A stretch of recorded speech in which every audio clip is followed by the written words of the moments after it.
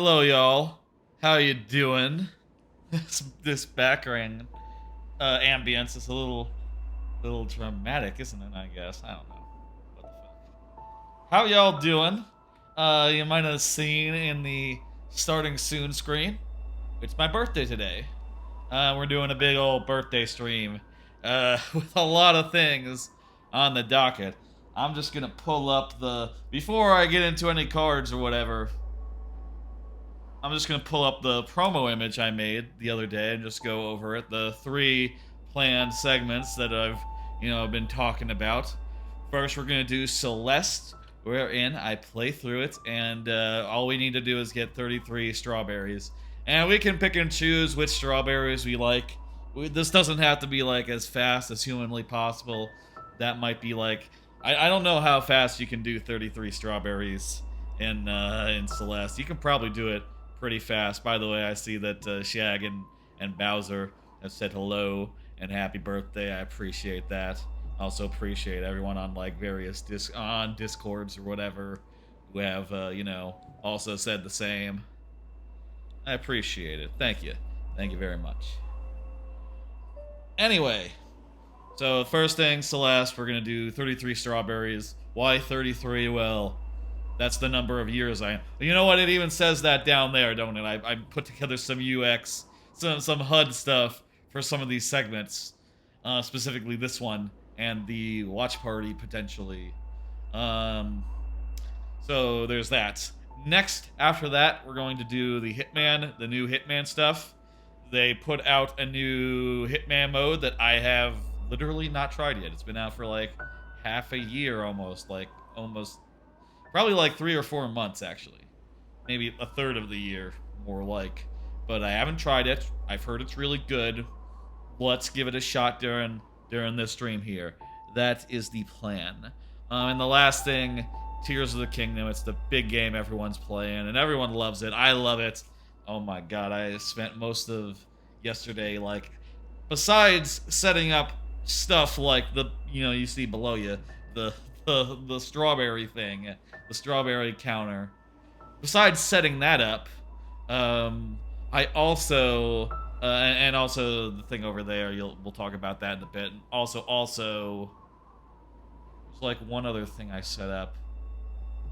What was that? What did I set up other than? Oh yeah, I set up a timer thing for the watch party just so that if anyone's watching along, they can hopefully sync up with a timer that'll have a hopefully accurate timestamp of where we are.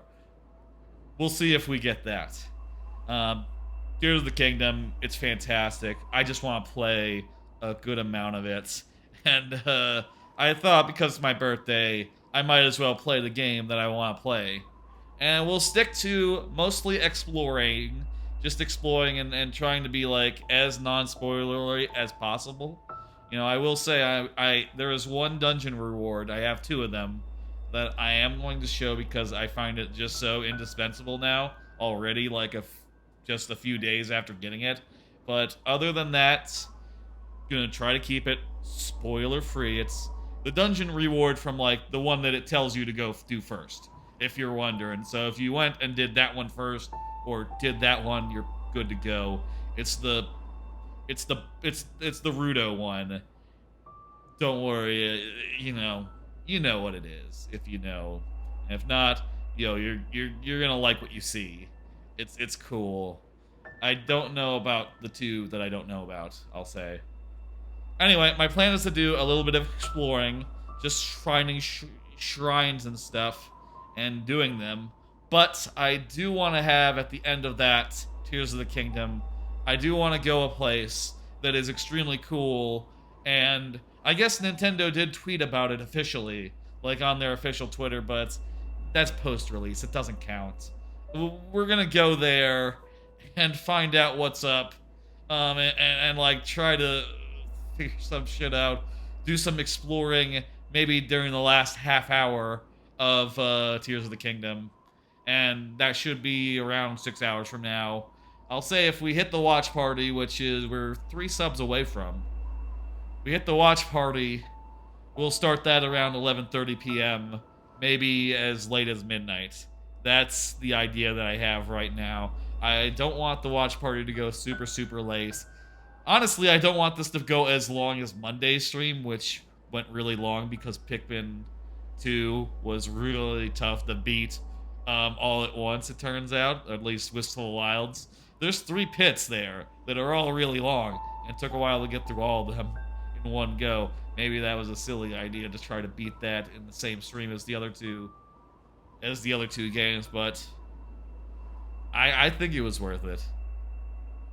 Anyway, that's the plan tonight. I'll talk about the sub goals in a bit. First, let me go over some stream business and some other things at top, as you know I like to do. Oh, let me get the Twitch app on my phone, as I usually do. Kind of forgot today.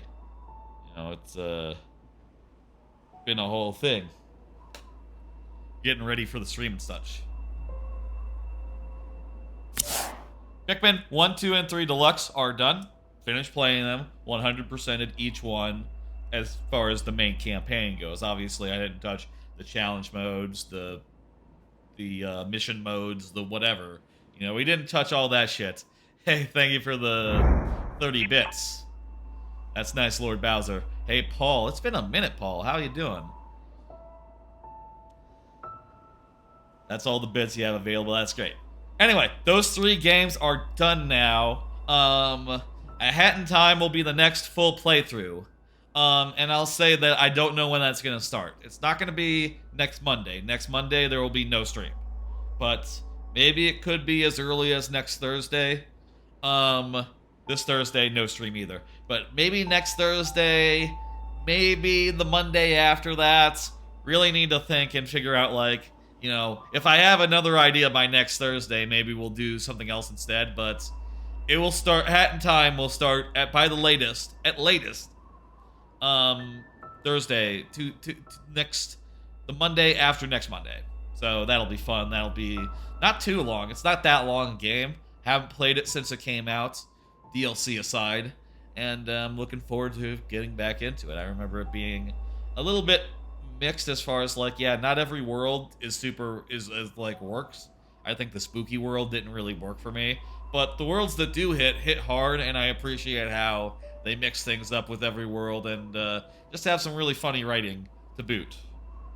And some really funny scenarios for 3D platforming. Next up, follow up on bee sting / spider bites and headaches. Yeah, so I mentioned last time I got like a spider bite over the weekend. I think it's a spider bite. Maybe it was a bee sting. Anyway, the big spot sort of swelled up a bit on my head. And then on like the other day, I had like a really splitting headache, and I really worried if it was the thing. And I said on the stream, like, well, I haven't had one since, you know, yesterday, so I'm good. Well, I'll tell you, immediately after ending the stream, splitting headache. I wonder if that's just, you know, the adrenaline, right? Like, yeah, the adrenaline's just gonna push you forward and push you through the whole thing. And then when you hit end 10 hours later, it's like, okay, time to start hurting. Like, no, this ain't right. Go to bed or something, I don't know. Anyway, I'll say yesterday, been feeling mostly fine. There is still a little spot, but I don't know. I'll tell you, like, I do worry, like, is that, like, residual effects or something? It's still a bump. Maybe there's still some bad stuff there causing a nuisance, but what do I know? Should be fine, I guess. Long story short. But, fuck, man, if that headache didn't really hurt yesterday or day before. It was the night, it was after the stream. Which, by the way, went super late, but I did still do some stuff after the stream. Little bit of an emote update. Let me show these new emotes again. I decided to update the emotes in this, you know, around the same time as this here stream. You know, and specifically, I removed the text from the moon. You couldn't read it anyway, so now it's just, you know, the moon waving, and, you know, you can take that as you will. You know, it's the moon waving. You say it at the end of the night, people are gonna get you mean good night, right? Or if they don't, whatever. And you have Bowser High as a high, so you're probably not gonna use it as a high. But still, I think it's pretty good even without any sort of label. And then there's the Dixie going like, I think that's just gonna be very, very cool and useful in a lot of situations. Just cheering, going like, yeah, fuck yeah, woohoo, that's a good one. I think that one's gonna be very useful. I do worry about the size of it. Maybe it could be bigger, but unfortunately, with how she's waving like pretty far out, which means that the square of the emote can't go too far. You know how it works with squares and all. That's just geometry. I hope that makes sense because it's so wide horizontally. It can't be that tall vertically because that's how the sprite is. Long story short. Anyway, that's the emotes. I hope anyone who has a sub is enjoying them. I know I do. I use them all the time. And I, try to put in a lot of thought into making the emote selection as useful as humanly possible. Last thing, I believe. Let me draw your attention to the goals. Yes, let's talk about these sub goals. For this stream, decided to have 3 incremental sub goals. The basic idea is that even if we only get a few more subs here, we can still hit something, right? Like, and if we only have like a couple, there are still things we can hit at a low level, at a medium level, at a high level, Basically, goals along the way is the idea. The first thing, at 4 subs, which by the way, we already have 1, is a Jackass Forever watch party, and that will follow the Zelda, okay? So that'll be fun. Not seen it. I've seen other Jackass movies. They're an outrageous, funny time. And they get up to some real bullshit. And in this one, there's a guy named Poopies. That's pretty good. You can't go wrong with that. The second goal is a all Beaver Bother DK64 rando stream in the future. Not immediately. That'll be some Sunday, some time from now. I mentioned there would be no Monday stream next week. I'll also be busy with family stuff the rest of the weekend. People are coming to town, relatives, and we'll probably want to hang out and catch up. It's been like since before the pandemic, since I've seen many of my cousins. They're not all coming to town. Not all of them can make the trip out here to Texas. A lot of them are in New York or Florida. It's a bit of a trip come out here, and vice versa. It's a bit of a trip for us to come over there. But some of them are coming, and I'm sure we'll have a lot to catch up on, and that'll be fun for me. Anyway, all Beaver Bother. Let me tell you what that entails. Basically, during DK64 Randomizer, all the golden bananas are replaced by bonus barrels that have Beaver Bother in them, and Beaver Bother is just a infamous minigame that sucks ass. It's terrible, and it's just so annoying, and it's gonna be a hell of a time if that gets hit and I have to do that. We'll do that some Sunday. I'll tell you, I don't know exactly how many golden bananas I'm gonna require myself to get, but otherwise, I'm thinking the setup will be similar to what I've done before, like for the randomizer roulette. Same basic setup, starting with all the Kongs, all entrances like randomized to a good degree, loading zone randomization, all that, and I just have to find all the moves, which will be free, and get all the golden bananas we need, and that's it. And maybe like 40, I could see 45, 50, make it a little bit more of a thing. Maybe like 45, that seems like a good number. That's the idea for that.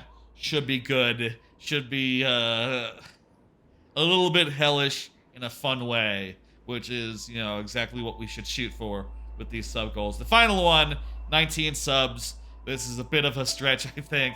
This one will be hard to hit. I imagine this would be as many subs as as has ever come in one stream, like more than, right? If we were to hit this one, but at 18 subs or 19 subs, geez, I can't read.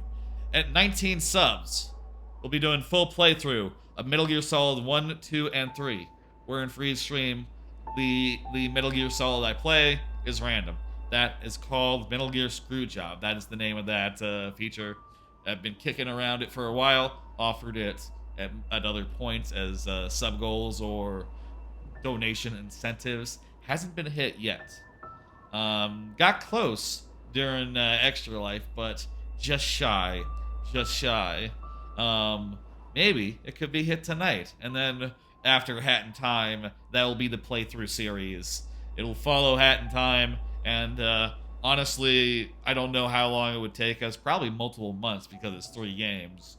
But, you know, that'd be a whole thing, and probably the worst order you could play those games in, but I think hopefully that would be part of the fun. And I'll say, by the way, of these sub goals, look at this. I got like, you can tell like over there the HUD thing. I set up some stuff to like show the goals under the doodad. Well, I also set it up so that I could check them off as they go. Like, say we get one of them, I can highlight it in purple to say that we got it. We get another one, do the same. And even with the last one, can do the same. And also can restore it back to empty. Isn't that snazzy? Just looks real nice. Definitely something I want to do anytime else we have any, like, sort of incremental goals, which I think is a thing I want to do in the future. Like, that seems like a smart way to do any sort of goals. Set a logo goal, a medium goal, and a high goal. And by the way, if you're wondering why 4, why 9, why 19, those seems like odd numbers. Well, on Friday I got a bingo subscribed, and that was before the goals was open. So I decided to subtract 1 from each level and end at 19. So that's why that is. Thank you, bingo. And also thank you to Jayhawk for gifting a sub on Monday. We're one closer to everything. Just 3 subs away from a nice old watch party. 8 subs away from Beaver Bother. And a ton away from 18 away from full playthroughs of Metal Gear Solid 1, 2, and 3. Alright, that's me talking about the plans for tonight, which took like a bit, didn't it? There was also some time where I was setting up the stream while the stream was started, you know, that takes some time as well. Let's get into the actual game part of the game.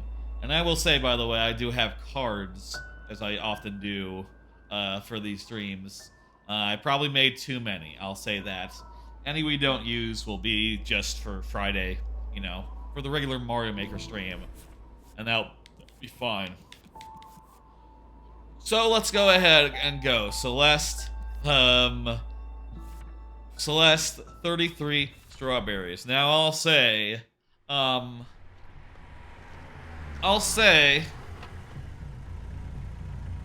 how's the volume, by the way? I think the volume's fine. Looks good to me on the mixer.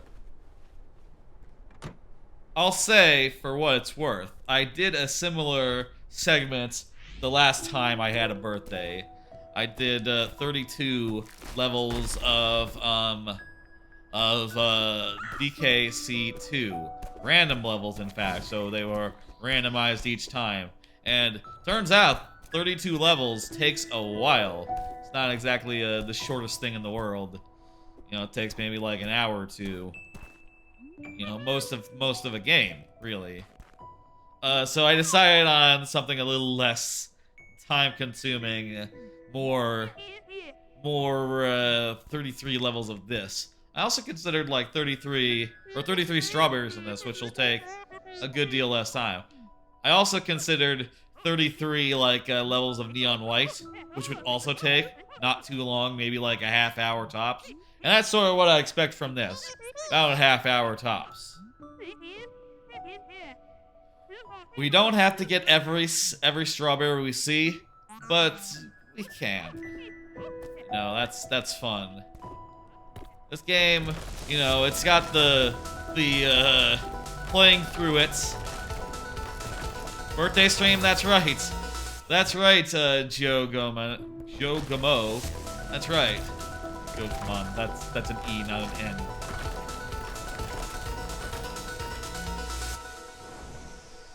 There's also sub goals. Look at those. Aren't they snazzy?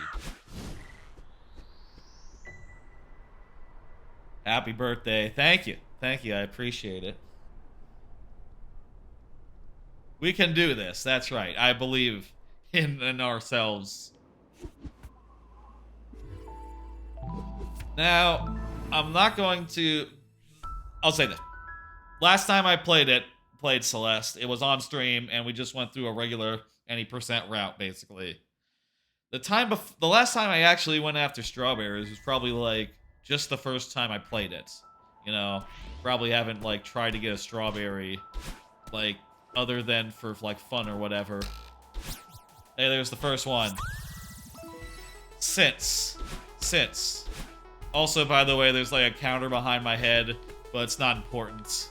You've been watching a few of the YouTube vids of the streams and have been enjoying them quite a bit.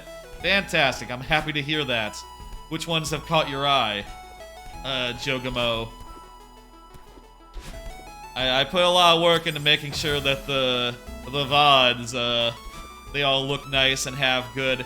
Jogamo just subscribed with Prime. Hell yeah, we're fucking one more close to the watch party. Jackass Forever at the end of the night.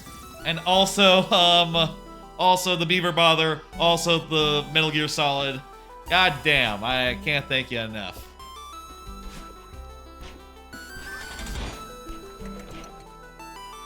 Here's one of the cooler strawberries in the game. Cooler types of strawberries. These ones, if you dash, they fly away, so you can't get them. So you won't be able to get them in that case. Hey, look at this. We're already 3 of the way. I'm just gonna go with the critical path. I want to see more than just this level. I want to see, like, at least 1 more. Maybe 2 more, honestly. So, you know, we're gonna pace ourselves a little bit. There's a strawberry here. I can't help myself. I'm gonna get that one. Don't mind if I do. This game is just great. I think it's one of my favorite platformers besides, like, Mario Maker and Donkey Kong Country. Like, as far as, like, not like Level Maker, you know, Mario Maker type things, right? Besides Mario Maker, DKC and Celeste are, like, the top two for me, right? As far as, like, 2D platformers go, I would say. Like, I really love the way it feels. Each of the levels is really tight. You love Donkey Kong Country? Hell yeah, I love it too. Love DKC. DKC was actually the first game that I ever got. The first game that I ever played, like, properly, you know? First one I ever got. Oh, you know, it'd be fun. What if I did a thing where every death I did was like, I had to do an extra strawberry or something? That'd be silly. You know what? But that would make it last longer, this segment. I don't know. I like this idea that we're doing tonight, you know, the whole one thing for every year I've done. I think every birthday stream that I do has to have a segment like that. God, imagine when we get, like, to, like, 50. When I'm, like, 50 years old and I'm still streaming. That's, you know, over a decade from now, so don't worry about it. But over 15 years, you know, that'll be 17 years from now.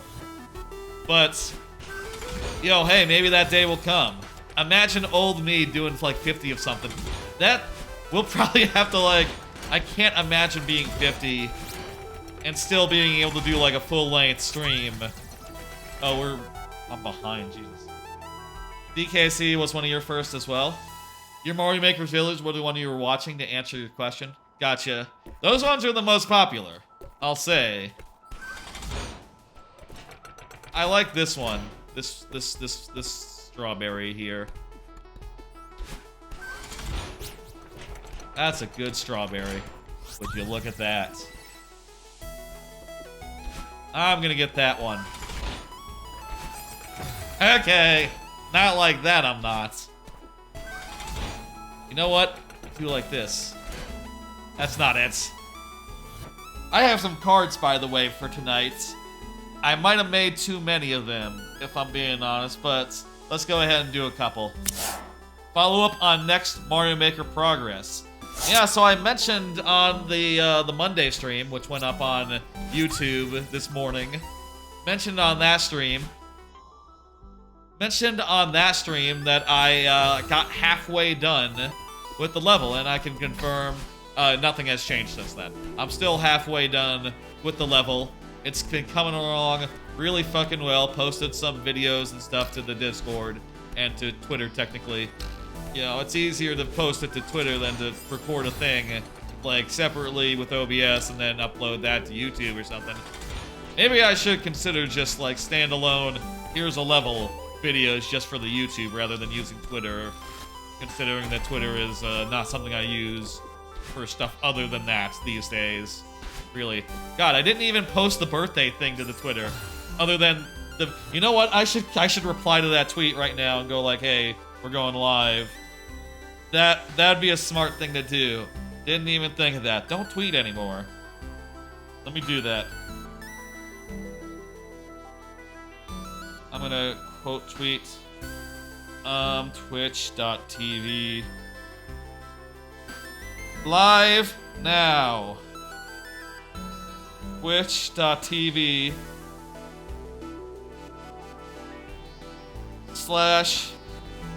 the Master DS. That works, right? That's the URL? I don't know. I'm pretty sure it is. Good enough. There we go. A tweet has been sent. I don't know that... I don't do, like, alerts anymore for, like, Twitter. But, hey, for the birthday stream, probably should make an exception. Probably. What was I saying? Oh, yeah, so it's coming along really well. Just have the... this is, like, for a cassette, right? Oh, this one's a hard one. Let's go. You're almost done with 2-2. Just gotta figure it out. Fantastic. So, yeah, that's been... Whoops. Ah, look at that. I think that, you know what? It must have been intended to go over first. Whatever. Anyway, that's coming along. And on that topic, one more card related to Mario making. We're going to do a Mario Maker 2 check-in after Celeste. As soon as we're done here with Celeste, we'll do a couple of minutes where we pull up Mario Maker and look at the level. So you'll see the full extent of the the first half, which again I'll say I think is super cool, super dang cool. Well, we got 9 from the first level. Okay, that's good. Hey, we're on track to do maybe 3 or 4 of them. That seems like a fair amount of Celeste to do. You know, it'd be another good one. I was thinking before the stream, other than Neon White, could also do like. I know last time I did DKC2 levels, but could also do DKC2 bonus barrels. So, you know, there's like multiple bonus barrels per stage. So each of the things I collected, each level would contribute like multiple to the count. Similar to this. So it wouldn't be too long if we did like 33 bonus barrels. 33 bonus tokens? Which way should it be? Probably bonus tokens, actually, because you get those from bosses as well. There we go, first 9. Can't wait to be done with 2-2 after a week spent on it. I spend more time on my levels than you, Lord Bowser, but yeah, I feel ya.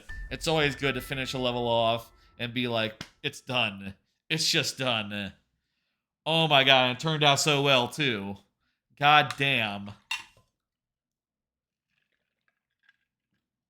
Strawberries will impress your friends. Yeah, that's true. That's kind of the whole conceit. That's relevant.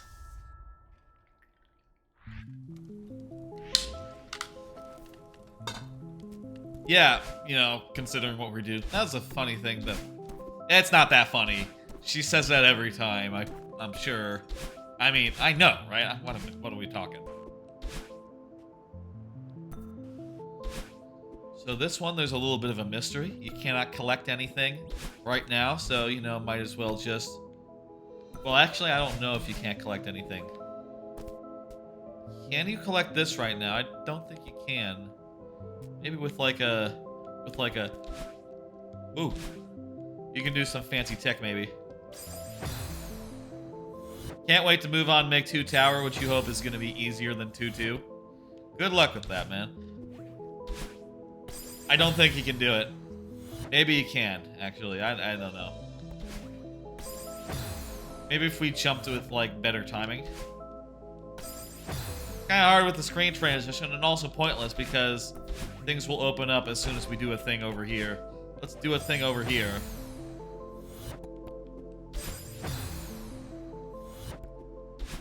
That level, by the way, if you haven't been watching the Mario Maker streams or haven't seen any, like, check-in, the basic plan is it's a Link level with an angry sun. Crap, that's totally how you get one of the things. It doesn't matter, it's fine. Hey, that's Battlein. Say hi, Battlein. That's Battlein. Good name for an evil version of yourself. Or, you know, for an alternate version of yourself. You know, I don't know if anyone hasn't played this game yet, but, you know, Battlein's cool. Well, Battlein's great. I love Battlein. This game has a fantastic plot. I know we're rushing through it, you know, just to get to the strawberries, but first couple times I played it, definitely was like, yeah, man, this impressed me about as much as, like, you know, as much as Night in the Woods, as far as, like, you know, having a sort of authentic voice and shit. I gotta keep up with the count. And, you know, I have to do that because I decided to cover up the part where the strawberry count is actually shown on the pause screen with my head, and, you know, instead make a unique thing for it. Maybe you know, if I had remembered that it just shows your total count every time, you know, not just, like, for the level or anything. We don't have to deal with this. This doesn't give us a strawberry. Maybe I would have not set up a big, elaborate UI thing. It's easier not to move around.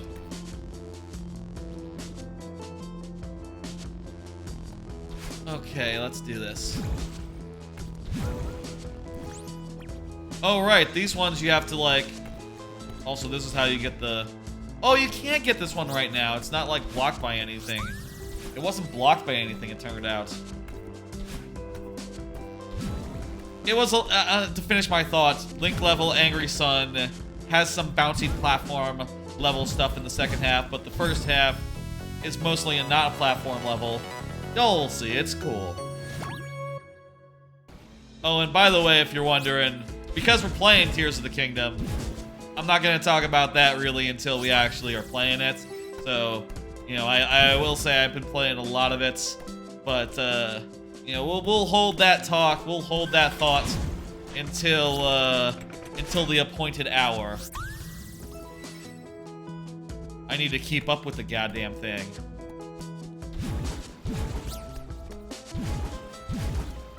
There's another one, 15. I got more cards, let's do them. Did you hear that Overwatch 2 PvP got canceled? How's the volume, by the way? Volume good? The PvP for Overwatch 2 got canceled. Do you hear that? Guess basically, you know, there was a long interview about why they made that decision, but I'm pretty sure from skimming it, it can be summed up by saying, yeah, it was kind of shit. It wasn't coming out very well, so we nixed it. You know, you could just say it wasn't fun. You know, you don't have to make it a billion words. You know, I don't know. I guess I'm one who talks, like, at length about my process. I can't exactly ding them for, you know, giving 7-paragraph answers that basically sum up to say, like, yeah, it was shit. It really wasn't coming together. And we looked at it and realized, like, this is gonna take, like, a lot of work and we don't even know if it's possible. That was sort of the whole promise of Overwatch 2. Like, the whole reason there was to be an Overwatch 2. So, for them to turn around and say, yeah, that's not gonna be a thing anymore. It's just the multiplayer now. It's just the multiplayer, same as always, with some one-off missions that are kind of like, you know, okay. That's our sequel. Yeah, you know, I'll tell you, I was pretty down on Overwatch 2 already, and with this, I don't see how, like, I can give it any more than like a This game does some cool things with text boxes. Like, Jesus, look at that. How the hair just goes outside the portrait. Also, each one is stylized a little differently. I just grabbed a screenshot of, like, the default of, like, Celeste one. Of like, Madeline's one. To make my UX thing, my HUD thing, if you're wondering. I had totally forgotten there were multiple. I could have made a choice or something. Chose a different one. Doesn't matter. This is fine. This is good. It looks nice. Hello, Paizo de Play. How you doing? So yeah, Overwatch 2 canceled. Hi, Pietro. Sorry. Pietro, hey, how you doing? I guess that's different from your display name, from your Twitch name. So, not me misreading it or nothing. You're doing alright? It's my birthday today. I'm doing good. That was 16, yeah? There we go. I'm doing 33 strawberries to celebrate the number of years I've been alive. You see. 33, that is one hell of a date. Let me finish my thought on Overwatch, actually. Yeah, that's like a 2 out of 5 for me now. It doesn't run very well on my old-ass machine, which is about as old as Overwatch, as Overwatch 1. And also, you know, they changed a lot of things that I really liked. And, you know, generally, if I had to say, if I had to, like, take all the balance changes back, I think I would rather see, like, the Overwatch of day one. Mystery heroes aside, you know, that's the one thing. Well, that's not true. There's reworks that Overwatch has done over the years that I like. Like, I like the Torbjorn rework. That rework was fantastic. I was a big fan of Torbjorn before, and an even bigger fan after the rework. So I can't just, like, go out and say, like, all reworks are bad, but... Oh, jeez, that was a close one. But... a lot of the reworks, I think, aren't great, most especially the ones in Overwatch 2. Maybe Orisa aside. You know, Orisa rework is okay. 17, hey, look at that. That's the day that it is. 17 because, you know, my birthday's on the 17th. Has always had an outsized importance to me. Kind of my lucky number, you see. I would consider that my lucky number.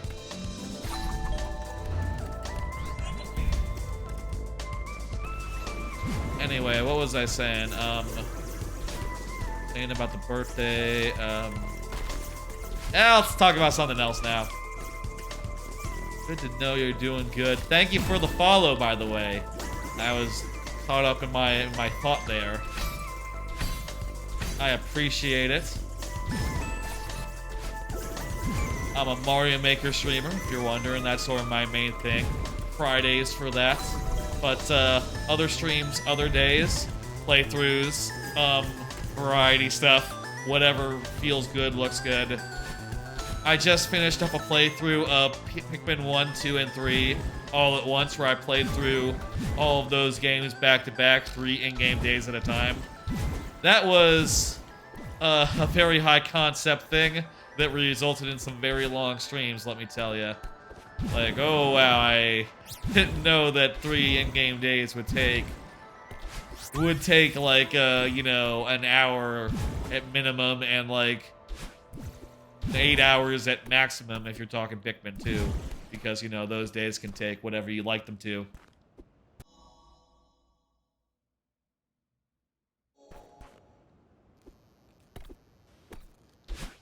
Alright, there's the second level. We're going about the pace of about 9A level. So I guess we'll be finishing on level 4 unless we get fewer in the next one. This is a dream, by the way. I guess it's there might be more actually to grab. I'm gonna skip cutscene. You know what? I've seen the cutscenes before. They are cool, but we're here for strawberries today. You know, the things what impress your friends. And y'all are impressed, right? Y'all are impressed by strawberries. I'll say I think I got all of them in the original game. Well, actually, no, that's not true. In my original file. That's not true. I didn't get the golden ones where you need to, like, get all the strawberries in one run. No, didn't do that one. Let me see. Is his text boxes different? Yeah, okay. Everyone gets a stylized text box. That's cool. That's cool. Okay. I forgot about that part entirely. That's just cool flavor. Maybe I should replay this game, you know, kind of off stream or whatever, and actually read the dialogue again. I don't think I've done that in, like... I mean, I don't remember if I read the dialogue during the last time I played, which was on stream, but if I didn't, I probably should, because the writing is great, you know? Obviously, the gameplay is, like, maybe, like, the reason why we're replaying it all these years later, but it's fantastically well written as well, you know? Here's the actual payphone bit. We're gonna skip. Wait, let's see. What's the text box for this person look like on the other end? If there is. Oh, it's just like a white box. Basic style. Whereas Madeline's is more elaborate.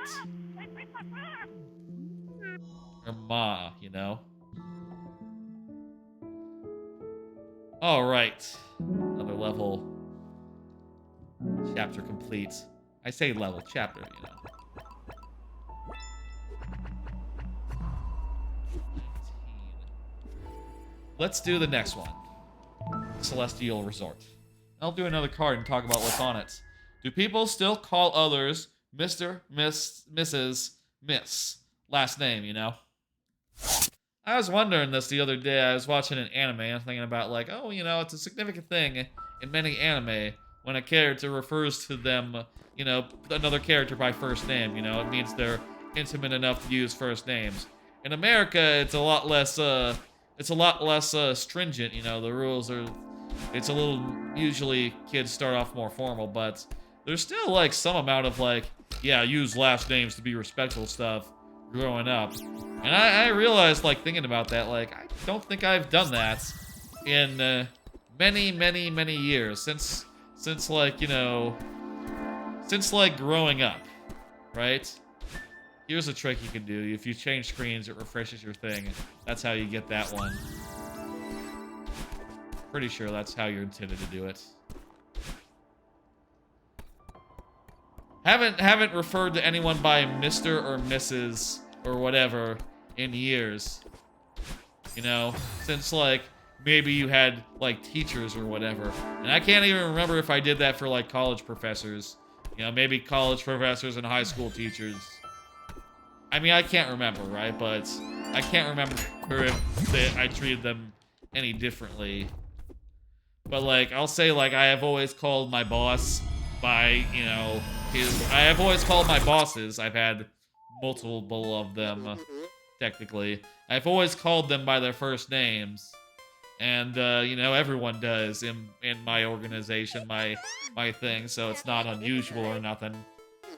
No one does Mr. this, Mr. that.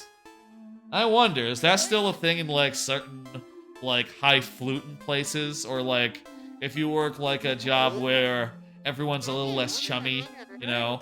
I'm an engineer. We're all, and everyone, you know, I know, we're all engineers, and I think there is some sense of, like, yeah, we're engineers. We're not snooty. We're not business people. Fuck that shit.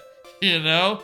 Like, relax. I remember when I brought a blanket into work because it was cold sometimes in the office, back when I had an office that I went to. It was really cold sometimes. So I brought a fucking blanket, and, you know, it was just a thing of, like, yeah, you know, hey, we're all engineers here. We're not so hung up on respectability or all that. He has a fancy one as well. Fancy voice thing. We're not so hung up on respectability. But maybe if you do work a place where they are hung up on respectability, it's different. I'm not really sure. I wonder if that's a thing that's changed over time. You know, you always think of... At least I always think of that thing where someone says, like, that weird quote, which I don't know where it's from, of, like, oh, Mr. Blank was my father. Please call me my first name. Like, that was old by the time, you know, that wasn't really my generation's thing. That was my father's generation thing. You know, now I think Mr. Whatever was my grandfather, you know? It's, was my grandfather, you know? Well, I have multiple of them, and one of them is still around. I had multiple of them. I guess... Well, it was both of them at a point, I suppose. Back when both of them were alive. Not to drag things down, you know, hey, look.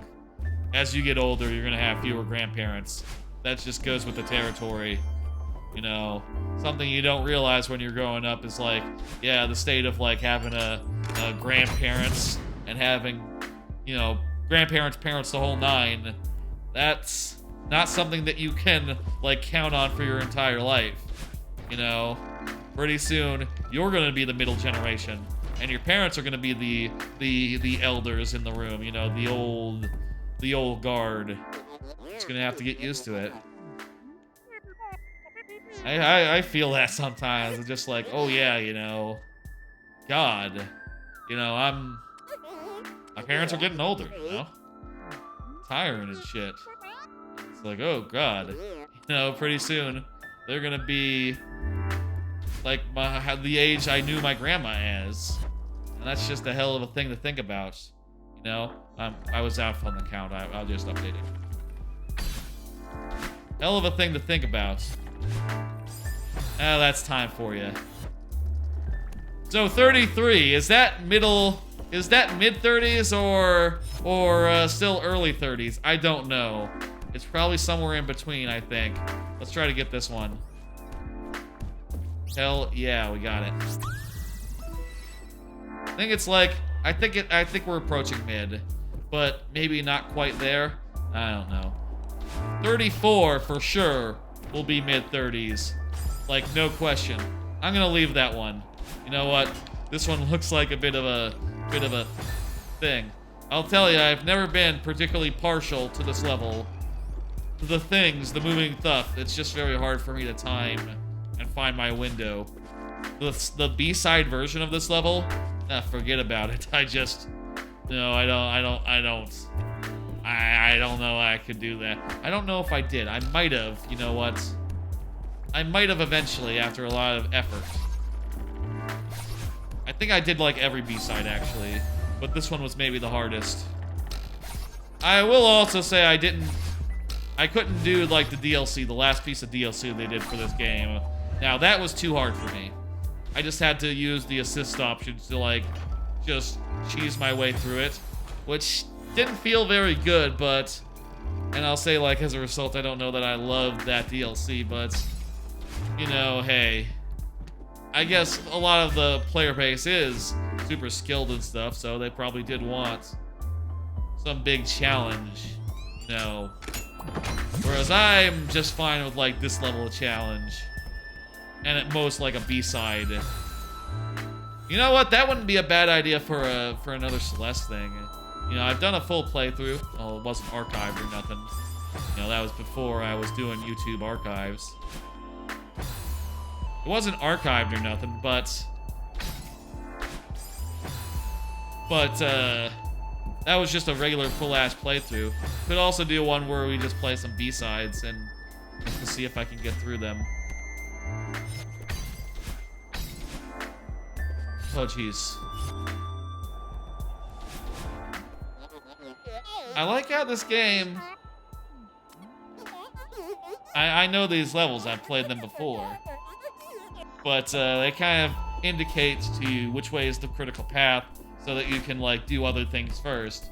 You know, there's sort of a subtle little thing indicating, like, hey, here's the way forward. Here's the way up the mountain. You know?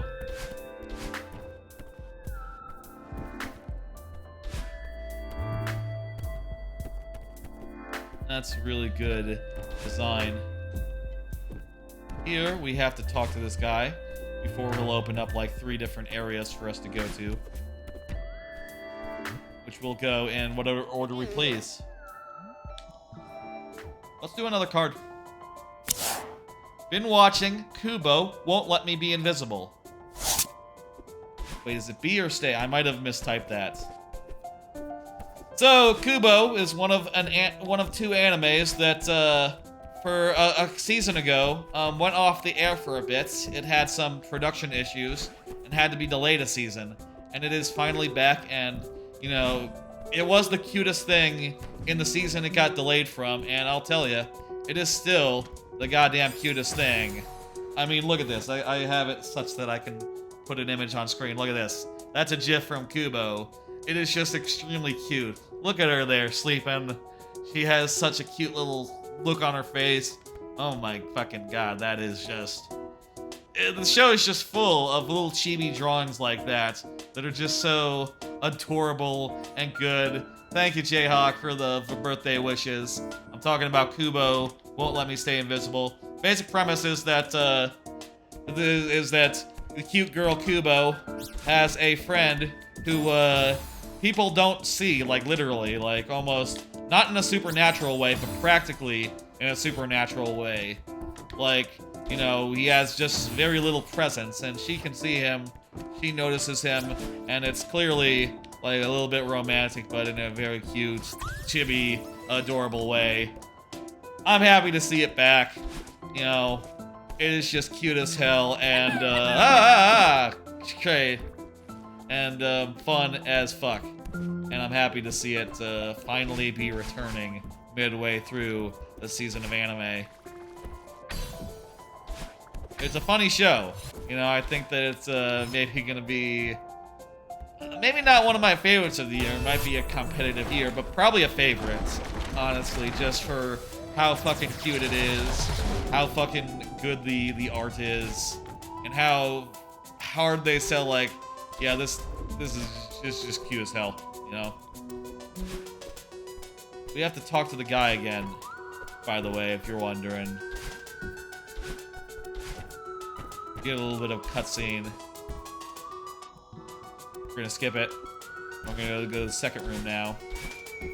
We got a bunch of anime. I got a handful more anime cards, so let's just get through them during this level. Been watching Golden Kamuy Season 4, which is back too. It also had a delay. This one was a little bit more of a sad delay.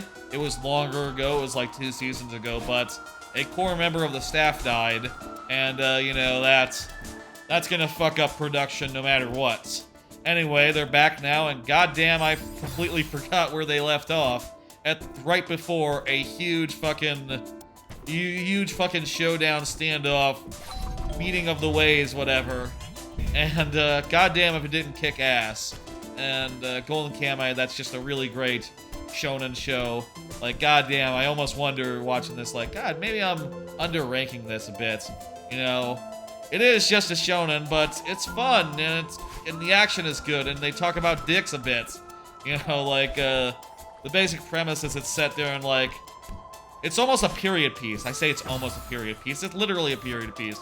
It's set in, like, Hokkaido, and deals a lot with, like, the Ainu, the native people that are from there, and, you know, how they related to the Japanese, and how they, like, you know, were integrated, or not so, at least, at the turn of the century. You know, like the 1900s or so, like right before World War II. And it's just very interesting how, like, it's, you know, presents the history, like, teaches you a little bit about, like, you know, about Hokkaido, as well as in the last season, a little bit about, like, the very, very, very tip of the part of Russia that, like, goes right up to Hokkaido. You know, that's nearly as close as the rest of Japan is to Hokkaido. You know, and the influence that they had also on Hokkaido. And all that's been really interesting, and yeah, it's good to have it back. And yeah, just a lot of kick-ass stuff in this episode. You know, they're looking for gold. Basically, the whole show is a search for a bunch of Ainu gold that got like hidden in a bizarre way, and everyone's trying to figure out like where it is, and basically the map is printed onto the backs of a bunch of criminals who are on the run, and also a bunch of military fanatics. Weird military fanatics are after it, and also our main character, the immortal Sugimoto, who is just a fucking bruiser. He just fucking will not die, this guy. it's good to have it back. Enjoying the hell out of it from the first episode, you know. First episode back. Can't wait to see more. There we go. That's what we need to do. That looks suspicious over there. Like, why would this area be here? No, I guess it's just for I guess it's just to be symmetrical. Huh. Go figure.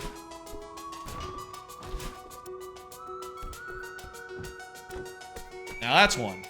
Get that one.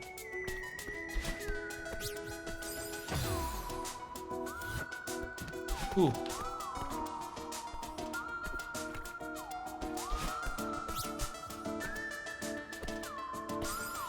Couple more anime ones here. Wait, did I put in multiple? Whatever, I guess I accidentally put multiple in there for that one. Ignore that. Been watching Dead Mount Death Play, which I talked about like the first episode, but sort of was a little vague as to the details. But basically, I'll say like slight spoilers for it. Basically, the concept is it's a reverse isekai where a necromancer, like a big lich guy from like a fantasy world, reincarnates into another world as like a normal boy, and it turns out he's just like he's actually nice despite being a big Lich King motherfucker, and he just wants to have like a quiet life and is willing to use magic and stuff and necromancy to get it done, you know, because he can see ghosts and he wants to help them out and shit. And I'll say it's been really good so far as like, yeah, it's been constantly introducing like new supernatural and near supernatural characters. There's been a bunch of weird like paranormal stuff going on in the world that they have to deal with. There's like the X-Files that has somehow gotten mixed in. Little bit of X-Files for you. And yeah, it's just been really neat. In every episode I just say, God damn, that's actually kick-ass. And it's been so much that it's been so kick-ass that even after as late as I went on Monday. It's a Monday show, by the way. I wanted to watch it after, you know, and went ahead and did so. Watched it, as well as the next show I'm going to talk about. That show is so good. Even better than I thought it would be at first, and I thought it would be awesome. I'll tell you one character that was introduced. I'll tell you one character that was introduced like after the first episode, like a few episodes ago. In fact, we'll leave that one. We don't need everyone. I'll tell you a character that get introduced. So he says like, the guy says like, oh, I can make contracts with like sane ghosts and make them possess like inanimate objects. So I took a ghost and put it into a pen. And now there's just like a pen ghost, like, just like flying around, occasionally writing stuff, and having like a bit of a personality despite just being a pen, just like bobbing around and occasionally communicating. And they have a whole thing now where they put on like seances and the pen, you know, floats around as part of the show, which is funny. And the pen is perceptive, which is so weird, you know. It's like a weird character to just come up with. Oh, this is a pen that's sentient. It's a pen ghost, you see. And it's like, oh, okay. That's cool. It's just full of things like that where it's like, oh, geez, what the fuck? And not all of it is like coming from the guy, coming from the necromancer. Some of it's just in the world already. And it all seems just like very cool, very well done. Dead Mount Death Play. That is just a show I want to talk about of the shows I'm watching now. Just one I watch and I go, God damn, I want to talk about that. That's good. Another one. Same thing. Insomniacs After School. This one is also a Monday show, and I've also been taking it to watching it after the thing. After even the longest streams, right? If I watch 2 animes on Monday, if I only have time for 2, it's gonna be those 2 right now. So I guess actually Golden Kamuy is also Monday. So I maybe would consider making time for it in the future. Or actually, you know, look, I want to end the stream like long or early enough.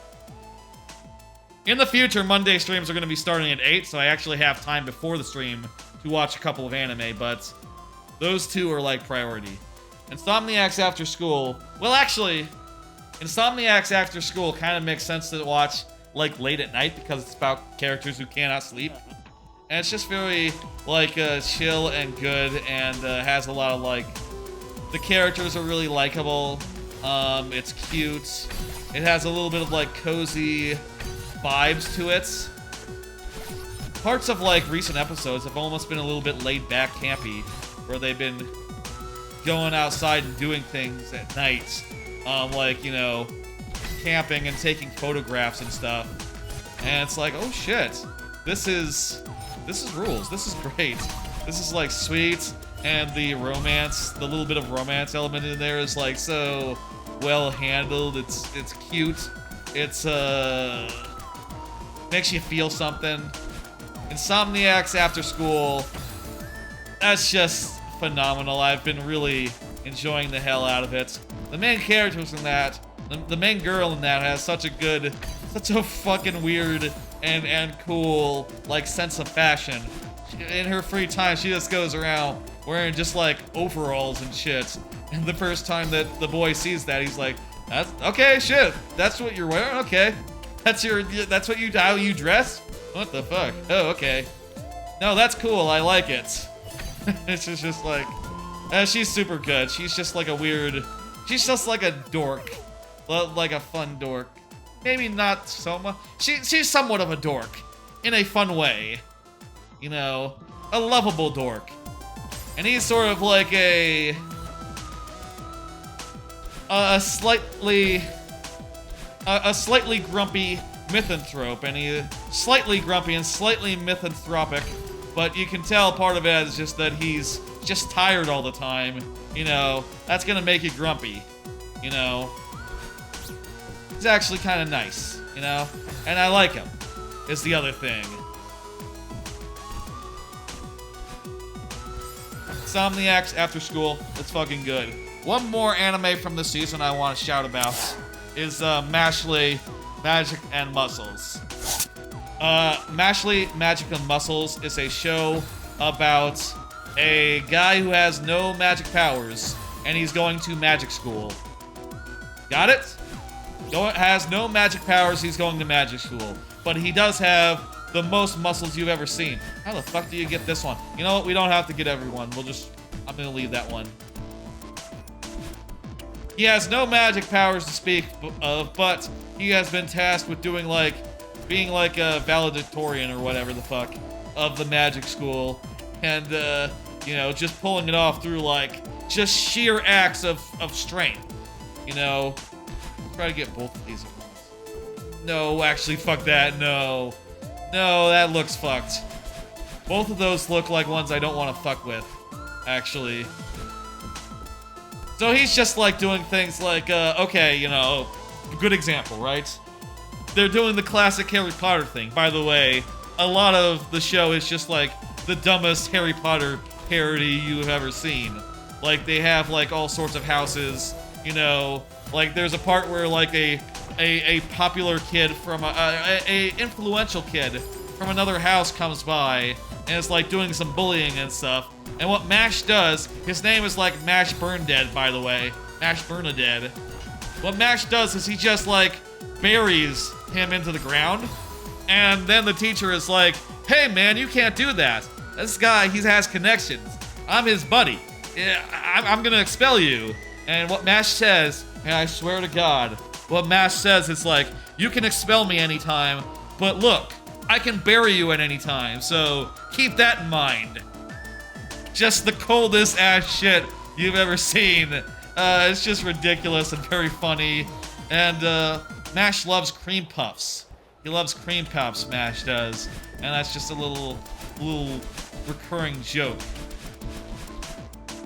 I'll tell you one more thing, like, as far as like dumb ass Harry Potter bits that are just in the thing, just parodied like perfectly. There's a part where in one of the recent episodes, they revealed, like, oh yeah, at the start, there's a sorting process, just like in Harry Potter. And you know how they do it? There's a fucking sorting skeleton. A skeleton that reads thoughts and shit. But it's just like, yeah, okay, that's the dumbest way you could possibly do it. Yes. And then what happens is the guy puts his hand, you know, your main guy, right? He puts his hand on the skeleton, and he's just thinking like, cream puffs, cream puffs, cream puffs, cream puffs, cream puffs, cream puffs, cream puffs. And the skeleton is fucking sweating, thinking like, what the fuck do I do with this? He's just thinking about cream puffs. And the skeleton says, well, cream puff lovers go to Adler. It's just like, okay, that's great. I love that. I love how much it's just like taking the piss out of Harry Potter and just like being like the dumbest possible version of Harry Potter you could think of. There was a whole broom sports thing a couple episodes ago, and it was the dumbest shit. It was so good. Mashley, Magic and Muscles. Phenomenal show. Just like the dumbest, funniest shit.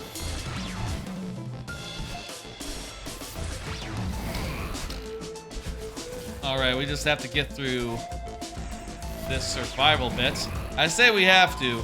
You know, technically we don't have to do any of this if we had gotten enough strawberries by now, but... Oh, hey, I'm liking the pace this is going at. And I'll say, like, you know, I honestly didn't know if this would take a while, you know? I didn't know, like, how long it would take me to do. And I'm pleased to know that it's, like, not an insignificant segment. You know, it's not like 30 minutes and out.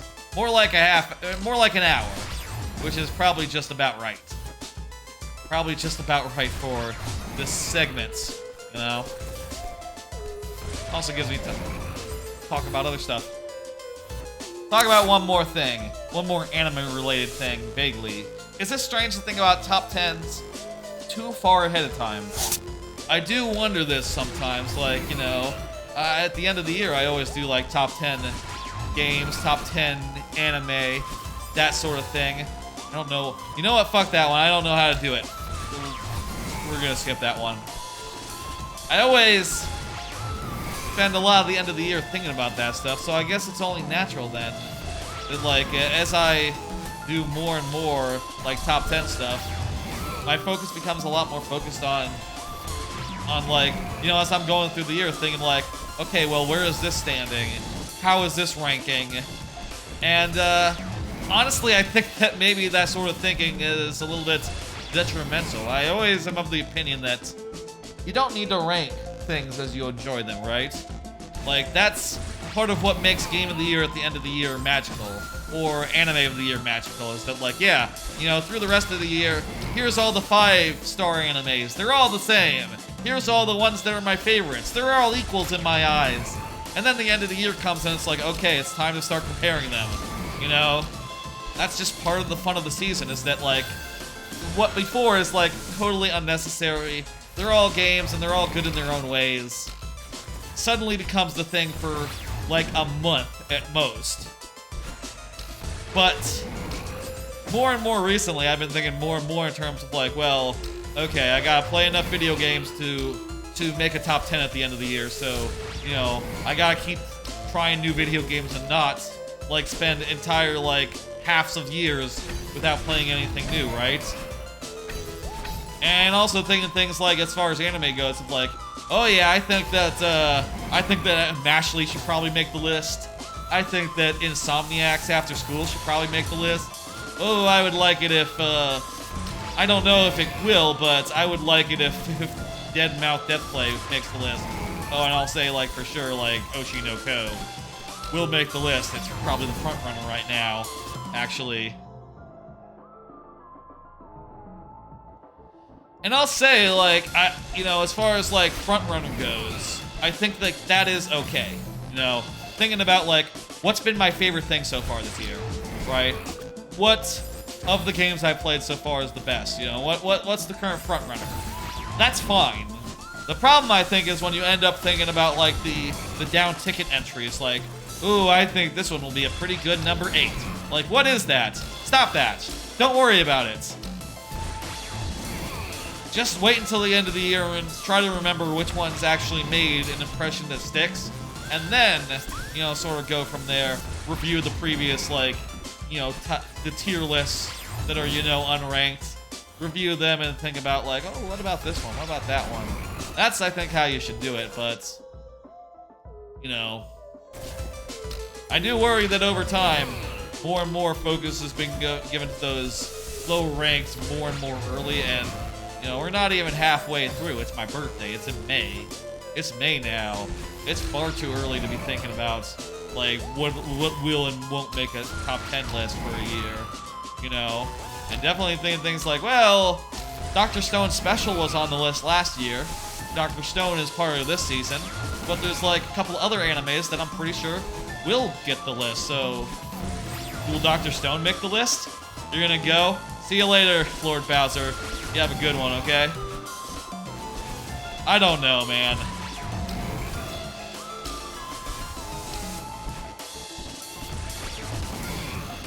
Anyway, I'm definitely wary about that.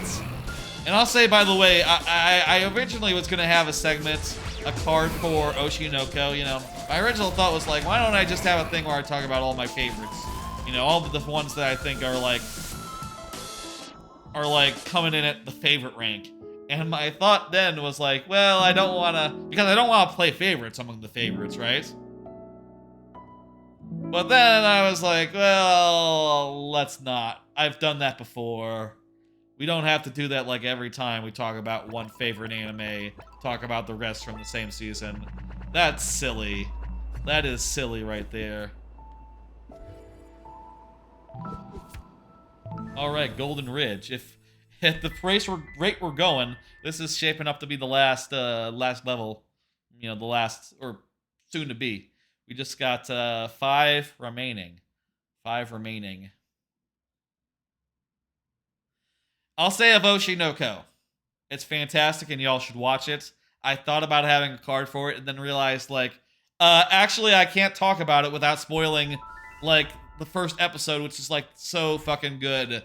I want people to go into that hour-and-a-half episode without knowing, like, any of the multiple twists and where it actually ends up. You know, it's about idols, the entertainment industry, and a bunch of fucking good-ass shit. I'll say that much, but say no more. Highly recommended. That 90-minute first episode could be a movie, and it'd be a goddamn good movie if it was one. It'd be a goddamn amazing movie if it was just a standalone movie. Highly recommended that show. That's the front runner for anime of the year for me right now. Clear front runner. And it's by, like, whatever. We don't need that one. It's by, like, the original author, not the artist. The artist is the one who did is the artist behind Scum's Wish, I believe. But the author, the writer, is the mangaka who made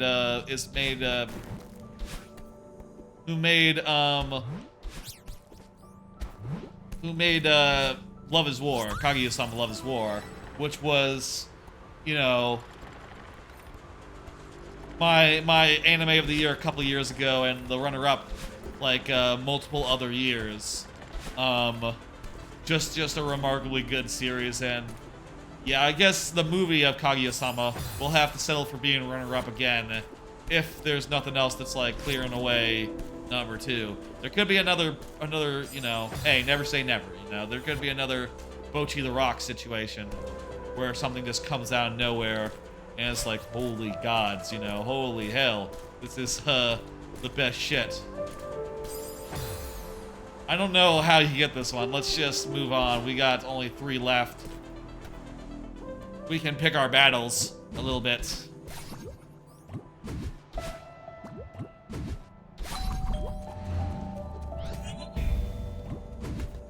Our battles here. Oh, that's an easy one. That's a much better battle to pick.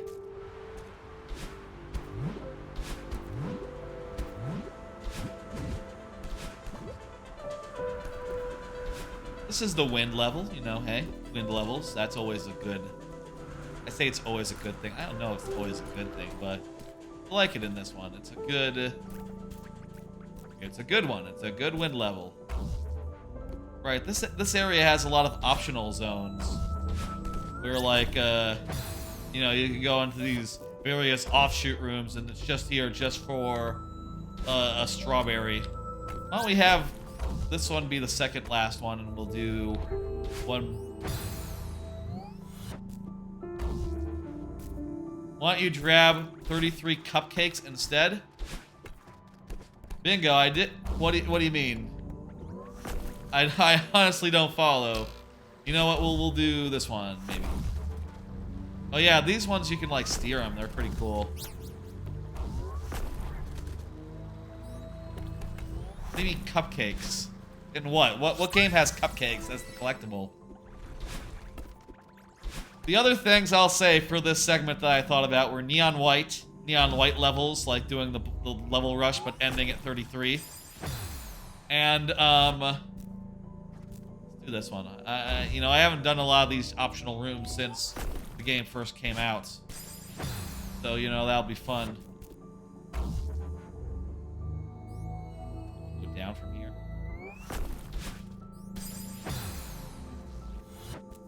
Let's do a different optional room. You know what? We can pick one that's not so hard. Is the way forward?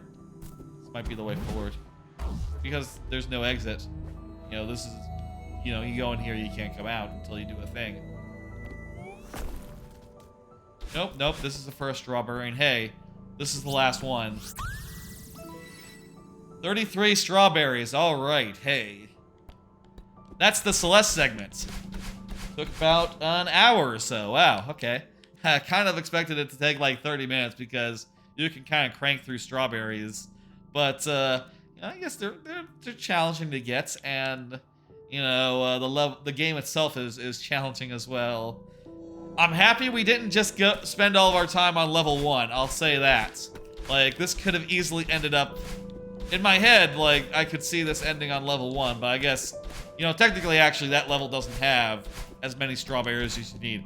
This could have ended on level 1 or 2 or 3, I guess. Or it could have ended on level 2, but...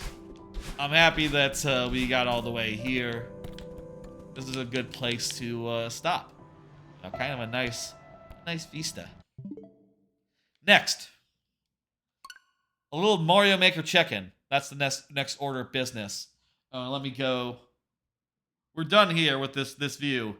So now we're over here in the view without it, and I'll bring up the maker code. By the way, if anyone's curious. Also, I'll close the counter window. I don't need that anymore because that segment's done. Very nice. I wonder if it saves, like, mid-level. It doesn't matter. You know what? Even if it didn't save, we're not gonna touch that file again. So, it's fine, either way. Mario Maker 2. Quick check-in here. I want to show off the first half of the level that I put together over the weekend. Over last weekend. Let me put in the tags, level design or something. You know what? I'll take out the Switch and put in level design as a tag. Save it. Done. Mario Maker update. A little bit of a Mario Maker update. I'm making updates. We're not gonna play any levels. I'm just gonna show y'all the progress I've made and talk through some of the design and the thoughts involved. Maybe I'll look at the notifications as well. Not very many, okay. Well, I was playing this the other day. I was playing this last night in, like, preparation for this bit. You know, obviously it was on a card. I knew I was gonna do it as a thing. So let me show you it. Let me just start it from, you know, where you normally start. So I decided first to tutorialize this, like, sort of jumping segment, you know, jumping off the thing. Then you fall into this area, and you get the link thing, and you have to take on a thing. Put another sword here, just in case you get hit by the guy. I wasn't sure, and I'm still not sure if that's good or not. You know, like, if you end up taking the hit and getting soft locked here, is it okay that the player just has to jump off a cliff and die? Maybe. I mean, it's like 10 seconds into the level. Maybe it's absolutely fucking fine.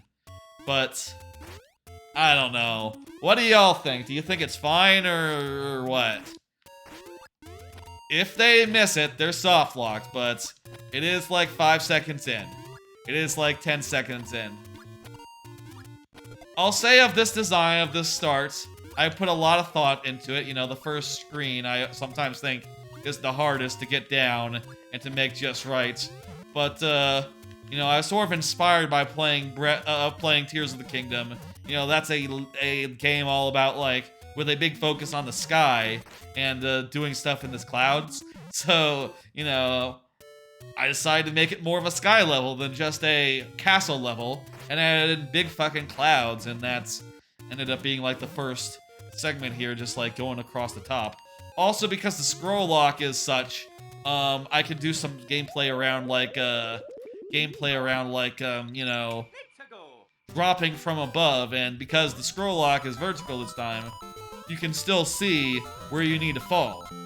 You know, and you can fall without fear because you can see it, which I feel like is an interesting thing to play around with for a change. Another thing you can see I'm playing around with in this first screen is a little bit of platforms you can just run across. In fact, for that 50 coin, it's required.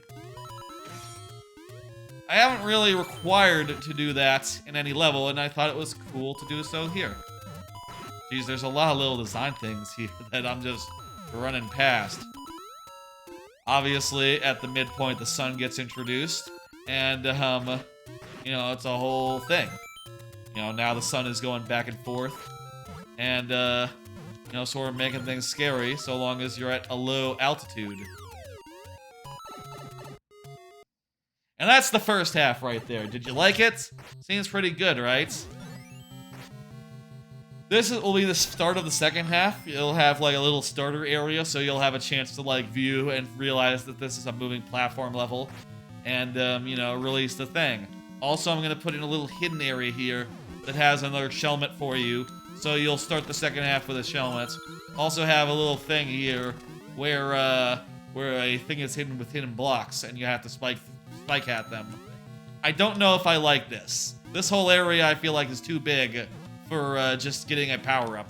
You know, you already have to wait, you know, until the bomb explodes to go over there, so having to do additional, like, having to go even farther to get, like, a collectible and a thing, I think it's gonna be, like, too much. I honestly think I need to compact it down and make it a lot more simple. I would like to have a hidden collectible here, just so that if you end up going here for a start, there will be, like, something for you and not just a shelmet you might already have. But, yeah.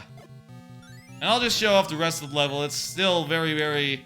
The rest of it is pretty much unchanged from my early prototypes. You know, just a platform level where you'll be bouncing around. This will be, like, the main thing of the second half. Just a bouncy, moving raft level.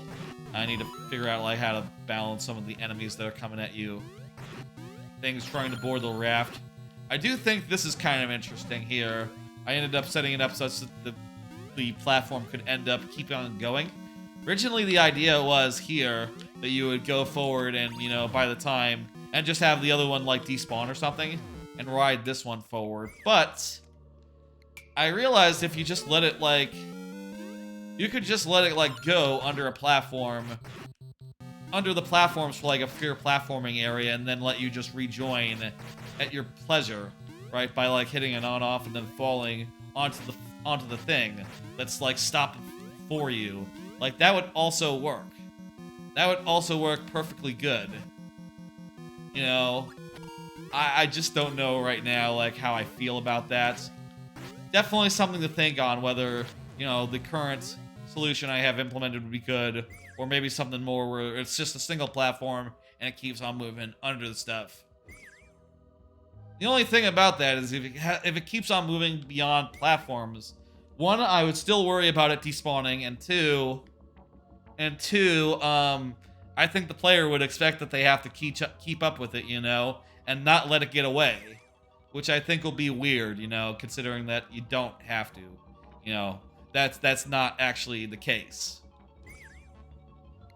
Let me play through some of the earlier areas, and I'll talk about some more design stuff. Specifically having to do with, like, difficulty and, like, giving the player, lots of chances, you know? Like, one thing I know is that these, like, chomp guys are really hard to deal with without Link or the Shelmet. That's why I give out the Shelmet so early in the level, because if you lose Link on those first chain chomps, I want it to be so that you can just, like, use the Shelmet instead against the chain chomps, and honestly, that works pretty well to do so.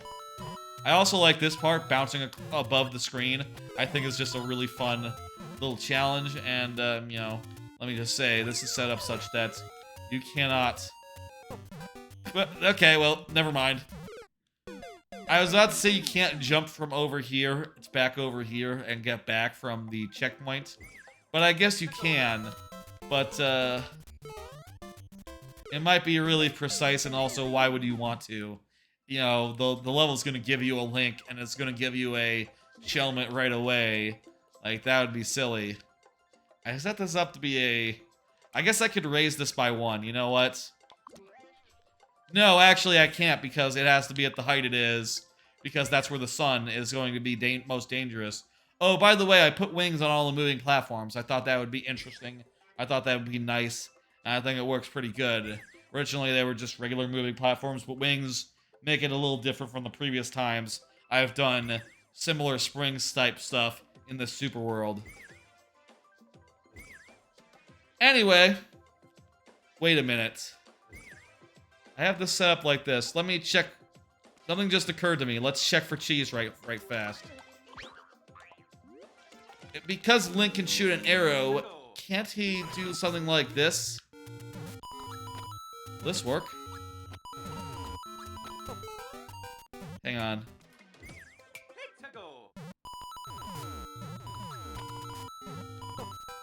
Also, you might be able to jump on the bullet bills to get up there. I set this on-off just, you know, to have, like, a wall close behind you or something. You know what I mean? Just have the wall close behind you as you went. But, I think you can shoot that with the Link arrow, actually. Maybe we just don't use on-offs after this point. And just have that be a one-off puzzle for Link. Because I don't... You know, there wasn't... This level doesn't have a thing that, like, on-offs the on-off, right? That doesn't, like, otherwise force you to turn the on-offs off. Partially because I don't want to have Link be literally required to get through at any point unless I give you a Link and make it really hard for you to lose it.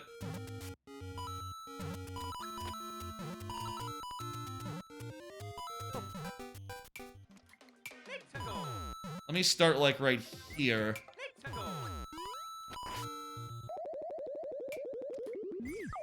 It's hard to say, but I bet you could do it.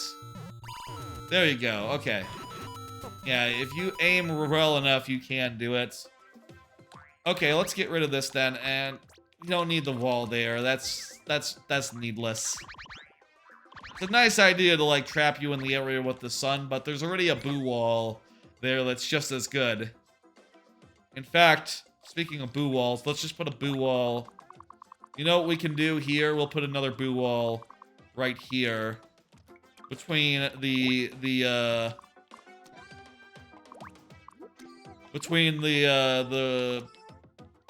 checkpoint and this, so that's... You know, if you want to jump over there, you'd have to jump over some boos. Make it, like, here. That should be fine. I mean, it's not like it's gonna drift all the way up here. It probably won't even drift. Oh, actually, you know what? That's smart design, because... Look here, like, when you're trying to get the 30 coin, you're gonna have to have your back facing that, facing away from that, so while you're shooting, those guys are gonna be drifting closer to you. That's pretty cool, actually. I like that a lot. I like that a good deal. Move it one over, and I think perfect. Yeah, okay. Let's try that again one more time, and then while missing, you know, I'll miss a few times. Anything else to talk about as far as the design of this level goes? With optional coins, I sort of struggled to find good opportunities for it, considering that. There we go. Yeah, that's pretty good. That feels great. Considering that, like, Link can use arrows to get just about anything. So I set them up such that, like, with this one, you know, you might have... The sun might be passing at this time. And also, you can't shoot it with an arrow from above. So, this one requires you to get it in the... Okay, actually you can from this height. I set it up this way so that it'd be more forgiving. You know, to jump from... You know, if you end up having to go like, oh no, I'm avoiding the sun. Okay, jump back down and jump back up. But you know what? Maybe it's fine as is.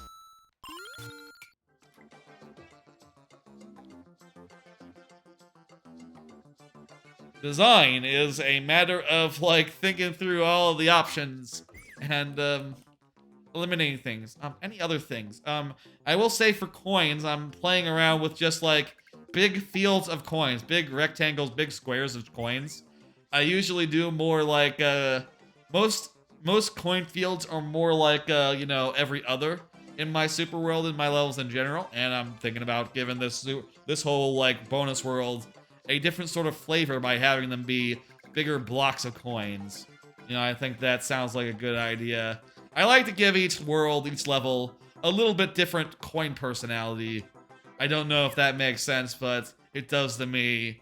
Just make them the littlest bit unique and distinct as far as, like, how they use their indicators and how they sort of cue the player into the desired behavior. You know what I mean? Alright. That's all I wanted to say. So yeah, like I said, if you lose the link here, the spike helmet should get you through this part here. This part is pretty cool, and you can do it with, you know, either just like bouncing below these guys and then dodging the sun after, or sorting these guys or spike helmeting these guys. Either way, I think it feels pretty cool to deal with the bullet bill guys while on springs. And all this sort of sets up the second half, which is going to be a full-on platform level with this part, which is just sort of half of one. Oh yeah, there's also the last screen. Let me show you the last screen of the stage, which, you know what, I actually don't have linked up to a pipe. Let me actually enter it from the subworld, so we'll see it like as it will be. I'm not gonna cap it or anything, we're just gonna leave that as is. So it's just a very simple screen. We're kind of out of real estate, so there's not really much way to do much more. One more opportunity to do like a Link thing with a bow and arrow, and then you get the goal. Simple. Maybe we could add some ghosts here that are like can come up on you from behind, like with this one again. Yeah, you know what? Why not? This is a late game level. That'll probably make sense. Just one set of ghosts I think is fine, and put them sort of between where those two were, like there. And you know what? Actually, if you had the spike helmet, you could even like hit them. Make it one lower. That way they're a little scarier. But also, if you have the spike helmet, just pop them right off. I think that's fun. One over from that. Two over from... Is 2 over too close to the platform? Let's find out. Yeah, that's too much. 1 over. Let's try that.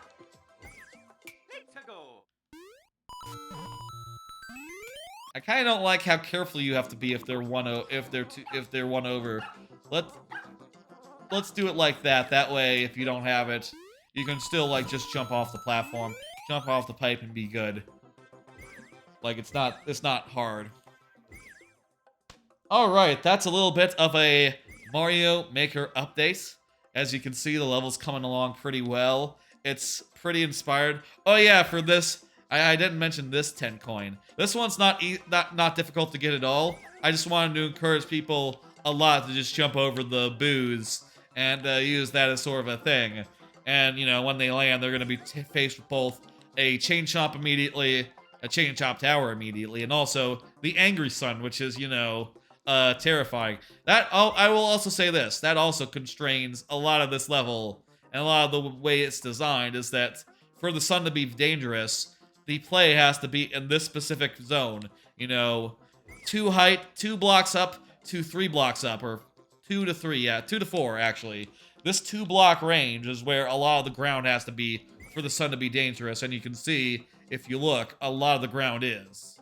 Like, from the part where the sun appears on, until there's a little bit of high ground stuff, and a little bit of spring stuff, and then one more platform at the danger level.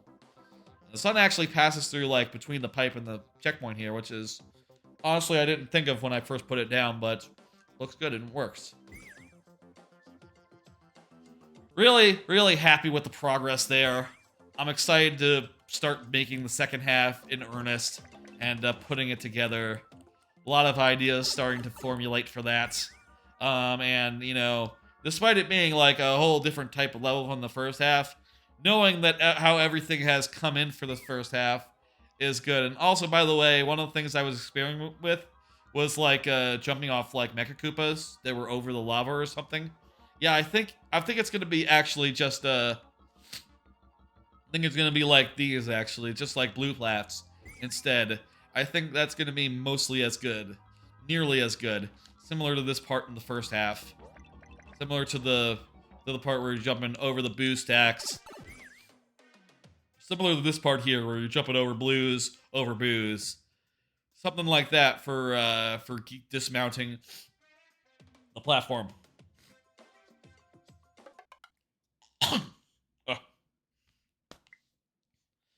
Anyway, that's gonna do it. Now it's time for Hitman. Let me go ahead and we need to save. I need to save this. Can't close it without saving it. We made some minor changes after all. Let's go ahead and get to the Hitman. That's the next game here. I'm going to take down the thing. I need to switch consoles right now. I'm going to take down the gameplay. I'm going to pull up the thing that says we're changing systems or games. What the fuck? Oh.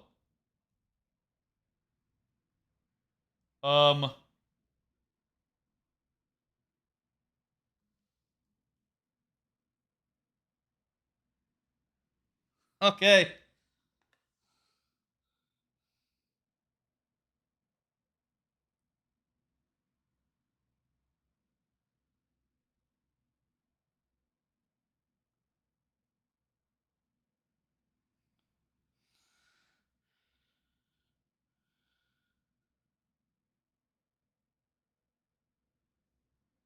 Are we still live?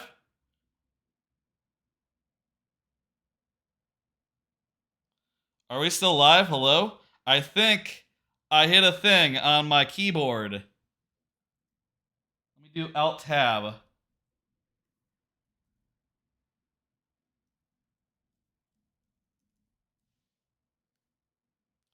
Shit, I think I accidentally closed all windows. If I didn't, either that or I showed the desktop really, really goodly. I didn't know there was such a command.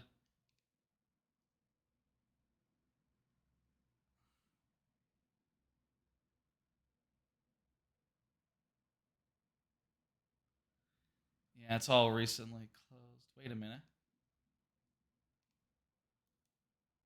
Wait, it kind of looks like I'm still live because I'm still seeing video myself. We're still live? Are we still live? Say in chat if we're still live. What the hell did I do then? I hit Control. I quit Control Windows D. What the hell does that do? Hang on, I'm gonna, in case these hot commands are working, I'm gonna put the technical issues up. I don't know if these are working.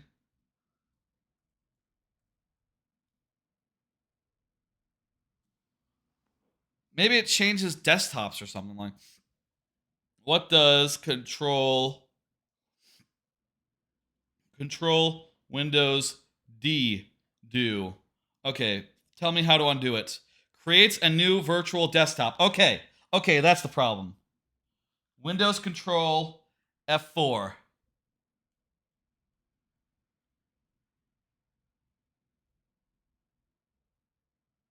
Okay, here we go.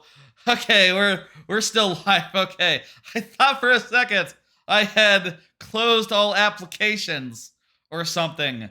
I have no idea. I've never used a virtual desktop. I didn't know that was a thing. What the hell? I guess that's probably a smart thing to do for like honestly, that's not a bad idea to do for like streaming, you know, just to have it so that I don't have my normal stuff and you know, I can't accidentally be like logged into work stuff or something on like the thing that the stream can see. Okay, crap. I was scared there for a minute. For a minute. Gonna switch over to the thing now. Sorry about that. We're no longer technical issues. We're now just switching systems or games. Okay, now turn on. I'm switching over to the Xbox.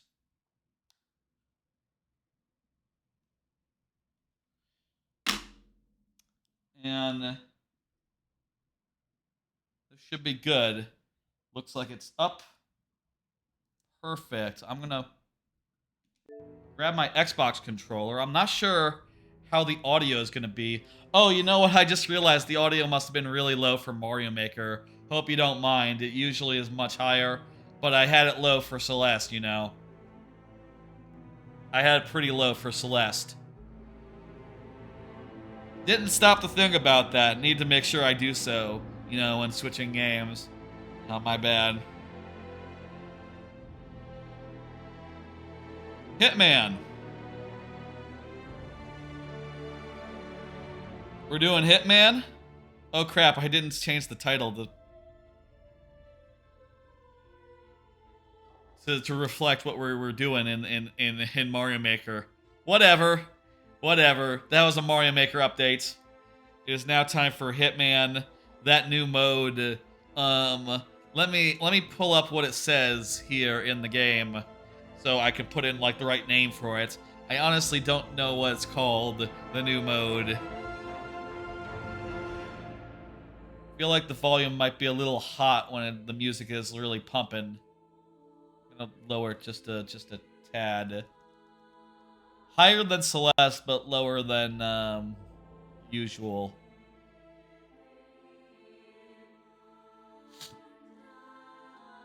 How's that? Okay. Freelancer. Okay, that's the mode. Checking out Freelancer. And I'm gonna put in the tags, not level design, but Freelancer. Perfect. Oh, did I change the game? Yeah, Hitman World of Assassination is the name of this now. All right. Here in Hitman, I haven't played this new mode, Freelancer. Oh, let me get the Mario Maker's thing down. That was the hotkey I was trying to do when I accidentally created a virtual desktop to get down the Mario Maker thing. I haven't done this new mode, Freelancer, yet, and I've been very curious about it. I've heard great things. I've heard that it makes it scary. It makes it like, it makes it hard again. Oh, let's watch the how to play video. Just get a little tutorial, I guess. And for those of y'all who don't know, game mode Hitman 3 Freelancer. In this new roguelike game mode, you once again take on the role of Agent 47, the world's deadliest assassin. Yep. As a freelancer, you must take on various crime syndicates to keep the world in balance. Gain new items, mercers, and mastery to become the ultimate freelancer. We're bringing a lot of new things with this game mode, and one of them is your brand new safe house, which functions as your hub, customize it, you know, or just taking a breather in between gigs. Welcome to Freelancer. So I know that you do missions, and that gives you information A successful run in Freelancer consists of taking down 4 crime syndicate leaders about of the your Prime choosing. Syndicate Pick leaders. the syndicate you wish to go after. I don't know much more As about you than that. identify and take down their lower members one after the other. Other than you like end you up get gear, forcing their and leader if you out leave it in the hiding, mission, giving you a you don't get it one-time back. opportunity to eliminate them in a showdown. What that is, we'll get to a bit later. Okay, good. So we're gonna do missions This is your campaign and lead up to progress. the As showdown, you can basically. see, we need to take on 2 contracts to get to our first showdown and eliminate our first syndicate. Each syndicate has a syndicate type attached to it. All right. And each syndicate type rewards different playstyles with unique challenges for you to complete. for I extra like payout. doing a So choose variety wisely. of play Let's styles. pick the investor as our first target. Your run will increase in difficulty after each completed showdown. Be careful, because as mentioned, Freelancer is a roguelike game mode. So if you fail a mission, you lose all the weapons and items you brought with you and half of your hard-earned mercers. So it's not a full death But the unless you do campaign it on will the fail. thing, right? All territories will, however, though, become alerted and they'll know that you are coming. Huh. But if you fail a showdown, you do not only lose your equipped weapons, items, and half of your mercers, you also fail the current campaign and have to start all over Interesting. from scratch. Each completed mission grants you XP for your overall mastery. And if you do the optional payout objectives, I you could also use, I get think, a little more of mercers. that, I guess. Mercers are the in-game currency used to purchase new weapons and freelancer tools. The harder it is, the more mercers you get. Cool. And we can't save scum This either. is your center of operations. This is where you plan your missions, test your guns, choose your starting disguises, and more. But as you can see, Alright. it's pretty barren right now. But over time, this will become a worthy place for Agent 47. How long to is this prepare. video? But we don't have that much right now. But luckily, we got our old faithful ICA 19 Classic Baller. It's not much, but it'll get the job Yeah, done. we can do a lot with Weapons that. can be purchased from suppliers and found on location. You know, if there's a rarity attached to a weapon, you can bring it back and place it on your gun rack and use it for future contracts. if you don't know, you can always just like walk behind someone and just hit X with a silent pistol and let's just go like on our first mission automatically so we can corner the silently leader kill and them. get to our first Very showdown. convenient, very nice. Welcome to Sapienza. Every time you start in Freelancer, you start at a random starting location. Sometimes that's completely safe, and other times, just like now, deep in hostile territory. Great. That's fun. When you look at the map in Freelancer, you'll notice many new markers. Careers. Here we have couriers. Okay, I suppliers, have no ideas and about any of safes. this. This is Couriers probably have good to merchants know. on them, and suppliers got some cool new weapons and freelancer tools that you can purchase. And safes can also be worth a visit. For money. If you can crack them, that is. How do you crack a Before safe? we go to visit a supplier, let's find a courier to get some economy up and running.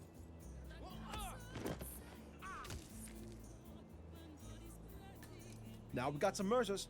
Let's visit the supplier. Thank you for the follow, In Hurricane Freelancer, 8. suppliers can be located multiple places on each location. You remember this Each game being unique super item cool? can Yeah, be purchased. it is. If you got the mercers, I love worth a Hitman. visit. We got enough mercers for a remote Semtex block. You can do Let's some check that. goofy shit. It might be useful down the line. You need more? You know where I am. It's time to find our target. Luckily, we know our way around. So, it's time to do the thing we do best. Hey, bro. Greetings from Spain. Hey, good to meet you, Paraking. Thanks for the follow. First mission is done. How you doing? Even completed some of our optional payout objectives. So there's Let's optional go back to our safe objectives house and prepare in addition for to our next mandatory ones, When we and they complete all the mission, contribute to your as mentioned, campaign. Carried gear with rarity is brought back to the safe house with us. You So can not take everything, gear, just place the it in ones with storage, or rarity. Keep it in your inventory and bring it with you on your next mission. Comes back with you. We've now gained some mastery. Mastery will over time unlock things like the upper So is level that of the like- safe house, new interior, Does that a reset wardrobe with a for campaign or ostentatious not? disguises, a shooting range, and more. With mastery, you can customize various parts of your safe house. I bet that doesn't That's how reset you with think the Agent 47 should live. with like The campaigns. more mastery you get, the more will unlock in and around. I your bet the safe house. cosmetic stuff is persistent. Especially, right? Going It's on gotta a mission be. without any items can be tough. But after you complete your first mission, you'll unlock the supply crate. It will provide you with 3 randomized items, and you Huh. can pick one of them. Keep Okay. an eye on your optional payout objectives for your current contract. One of these items might help you achieve them. So pay attention to what your goals are before you choose Now, something. let's take on our next mission so that we can get to our first. I like lockpicks. I like silent the hacky thing when necessary. That's always useful. Well, when you can use it. There's a lot of levels where you can't use the hacky thingy, but the ones that do need it, showdown. it's indispensable. We have now cornered the syndicate leader, the investor, and they're located. I wonder if the guy is there in Hokkaido. Let's use In Hokkaido, when you can like this explains who our you get like an infinite pass off him. I wonder if he's there. I'm gonna guess no. In this case, we know the investor's agenda, tells, and looks. This makes it way easier for us to locate the real target. There are many lookalikes and other dangers lurking in a showdown, so we must be careful. And the further we are in our campaign, the harder it gets. So it's like an elusive This target. first one should be manageable for a skilled freelancer like us. I never did that many of the elusive targets, so you must identify this will be a little bit the new syndicate to leader, me. in I this case, say the new. investor. You got the I'm intel, so relatively it's up to you to locate the syndicate member. You must find suspects not and prepared to compare do their this. appearances and behaviors How about- against your available intel. Then take out your mark when you're confident of their identity. I'll also say again, for those just joining, those hanging out, Remember to visit a supplier and use some sub goals over there. Some of their We're items might come we're in now handy. 2 of 19, or 2 of 4, 2 In of your 9, inventory, whatever. you will also find Kind a of new more like suspect 3 of 5 tag. because there Use was a this sub to tag before on suspects Friday in before the order to sub goal narrow down opened the search that for got the sort of syndicate like leader. baked into it. Okay, here's one of the suspects. First up, We're this dude nearly smokes and does to not fit our the mark. Mark Jackass them as Forever a watch non-suspect. party after Tears of the Kingdom. After the Second Tears of the suspect Kingdom reads bit. too much. That does not fit So our intel. that'll be They're fun. not the one. We just got alerted that And there hey, are maybe assassins we'll nearby, even get so we have to the be extra careful. DK64 Assassins are strong Beaver Bother NPCs bits. that are hiding in plain That'd be sight something. and protecting the suspects. But FYI, they don't always protect your target. What is that? They Sorry, will I was have, so talking. you want to stay clear of them. Narrowing down the search, we finally found the main suspect. Okay, so that's gonna This tell is you the investor. Okay, let's take him out while the coach tools are is gonna here. help you out. So it's not just like a elusive target where you just have We to made it. like Now, figure let's it locate out. The exit and get back to our safe house. It'll somewhat like point you in the right Our first direction if showdown you're doing was successful, scanning. And we now eliminated our first syndicate leader. We got new items, weapons we can place on the gun rack, and a new reward crate to open. Reward crates gives you a randomized Alright. weapon or item for each completed showdown. I'll tell you, Chances for getting a better item or weapon increases the further you get. I think we got an idea what we need to do. Does the video In end addition to here? that, we also have new unlocks to our safe house, and we also unlocked prestige objectives. With prestige objectives, you can add a tougher layer on your missions to get more mercers. If Okay. you got the skills. This has to be the end. Now it's time to progress in our current campaign to get more mastery, mercers, items, and weapons. The contracts and showdowns in front of us will be harder, so approach. I think I got it. Remember, if you fail or get wounded on a mission, you lose all your equipped weapons and Okay. freelancer items and half of your hard-earned Wait, mercers. or you get wounded? Campaign won't fail. Territories will, however, be alerted. So if you get wounded, If you have to fail go win a away. You showdown, can't just the like. leader escapes, and you'll not only lose your equipped weapons, items, and half of your Huh. mercers, but you'll also lose all the progress made in that current run. Okay, I guess we'll see. It's expensive to fail a mission, but Freelancer is all about high risk, high reward. All right. There are many new ways to explore the world of assassination with this game mode. New ways to play, new targets to execute, new items to unlock, and more. It's time for you to become the ultimate freelancer. Okay, good. Hey, that's the end of the video. I think we learned a thing or two about this new mode, Freelancer, which I'm trying for the first time tonight. Freelancer mode, it's about you getting in there and taking on some missions and doing some stuff. International crime syndicates have elevated their business into a booming Yes. global economy. Now we're gonna get the story, Money, goods, and story services version of the across tutorial. borders like never Maybe we didn't need to watch the video. Criminal entrepreneurs use They're gonna tell us how to next-gen play, social aren't they? profiling to recruit from all walks of life, offering irresistible opportunity for personal riches, radical belief, or twisted pleasure. That's not good. This approach creates the You don't want ultimate that. distributed organizational structure, almost impossible to unravel. A spreading cancer of ordinary people doing unspeakable things. No one is above suspicion. Made up of autonomous cells, they are everywhere, all but impossible for law enforcement to do anything about. Clients looking for justice are lining up, but with no names to the contracts. So this time, a little more footwork is needed. Alright. And they all happen to be Our hanging MO is out to in the identify previous possible missions. Syndicate members, take them out, and analyze the ripples in their digital footprints. With enough input, we'll be able to track down the leaders and shut down the syndicates one at a time. We'll do that, yeah. I'll leave you to prepare. Scraped my finger before the stream, by the way, if you're wondering why the Band-Aid. Scraped it while, like, picking up some laundry, actually. Laundry basket. Kind of weird. You don't think that a laundry basket would scrape you a little bit, but it did. Had to put on a Band-Aid. And it still hurts if it doesn't have the Band-Aid on, so, you know. Alright, we're at the secret location. This tutorial, what's going on? I'll say, by the way, my basic thought here is that we go for like an hour or two of Hitman Freelancer. That is what I'm looking to do. Let's make it happen.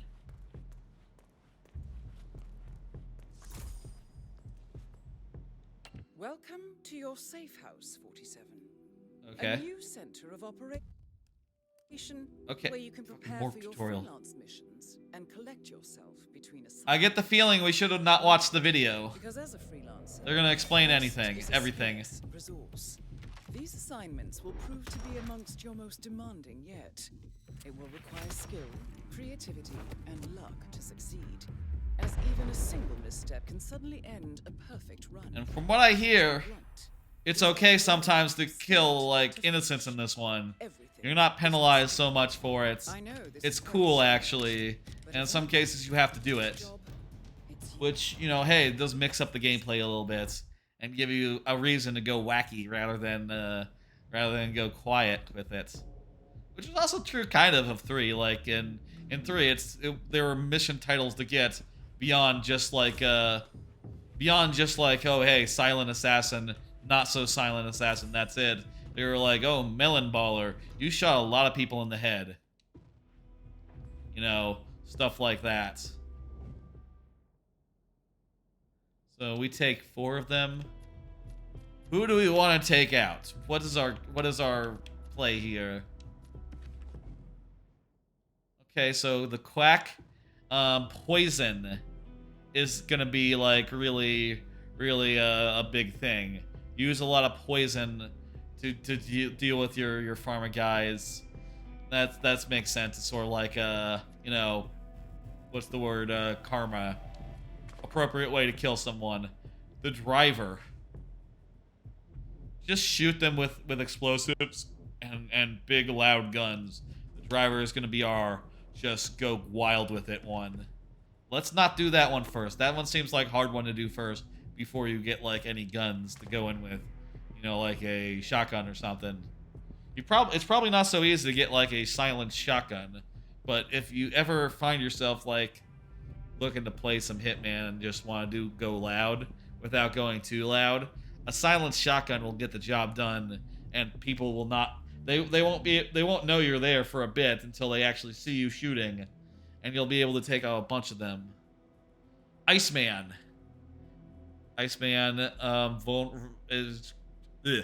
kidnaps kids and peoples and stuff for donors for organ harvesting. That's bad. Deadly throw, neck break, axes, knife, poison, pacify guards unnoticed, silent takedown, poison targets. That kind of sounds like a fun one. Throwing objects is just a classic. Axe kill, God, that sounds like a good goal. Whoops. The Vanisher. What's up with the Vanisher? Silenced. Okay, this is be your stealth kill. Sniper rifle, silenced sniper, kill only targets, headshot kills only. Nah. That's too serious for me. What's the top row? Wait. This one doesn't have any potential goals. What's the deal with that? Oh, this one is anything goes. Okay. Okay, so it could be anything then. Could be anything, basically, because it's cults and stuff for that one. The tracker has destroy cameras, do not get caught on camera, destroy surveillance, eliminate guards, distract targets. So like stealth stuff basically. Trap, kill, electrocution, burning, accidents. The B is pretty good. That is always just that classic way to kill someone, you know. The stealthy way. To do it be on an accident that everyone sees but no one realizes is yours. Do not blow your disguise, suit only, poison gun, door stay locked, don't get spotted. Do not pacify, no firearms. Yeah, this one is requires some skill. I'm thinking let's go with Iceman. Throwing things at guys, that's a classic. That never gets old. This is your world map, where you can find location intel and choose your next destination. All right. Some assignments are easier than others, so choose carefully. All right, so the first one we have here, we can go to Morocco, Marrakesh, or Haven Island. This one was in Hitman 1. This one was Hitman 2 DLC, I believe. I know Marrakesh better. So maybe we should go with that. Oh wait, also Colombia is an option. I know Marrakesh better than Colombia. Marrakesh kind of has like 2 big fortress areas, whereas like Haven Island has like fewer, and Colombia kind of just has the one big fortress to break into. Let's go with Marrakesh. Something from Hitman 1. Oh, we should look at the objectives. Axe, kill, poison, pacify guards unnoticed. Or poison, sedative, poison guard, silent takedown, rare melee. What's rare melee? Oh, I get it. With a rare melee item. Huh. Weird. So it rewards you for using something that's wacky. Like a melee weapon that's a bit wacky with it. Huh. Poison target, sedative, eliminate guards with an SMG, deadly throw. I don't like the sound of SMG. I'm not really an SMG guy. I'll tell you, I don't really understand the point of it in any game. You know, it's like an assault rifle, but worse. You know, I don't get it. You know what I mean? So let's I guess like a one-handed assault rifle, sort of like if a assault rifle's like a claymore, it's like a lightweight claymore that you can use with one hand. I don't get it. Yeah, that's not really a thing. I guess like a one-handed thing, but that's a pistol. Maybe a pistol's like a knife and an actual sword is like an SMG. I guess they don't make no sense. Like just spraying a bunch of bullets with one hand. That's fine. That's good. Axe kill is good. You know what? That's the most interesting to me. There are a set of additional objectives listed in the contract. Yes, I saw. They are optional, but are accompanied by a handsome reward. Yes. It might be worth pursuing, 47. I think they will be. Let me grab... Why am I walking so slow? Do you have to walk this slow in the thing? Oh no, I was right. It's been a while since I played, I guess. I forgot that you hit left bumper to run in this game. This store weapons obtained on successful missions. However, if you bring them on new assignments and fail, they will be lost. All right. Wait, there's a gear capacity thing? Doesn't matter. That's fine. We'll figure it out as we go. Wait, we don't get a silencer? Oh shit. That's an unsilenced gun. Oh fuck. That's trouble. You want a gun with a silencer specifically. Don't forget your passport. You know, that's what they usually start with you with in Hitman. A gun with a silencer, and you can do just about anything with it. Because, you know, silence. They won't hear you. They won't know what's up. You shoot someone in the head, that's it. That's all she wrote.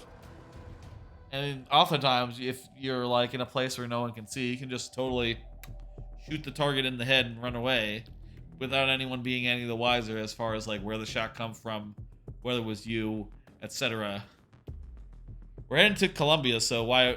I guess we're driving to the airport right here. Welcome to Santa Fortuna, Colombia. Syndicate members are currently in the area. Find them and take them down. Okay, so we're starting in the 47. thing. I have a hunch that there might be something worth investigating nearby. I recommend you explore a bit more. All right. Another traveler finds his way here in search of a spiritual. Yeah, man. Come on in, my friend. And feel free to join us. Everyone is an equal in the eyes of the spirits. Okay, let's go. Hey, buddy, can I go into your house? Oh, probably not. It's locked. That means there's... So they're literally blind? That's one of the side objectives, right? In the thing? In the place? Has turned inwards. Yes. Are you ready to try? I don't have a lockpick and I don't have the key, so I'd have to get it off the guy. And I also don't have, like, a distraction. I don't have coins or anything, so... We're gonna have to find some things and then distract some people. I kind of wish I went with Marrakesh. I know Marrakesh a little better. I have this goal for an axe skill. I don't even know if there's an axe in this level. Like, if there is one, they'd have to have added it. Or it has to be, like, random. I don't know if the loot or pickups here are also randomized. How do I know... Oh, wait, they're on the map. Okay, there's one of them. Let's go see. There it is. A little something to help you on your assignment. Ooh. Use it wisely. A lethal syringe. Poisoning target is a bonus, so yeah, that's good. That's a car battery. I'm not gonna go with the car battery. I'm gonna go with the syringe. I want to sneak up behind them and just stab them with the thing. They're just gonna die, and that be that, and hopefully not get noticed. That's my plan. It kind of looks like he's basically alone. Oh wait, no, he's like out in the open. Did you see the poster? Rico Delgado coming down to us dirty villagers to unveil some ridiculous statue? Sure. I was at the bar last Do- The band were really good, both with the music and the drink. It's a silent attack, but it's not an invisible attack. If someone's looking, they're gonna think like, "What are you doing? Why did you inject that guy with a thing?" And then walk away. Not grind her gears. We're gonna want to get him such that he's like out on his own. I'm sure they're fine. Probably just passed out somewhere. One of the things that's harder about targets that aren't like story targets is they don't have like, you know, one-off scenes to like get them into rooms alone with you, right? You sort of just have to do regular ass things to manipulate them. You can't just expect them to be like, "Hey, you want to come in a room with me?" Yes, if you fulfill certain story objectives, for sure. Yeah, let's do it. Sir, and the red tie. Like that guy might be just like going back and forth between these like flower boxes, and yeah, there's a lot of people around. What can we do? Well, I could like hide somewhere and shoot a gun, and maybe everyone would get scared and run away, and maybe they would run somewhere where their back was more ooh, frying pan. More vulnerable to being got. Sir, I think that belongs to you. I can also lure this guy, maybe using like a thing. Absolutely disgusting. And what is that? I thought that you hit up on the D-pad to put something away. Oh. I guess you can't store the frying pan. Okay. This is unstorable. You cannot put it in your inventory. It's too big. Lesson learned. Wasn't trying to be funny with it. You're kidding me, right? Sorry. I didn't know. I had to do that way.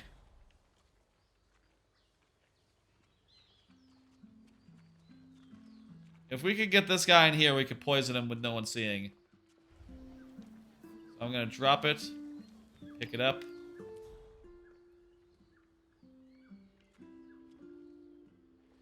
I'm gonna throw it. I'm gonna pick it up. Oh, those guys just see me. Also, they can see in the thing That's not quite the murder hole I was looking for. Statue yet? I don't see anything suspicious. How about over here? I could unlock this door maybe and get in. I'll tell you what I can do. Climb through. Look at this. I'm not even trespassing inside. It's okay to go in the random houses and, you know, hang out. Cool.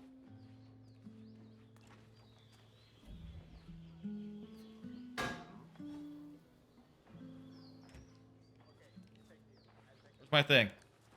Yep, okay, cool. Hello? I can't pick it up. I can't pick up my thing.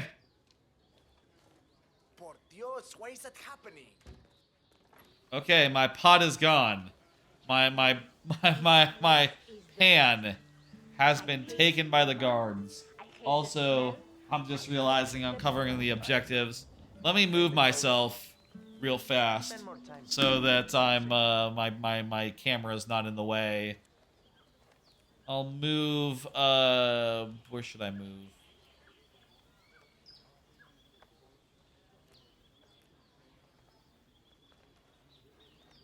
Items are down here, maps down there. I'll move up here and move the And by the move looks the of goal it, box you over a never little bit. bathe either. How can people live like this? I'm sorry you don't like my billets, Miss Martinez. Adjust the aim of the Pikmin real fast, just in case anyone were to do that channel point action. It should be good now. I can only move to like a set amount of places without the Pikmin losing track of me and not being able to target me properly. Absolutely. See if you're wondering. And what is that smell? Yeah. Well, I can't say I ever noticed that. Guapo, señor. Okay, what we need to do is get something to throw that we can keep in our inventory after and won't get destroyed. Like, I'm not sure the soda will. A lead pipe, that's perfect. Lead pipe is ideal. Alright. We're going to wait for him to come over to here. Then we're going to throw the lead pipe. And he's going to come in and see what's up with the lead pipe. This guy looks like a guy who would be interested in a lead pipe. And if someone else comes in, you know, there's not really a body box in here, so I don't, you know, we can't just, get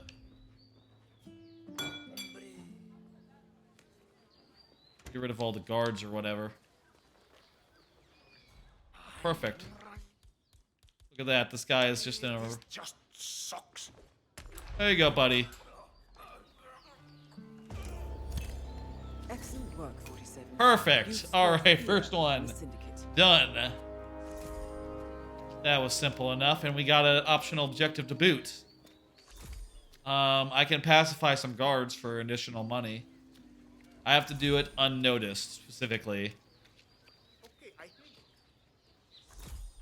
Sorry, buddy. You are making me feel very uncomfortable. I don't know about this barber shop. I've never seen that before.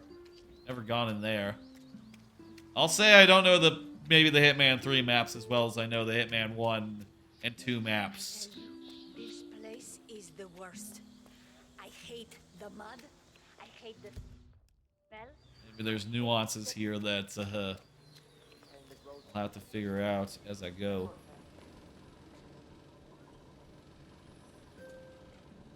Alright, what next? The guy in question. Where's the target? Oh, he's far away. Oh, yeah, he's in the one defensive area that this map has. Okay, we have to figure out how to get some guard outfits and get in. I mean, there's nothing stopping us from killing some guards. So we could totally just kill some of these guys.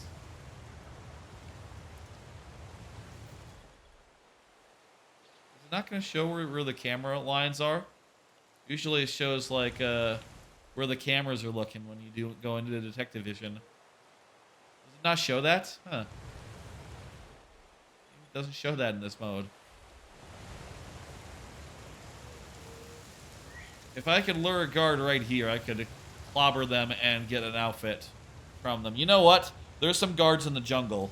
If it's anything like the main campaign, we can go to the jungle and we can find 2 guards. Sorry, can't let you through. Please leave the area. Again, it doesn't, you know, it's not grading you on getting recorded or anything unless it tells you so. So we don't really have to worry about recording.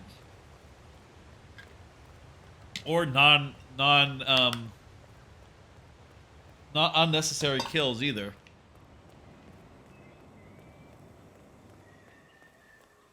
Here's 2 guys. Just being guys, you know.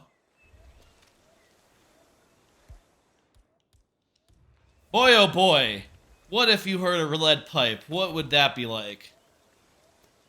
Hey, can you start doing something in your life and go check that out, will you? Yeah, check that out, dude.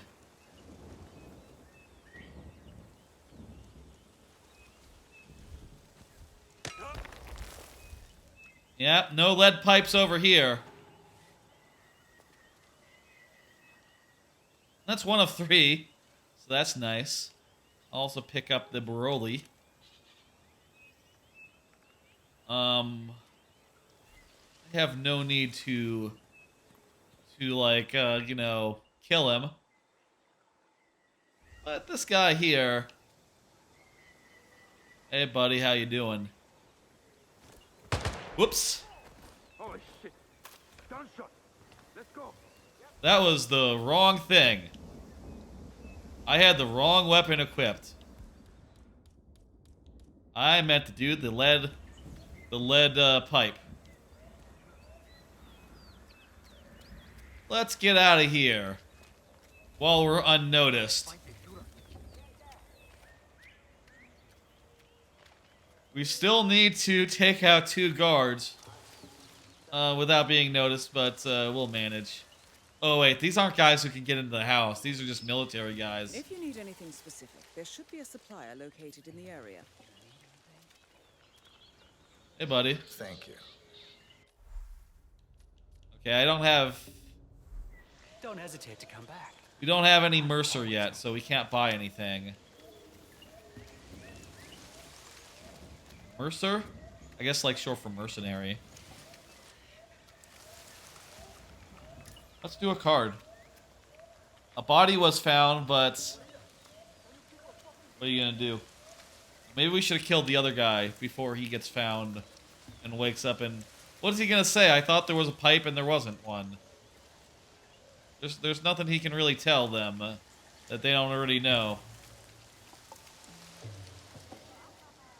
We need a few of these as well. Careful.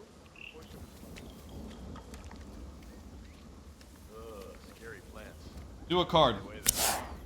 Thinking about getting a stream deck, you know, for my birthday. For myself, you know. That's sort of the one thing I'm looking at now and thinking about buying. Certainly would help for things like, you know, do as many commands as I have.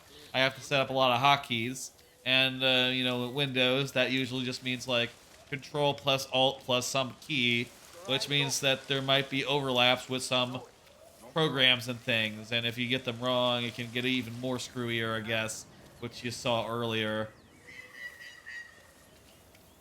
And a stream deck would help insofar as just like making it so it's all unique things, it's all unique commands, and it's all like much more, you know, I don't have to remember just like a million individual combinations for each stream or for each like thing I want to do.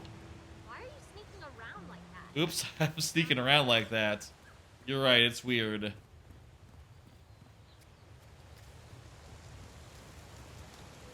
That's definitely like the next big piece of tech that I look at and go like, oh yeah, I want that.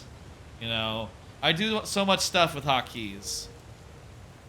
You know what I mean? I do like so much stuff. Oh, I didn't know this was trespassing. I do so much stuff with hotkeys. It would only make sense to have like a thing that makes hotkeys a lot more simple. I'll also say, like, the way I have it now, I can't really control my camera other than using a on-screen thing, because a lot of the hotkeys it uses are weird and overlap with my own in odd ways, so I had to change things a little to make it so that I didn't, like, don't run into it more, and even then, some things I still have to be careful about. We get the guys we need to actually get in here. Get in there, you know?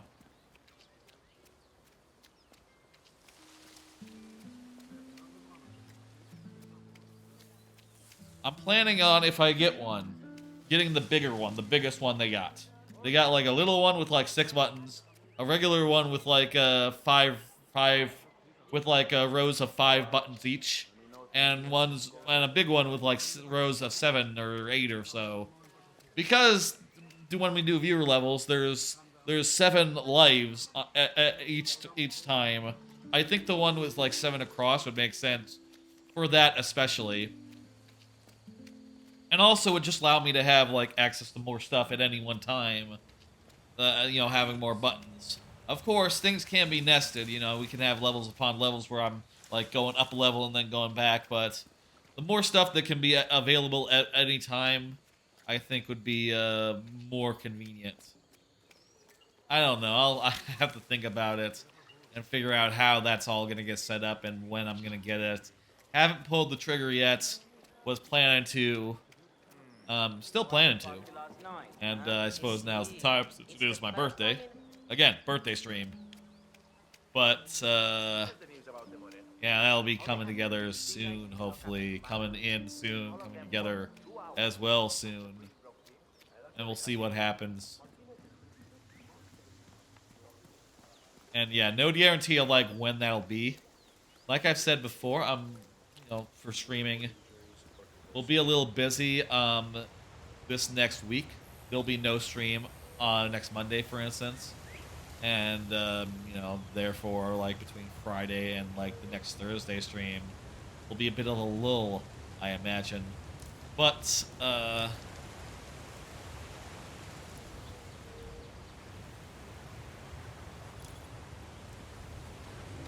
should be cool.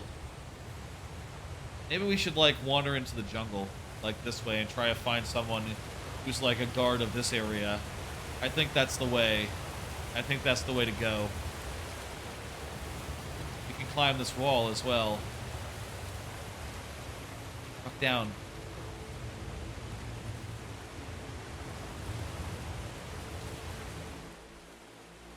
Let's go with the guards outside, and then we can use the wall to get in.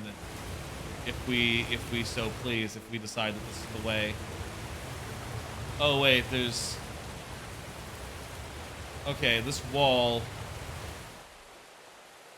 Look at the map real fast. Okay, so there's this wall. Then there's this area here. Okay, so you can get there through like the... Is that the plantation area? Okay, so that's all through the jungle, I think. I want to go through the jungle. I feel like that's the way I've always done this level, going through the jungle. Maybe we should have gone with Morocco. Feel like I know that one. Or, yeah, Marrakesh. Marrakesh, Morocco. We always call maps by their city name. That's how they're called. No one calls it Morocco. They call it Marrakesh. It's been a bit since the last time I played. A little bit, getting back into the swing of things. This guy's back up and he has a new outfit. Good for him. It's a car key. Oh, that's for escaping.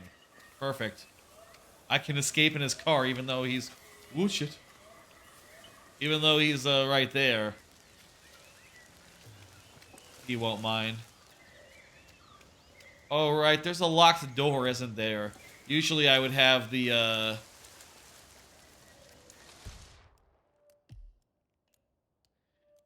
Yeah, usually I would have the... How do I zoom? Oh, stick. Click the stick. Usually I would have a lockpick. Can I use my gun to unlock a door?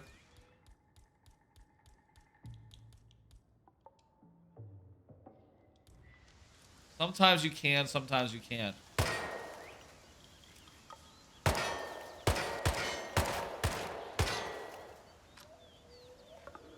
I guess you can't.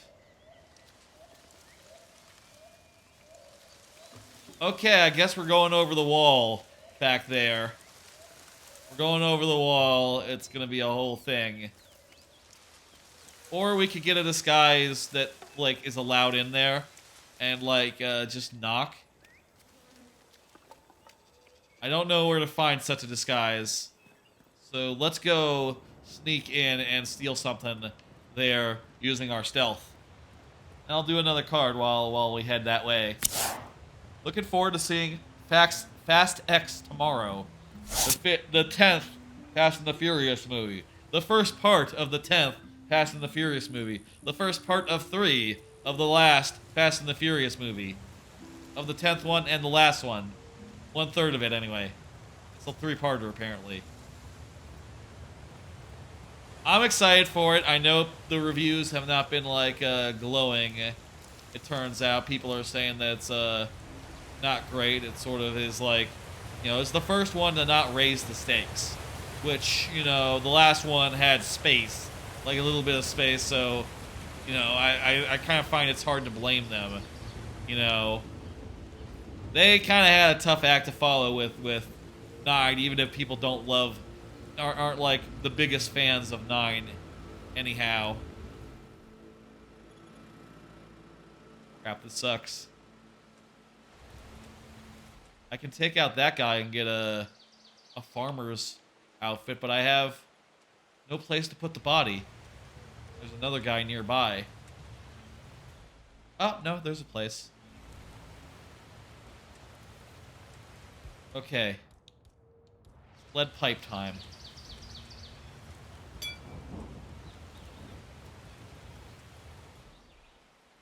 Who's coming running? Did no one hear the lead pipe? I like the Fast and Furious movies a lot. You know, regardless of, like, their quality. Regardless of, like, you know, people seem pretty down on the last couple. But I quite enjoyed them.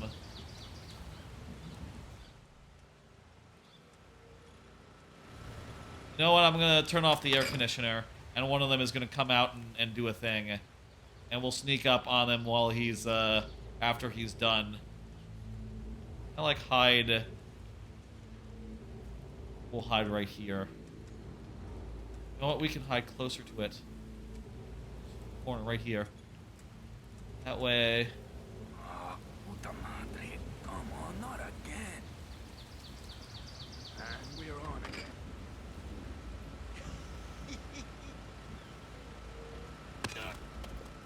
Go. Guy down. Go ahead and box him. Perfect. We're now allowed to be here. And we've also done our second guard in without anyone noticing, being any the wiser. Something over there that isn't it? Oh, that guy would know. There's no one here who will spot us, so let's just go ahead and bop him over the head and box him. And that's the third. Just got us some money. Now, if we could only do an axe kill to end this, we would be 3 for 3. But I don't know where to find an axe, so that's probably a fat chance of that. If we see an axe, we gotta try it, but my money's just on thrown object. I'm just gonna throw another object from somewhere nearby and have that be it. Is there no security thing in this room? Guess this isn't like a out and out proper security room. Just a room. Just a regular room. So remember, for those who don't know, those guys with dots they're enforcers. They are a little bit wise to our disguise, so we need to avoid their line of sight and stay out of their way while getting in here. Target is on a beach chair over there. That's a place to be.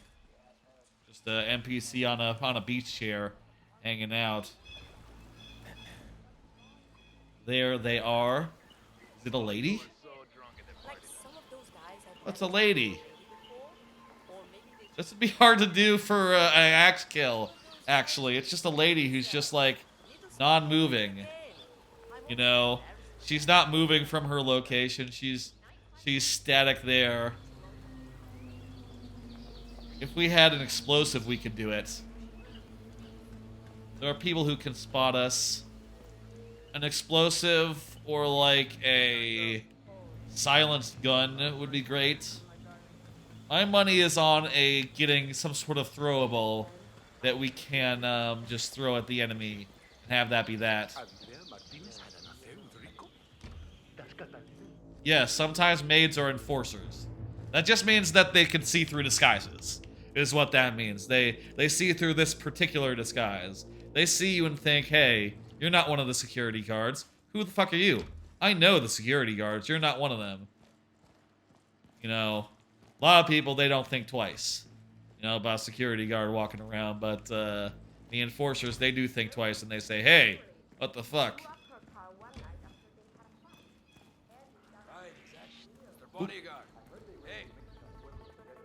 How you do?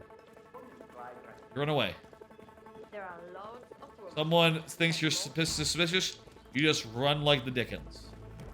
You just get out of there, hide in a closet. They're gonna give up. You didn't see me go into the closet, did you? No, he didn't. Okay. I'm gonna hide in the closet. He's gonna run somewhere else. Let me do another card. Do y'all dance? Do you need to dance at weddings? Do you need to at weddings? Been thinking about this. Got sort of a happy event coming up. I'll say I don't dance is the thing I'm thinking.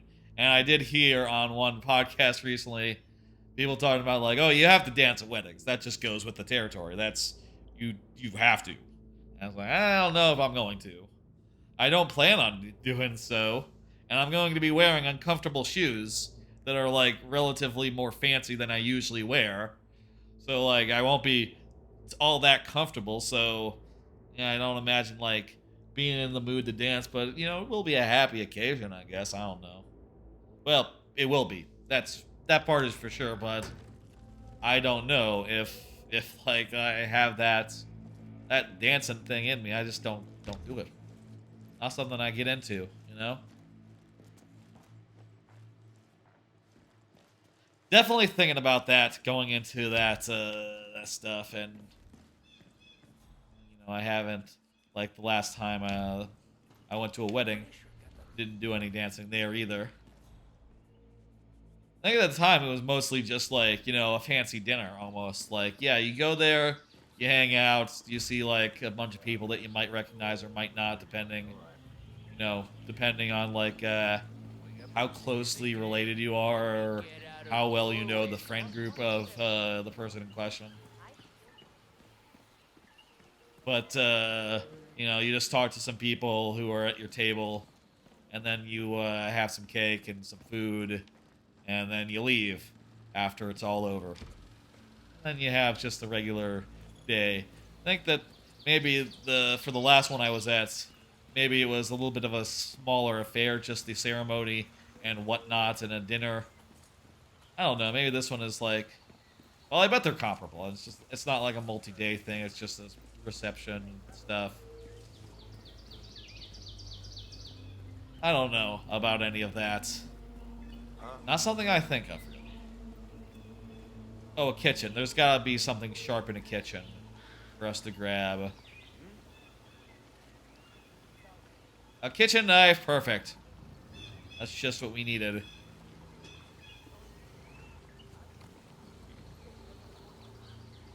Okay.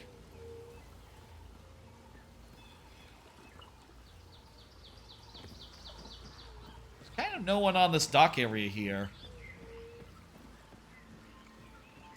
Just that guy. Target right there. You know what? Is anyone looking? No. Well done, Poopies. Crime noticed, but Blow to the syndicate. Return to the doo-doo-doo. safe house. Collect yourself. Let's get out of here. The crime was noticed, but also I see that axe kill was not satisfied. So I guess it has to be a target you kill with an axe. You can't just kill anyone with an axe. Okay, that's good to know. The way it's phrased, it almost looks like you could do either. You could do either or.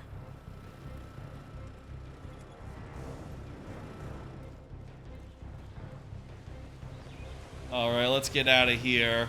I'm gonna grab my my default suit on the way out. There's no reason for me to be dressed like a guard on the outside. I don't even have a big weapon or anything.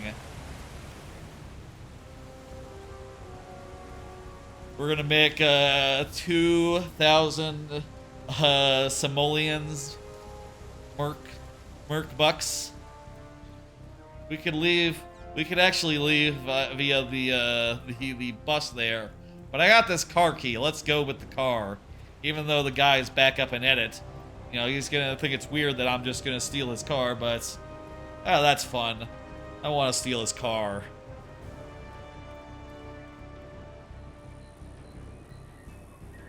Alrighty then. Here's my signature suit. And no one knows what hit them. Just gonna take this guy's car. He's right there. He doesn't even notice. Got away clean.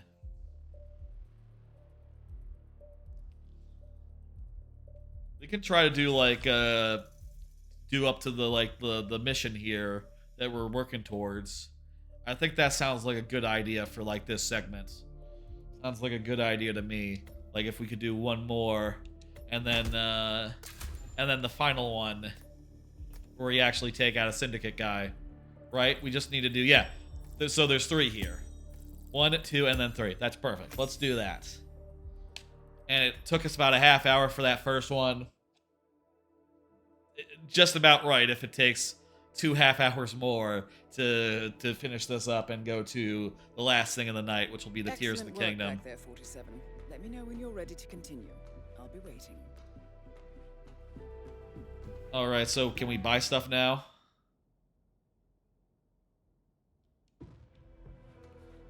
I'm over the gear capacity, so all the stuff that I brought back, you mean?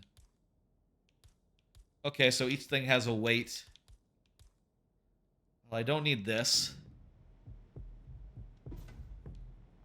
And I also... Geez, I can only have 1 gun because each of them weighs 3. Does that one mean... What does that mean? The scope thing. I think it means it's better, so let's just go with that one. Specifically, as far as guns go. Each time you return to the safe house, I'll provide you with a free item. You can only Does take your gear one capacity item, go up? so think carefully before choosing. Anemic vial or a gas device? Well, let's see what the next thing is, actually. Let's look at the next thing, and then we'll go from there. That's a smart way to do it. Oh, okay, so, fuck. These are the missions. When you clear a mission, it doesn't, like, open up a new one. It doesn't, like, change up the ones that you have available, huh? Let's see now. I'm not really interested in SMG stuff. Let's go with Marrakesh.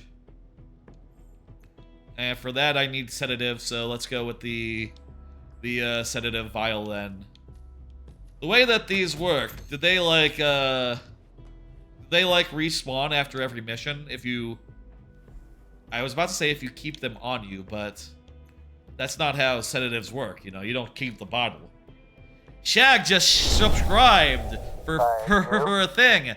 Look at that. That makes 3. We are just one sub away from the Jackass Forever watch party following Tears of the Kingdom. Just one sub away now.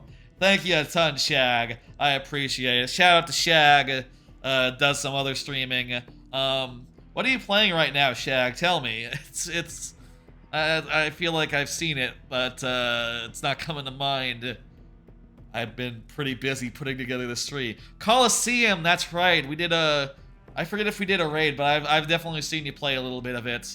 I think we discussed some of it while we did the Pokemon, when we did Pokemon Stadium a couple weeks ago. That's right. That's right. So you're still on that, huh? That's great.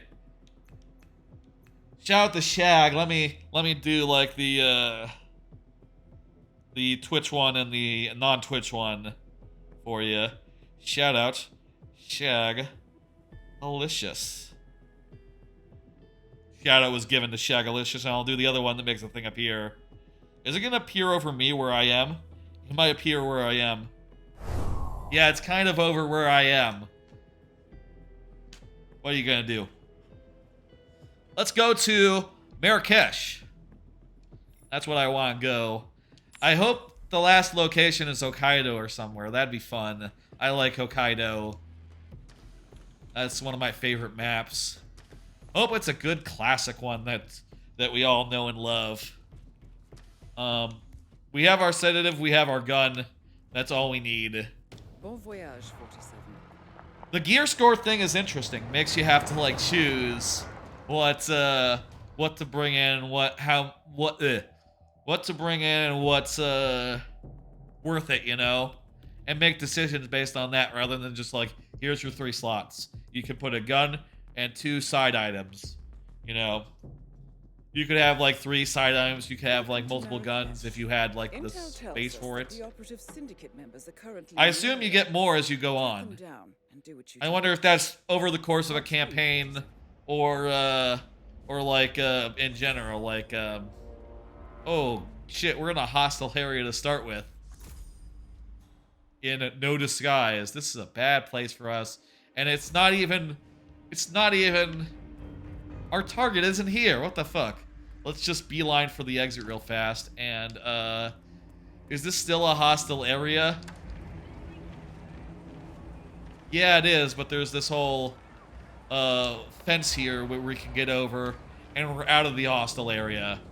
Hey, that's pretty cool. Yeah, I know, right? Jumping over walls, it's badass. You can get shot if you're not careful, so I don't recommend it. You know, but yeah. Who doesn't like climbing over barricades when there's a whole riot situation here? The whole thing. Let's see what we got here. Come close. So rare melee, poison target sedative, poison guard. Okay, so I can poison a guard. That's not too bad. I got a loot crate there in the a thing there in the last time that was an antique syringe. I guess because I used it, it's just gone, huh? The question that I have with poisoning, right, is that are these guys going to be like drinking? Oh, here's a battle axe. I can't carry this without being suspicious, though. And also, I don't have a goal for it this time. Payout?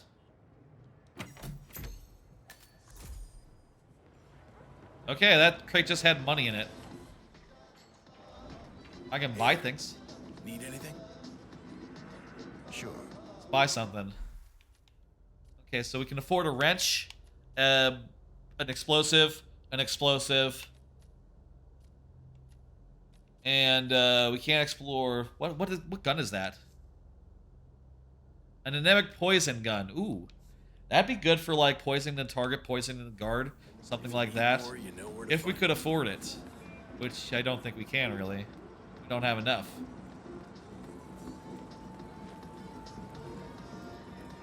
Silent target takedown. I don't know what that means. Oh, you know what it means? You know, these things have like commonality on it. We have to find a melee item that has a rarity on it, which I don't think we've seen. I don't think we've seen that, so that'll be all new. Once we do, where are the targets? Let's determine that real fast.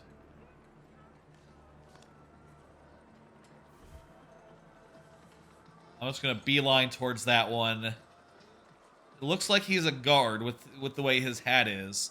That looks like a guard's hat to me. I think he might be the guy who's like walking back and forth between like the well area. Yeah, like in this area here. Like between this area and like Alright, cool. So he's one of the guards. Sort of making the rounds between this like well area and like that area there. What about that person? I wonder. Looks like they're on a roof.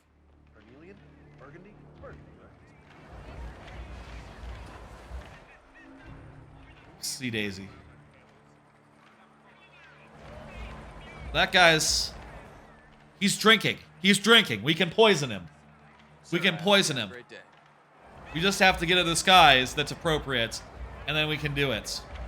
Or, like, sneak in when no one's looking. Disguise is easier. It looks like they're not keeping a close eye on that water anyway. That's perfect. This guy is just the guy we want. Also, does it count if the target is a guard? Does poisoning the target count as poisoning a guard? I wonder. Have a nice day. Where's the best soldier to take down? The bathroom. The bathroom in the club. Getting into the club is going to be hard, though. I don't have a membership. And... you know what's it going to be? It's going to be the one by the well. There's another well. Where's that well? Let's look at the map. The courtyard. There, the courtyard on the map. You see the courtyard? Where'd the labels go? Courtyard, yeah, there. Let's go over in that direction, and we'll see if we can get a guard there all by his lonesome and take his costume off him. Meanwhile, let me do another card. Follow up on clips and channel point rewards, specifically if clips could be a reward. I mentioned the other day that I wanted to do some sort of thing with clips. You know, I've been thinking about it. I've seen other streamers do something like, you know, they go on a break, clips start playing, something like that. I think that'd be cool, but I'm not sure. I really like the break thing, you know, the look of it, the rockets. Losing that, I think, would be very sad. I'm very attached to it. That was one of the first things I made as a streamer in OBS, where I got it working and said, like, oh, goddamn, this is good. I can't not use this, you know? The break screen, the starting soon screen, even, you know, the first time I did them, they didn't have, like, the whole, here's what's going to be tonight text. They didn't have, like, the docket part of it. It didn't tell you what was going to be the thing. Sure, we'll wait. It didn't tell you at first what was going to be the thing, but I still... Jeez, what does General Zayden want? Paper the whole city with these things? Yeah, you know what they say. The bigger the lie, the I still, like, was just so in love with it immediately, like, oh, these rockets flying across the sky, these look so good. I gotta do some more streams. I gotta show this. I can't just stop now. I feel like that was a big motivator in, like, you know, not stopping and not, like, having it be it after a stream or two. Just knowing, like, oh, I got so much more to show. And that's not it. Just knowing that, like, oh, this is so cool. We gotta make use of it. And to lose it now, even over a year later. You need anything? I might just have what you need. It could be a shame, you know? Same guy as before, yeah. Just come back if you need more.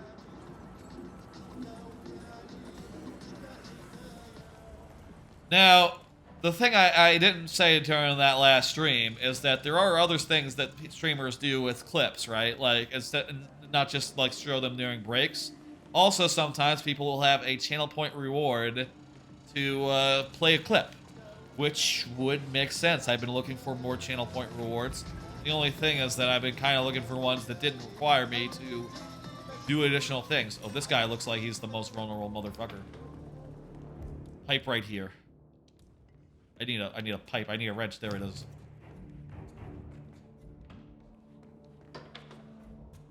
Here's our guy.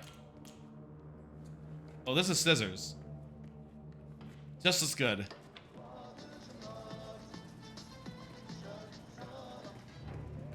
So long as he notices the scissors being dropped. Hey, There he goes. He noticed. are you there? I heard something suspicious. I'll keep you posted. So some streamers do it where they for a certain amount of channel points they play a clip randomly. Hey, come out, whoever you are. Going a little deeper, guy. I want to be 100% safe here. There's like a guy over there and all. Somewhere. Okay, let's just get in a little deeper and throw it like there. Hey, it's me. I just heard something suspicious. So I have been thinking, like, maybe, you know, it could be at such a price where it's not, like, a trivial thing to do. We're not, like, overrun with them, you know? And I'll say, like, the streamers that I know use them don't have that, you know? It's not like, even if they're bigger, it's not like it's a clip a minute or something. It's not, like, that much of a problem, right? It's not that... I don't think it'll break this flow all that much, honestly.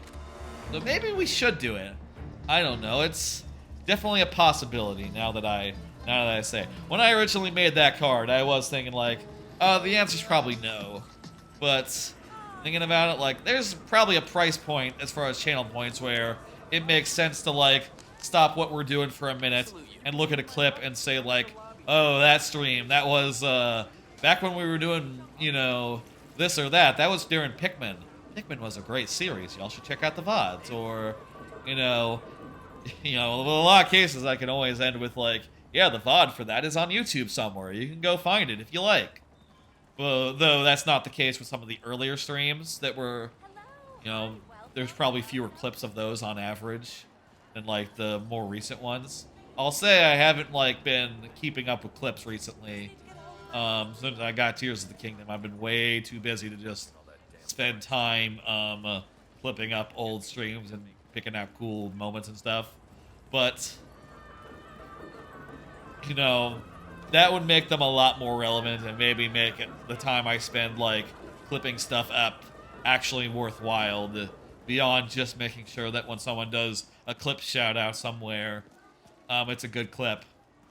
You know, I could also fucking start fucking around with, like, clip shout-outs or something. I guess, you know, if we get, like, play a random clip setup, it's not that much harder to do, like, play a random clip from someone else's stream. You know, it's not much harder to do one than the other. So, we could totally just, start having that be a thing, you know, just have it as an option. Doing a shout-out, but with clips, you know? The only thing is sometimes, you know, if someone's a smaller streamer and they haven't, like, been keeping up on it, you know, or haven't been, like, making clips themselves like I do, and I know others, I'm pretty sure I know other streamers who do the same. You know, like, hey, Team Kayla, who is one such streamer who has had clip shoutouts for a while, she does it where,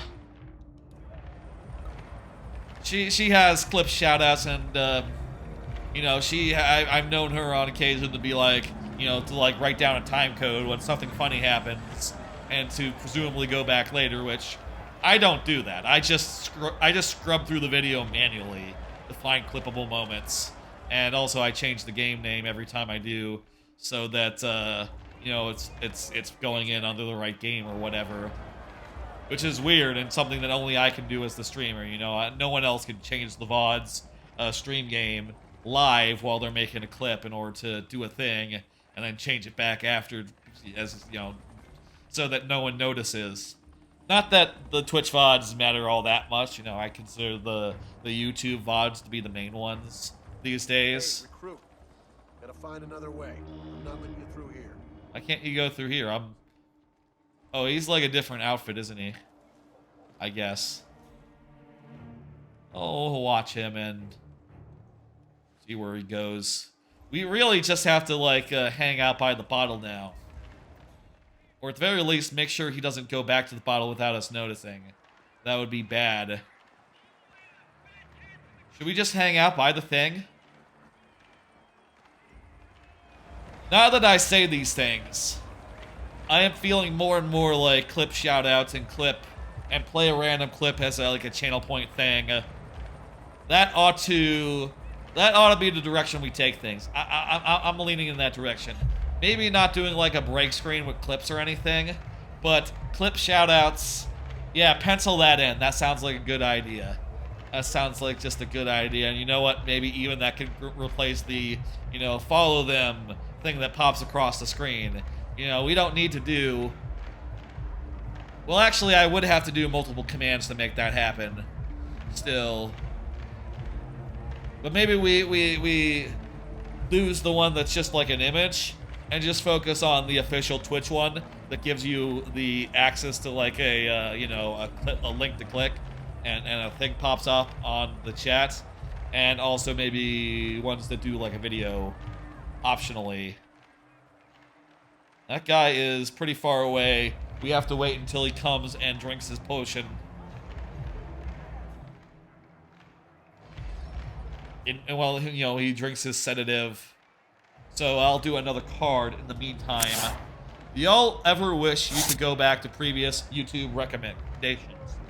I thought about this a little while back. I actually logged into an older account. I guess I used to have like a separate YouTube or something. You know how it was when YouTube first formed and you had like a Google account and a YouTube account, and they sort of didn't really merge properly.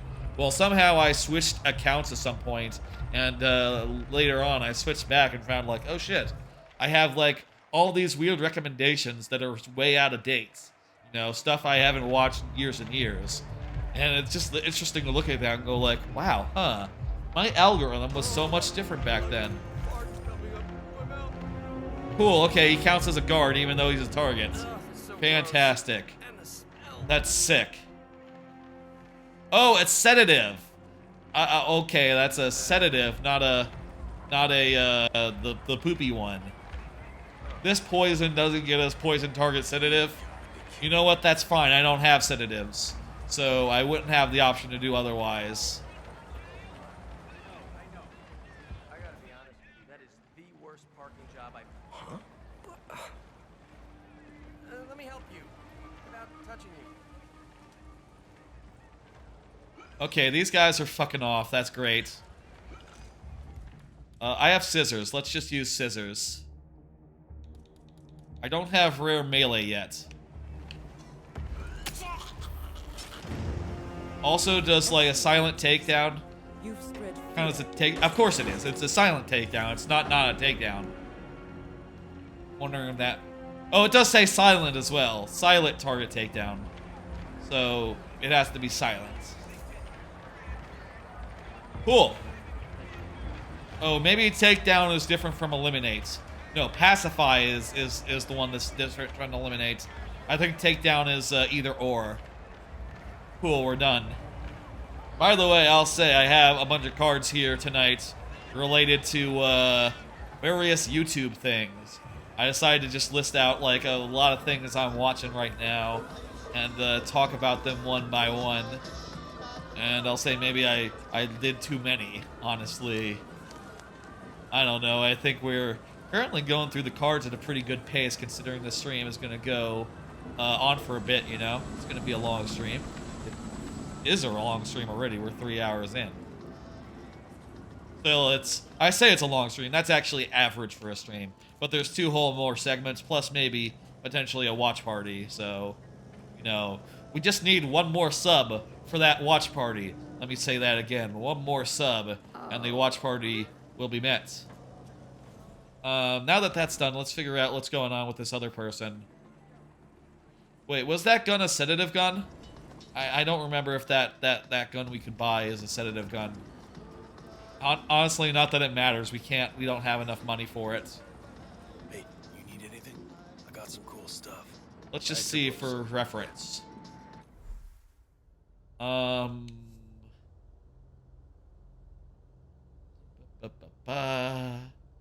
Anemic. Okay, so that's the poopy kind. That's the throw up kind.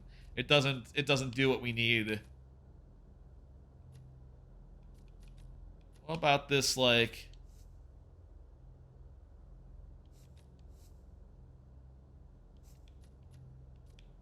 No, none. Wait. Is the wrench a rare? Is the wrench a rare? Sure, why not? No, it's a common. The collectible knife is a rare. Okay, so I guess maybe we'll have to buy a rare item if we were to go for that objective. That's kind of a shame. Maybe we should have went with the other mission, considering that 2 of these objectives, we don't have the right thing for it right now. Still, we'll do what we can. Now, which way to the objective? They're in that building on the roof.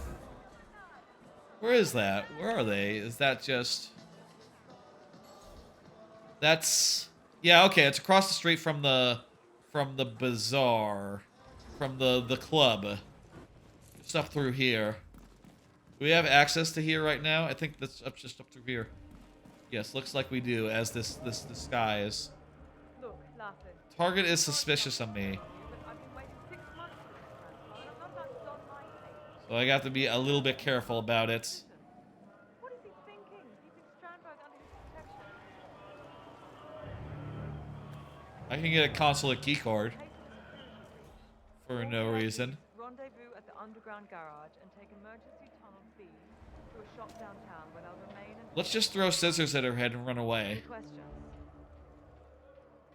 You know, we can do it, Thank you, Lassie. None of this is rare that we got on us. Stay safe out there, okay?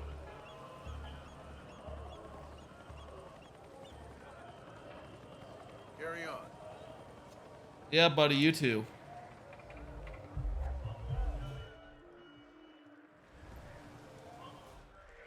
I don't like your face. Fuck you. Well done, 47. This will surely be a Okay. That didn't work out quite as planned, but whatever. I'll contact you later. I got shot. I hope that's not a problem. What is this? I got shot, but the deal was done. We stabbed the 2 people who needed to be stabbed. Well, the guard didn't need to be stabbed, but it's not that big a deal. We killed everyone with scissors this time. Right? It was scissors. Yeah, scissors twice. That works. I think that time was faster than the previous one, wasn't it?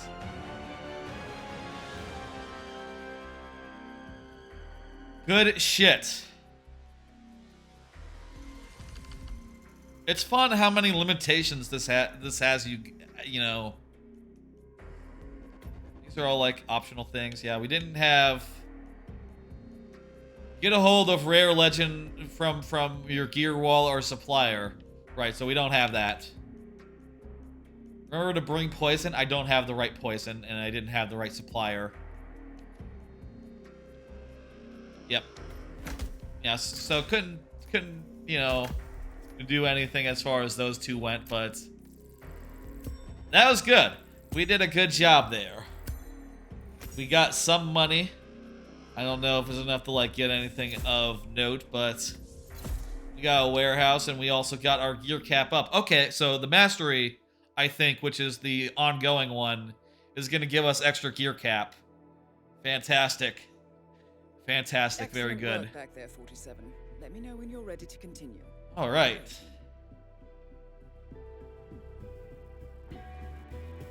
Let's see what our loot is this time.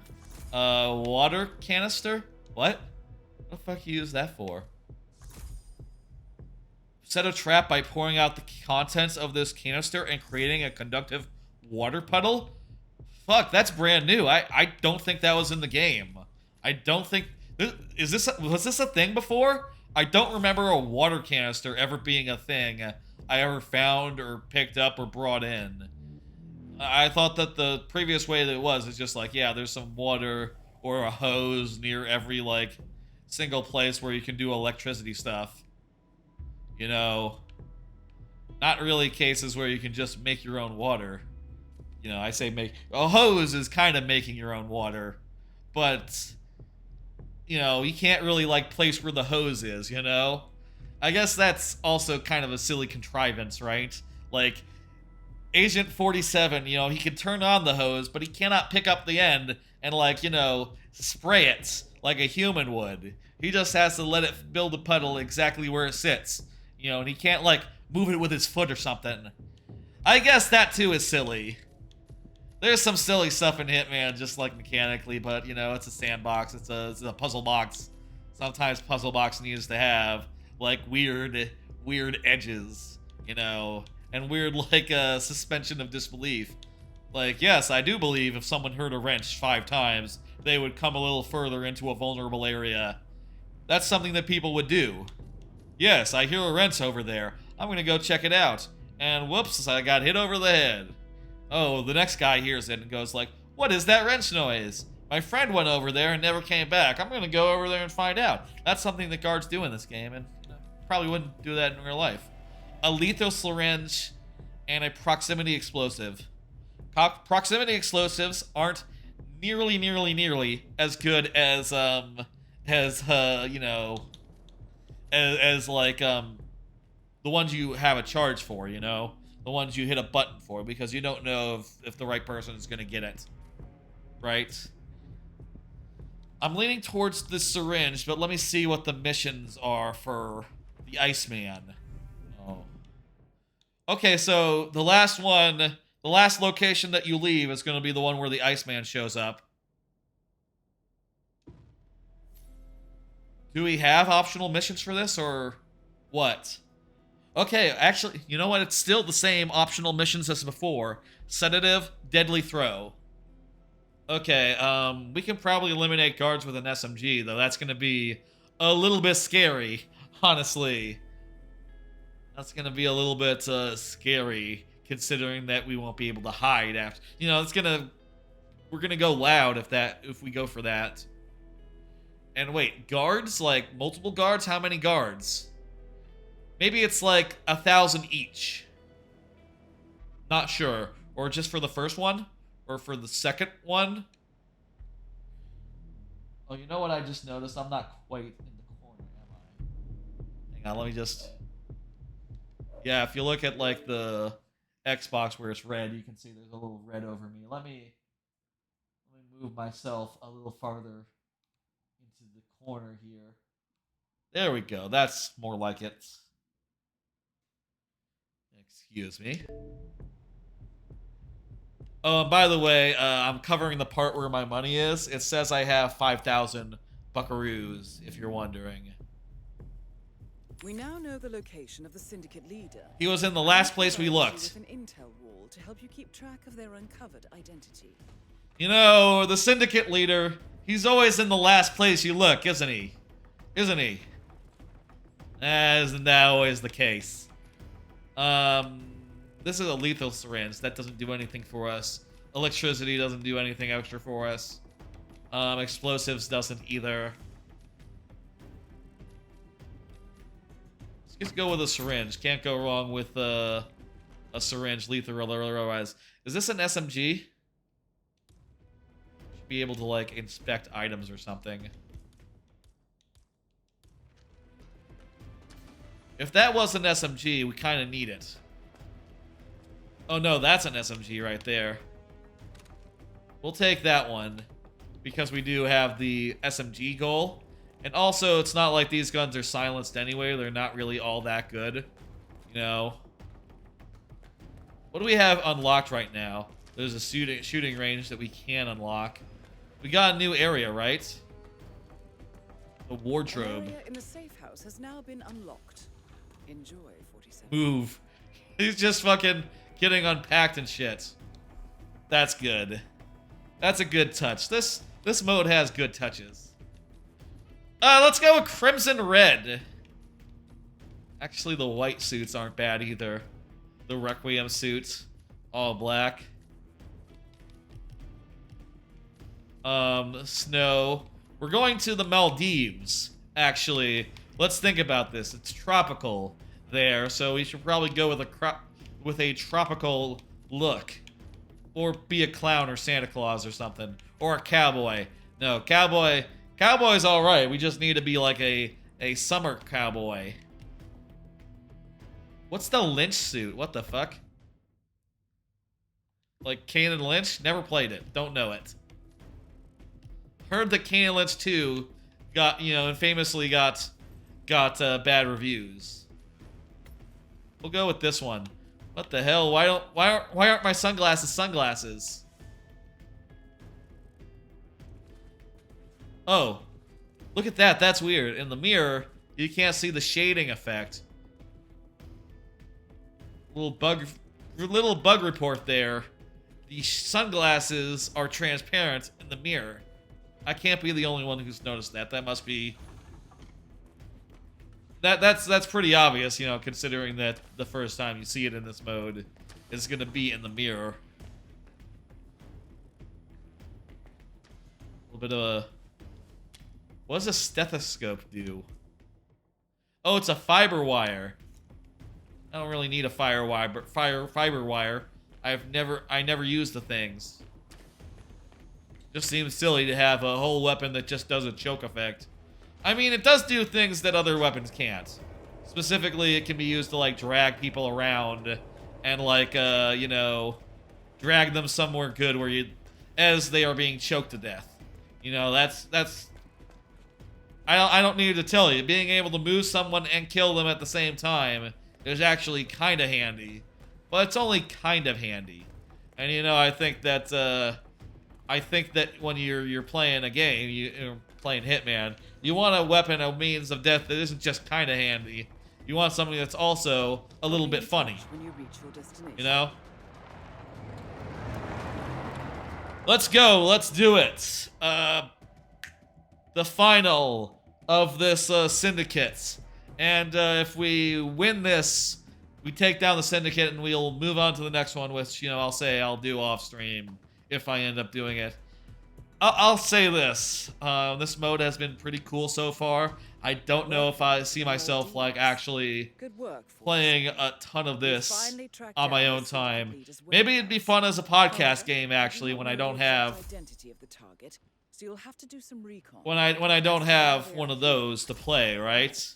When I don't have one of those in mind. We also have the following description on their looks. Oh, we need to hear this. Business meeting. Red hair. Hat. They're wearing a necklace. Tattoo. We also know that the target is a smoker. And Smoker. they suffer from dehydration. What does that mean? We don't have more. Don't disappoint, 47. That sounds like a lot to me, honestly. Like, how many people you see around with red hair? Like, the red hair bit on its own. I'll say so far, I don't know that I'll spend time on my own, with Tears of the Kingdom, and also there's other games I really want to get back to, like a Dragon Ishin, specifically Jedi Survivor a little bit.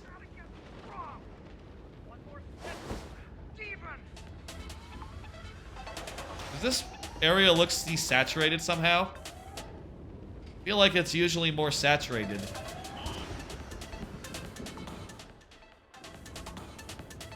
Is it like overcast out or something? What's going on?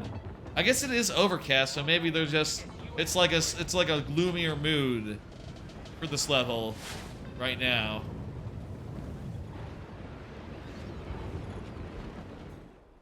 And yeah, we don't know who it's gonna be. I thought I said at the start, like... Ooh!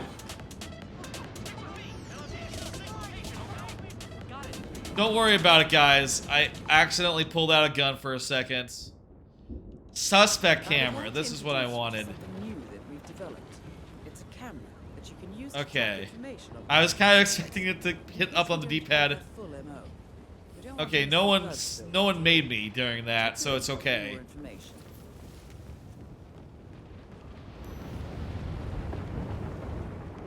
So we can see all the parameters. Hat. Okay, you know what? Geez, this thunderstorm. I don't remember this level having a thunderstorm before. I think this is new. And also the atmosphere is like different as well. It was like chill and mild the last time I was here. You know, it was tropical and lovely. Maybe though, maybe there was like a extra mission before, like you know, maybe they've done this work previously and they're now just applying it. That guy has a hat, but no necklace. What happens if we take a picture of the guy who's the wrong guy? Okay, so no suspects here.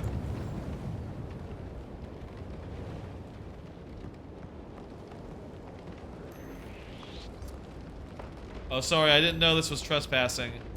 I'll back off, thank you. Remember, folks, you ever get caught trespassing, just turn around, exit. If you're cool about it, they're not gonna make it a thing. You know, trespassing does not lead to getting shot unless you have a gun, unless you're doing something weird, unless you don't leave when they tell you to leave.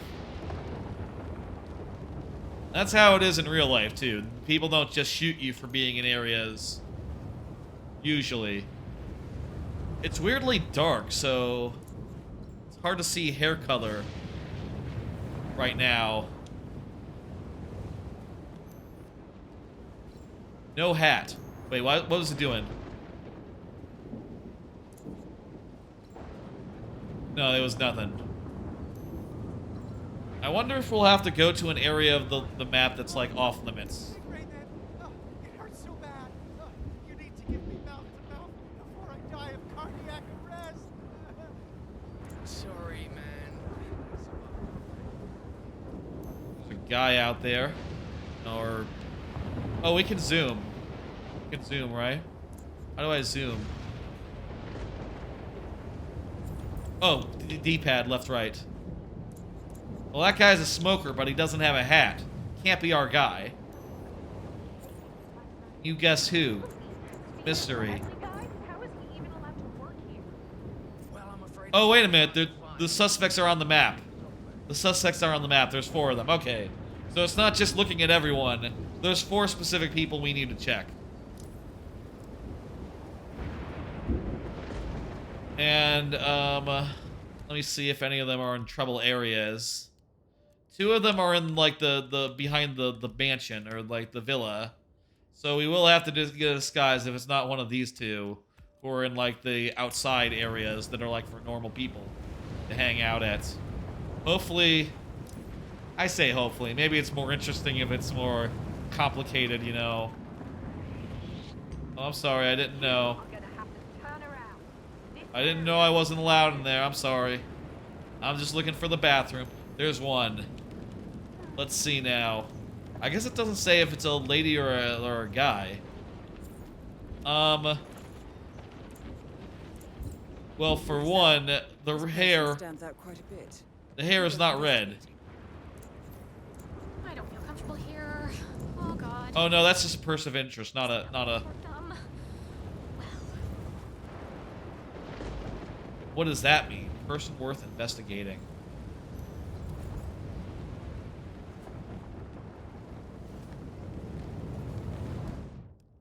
The stormy atmosphere is weird. I'll tell you. Oh, it looks like someone went out from the beach area into back into the private area. So they might come out if we just let them. You know, some of the ones that are in more secure areas. We haven't done any of the safe stuff. Okay, we got oil canisters. Oh, wait. Right, you only get 1. Maybe I should have picked the apple. It's fine. You know what? Earpods are fine. Perfectly good melee. Perfectly good, like, you know, fiber wire. That we can just use and or not based on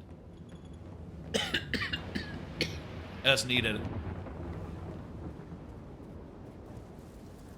Here we are on the beach. Well, then I would suggest... Let's see what we got here. I think this is the beach. Okay, so this is the beach where they can hang out. The target in question is up there.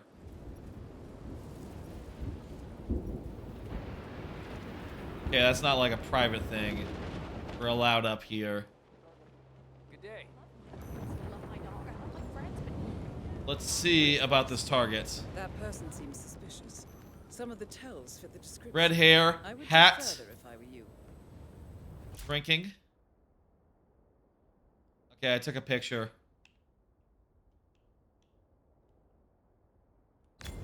Whoops, I didn't mean to do that. I just hit. I can mark them as a prime target, prime suspect, or not suspect with the right bumper. Let's I need to zoom in. I want to zoom in. I want to get a better shot.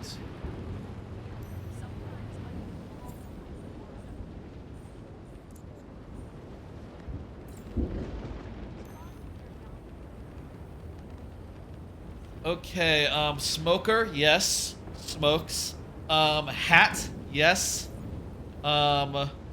Tattoo. Don't see a tattoo yet. The red hair is there. I didn't see necklace. Can I get another photo of her?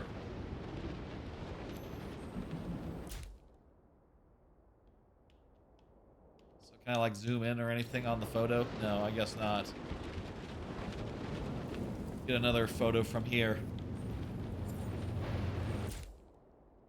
Up, you know, there's a flash, but it's not actually like lighting up the character at all. That's kind of weird that it doesn't actually like light up the thing. I see a necklace. I see a hat. I don't see a tattoo. I see red hair. I'm not sure about dehydrated or business meeting. Now I'm not sure like how much you could tell just by like watching.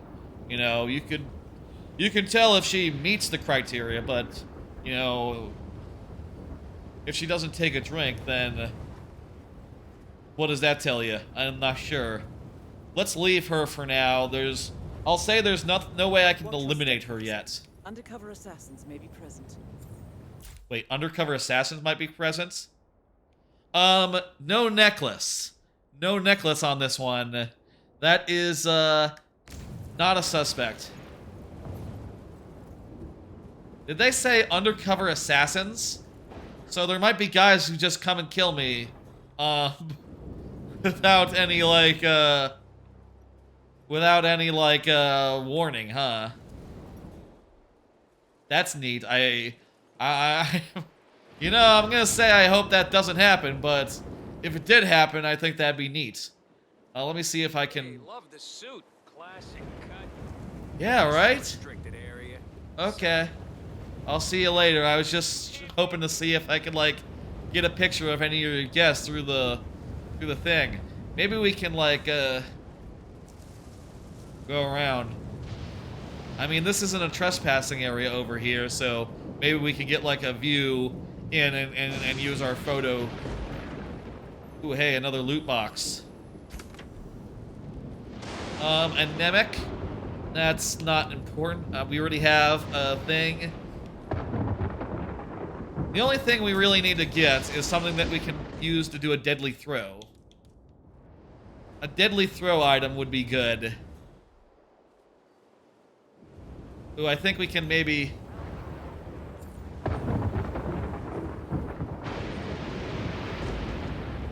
It's just barely, but we can get a shot up on this guy.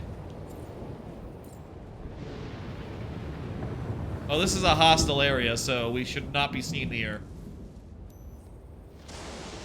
Don't mind me, I'm just standing right outside the hostile area, trying to hope if that guy will step out and, like, show his hair. If this guy has non-red hair, we're good.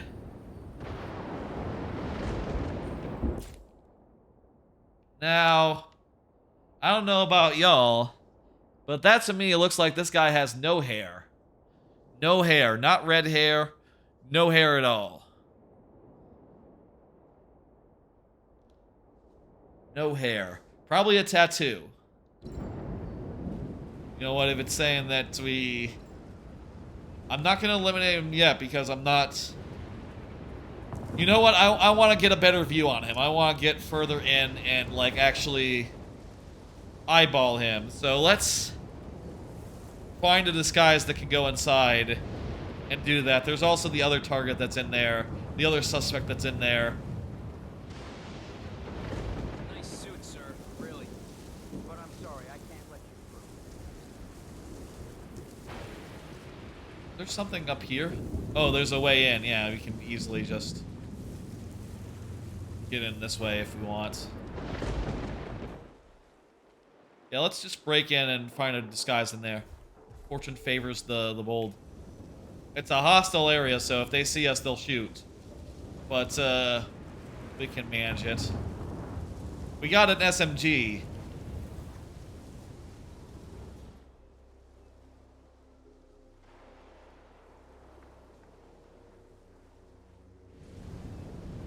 I don't have anything that makes noise on me right now. Other than, like, a gun. Yeah, I can't, like, throw anything to, like, distract anyone. Bring them over. That might be a problem.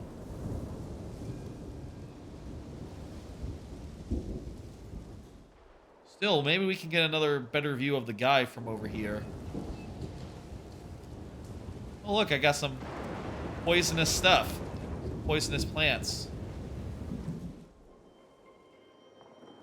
Two of them are up there. Switch to the suspect camera. I can't see shit. There's a wall in the way. There's, like, lines of code going on. Fuck, they saw me. Do you unduck when you're using the camera?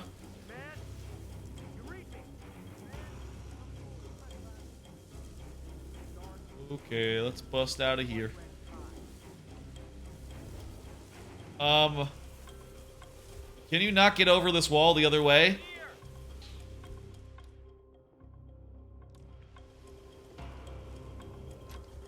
There you go, buddy. Okay, he's been poisoned.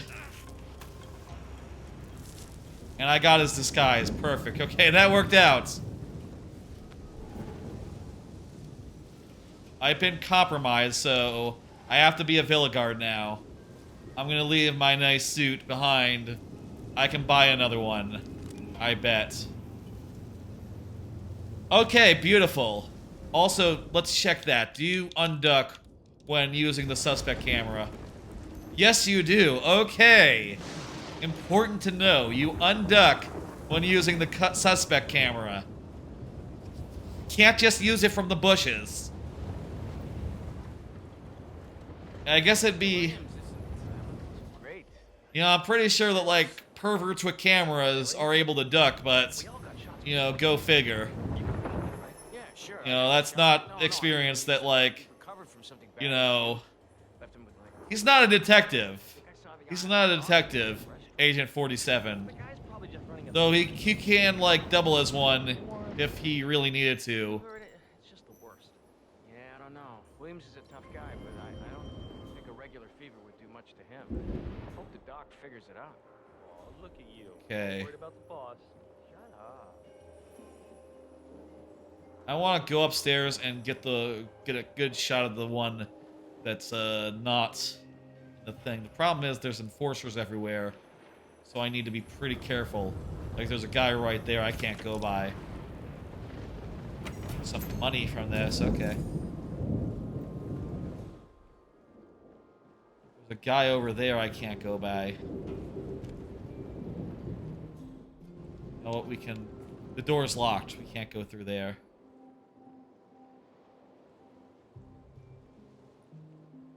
You have to go downstairs. No two ways about it. There's the one we've already taken a photo of. She could be it, but there's a couple things she's missing that I'm not sure about. We have intel that undercover scouts have been deployed. Don't act suspicious, or they might alert the leader. Wait a minute. Now that I see him in the light...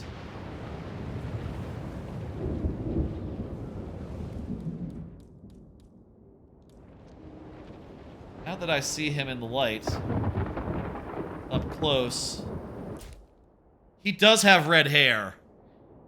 He does have red hair. He is clearly smoking.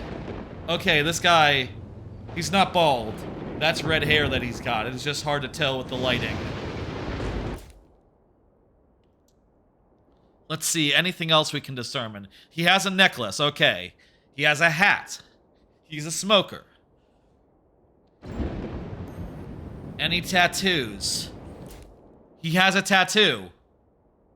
Okay, visible tattoo. That's one that the previous one we saw, we didn't notice on, right? We didn't see her having anything.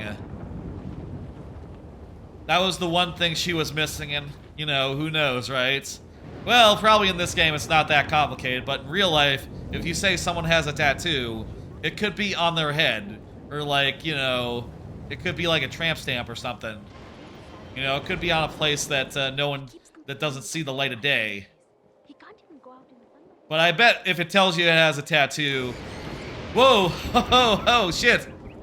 Those birds got all fucky with it.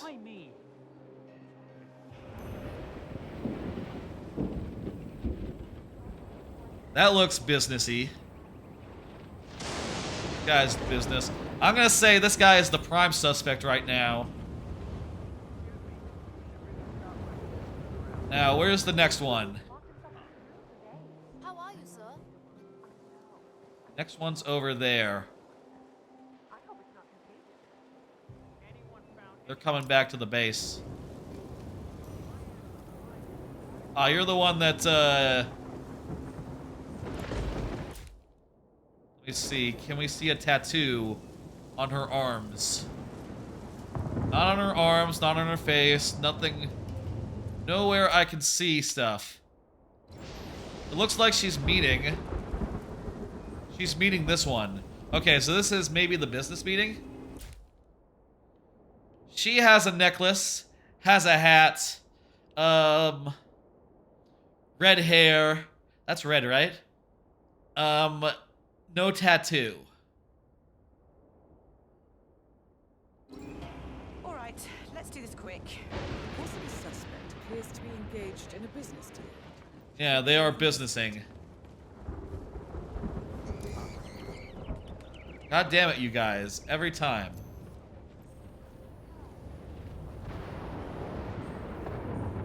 So yeah, the tattoo thing is maybe like throwing me off here. But this guy, I don't know if he's dehydrated or not is part of it. Basically what that means, I bet, is that we have to see if he drinks in his cycle. You know, if he is a guy who has a bottle of water somewhere that's his, you know? So let's kind of follow him around and see what he does. Other than that, let's make sure we keep an eye out for the... I guess we've seen all three targets, right? All three targets that are remaining. The two of them definitely do a business thing, but I don't know if they have tattoos. I don't see a tattoo on them. And that might be, like, the biggest tell that there is, right? I need a deadly throw. So I need to find a something thing. He is a smoker. This guy's a smoker. We know that. I think they're all smokers. I mean, I don't know if the third one's a smoker. I haven't seen that one smoke yet. Is that one? They nearly saw me. Come on! Seriously with the birds. Is every time I'm gonna pass through, they're gonna be like, birds, birds, birds. That's not what they say. They make bird noises, you know? I see this guy pick up a bottle of water. Or pour himself a drink.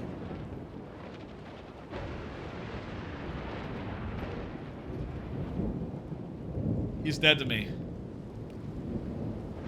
My one question is the tattoos. Can it be a tattoo you don't see? You know? A tattoo that's like under their clothes or something. I mean, I guess with targets like this, we could take off their clothes, but, you you know, and like, you know, take their disguise. The ladies, we can't do that with. So that's not really an option. Is this guy dehydrated? While we're following this guy around and seeing if he takes a drink at any point, let me do some more cards. Like I said, got a bunch based around various YouTubes I've been watching. Lookout nearby. Okay, so we need to be on the lookout or else we'll get caught and guys will come after us. Oh? Suspicious area. Actually, no, there's no drink here. What does book mean? I think book might mean something else, like if he's doing doing research or something. These are the actions that we're up with. So this is the way this game's way of telling us, like, oh, he's doing book stuff, and that's not one of our tells. Let me do a card. Watching music on YouTube. That's one of the things that I often watch on YouTube, just like, you know, if I don't have anything else to watch, I'll just pull up like a video of a song that I like, especially like anime songs or like, you know, recently I mentioned Guardians of the Galaxy, that first movie soundtrack. Really, really great. Not sure this guy has on his loop water. Oh, hey, you can walk through the pool here.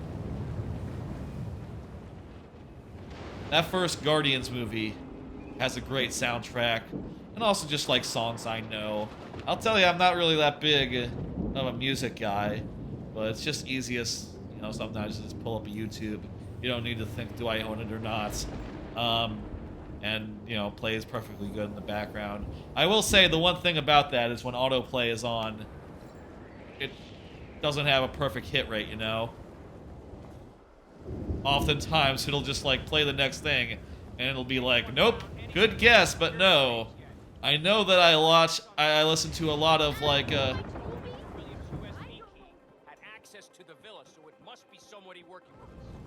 I know that I, like, watch a lot of anime music, but, you know, that doesn't actually translate to, like, Korean pop, right? K-pop. I don't do a lot of K-pop. Nice try, algorithm. That's close, but, like, just shy of the same thing. You know? You know what I mean? It's like, yeah, you know, I can see where you're coming from. And I bet there's a high correlation of people who you know, listen to K-pop, who also listen to J-pop. But I'm not listening to J-pop, I'm listening to anime music. There's a little bit of a difference. And I would hope that you know, the perfect algorithm would be able to pick up on a subtle distinction like that. This person is not drinking water. I'm really concerned that we have the wrong person. The other two, and also not doing a business meeting. You know what I think? I think we need to demote this guy. This guy is not our suspect. Just because of the business meeting thing. And the fact that, you know, this loop that he's on doesn't involve a business meeting. Yeah, we need to... Not prime suspect. Him. Now... God damn it. Where are the other two now? You see on the map.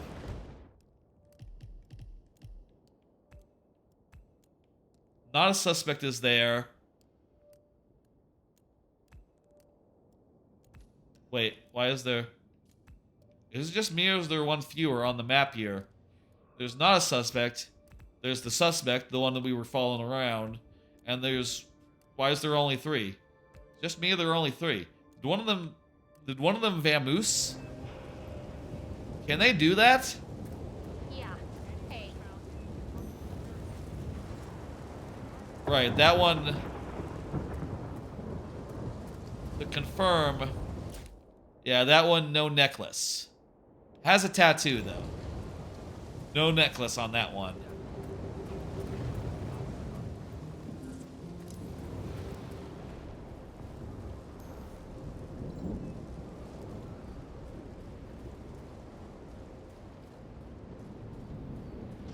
I'm a little concerned.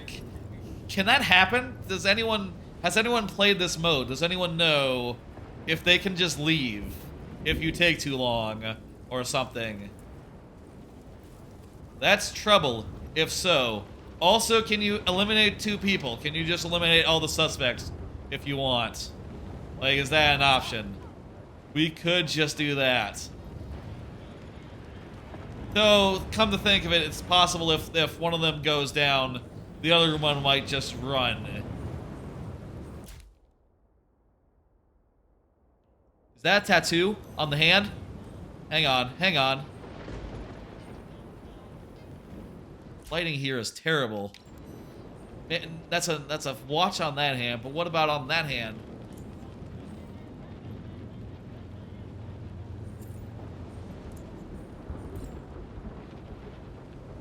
There's a tattoo on this hand.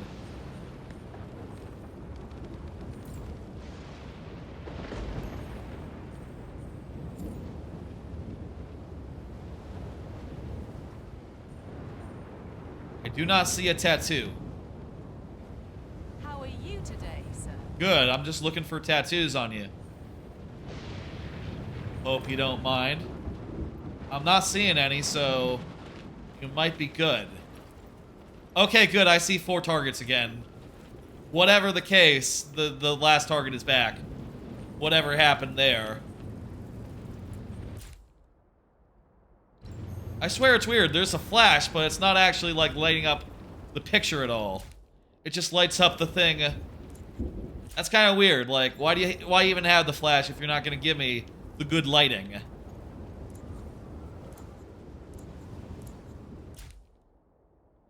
It kind of looks to me like there's a tattoo on the hand. It's just hard to see in all this bad lighting. Oh! Would you look at that? That's a tattoo. We found the tattoo, everyone. And yeah, this person has a business meeting, is a smoker, necklace, hat, tattoo, red hair. I think we found... Okay, you're now the prime suspect because you had that tattoo, which was there the whole time, but we couldn't tell because of the lighting. It would be even better if she just took a drink right now and proved that she was dehydrated. I'm assuming that dehydrated doesn't matter, like, what drink you drink, right? Because in real life, if you were dehydrated, drinking alcohol would do the opposite of hydrating you, you know? It would get you more dehydrated, but I bet in the game it just means this person is drinking out of a canister of some kind. Something that you can poison. And not eating. Eating would be a different thing. Can you poison? Yes, you can. You can poison food. There's food to poison, right? The soup, for instance, from Sapienza.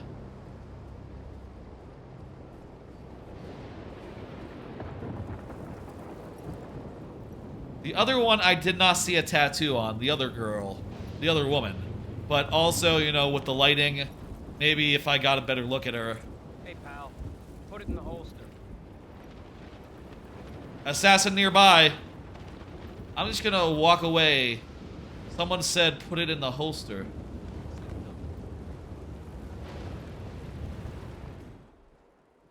I don't know who's the assassin, but...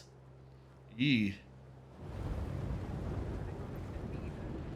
Adds a little bit extra challenge just having, like, I guess assassins running around as well. Means you can't do this quite so easily, like, completely unassailed, you know? God, for some reason I'm worried about going down that ramp towards the people that way. I'd rather go back door. Maybe Oh! Is she drinking? Was that a drink? Or was that a smoke?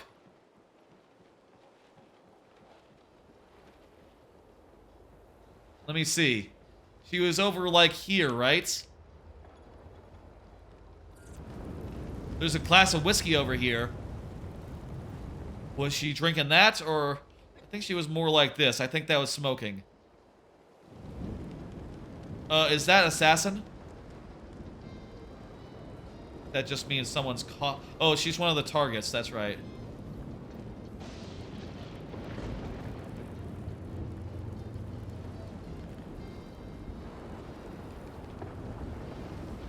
Will the assassin know us if we're, like, not doing anything suspicious, not doing anything weird?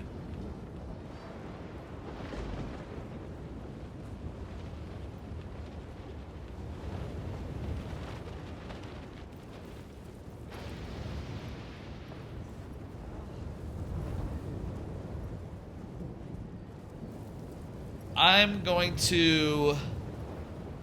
You know, I don't think there's any drinks over here for her to drink, so... Where's the other one? It's between her and the other one she met with, so... I'm gonna eliminate the other guy the next time I see him. Meanwhile, let's do another card and talk through it. Been watching Captain Disillusion on YouTube. He's the guy what does, CGI stuff, like does debunking of like hoax videos that are done with CGI and explains how they would have been faked, you know. It's interesting stuff. I'm enjoying like occasionally watching, you know, I'll say like, I do think he goes a little heavy on the skits for my taste, right? Like the videos are only 10 minutes long, but they have very, very, very well like produced like skits and special effects to like you know, play into like the comedy value or whatever. And I'm just kind of more interested in the technical stuff, like, oh, you know, use the layer or whatever. You know, I don't know much about like photoshopping stuff or like you know, in real time anyway. I don't know that much about like how special effects are done. So it's interesting then to see like a breakdown of all that stuff. Where's that other person? I'd like to kind of eliminate him if I can. Oh, they're both at the other side. And meeting? Could that be a business meeting? Motherfucker. If they're meeting on business over there, they could still be the ones. Hey, you have to stop. I didn't see what happens when that person goes over there. The other redhead guy.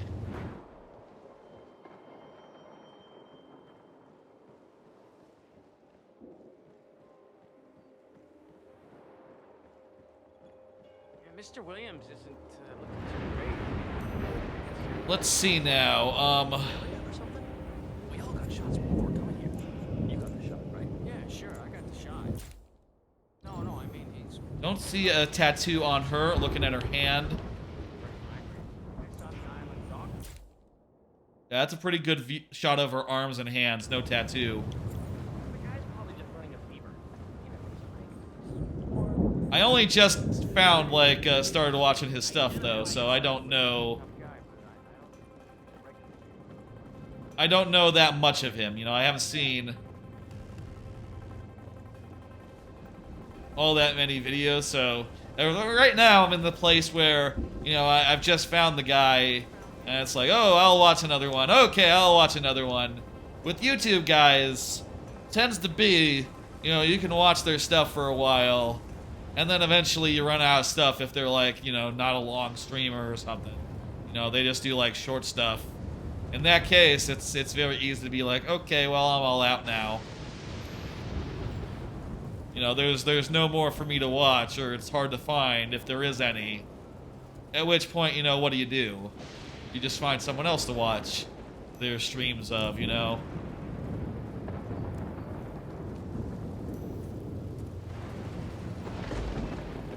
Okay. I'm gonna eliminate that guy, not suspect. This guy, no business meeting. As far as I know, anyway. I don't think he's doing business. I'm a little concerned my primary target hasn't taken a drink yet. That's the one thing I'm hesitant about. Other than that, I feel like we can probably just go wild on her and just, you know, throw a knife at her head or something. You know, whatever makes sense.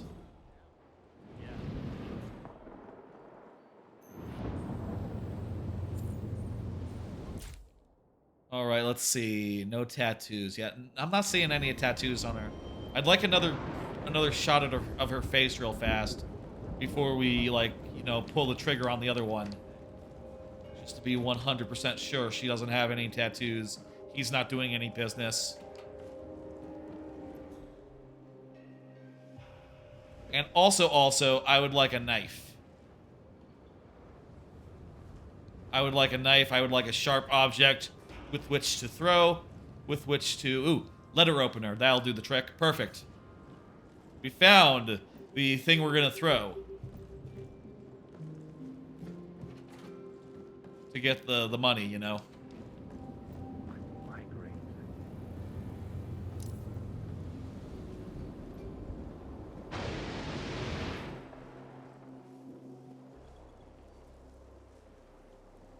Okay, that's, our suspects are over there and there, so... I'm gonna go around front real fast and try to get, like... Again, I just want to get a quick look at the front from this person over here. And also see what they're doing over there. I mean, hey, they may have a tattoo somewhere we're not seeing. That's hard to see during this conditions. We know that they're doing business.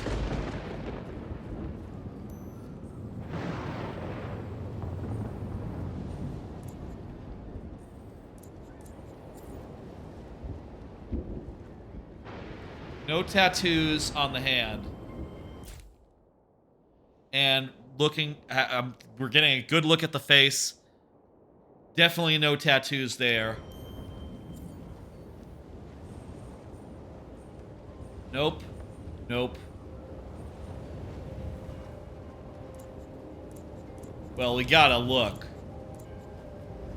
Back of the leg. Hey, Tripucket, how you doing? I'll say, we're just one sub away from Jackass Forever right now. So things have been going pretty well. You know, I don't know about the other sub goals, but Jackass Forever at the end of this stream looks pretty likely. I don't think this is our girl. I'm gonna put this one as not suspect. Not a suspect. Which means, by process of elimination, we have our suspect. We just have to throw a letter opener at their head now, at her head, and that'll be that. How you doing, Tribucket? I'm doing well. Pretty done, we did Celeste earlier. 33 strawberries, and I also did a little bit of a Mario Maker update in the middle of that. A little bit of a Mario Maker update, and showed off the new level. And now I'm checking out this mode. Once I kill this target and get away scot-free, you know, good and proper. You're playing Tears of the Kingdom? What a coincidence. So will we in a bit. And I'll tell you, I'm going to try to keep it, like, relatively spoiler-free, is the plan for the Tears of the Kingdom segment. I'm just going to be wandering around doing some shrines, and, you know, we'll see if we find anything just by happenstance. But not main quest stuff, nothing of that sort. Just, let's wander around a specific area. In particular, I was thinking the area between, like, the west. The west area between the desert and the mountains. You know, that's sort of middle ground, directly west. I haven't seen her take a drink, but... Good job, 47. You eliminated the leader. Get back to the safe house. I'll be in touch. We did it! Fuck yes! Okay, that was the correct deduction. I was a little nervous because I didn't see her drink anything at any point, but I guess she was just playing it cool. I could also eliminate 3 guards with SMGs if I wanted to. But let's not do that. We should only do that if we have a exit route like right here, which we do. Maybe I could shoot some guys and then run away and just hit the button real fast. You know what? For 1,000 M, I don't think it's worth it. I don't think it's worth the risk. If it was 1,500, maybe that would be a different question. But that's, you know, for 1,000, that's 300. That's 333 each. Not enough. Let's just go. Let's just go. We defeated the Syndicate, folks. We defeated the Syndicate. That is this here mode, the Syndicate mode, the what's it called? Freelancer. That's right, Freelancer. Turning to a life of crime. That's pretty fun. That's you know, I'll say like it does breathe a little bit of new life into this game, and you know maybe I will play more at some point. Hell, you know maybe like I could see a whole Thursday stream just being like another chapter of this, or even more than just a chapter of this. Took us what, like an hour or so, hour and a half maybe to get through 3 missions. Yeah, you could see like doing like a couple more, or just playing until we do it. Good, okay, we got the one thing. We didn't have sedatives, so we couldn't have done that one. Very nice. Photo tourist.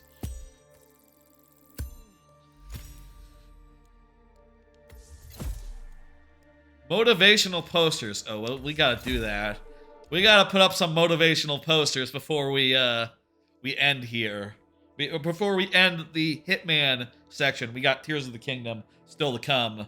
Basically, I'm gonna explore around in Tears of the Kingdom. You brought down the Syndicate and its leader. Please accept a token of gratitude for outstanding excellence. Let's see what we got, and then let's put up some motivational posters. Yeah, we're in our base. We don't need to blend in. A baseball bat. That's pretty good. Without spoiling so much. But the campaign is not over yet. You just completed. We have plenty more collaborators with the defeated Syndicate. So, the stakes will be higher with the next available assignments. Hey, that's great. Choosing your next step. Trebucket just said he completed a cheesy side quest. I'm not sure. That doesn't ring a bell. I don't know that.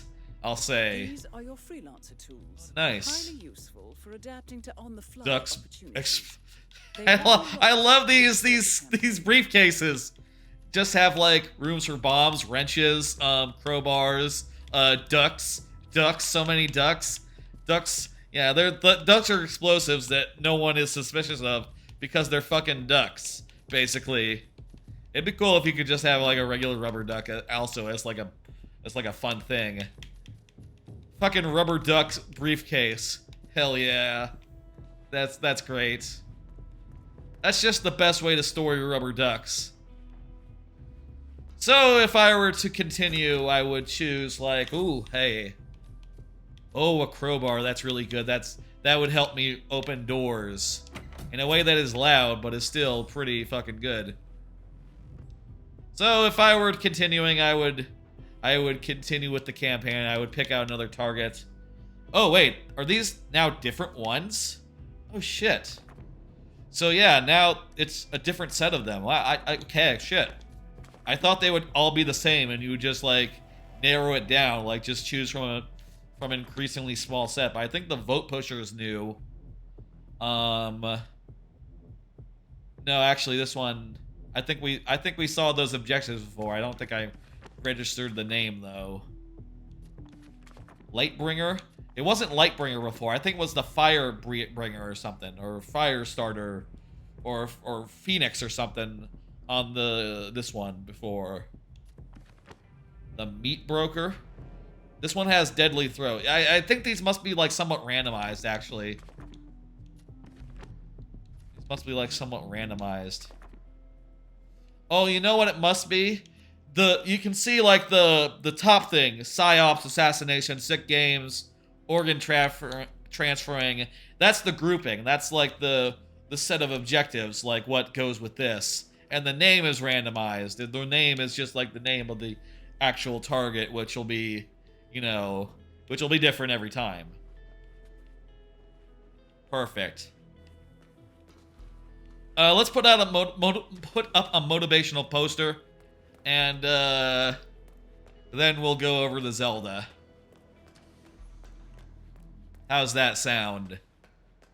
And again, the docket will be mostly going for shrines and other such things that are not super spoilery, you know, and just exploring the area to the west that, you know, at least in the previous game, I don't think really had anything of note.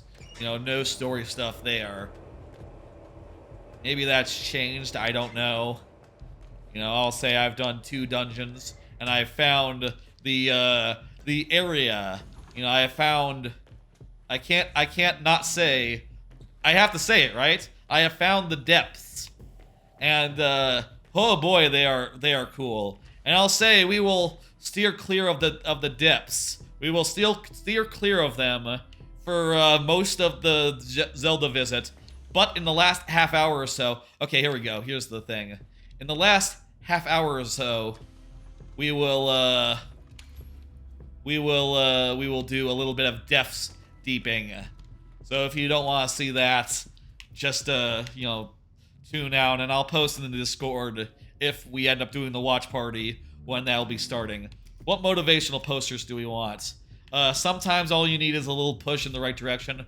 Perfect. That one's a keeper. Can I put up them anywhere? Do I just have the one? What's going on there? Oh, do I only get to choose one? Oh, dang. I wanted to look at all of them. But that one's really good. Sometimes all you need is a push in the right direction. That's lovely. Do you think Agent 47 would do good in Hyrule? Oh, fuck yeah. He's a master of doing traps. I don't know how he is at building things, but as far as traps go, like, he's fucking amazing at them.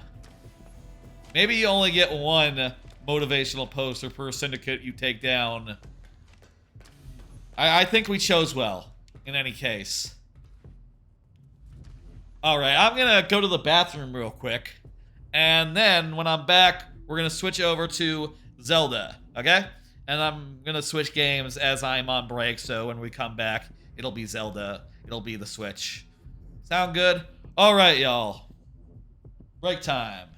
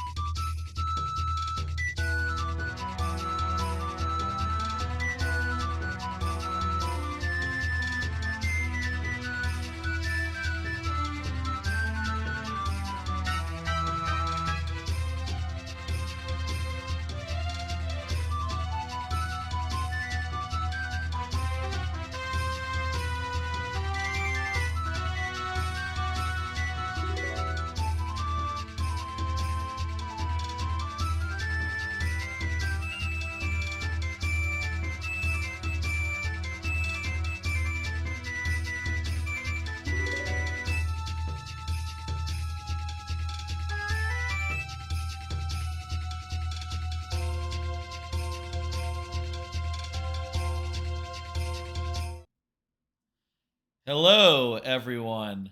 Oh, I messed up the camera in taking my break, I guess. Oh, right, because I walked away for a second and got all confused. I really need to get a better sense of that. And remember that it's gonna get confused and shit. How are y'all doing? We are one sub away from a. Right now, we are one sub away from a Jackass Forever watch party. Can you hear the game? Oh right, this title, it doesn't have any sound, does it?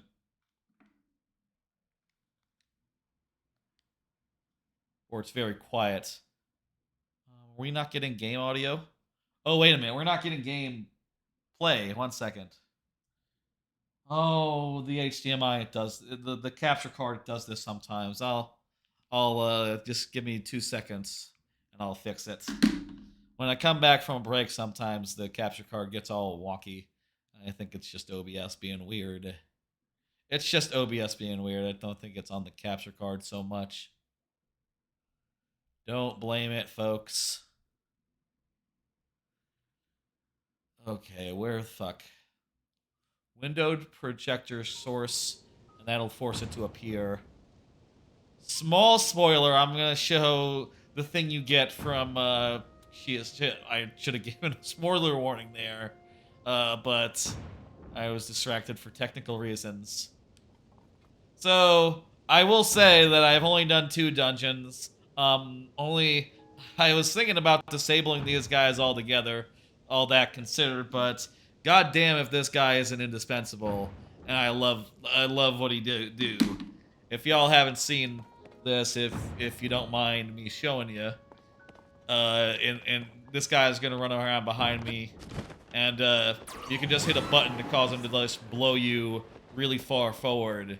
It's dead handy, and for exploration, I kind of want it. I don't want to turn it off just for this here stream, you know. The other one, I'll say, I went to and did the Zora one as well. It's a little less useful to me. Yeah, you haven't done the dungeons? Yeah, so if you do like any of the main quest stuff, you'll immediately, pretty soon, they'll be like, hey, Link, we're gonna join in your party for a bit. And then after you do the dungeon, they give you a thing that lets you summon them after the fact. It's just so useful to be able to just zoom large distances. I can't disable it in good conscience. Like, it's just so useful, and I'm hoping that some of the other ones that I haven't done yet, the fire and the I hope that the fire and the Goron one and the other one have more useful abilities, but this is just so goddamn good. I just can't. And I'll also say there is also the matter of the depths, you know, which there's kind of no avoiding it, because so long as I open up my map screen, you can see on the map screen there's a third thing there, and it's kind of impossible to get around. Kind of impossible to get around. But yeah, so basically that'll be a whole thing, and what I'm thinking is that towards the end of the stream, I'm gonna call like for depth spoilers, and I'm going to go into an area of the depths I haven't been before. Whoops. Okay, I'm sorry. I just clicked on the HDMI and was trying to move my camera, but I guess I moved my thing instead. Get all lined up. I just noticed that I'm a little off from the edge. What the hell?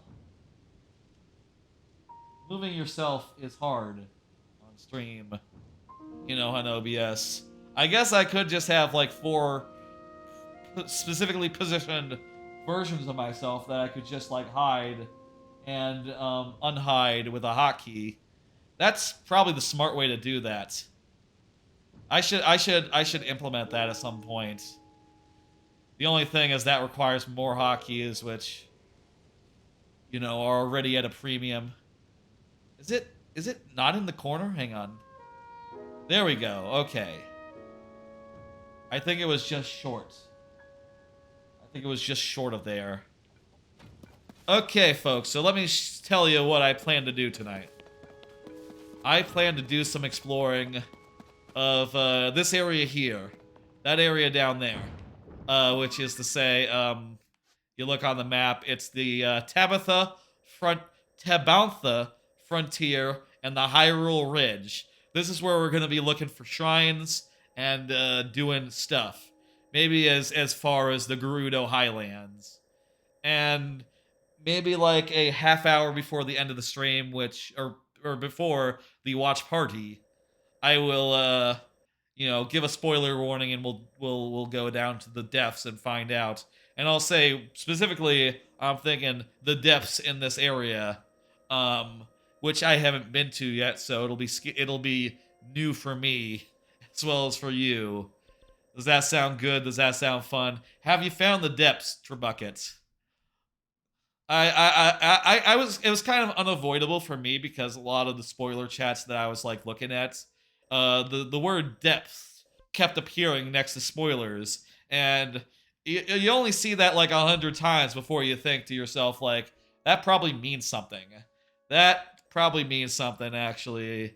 Yeah. And then you start putting 2 to 2 together and you figure out how to do that. You found one chasm early on, but avoided it. Gotcha. I'll say it's the scariest place they've done in these games so far. In this game so far, the scariest fucking place. Like, holy shit, holy fucking shit, the depth. Let's see if there's anything. Let's start in the sky. You know what? We're in the sky right now. Let's see if we can find anything good. You can see, by the way, looking at the map, I've gotten all the towers all done and figured out. So I've gotten my map, as far as like the surface level goes, all completed and stuff. So we'll be able to see everywhere we need to go. I also figured out how to upgrade the stuff. Apparently they told you how to do that at the end of the tutorial, and I just sort of blanked on it. If you don't know, it's not a secret. You can get batteries by talking to a guy near one of the first couple of shrines. I'll say, like, the one thing that I haven't found yet that I would really like to, and honestly, if it's in just a certain spot and everyone knows but me, just tell me. But where the fuck is the Korok seed guy? Where's Hetsu? I need some inventory spaces really badly. Is he just wandering around? If he is wandering around, then goddamn, I guess I've just gotten unlucky. But if he's in a certain spot, I would love to know it. Let's see now. What's up with there? What the fuck is that shit? This down here. Draw Knox Pass. Let's go down there. And see what's up. Oh, this is the flight range. Right, this was a whole thing in Breath of the Wild. You had to do the flight range thing here. Okay. This probably maybe doesn't have anything of note. It's just a tutorial area, but from the last game. You know. What were they tutorializing? I can't even remember. Shooting arrows really good? Seems rather trivial now. To have a whole tutorial about, like, hey, you know, slow-mo and trick shots and headshots. I bet there's a dungeon or something that still tutorializes it. Still tells you what you need to do, you know?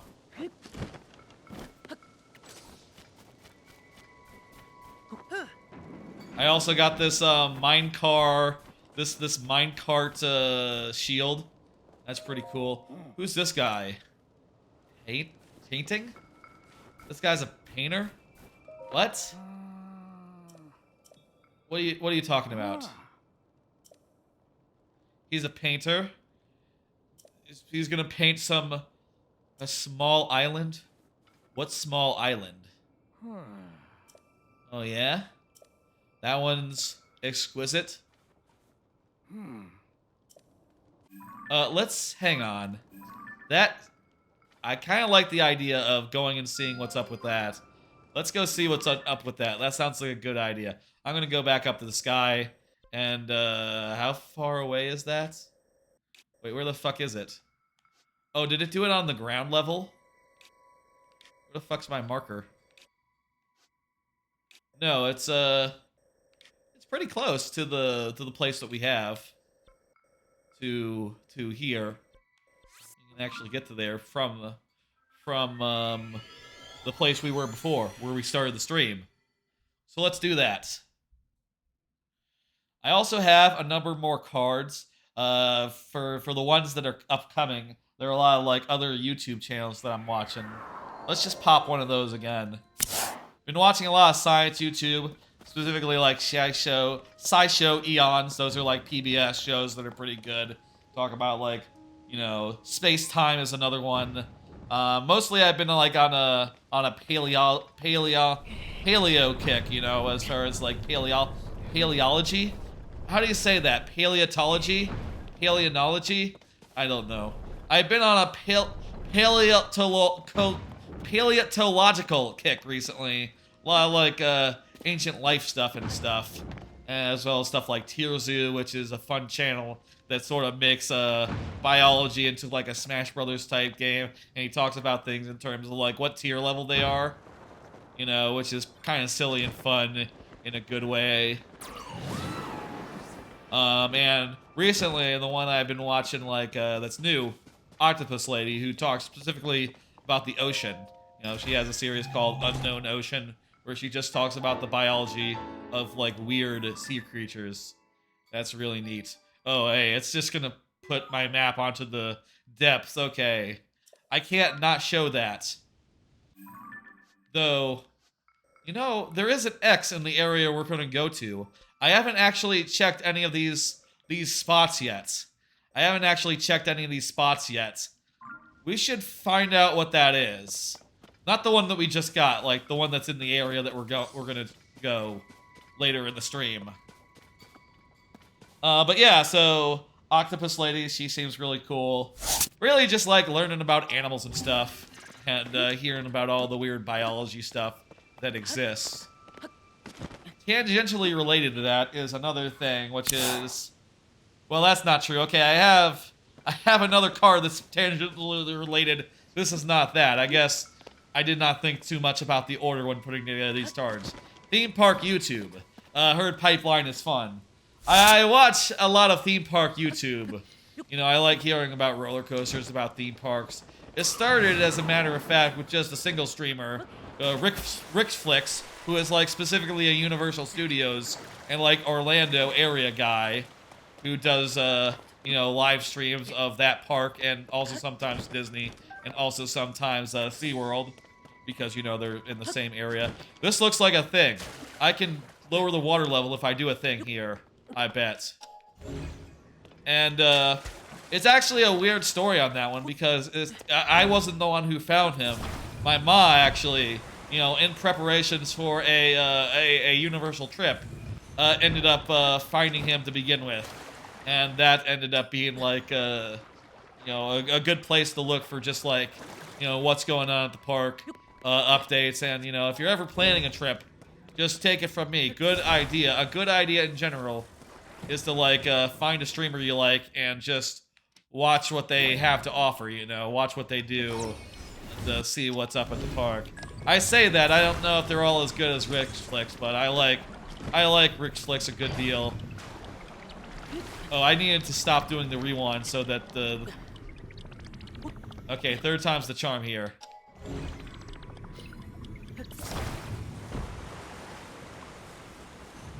I like Rick Flicks, I would recommend him. And, you know, I watch other stuff like Altora Ryan, who does, like, the stuff about, like, block plan chains and how theme parks work on a technical level. And other theme park guys that are more, like, broad, and those are really... That really was what kickstarted, being more interested in going to a lot of, you know, different theme parks. And, by the way, if you're wondering, Pipeline is the new stand-up coaster at SeaWorld, which I've never been to, but... You know, every time I hear about it, it sounds like they have a really good... Oh, you know what? I'm overthinking this. I can attach from this end. Boom. Oh, shit. Fuck. That was obvious. Just use the cannon shield to find a nice treasure? Hey, Key Squared, how's it going? You don't want to get spoiled too much on Zelda. That's fair, Key Square. Thank you for the bits. I appreciate it. I am just sticking to above ground exploration right now, I will say. But I do have a guy out who is like, you know, an actual guy. And, you know, if you don't want to know, then, you know, there's kind of no other way. But there's no ifs, ands, or buts here. Pipeline stand-up coaster at SeaWorld. I'd really like to go to SeaWorld at some point. It's just I've never found the opportunity or the time, or, you know, or like carved out a day in a Universal trip for SeaWorld. But their stand-up coaster that they have, you know, which is a new coaster. You know, it's a coaster. It's one of those coasters where you stand as you do it, and you're sort of like locked in, and it sort of like will pull you up and down, sort of. I guess is the idea. It sounds pretty cool. Sounds like people really like it. I think traditionally stand-up coasters are not really that well liked because it turns out, and I'm sure there's multiple reasons, but one such thing is that stand-up. One of the best parts about going to a theme park and going on roller coasters, or at least one of the best parts of when you actually get on the ride, is that you've been standing in the line for like a half hour at least, or sometimes a half hour, and you get the chance to sit down all of a sudden, and it's just fucking great. So if you don't get the chance to sit down, then what are you doing? Oh, this is a chest. I should have opened this. I got a balloon. If you don't get the chance to sit down, then, like, what are you doing? You know, it's a little, like, weirder, and the novelty is, apparently it sounds like, not usually worth it, but, Pipeline, I think they're doing a couple things that are different. You know, it's a launch coaster. It's the restraints are like a custom special new thing. That's just it just sounds like a good time to me. Look at this. We can use this rocket to get back up. It's lovely. I'm not sure what doing the water stuff back there did. I don't think it did anything. Not sure that it did anything here. Whatever. Let's get some stuff. I think this is a good... What does this stuff have? What does this vending machine have? Rockets. Yeah, that's good. Flame emitters, pots. I have no rockets, and rockets are a top tier thing, so let me just... Yeah, let's just get some rockets. I'll put in one of these the big Zonai charge. Let's do that. Where's the hold?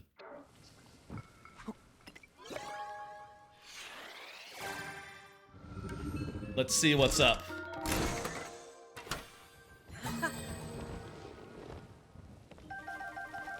Rocket thing. You want to use rocket to build a proper pod racer? Yeah, the only thing is that the rockets, they explode so fast. I don't know if you can, like, if there's any way to stop them from, you know, blowing up. I do know that you can, like, sort of... I have seen on occasion, like, putting a rocket on a thing, hitting it, having it go for a bit, and then, like, stopping it, you know, just hitting it again, and they not blowing up. So maybe if you just, like, feather it, it'd work, but that seems, like, kind of finicky. Okay, where's the island we want to go to? Right here. Don't look too closely at the map as I open it up to the area to our north. By the way, don't look too closely in the upper right. Oh, you know what? Perfect. I'm covering the upper right. That works perfectly. Okay. That's not intended, but you know what? I'll take it. Dungeon, you know.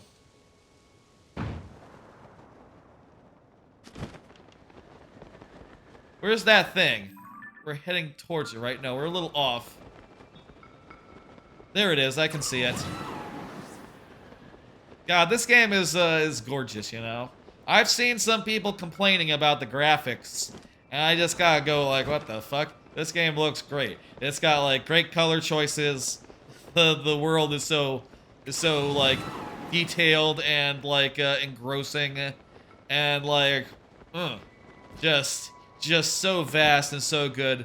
You know, I think there's no denying that this is like, you know, I'm not like, this is still like only 2 dungeons in, you know, and I've not seen like most of you know, most of the islands and stuff, but I think that there's kind of no denying that this is like the best open world that there is. I mean, is there a better open world? Is there a better open world that exists in any video game ever? Breath of the Wild, I guess, would be like the other one that comes up to mind, you know? But this is like that, but better, so, you know, grain of salt, you know? I know that that one is also great, but this one is like that, but better. So, this one's probably the best then, yeah? I went to one of these, and it dropped from the sky, and I don't know why it did so. And I don't know why this one is not doing that. I went to another one that didn't do that, so I guess what I'm saying is I'm confused, and I don't know how that works. Whatever, let's go down to the surface, and, you know, I can probably find a shrine, like, on the mountain. I could use a shrine on the mountain while we're in the neighborhood, you know? I don't see any, though.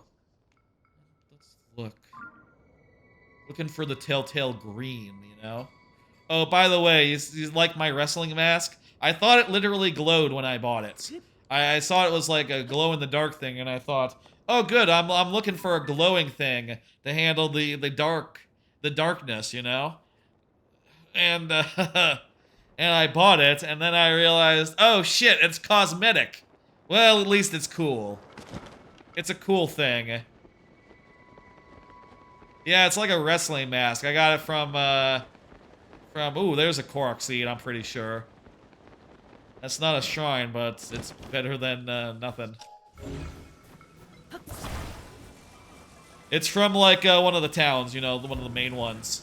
I haven't been to Terrytown. That's a town I haven't been to. I've been to the other ones that were major in the original game. In the first game. I've been to all the major settlements, right? There's like 7 of them. There's, there were like 7 of them. Maybe there's more now. I guess, actually, come to think of it, yeah, there's like the whole Lookout Town now, which I have... Lookout Landing. That's new. But there's the Rito Village one... The Goron business. There's the Terrytown. There's Zora. There's this one here. Oh, 8 with Kakariko. And there's this one here, and then there's this one over here. 8. Wait. Was there 8 before, or I don't know. There's one more than there was before, and I think I got the number wrong. Regardless, whichever way it is, there's 8 or 9 of them. I have been to all of them except for Terrytown. Which in the first game, wasn't Terrytown something you built? Like you had to build it up? Do you have to do that again, I wonder? I have no idea. Maybe with all the snow and stuff, it's gonna be hard to find a shrine. And I'll say, by the way, my plan is, if we hit the watch party, which again, we're 1 sub away from, I would like to start it around, like... Well, I was thinking around 11:30, but that just gives us, like, 40 minutes of gameplay. I was thinking around, let's say midnight Central Time for when we would do the watch party, okay? So, around midnight Central Time, around an hour from now, and around a half hour, I will say we're going to head to the depths and we're going to do that. And if you don't want to see, you know... That's your jumping off points, and I'll do a thing on the Discord, let people know if the One to Watch party's starting, if they want to get in on that.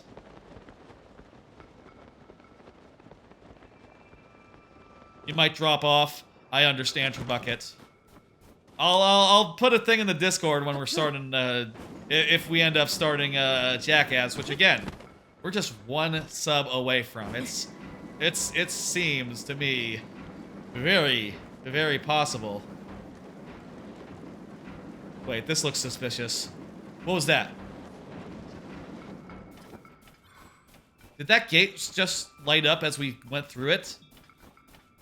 What was that?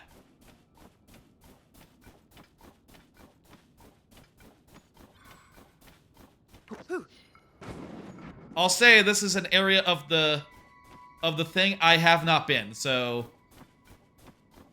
where's the light coming from?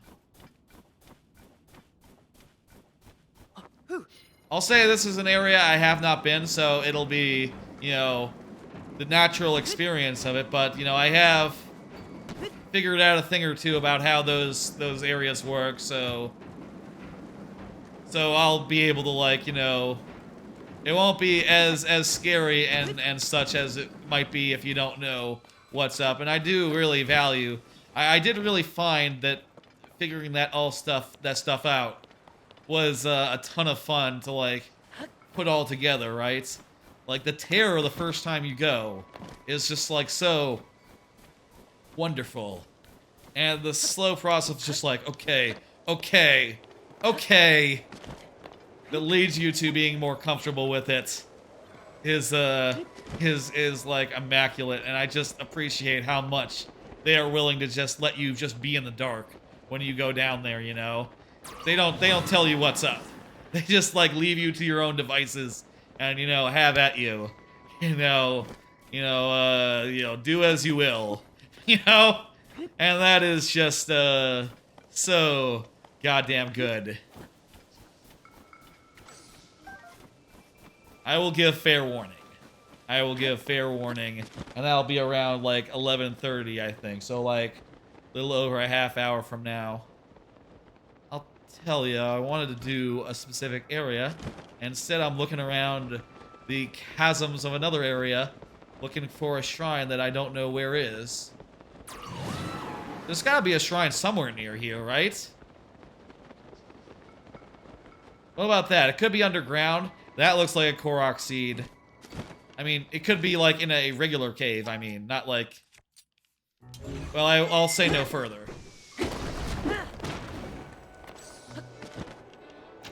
Okay, I made a wind appear. You think this is a Korok puzzle. This can't be a, this is not a shrine puzzle. But goddamn, I just don't know where... I'm looking for something. Give me something here. No? I'll do another card. I'll do another card right now. Talk about another YouTube thing that I've been watching. Maybe this one will be the one that's tangentially related to biology. Been watching Speculative Biology from the Curious Archive. Yeah, that's a channel that does, like, you know, a bunch of stuff about, like, speculative biology, which, if you're wondering, it just means it's like biology, but you make stuff up. If you ever seen that show, what was it called? The Earth in the Future? There was a show, like, in the aughts or something that was, like, really fascinating, where it was just like, oh, here's what Earth might look like 100 years from now. And or like 1,000,000 years from now, and there's like, you know, there might be like land squids and stuff, and all sorts of wacky business.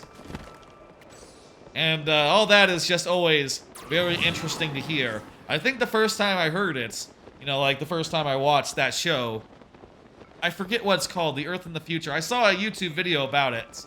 I think the first time I saw it, I was definitely much more like, oh, that's what's gonna happen, huh? The scientists say so, huh? And the reality is like, nah, they just come up with something that sounds plausible, and they sort of like go from there and just have fun with it, you know?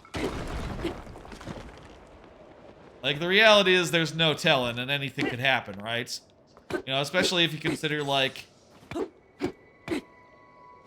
You consider just like with human history, right? Where Is this a thing? Oh, this is ice. I need fire. The machinations of history are such that, you know, based on the results of any of like a battle or something. History could have changed like all the way.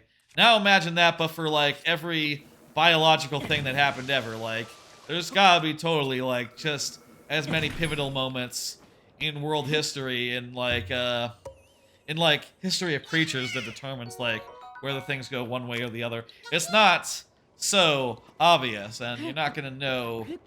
Possible. It's possible to know ahead of time what life is gonna come up with, but it's interesting and all.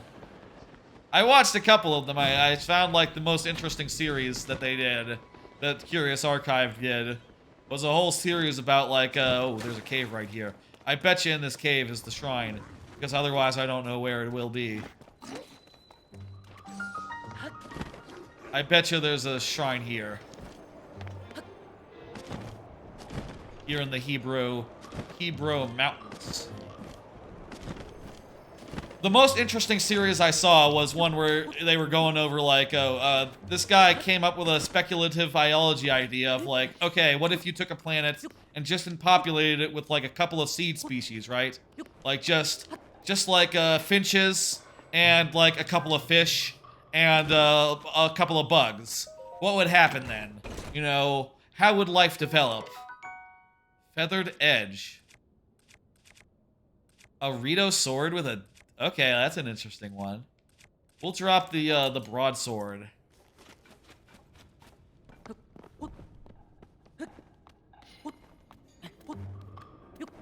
And, you know, it's very interesting to see, like, okay, well, you know, they would diversify a lot, obviously. You know, you'd end up with ground finches and, like, all sorts of weird things.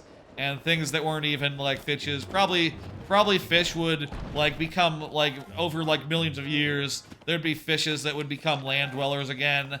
Like ours are, you know, now. And, you know, over the course of millions of years, what just started off with, like, a couple of birds and like, specifically finches. And, like, sardines and some shit. Not sardines, it's like some other sort of small fish. Would eventually become, like, a bustling ecosystem with, like, probably intelligent life or something. I found the part where it got to the intelligent life and was like, oh yeah, they'll be like telling stories of each other and of the history this planet has had. That's the part where I fell off and go like, okay, well, I'm interested in the creatures and stuff, but as soon as you get to like culture and like all the made up culture stuff you come up with, it's like, that's not doing it for me as much. You know, as much as like, oh, so a finch will become like a giant land predator over time, and that would be cool. What the fuck is this? This almost looks like, kind of looks like it looks to me like the things that the bad guys have. You know, like the bad guys from the last game, the tribe, the unit. What the fuck were they called? The tribe? What the hell is this? Frostbite headdress. That's pretty cool. Shit, I got a cold... It gives me attack up in cold weather. Oh shit. Wait, no. I suppose that also gives me cold... Does that also give me cold resistance?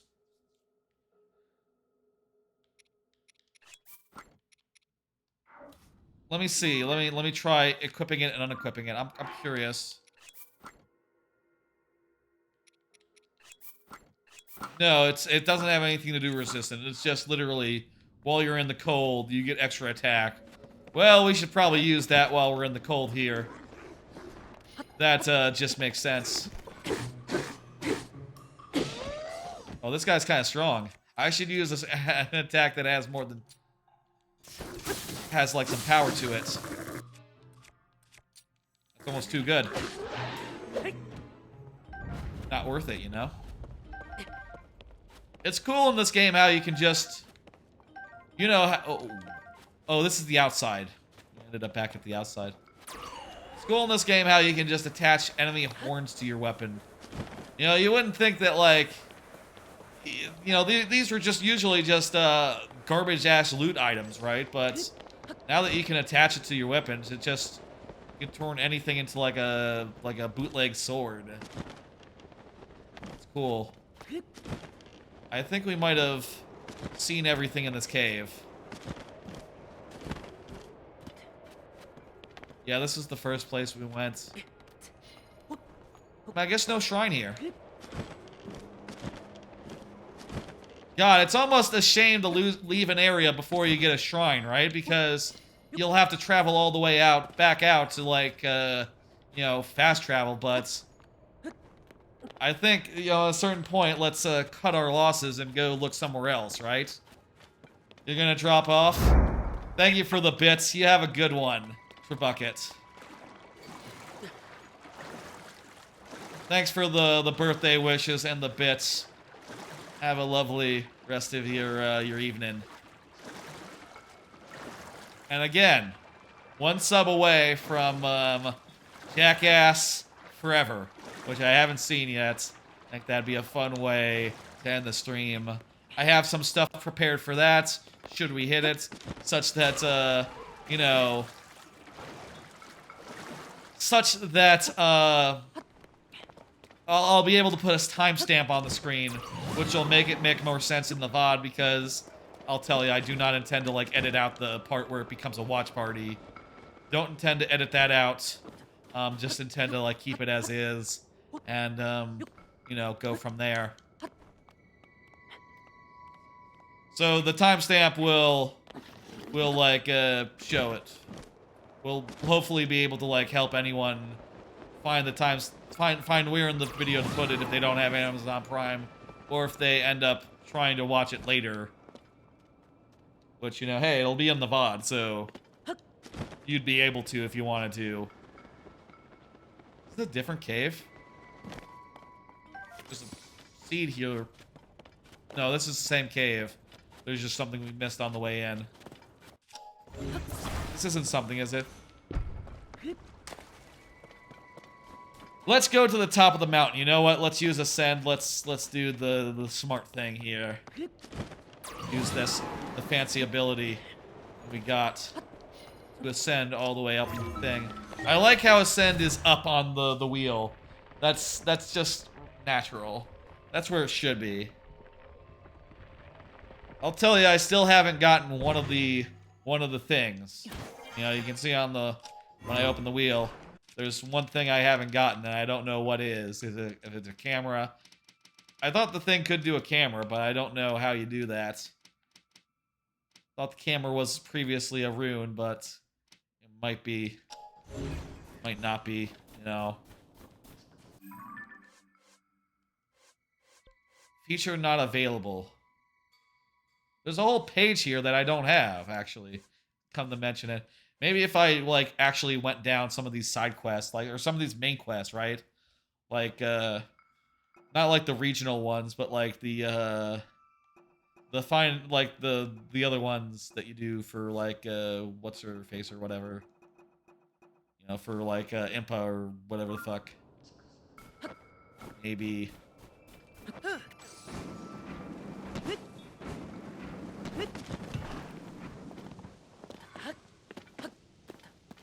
Feels a shame to leave, but let's go to, you know, I can find the places later. You know what? Actually, I'm gonna go over here. This area to me looks awfully suspicious. Like, if I were putting a shrine, I would make sure, if I was putting shrines places, where's my other waypoint? Why do I have 2 waypoints? I only have one place I want to go. Where the fuck's the other waypoint? Why do I have a waypoint over here? Oh, right, that was, I went out to the island. I went up to Eventide, and I put a waypoint there to help me on the way. It's cool. Y'all should see what's on Eventide. It kicks, it's pretty cool.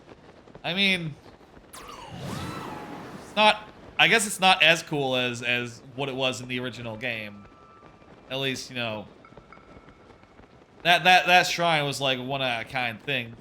As far as like on the island itself, it's not as cool, but you know, I'll say I also went, you know, I also went a place Eventide, you know, into the depths. And oh boy, that That is cool. That seems really cool. Though also it seems like I'm not ready. That seems like a thing for later. The most scared, the most like, okay, this is not, I can't do this right now. I have been, perhaps. I'll say also, you know, just a small thing, you know. Probably what was one of the things that's like driving me towards exploration is that it seems to me like each of the main quests is going to require some sort of like, you know, equipment item, you know? You know how it do?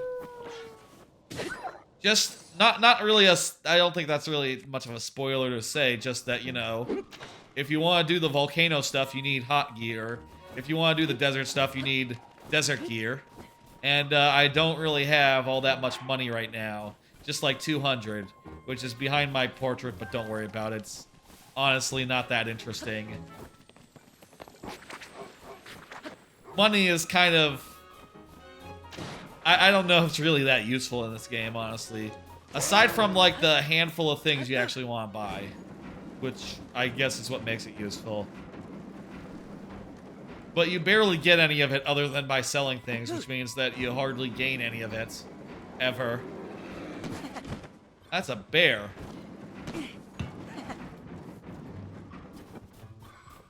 Just a normal-ass bear. Well, we found a bear. That's not what we were looking for, though. We were looking for a shrine. Well, you know, there's a trick to finding them that I can employ if I do something else first. Which, you know, I'll say is not... I'll talk about that later. Perhaps, you know, once I give fair warning. But if there are shrines here, they must be like the kind where they don't have like the big glowy thing to start with. So we'll see. We'll see. Sled down this thing. Go over here. Does the sled work as well if it's, you know, a minecart? I know it works pretty good on dry land if it's a minecart. And, you know what, I can just switch. I can just switch to another shield. I hit the moose.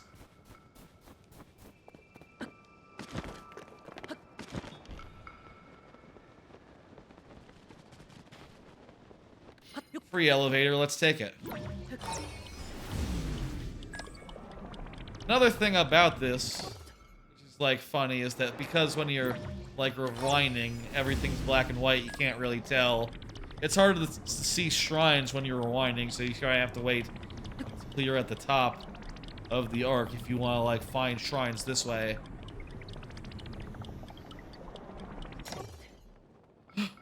Hang on.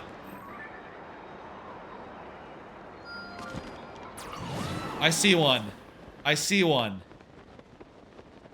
Let's go there and, like, just hit it up, and then we'll go to the other area that I said we were going to explore, but I kind of got caught up with other things, you know?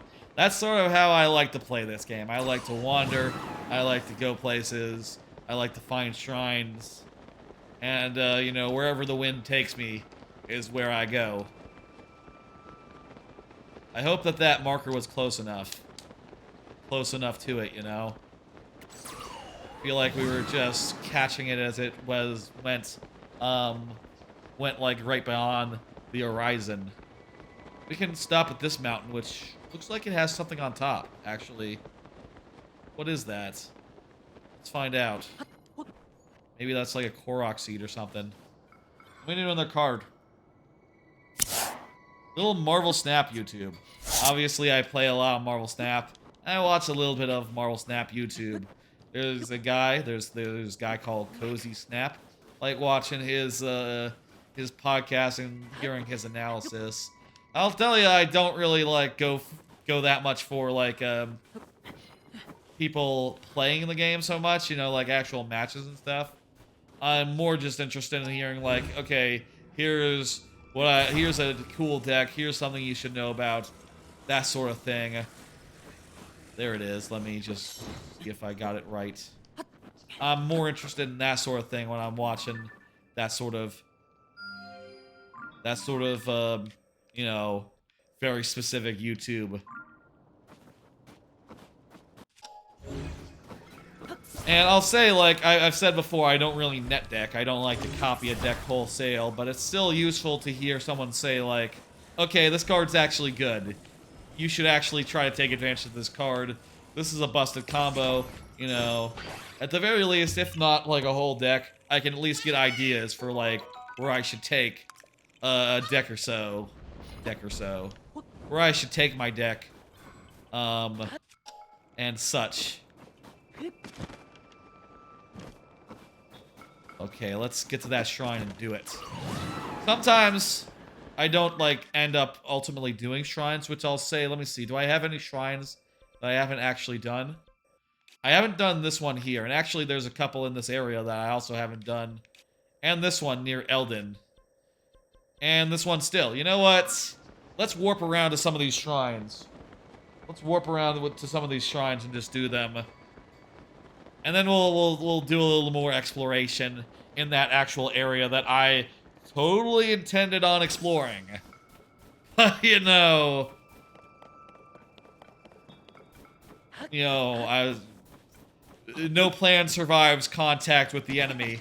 No plan survives, like, you know, contact with the open world of Tears of the Kingdom, you know?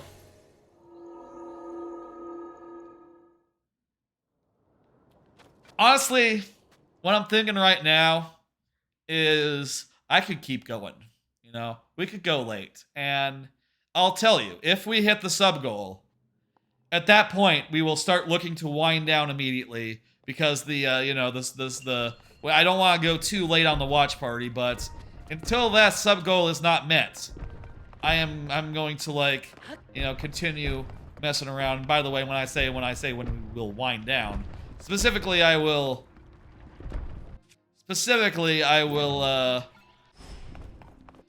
do, like, a little warning, and then we'll do a little bit of the depths.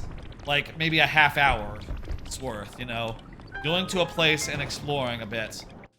Okay, this is just reverse time bits. Easy, easy. I can do this.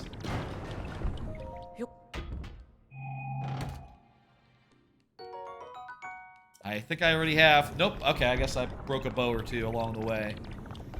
And again, we're just one away from that sub goal. There are others after it. The DK64 randomizer stream, which I will say again. How do you do this one? Oh, I see. Rewind that. Wait. It stops when you stop rewinding, right? So it doesn't, like, get momentum or something off that.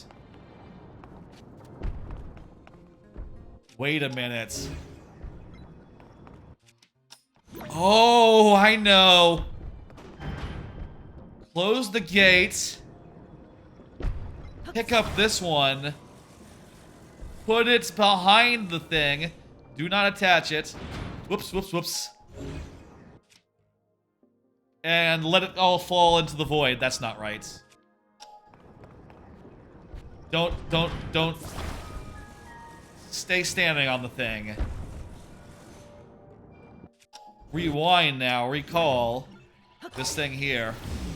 DK64 randomizer stream. That'd be a fun one to do. I love DK64 randomizer, and, you know, normally I play it normal with like some loading zones randomized and all, and some settings that otherwise I like, but there is a thing now where you can do all beaver bother, and, you know, that's an infamous mini game and all, and it would be a hell of a thing to actually do, I think, to beaver bother quite so much, to do like a whole beaver bother thing. I just, like, grab the... Oh, you know what I need to do here? I need to freeze it while it's going over. To beaver bother. It would be ridiculous, and, you know, hey, if somehow we were to reach the watch... If somehow we were to reach the watch party, if And if they get a few more, then that would be in store for us. I'll say, like, I do have my doubts about the Metal Gear, but if you know, that's sort of there as like a stretch goal, you know? That's the way I'm thinking about that. That would be more subs than we've ever gotten in one stream if we were to hit that goal, the Metal Gear goal, which would be amazing considering, like, we're on the last game. And I will say also, you know, as like a small thing for like for those who are considering gifting multiple subs, if that were something that you were to do, I do have a ridiculous thing on this channel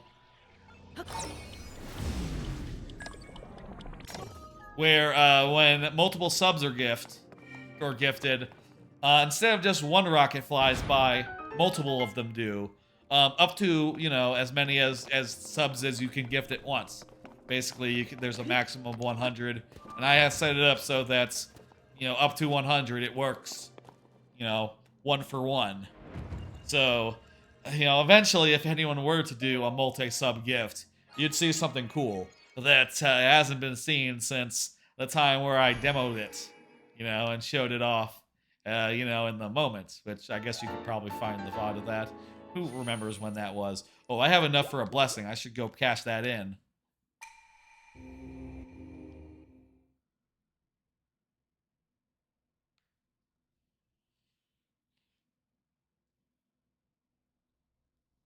One more. I can taste it. I guess I said I could taste it. I guess Jackass Forever is a weird movie to taste. You know what? Jackass Forever probably doesn't have the best taste for a movie. You know? It probably tastes like a butt. Considering, you know, there's a character called Poopies in it. It can't have a good taste. But it actually can't, you know, I don't want to insult the movie. I'm sure it's very funny. Just that you wouldn't want to eat it. Let's do another card and talk about what's on it. I like the Kurt Cassat when they put out the new ones. Kurt Cassat is an educational channel. They do like 10-minute videos. They're like very, very intricately animated. And they do like I'll tell you, I'm thinking about focusing on hearts. Last time I focused on stamina until I got like a full, you know, once around the thing. Thinking about focusing on hearts for a bit to make up for all the time I spent on stamina. So just going with heart container, heart container, heart container. For now, anyway. For like a bit. I don't know how long. And, you know, most of that won't be on stream. I like Kurt Cassat a lot, but I am at the point now where, long since at the point where I've seen all their videos, rewatched a number of them a number of times, and just, you know there's nothing new there for me. There's no new ones for me to watch, and when they do put out a new one, I watch it and I enjoy it, but that's on a rare occasion. Would recommend checking them out, though. They got, like, a very good and deep, relatively deep, selection of very well animated movies or videos of like a rate of 1 a month. And it's always good when one pops up. And that is also the case with old standbys like Giant Bomb or Red Letter Media. You know, I'll say like, with YouTube, it's very easy to find a new person and just watch a bunch of their stuff, right? To be like, oh, okay, you've made videos for 10 years now. Okay, I can watch 10... I'll just watch random videos from you, right? Whereas, like, with Giant Bomb, the only videos I'm watching are the brand new ones, which are, you know, which are brand new, right? And then like, only the ones I'm specifically interested in, like, the occasional quick look, and, probably, like, some of the features that specifically involve Dan Reichert. Honestly, I used to be I watched, like, every Giant Bomb video, but that was a, you know, basically a couple of versions of the site ago, and now I'm much more broad with what the videos I watch on YouTube and stuff. Red Letter Media is kind of the same way insofar as, like, you know, they're a review site. Giant Bomb is a video game site that does like a bunch of like coverage of games. Used to be how I knew about what games were coming out was I watched Giant Bomb look at them, and then from that I knew if I wanted to buy them or not, you know? And that's how I figured out which games looked cool, which games I wanted, etc. So this is easy, you just rewind time.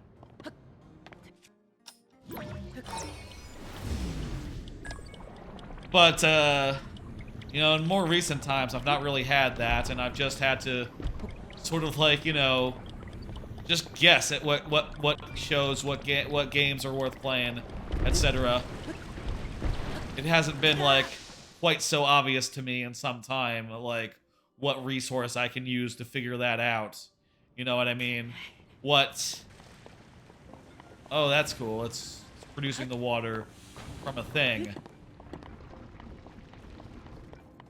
But, you know, I still watch. Red Letter Media, they do, like, reviews of movies, and also they did the Star Wars reviews a while back. If you've heard of those, they're quite good. Really thoroughly enjoy those Plinkett videos. I've watched them like countless times, and you know, occasionally they do a review of a movie I've seen and then I watch it. I'll say, like, you know, not everything they review. They don't do that many reviews these days. And even when they do, if I haven't seen it, you know, I just often don't bother then, because I'm just, you know, not really that interested in the movie itself, you know? And if I'm not interested, I'm not interested. I guess that's a silly way to think of, like, reviews for a thing, right? I'm gonna drop this spiky shield. I've never found a good use for it. Spiky shield is a thing that looks good on paper, but I don't think it actually is that good in reality. Though, I think a lava plate shield would be pretty good. Actually. Why don't I make a lava plate shield? I bet that's pretty good. I bet that's gonna block against fire really well, for instance. And other such things. Oh, I forgot the ball. I forgot to get the ball. Wait, where's the ball? Oh, there it is. It's just off the platform a little bit. I occasionally watch them when they put out something that interests me, but that's, you know, not too frequent. You know, I'd say, like, it's not every week that I watch a Giant Bomb video. It's not every week that I watch a Red Letter Media video, which, you know, if you told me that 10 years ago, I'd go, or... If you told me that 10 years ago, I'd probably be like, oh, I'm still watching Giant Bomb, like, 10 years from now? Like, they're still a thing? I'd probably be more happy about that, honestly. And then I'd say, like, kinda. They're kind of a different crew now. Everyone original except for is gone now. So, you know, there's that. And Red Letter Media, yeah, they're still around, but they don't review that much. Maybe I would be surprised, like, 5 years ago, honestly. Like, even pre-pandemic. It was the pandemic that did it. Like, when they switched to working from home and, you know, they had to deal with the fact that... Wait, what the hell? Oh, I need a lava platform. I got it. I figured this out.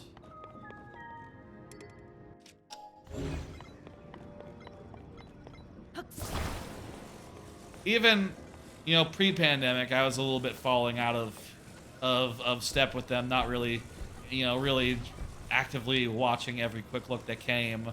More just, like, passively watching and enjoying the banter and stuff, which, hey, you know, that's a perfectly valid way to enjoy content. It just was a big change after many years of just, like, actually using it to drive my purchasing decisions.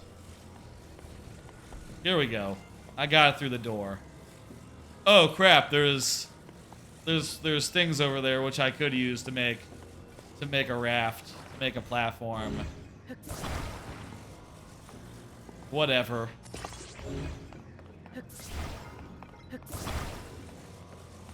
This is just as good. I will say I have continued to do sometimes the doofy thing of using a hammer or an axe to start or stop a thing and accidentally destroying it in the process. Also, I'll say, like, looking at it, like, goddamn, I've had this particular weapon forever. You know, it hasn't broken yet. Like, I might have made this one during the stream or, like, shortly after it. The first stream I did, like, a week ago of this game.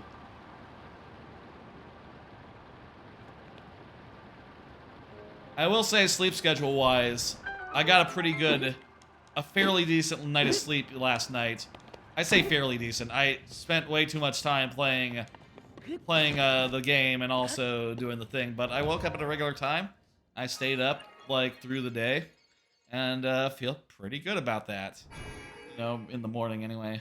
Had a pretty normal day of work, very productive, and that felt good considering that, you know, I had played just a ton of this game, of Tears of the Kingdom, the previous night.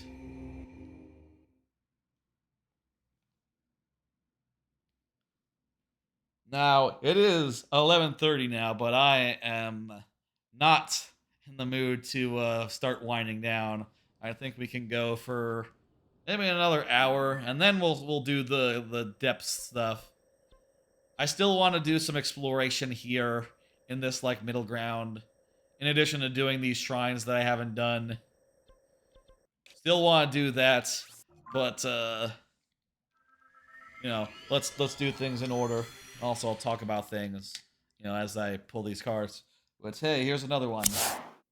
Been watching random clips over and over again.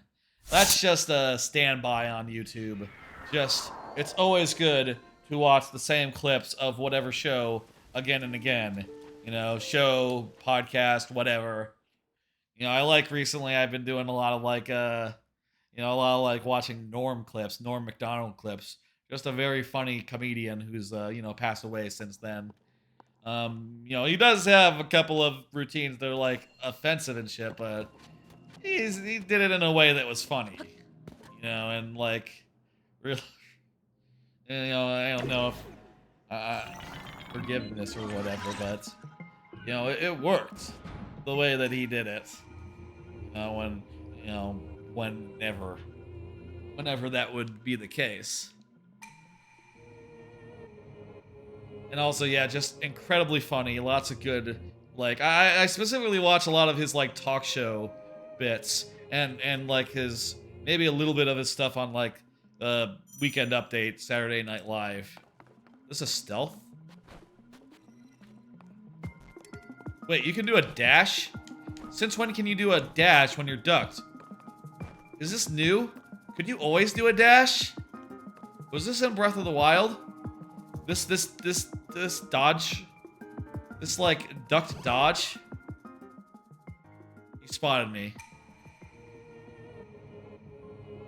As I am inexperienced, you're right. I don't know about this.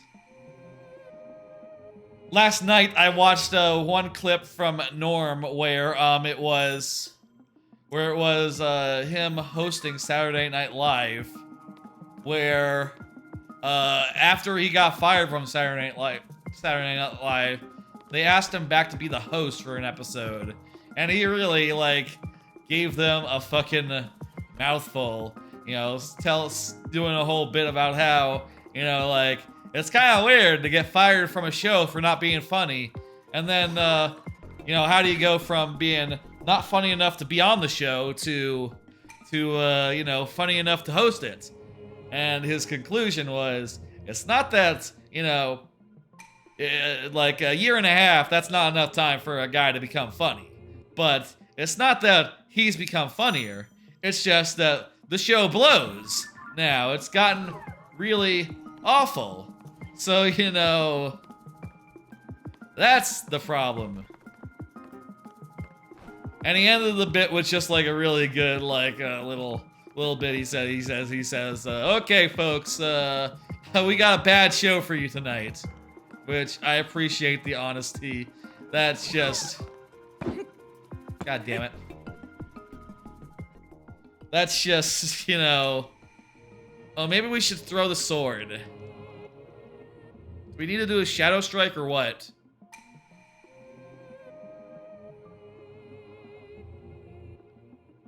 Also, what's up with the sword?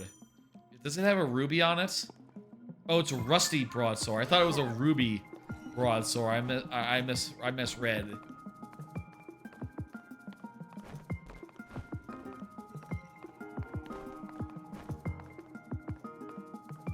So get over here and then what? Just like walk really slowly. I don't really bother that much with stealth, honestly. It's not really my thing. I watch random clips of stuff other than Norm, of course. Like, you know, I love a Sopranos clip or something of the sort, like a clip of Sopranos that's really good. Other shows that I like, you name it. You know, there's loads of them that I've watched like a whole bunch of times. Oh, geez, there's more. Okay.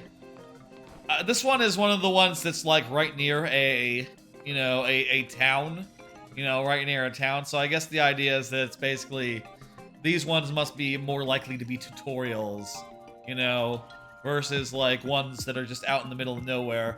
Those ones are more likely to be a weird challenge, and require like some, god damn you, some very specific knowledge and such. I'm learning things. I don't do stealth. I guess, there are really tough enemies in this game, and I guess if you could just be stealthy... Wait a minute. I haven't used those puff shrooms. Can I just throw a puff shroom and just sneak strike for free?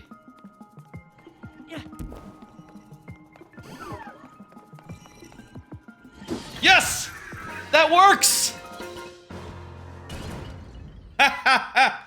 That's good. I love that works. Yeah, I've proven my mastery. Yeah, that's right. I love that works and you don't have to just, like, use skill. You can use other things. I probably want a Zonai sword, don't I? That sounds pretty good. I have 2 rocks and this one's about to break. How about goodbye, Boulder Hammer?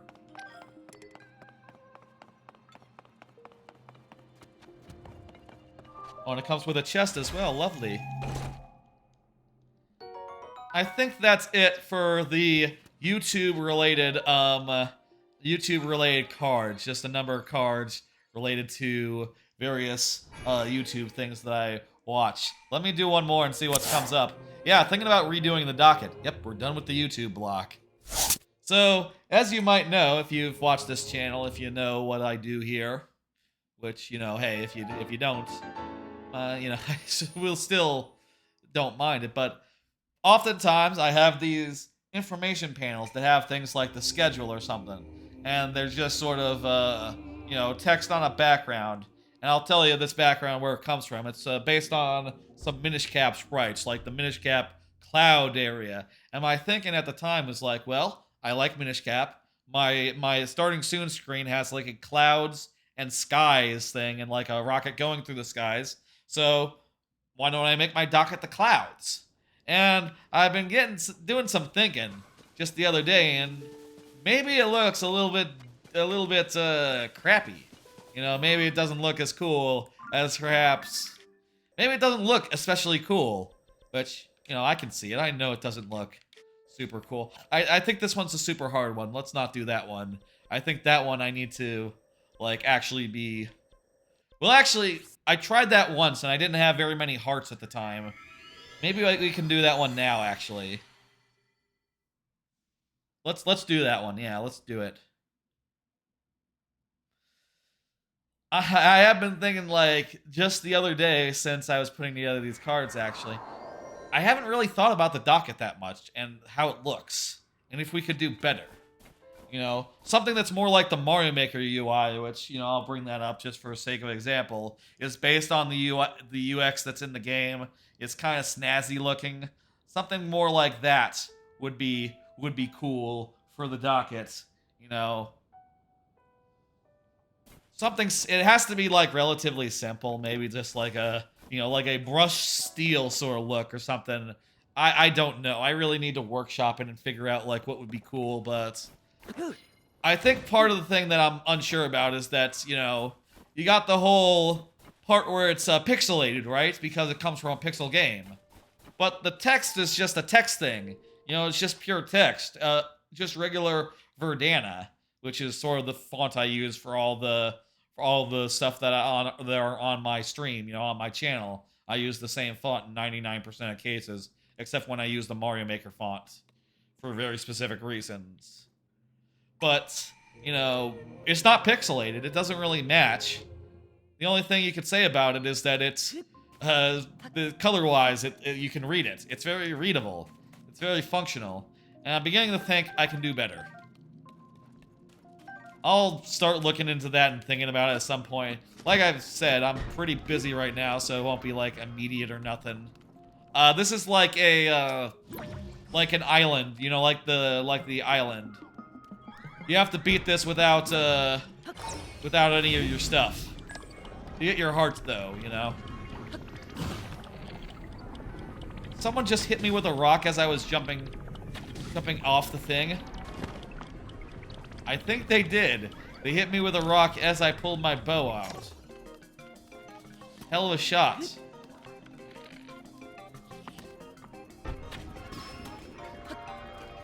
Alright.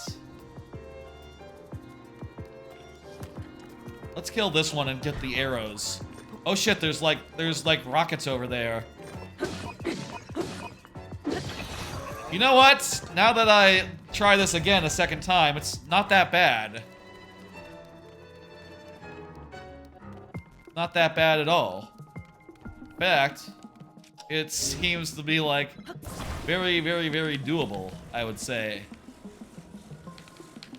Come on, break apart. Does this thing not break apart? I don't think this breaks apart. I guess it's one thing. You know, since it starts fused or something. Oh, wait a minute.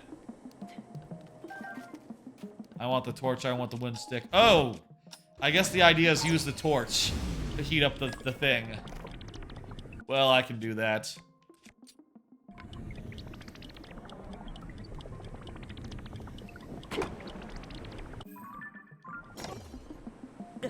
Oh, fuck, I'm on fire.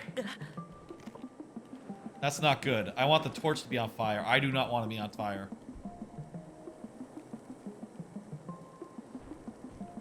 So yeah, I feel like that's overdue for a remake, or for like a redo.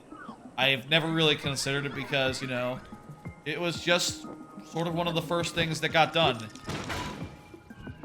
One of the first things that I did.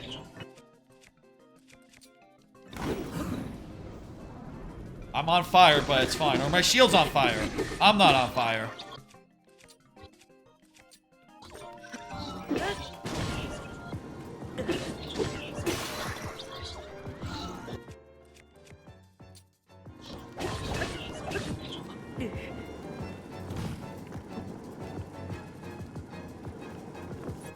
Oh, okay, if I put it away, it goes... It stops being on fire. The shield does. Oh crap, there's another one here. What? What happened? What was that? Give me a replay. You know, another thing that I could set up, I guess. I've heard there are some streamers who can do like replays. You know, there's just like replay, something like that. Oh, I got shot from an arrow from... I can only do that with just like, you know, the basic switch thing. I had gotten down to like 3 hearts, 4 hearts or so in that fight. And then a electric arrow from a direction I wasn't looking hit me. That explains it. Let's do 2 more tries. We'll do 2 more tries with this. I mean, I could literally pull up the Mario Maker last tries left. Can I do that without... We'll do 2 more tries.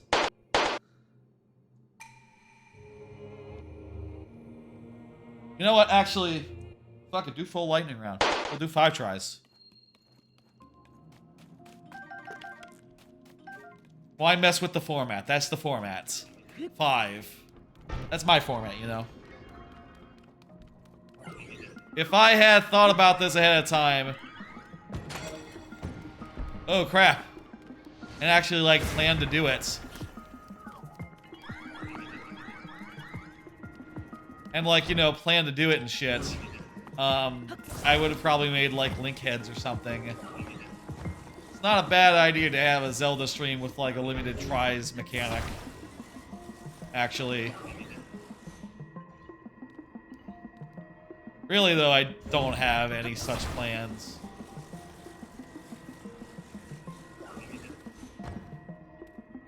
Well, I could have just taken them out like this. I didn't need to go in there myself.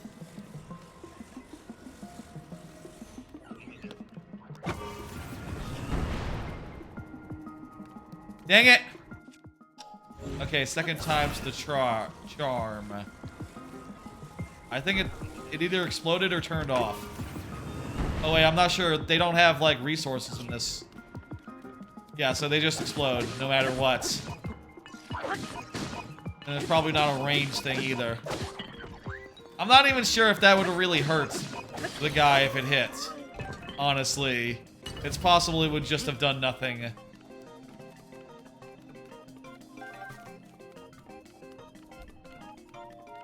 I'm gonna send by using this thing over here. That sounds like the best idea.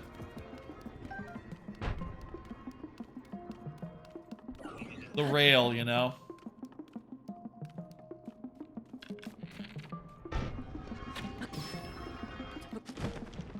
Uh-oh. That's a heart or whatever it is. That's fine.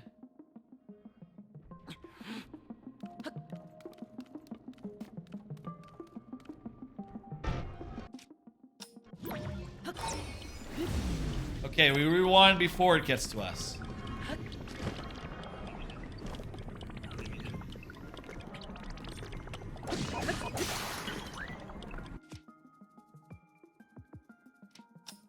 You know what we should have been doing? We should have made some Ultra Hand stuff real fast. Like, that's obviously what you're supposed to do here, right? In fact, here's a couple such things. Right here.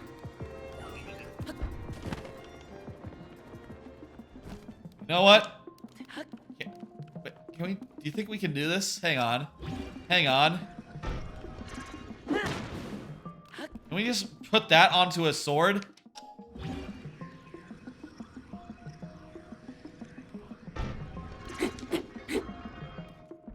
Okay, we need to... Timing-wise, this is a bit tricky because it's coming at us at 1,000,000 miles an hour. Oh!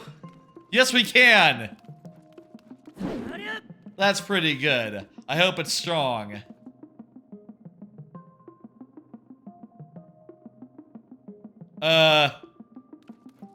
There's only one of them. We put it on our sword, so there's not another one. Okay. Well, remember, we have this ability called Ascent. It's pretty cool. We'll just use that. Hey, buddy, I'm right here.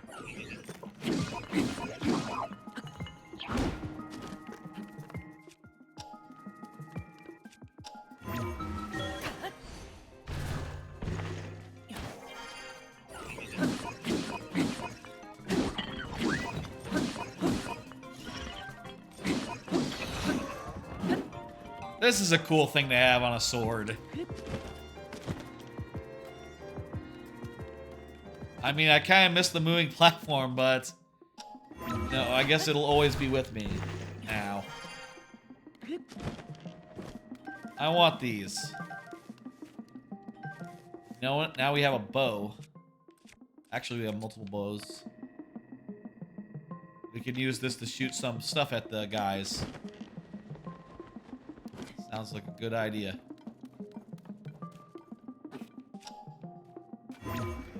Find a good place to ascend. Ascend. Let's do another card. Been playing Marvel Snap, just got Kitty Pryde. Kitty Pryde is a brand new card. They just gave it to everyone basically what happened is they put out a version of Kitty Pryde that was very glitchy and didn't work. So they ended up pulling her back and just giving her out to everyone as a matter of course for free. And oh, I thought the candle would still be on fire for some reason. I thought the candle will still be burning. I don't know why I thought that. Still burning candle. That's what I expected. So yeah, she's a card. Basically, she's a 1-drop, and at the end of every turn, at the start of every turn, she returns to your hand and gains 2 power. So you can play her like multiple times throughout a game and just build up her power. But also she's very eliminatable. Works very well with like the collector, with like Beast and like bounce decks and other such things, which is cool. But currently not playing any such deck really.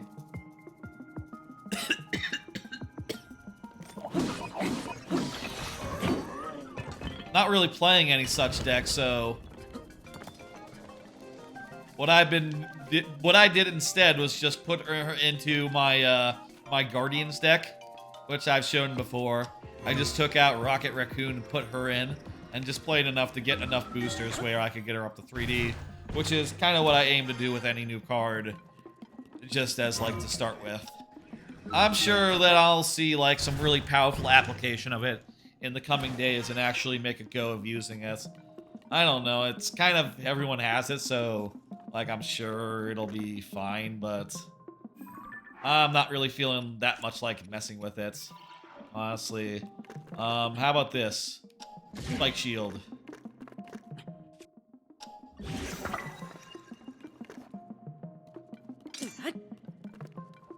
Will this protect me from fire? Ooh, it does protect my shield from fire. That's handy, considering it's a wooden shield. I guess I do now have a non-wooden shield as well that I could use.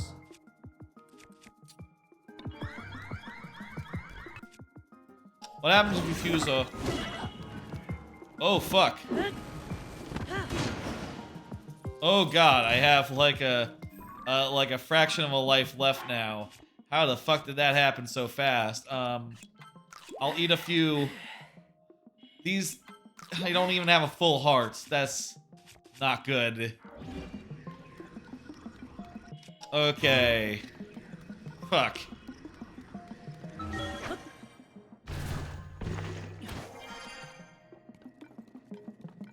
Well, this try might be tits up, but we'll see. We got pretty good like stuff right now. Really, I want to get rid of that guy over there.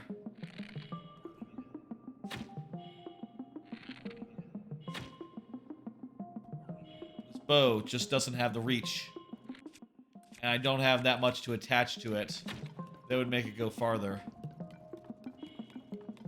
Anyway, after that, I ended up honestly not missing Rocket Raccoon that much in that deck, so I thought about it.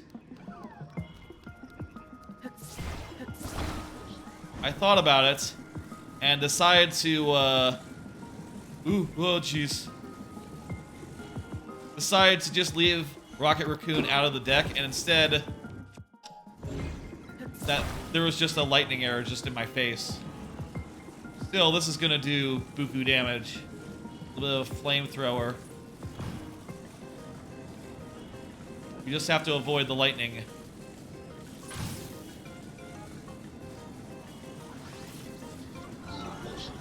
Hell yeah. Or deal with his lightning. His lightning friend. There we go, no more lightning.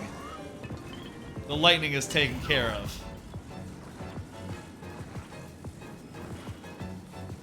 I ended up not missing Rocket Raccoon. I honestly... I mean, I feel like whenever I play Rocket Raccoon, I often do so on 2 because that whole deck is based around playing Nebula on 1. So playing Rocket Raccoon just doesn't feel as good.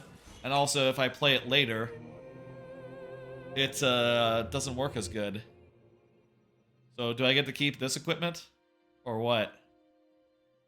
Look at that, we did it. I'm gonna get rid of the tries left then. We did it on our second try. Perfect.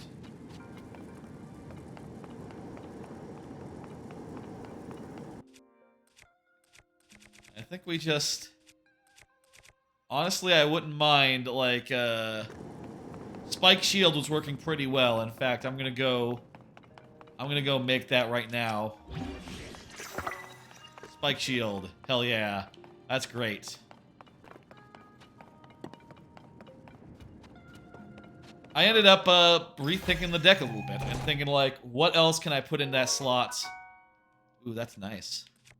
Drop this hammer. I already have a different hammer. And thinking, like, what else can I put into that slot of the deck? And ended up going with not a 1-drop, but something else. I ended up going with this. Let me show you. That's not it. This is it. It's the third of the images that I have to show. I ended up going with Negasonic, which is a card. It's a 3-drop card that, it's a 3-drop card, 3-cost card, 3-drop, as I call it, when a card is played in the lane, it destroys that card and it destroys itself. So you can use it to defend a lane, to keep enemies from playing powerful cards in it. It's pretty good, especially as a reaction, especially if you play the kind of deck that has priority a lot. And since my deck is a Guardians deck and will tend to sort of bully other decks out on early lanes if I play into the same ones as they do, I'm probably pretty likely to have priority, so I can use this on turn 6, for instance. One of the strategy that I've employed a lot with this deck as a turn 6 play, after like locking down at least one lane with like Professor X, Storm, or Spider-Man, at least locking down one lane for the last turn, is using Groot, and that on reveal like gains damage, gains power if it played in the same lane as one of their things, right? And also playing Cosmo behind it, which stops further on reveal effects, which essentially gets me a big boost and then prevents them from getting anything that they want to do in return, which I just find to be super effective, you know, and super key to the strategy. And I figure that that Negasonic is sort of the same deal. You know, I play Groot, then I play Negasonic, they play something to the same location, it's gone. It's gone by the time that their turn comes around, or when their turn comes around, it explodes and dies, and I laugh, you know, considering that I've shut down something good. I could even use it without Groot. Do like Cosmo and then Negasonic, and that would both silence anything they play and then destroy it. So even if it's like a big card, it would still get destroyed. It would still get dealt with, and that would be perhaps really, really good. Now, I'll say I haven't actually tried this out yet, but looks good on paper. I'll say I just came up with it last night, and, you know, I started the stream, like, shortly after work. Just enough time to, like, watch an anime, basically, so haven't tried it yet. Looking forward to giving it a go. I bet it's going to be really good. Alright, let's, I'll tell you what, let's actually go over to that area that we've been talking about, doing some exploration of this whole fucking stream, this whole fucking Tears of the Kingdom segment. I'm gonna do some actual exploration of this area now. I'm gonna actually make good, and I think I'm gonna follow the trail. I'll tell you, I still haven't found that man Hetsu. I did see someone say, you know, Hetsu's the guy you trade Korok seeds. At least he was in the first game. I haven't found any such guy yet. So I'd really like that so I can get more inventory slots and not have to be all jammed up all the time. But I haven't found him yet, and currently looking for him. I think the first thing I'm going to get is shield slots. I need shield slots. I have like 4 of them. That turns out is not enough if you want like some specialized weird shields, which, you know, in this game you're very much gonna do. Right? I do wonder if he's just like traveling or something, or just like anywhere. What's all this? Oh, this is the editor thing. I heard about this from the earlier thing. This is like a major quest where you can talk to the newspaper people, and they're gonna tell you what's going on in each region, I guess. I've not seen this. We're not gonna do this. I was just saying hello. Just saying hello, fella. My lady. Tracy. Tracy, that's a normal name spelt weird. She's the editor. Yeah. She's digging into what happened to Zelda. I think I figured it out. It's kind of obvious. All you need to see is one scene at the end of the tutorial area, and you've got everything you need. I bet everyone who's finished the tutorial area knows 1000% where Zelda is. It's not complicated. It's fairly obvious. And this motherfucker has seen stuff that should tell him. I don't know. You know, we said that Agent 47 is a detective. I'll tell you who's definitely not a detective. Link. Link is 100% for sure not for detective. What the fuck? Hey! Froggy armor. Armor that makes it so that you can grab onto stuff. Oh shit, that's great. Wow. She's right. I want that. They're gonna visit every stable. Okay. I guess that makes sense as a thing to do.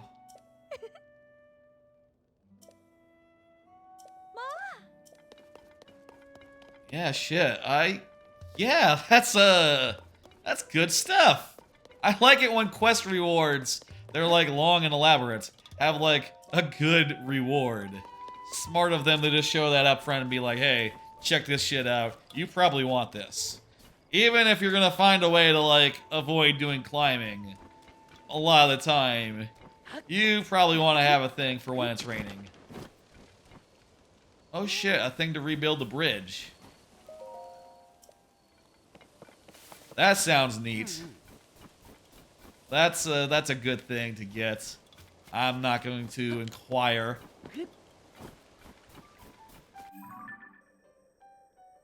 Oh shit, I missed this shrine earlier. I thought I got all the shrines. I thought I got all the shrines on the way, but I guess I forgot about this one. I'm wondering. And by the way, I'll say, like, the one spoiler I'd be okay, like, with anyone just saying outright. The one spoiler I'd be okay with is, where the fuck is Hetsu? Where is that man? I need to cash in some Korok seeds. I need inventory space. If you know where he is, and the answer isn't like, oh, he's somewhere, he's random, don't worry about it, you'll see him.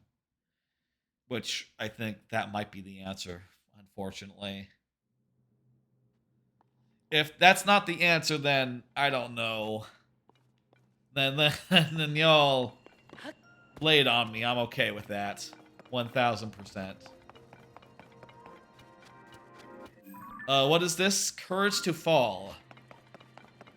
Courage to fall. What is this?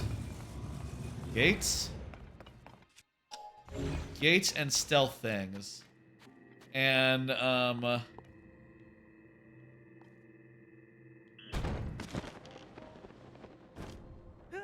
I fell. I think that was pretty courageous. But I don't think it helped me. Yeah, that's not good. How do you do this then? Courage to fall. What does that mean? Is this a moving part? Can I rewind it? No, I can't rewind the floor. Can I detach the doors? And, like, use them as a bridge across the area?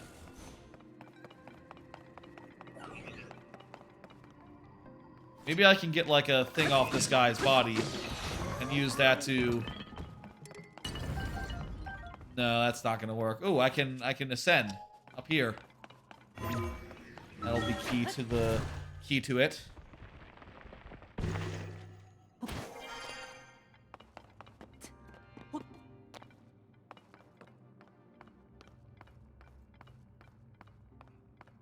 Let's go through here.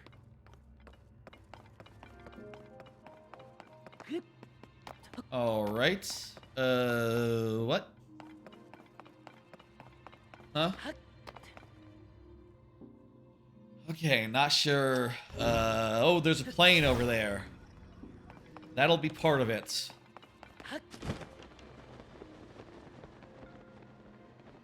Okay, we can just fly around that first section, I guess.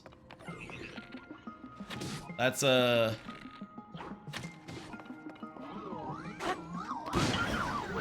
that there is what they call a red herring. We don't actually need to bother with any of that. Do another card. Look at this photo of my dad's cat. Doesn't he look like he's on a throne? There, look at that. Doesn't he look really like princely there? Doesn't he look like a princely little guy on his little chair? It kind of reminds me of like furniture that I knew existed during like the Roman Empire, that old business, Roman Republic, ancient Rome. You know, they had a lot of like loungers like that. I think of like the hedonism bot from Futurama. He sits on a similar type deal, and yeah, you can see that little Willy there, my dad's cat. Really, one of my dad's cats. Really is a proud little fella, I would say. Anyway, that's cat time.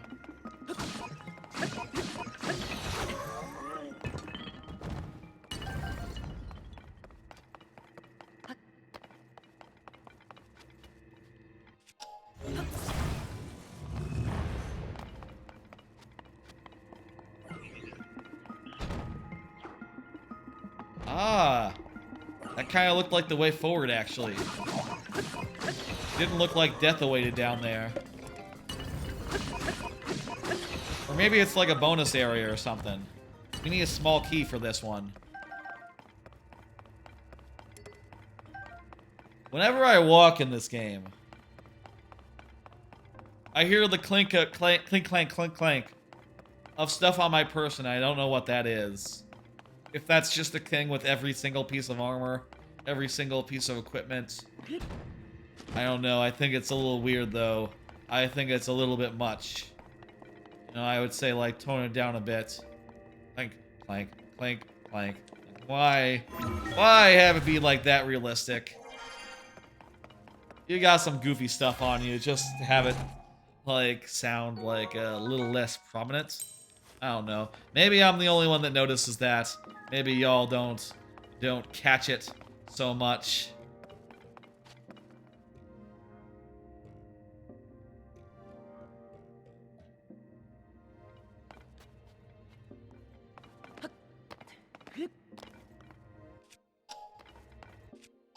I feel like we might have skipped a puzzle by going under rather than oh no, this is just where we were before, actually.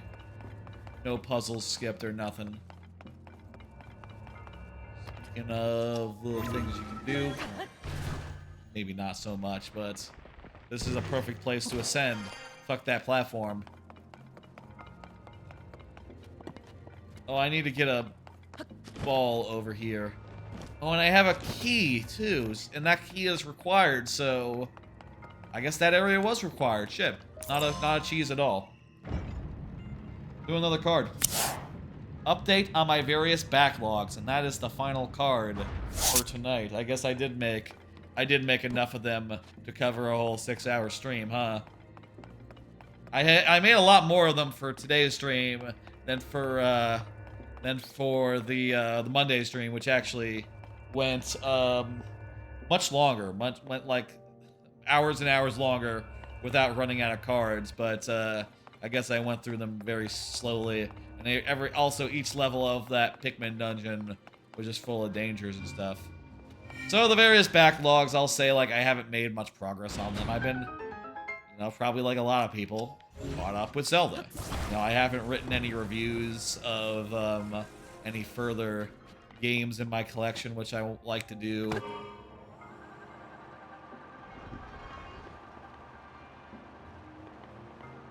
I think I see what we do here. Oh. It's not this. It's not hit a wall and fall.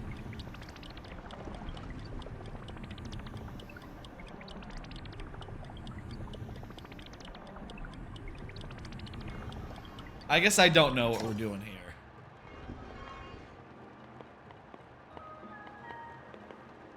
We're turning, but we're doing so in a steep enough manner where we don't...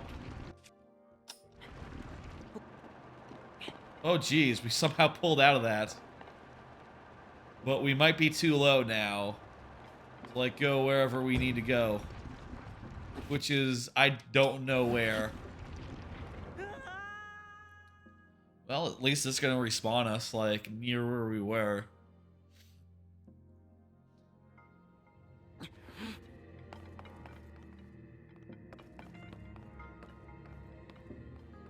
We have to, like, maybe... Here's an idea. I think...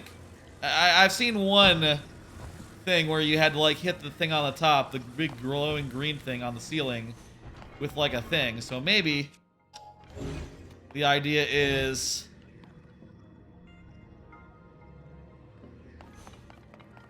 Maybe the idea is, like, you, like, put the thing in such a position where it will fly and hit the thing on the ceiling. To do that, I need to set it down, like, right here.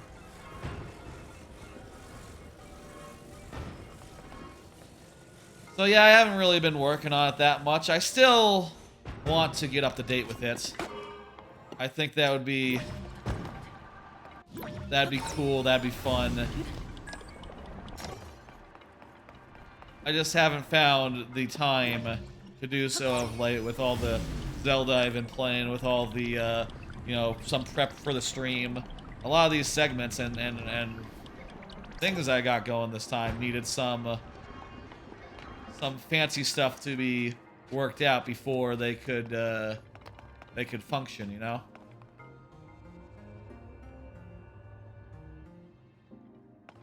Will it just respawn, or does it have to, like, crash or fall off the edge or something?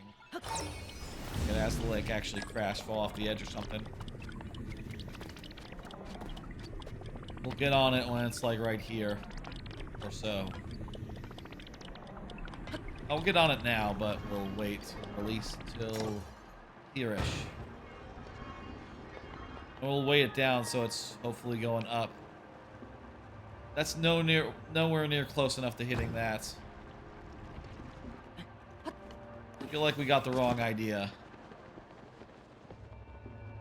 Maybe the thing is just we need to get through one of these areas, and we can do that with wings pretty easily. You know? Like this part here. Actually, we already got from one side of there to the other. So why would we need to fucking fly to do that? I might not be seeing something obvious. Like, okay, let's back up. Where's the thing?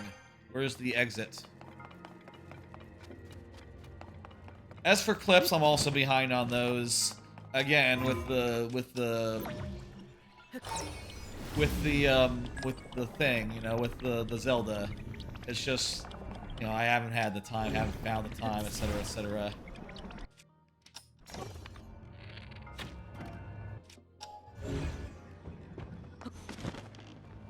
There's one more backlog that maybe I'm not really talking that much about, and that is my podcast backlog.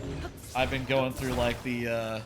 I fell behind on just about all my podcasts a few months ago because I did a big reread of an audio book series, The Dresden Files, and after I finished with that, you know, after I finished with that, I've now been just like catching up. This feels wrong. I've been now catching up on all my podcasts, and you know, they've been good. I mean, I'm really behind now, so I'm like just listening to them talk about like games from a couple months ago. I don't even know like how far back I am now. Let me see. March. Yeah, like end of March. Some of these are out of order. No, this one is from today, so that's why it's at the top. I need to move it down. I wish Overcast would learn that if I've moved, that if I want them in chronological order, even if it's a priority podcast, it needs to go behind the other installments from that podcast. You know, I don't want to listen to episode 17 before I listen to episode 15. What the fuck? That seems obvious to me. I don't know. Maybe there should be a per podcast setting for everything like that.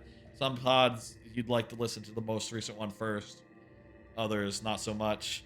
Yeah, I'm like just at the start of March, so like a month and a half back. Yeah, a month and a half back. But hey, I think I'm making progress. You know, I think I'm listening to more weeks worth in a week than I am like losing. You know, losing ground. So that's nice. The weird thing is just that, going through it, it seems like every other podcast at where I'm currently is, min-max, because, you know, a lot of the other podcasts I listened to that were active during that time were like bi-weekly, so it's like, okay, listen to a Fire Escape, listen to a min-max, listen to a Yari Yari Boys, listen to a Shrieking Shack. On occasion, there's sometimes a Shrieking Shack. Listen to a Yari Yari Boys, listen to a min-max, listen to you know, the Fire Escape, min-max, Yari Yari Boys, etc., etc., you know, that's sort of the flow. Oh, I think I see. I realize now what we need to do. We need to get the ball over there to the hole. So we need to take that ball that's in that other hole and move it to this hole over here. Okay, and we can use the plane to do it. I figured it out. I got it now. And I'll say, like, I like a little more variety than that, but also, you know, it's not really Min-Mac's fault that they happen to be the only podcast that I'm listening to right now that happen to be, like, weekly, you know, have weekly installments over the last month and a half, right? Like, yeah, that's, you know, that's not hardly on them for, like, making up a lot of it, right? They were just doing stuff normally. It just so happens that, you know, they're the only ones I get to hear, like, going through every week, every time, and, you know, it also doesn't help being a topical podcast, you know, being a podcast about current video games. You know, going through those and being like, well, I'd really like to hear talk about Tears of the Kingdom, actually, but I'm, like, you know, a good month away from that, you know, honestly. Which I'll say, like, you know, is nice insofar as, like, I am getting information about games that I didn't pay much attention to at the time, right? Like, I did mention before that I have been, like, trying to make sure I'm playing new games and shit, so that, you know, when Game of the Year comes at the end of the year, I don't have just, like, 5 games that I played, or some shit like that. And through their podcast, I've heard that Like a Dragon Ishin wasn't a RPG. I heard that,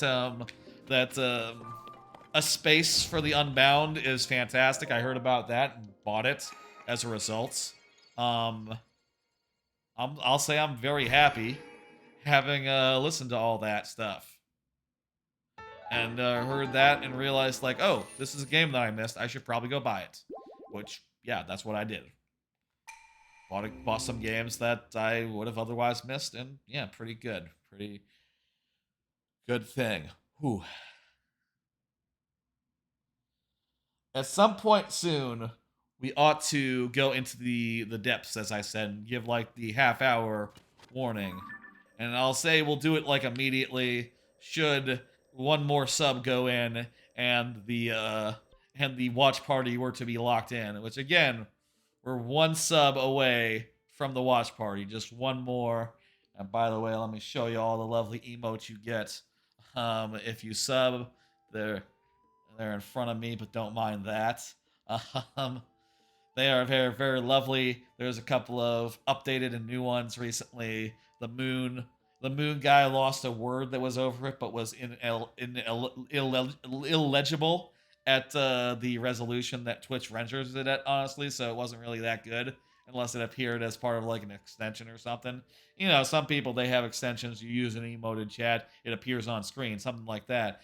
In that case, it would be okay, but otherwise, just having the moon waving goodbye is, I think, clear enough. And also you have DixieCon waving a whole different kind of wave. That's more of an excitement wave. And all sorts of other good ones are here as well that are very useful, I'll tell you. I love my own emotes. I put a lot of work into making them a good selection that like cover a lot of cases and are very, very usable in a variety of circumstances. And I'll tell you, I use them a lot. One of the nice things about being a streamer, you get free emotes. You know, your own emotes, but you get to use them everywhere, and that's just pretty cool. That's just pretty sick. This just kicks a lot of ass. You know what I mean? I'm gonna cash in that, those things.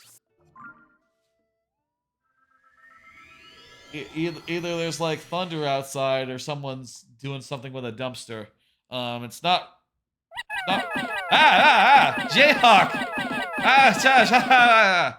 You can see that it's I made it so that it aims at me despite what corner I'm in. I can be in any of the 4 corners and the Pikmin thing will work, by the way.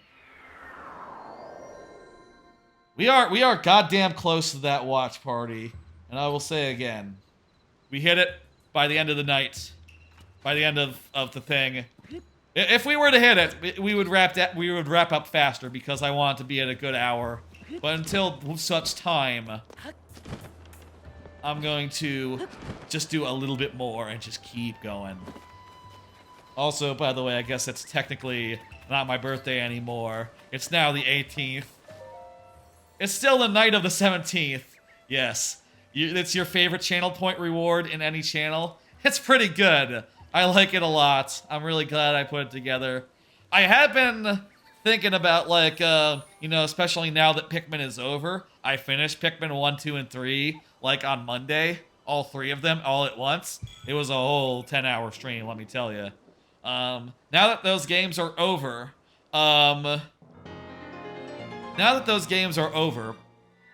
should I be looking at, like, other things that you can throw at me? Other things that are perhaps more relevant? I don't know. I'm doing Hat in Time next as the next playthrough game. I don't know that Hat in Time things make as much sense to be thrown at me, right? Like, would you want to throw, like, hourglasses at me? I think that maybe we should not set a precedent that every time I change games, the thing that gets thrown at me changes. You know? Maybe just have it be like whatever makes sense and whatever seems like a good idea. Or a bad idea, as the case may be. You know, whatever's fun. I'm gonna try following this path back. I'm gonna take out a horse. Say keep the Pikmin for a bit. Oh, for sure. I would keep the Pikmin. The thing is, maybe we could add additional things. You know? We could add additional things being thrown at me. I don't know, like what? Right? I would have to think about it. I think the Pikmin being thrown are pretty good. And also, hey, look, Pikmin 4 is coming out later this year. Pikmin are going to be relevant for quite a bit. You know, it's not like obsolescence or something. Yeah. What would be good? Okay, here's my quick thought. Here's my quick idea. Here's my quick idea for something that be thrown at me. A whole bunch of jiggies, golden bananas, other such 3D platformer collectibles. Just like collectathon goodies, right? That's sort of on theme, on brand, and that's pretty fun. We can make it so that each collectible makes a different sound. You know, makes like an appropriate sound based on the game it's from, the collection noise that it makes. You know, like whether it's a jiggy or a note or, you know, a honeycomb. I guess I'm just saying mostly Banjo-Kazooie things, but goddamn if that's not one of my favorite. I say one of my favorites. I guess Odyssey is my favorite. Is my favorite now. Odyssey is my favorite. It's my favorite game of all time. So yeah, there you go. It's Tui is like the Banjo games are among my favorites though of the platformer genre, my 3D platformer genre. And part of the reason I love Odyssey as much as I do is because it sort of hews very close to Banjo. Notes, empty honeycombs, eggs. Yeah, you know, you could just do a whole thing with just Banjo objects, honestly. Oh. Like, that's... You don't have to mix in, like, Donkey Kong Country, and you sure as hell don't need to mix in ukulele shit. Like, what else would there be? Like, Glover stuff? Tui, yes, that's right. Maybe the different egg types from Tui? Oh, you typo on Tui, I see. Oh. I didn't know, by the way, that your horses, they are saved from the last game.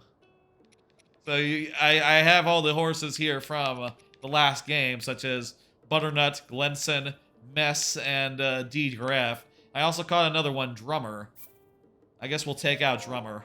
Oh. This one's kind of a wild. He has a wild temperament, which means he kind of disobeys. Oh. What's this world coming to? The horses don't run as good. Time was you looked in the sky in the day and you see the sun and the clouds, night, moon, and stars. Nowadays you look up and see floating islands and all sorts of things. God damn, you know. Yeah, kids today, they don't know what it was like to not have flying islands in the sky. Let me tell you. Oh boy, kids, you know. Do you remember when the skies were clear and you could see space? You know, I don't remember. Honestly, I live in a suburban city. We got too much light pollution. I ain't seen, like, pure-ass stars and shit. By the way, I'll say again, if anyone wants to tell me where Hetsu is, the guy who gives you, like, inventory space upgrades, I would love inventory size. In fact, I should probably look it up. Oh, hey, there's Sign Guy. Have y'all seen Sign Guy? He needs help holding up his sign. How are we gonna do this?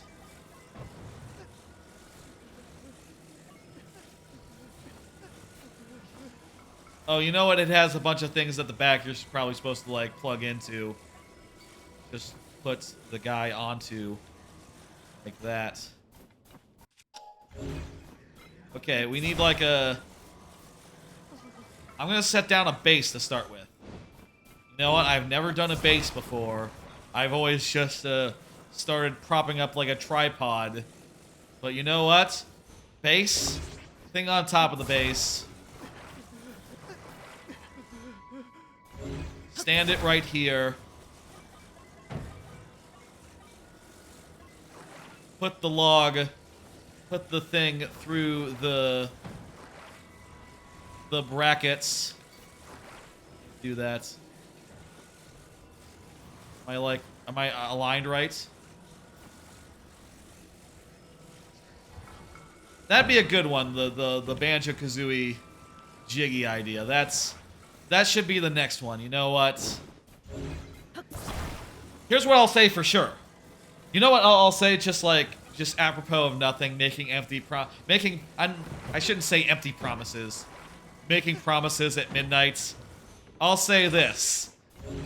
Banjo-Tooie hits Nintendo 64 online. I will put that together, and that'll be like a full playthrough here on this channel. Banjo-Tooie. I love that game, and I've been waiting for it to show up on N64 online before we actually, like, get into it. That looks pretty fucking sturdy. That's, like, sturdier than anything I've ever built for this guy. It better work.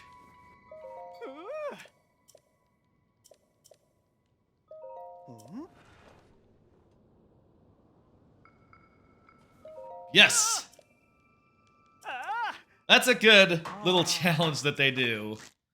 Good little challenge that they do. Yeah. If Banjo-Kazooie hits N64 online, when it does, I'm going to say when it does. You know what? I believe it will happen. I believe it's inevitable. When it does, we will do the thing. We will have that as a channel point thing. Just a whole bunch of collectibles with different sound effects. And that'll be fun.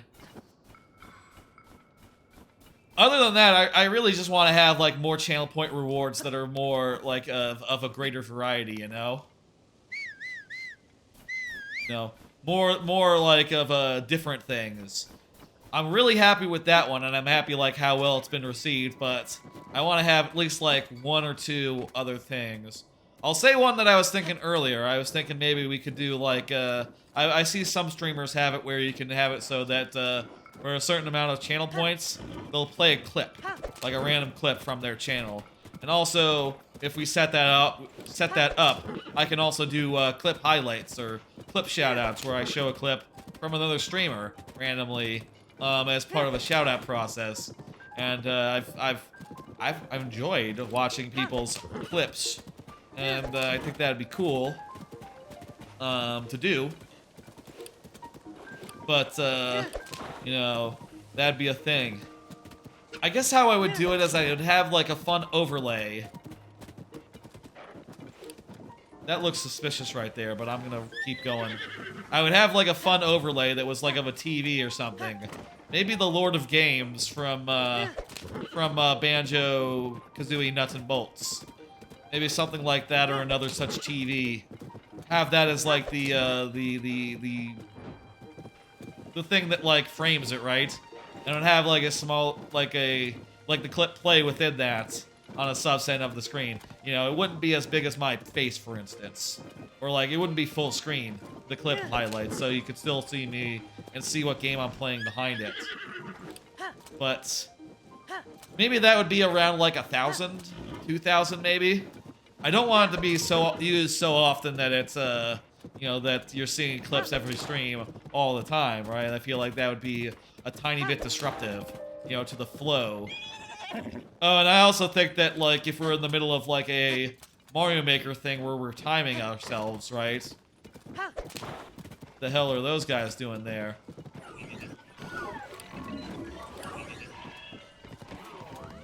I'm gonna kill these guys. I'm not sure what they're doing here, but whatever.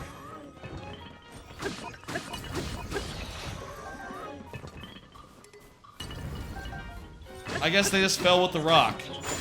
That's that. That guy has a flamethrower. I should probably be a little bit careful of him.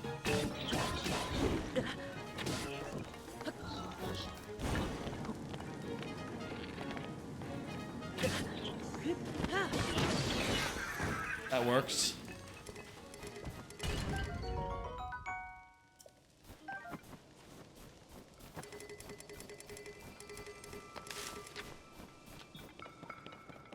So yeah, maybe like 1,000 for that, because, you know, I don't want it to be disruptive, but also, if I did it, I would want it to be used on occasion, you know? And hopefully, you know, that would also, like, you know, encourage me to keep up with, like, clipping up, finding, like, good clips of, like, old streams and stuff, and make sure that those were all up to date. I always feel like if there's a moment that's, like, clip-worthy, and, like, worthy of a clip, you know? It's good to have it in clip form, so, you know, for features like that, you know, like play a random clip, for clip shoutouts, it's available. And hopefully, you know, they'll get a good one. And also, I do feel like whenever I play a game, right, I kind of hope that within that game is at least one eminently clippable moment, you know? Like, I feel like it's a pretty low bar to ask, right? Like, oh yeah, there's probably should be at least one moment in there that's, like, worthy of clipping. You know, obviously, like, if it's just me talking about, like, a certain anime and it's taken over a minute, like, that just can't be clipped, right? But there's plenty of stuff that doesn't require context. That looks interesting, but let's keep rolling south. There's plenty of stuff that doesn't require context that, you know, is perfectly good in a minute format. I will say I am currently thinking like maybe I go too long in the clips. Maybe I should be looking to do like shorter clips that are snappier. And maybe if they cut out a little context, that's okay if they get to the punch. They get to the like the punchline is in like in a written thing, right? A punchline is a thing. But what about in like live moments? Like what is that called? It's not called the punchline. Get to like the big moments. Get to the. Is there a word for that? Like punchline, but for improvised stuff. You know, but for like real stuff. You know, not like stage stuff. Not like stuff that's you know, contrived or written or scripted. Get to the payoff. Let's say the payoff. That works. There's another sign guy. I already did a sign guy. I'm good on sign guys for a bit.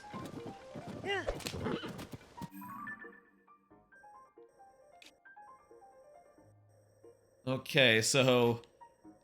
actually, we should have turned back there if we wanted to go down to the area I want to explore in. Oh, shit. Okay, I'm gonna turn around real fast. We should still keep an eye out for shrines and stuff and things to check out. Also, you know what? Why don't I just take a shortcut here? This looks like a shortcut to me. Yeah.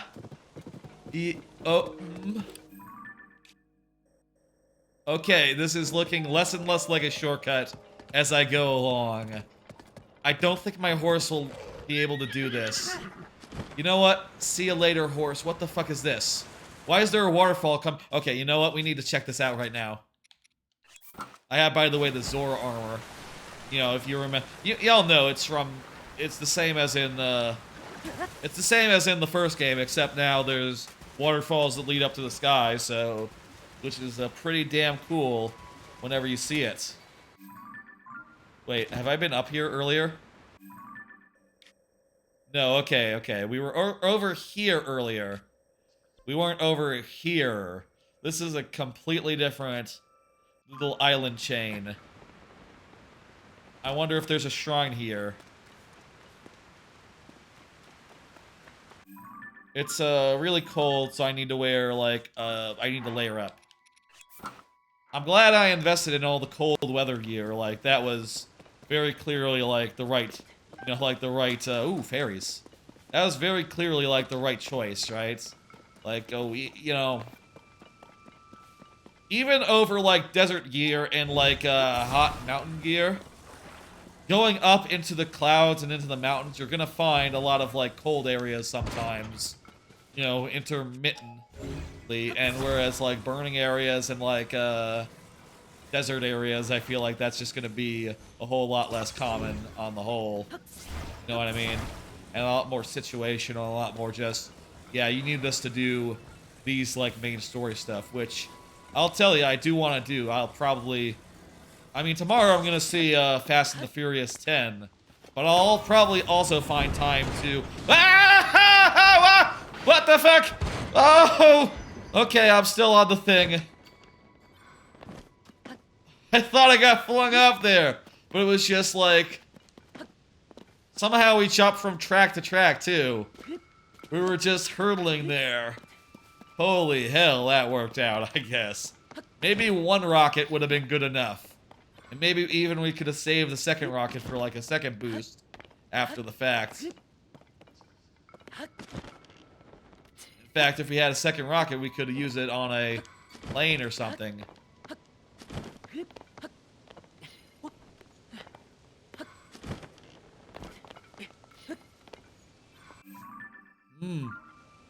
Wait, if we had 2 rockets, you think we could have, like,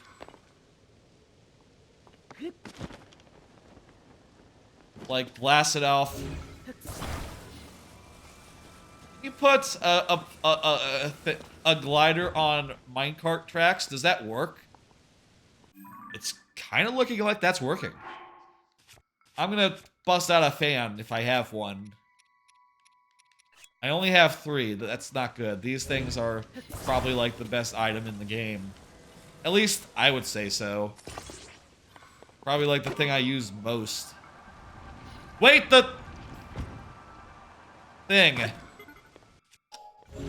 Don't worry, I can solve this. Wait, there's other problems. Other obstructions here.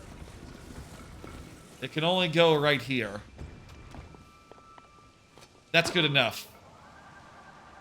No, it's not. It's absolutely not. Okay, if this was not in the way, we could do it here. Oh, wait, more rockets. Okay, what we need is a minecar. A minecart.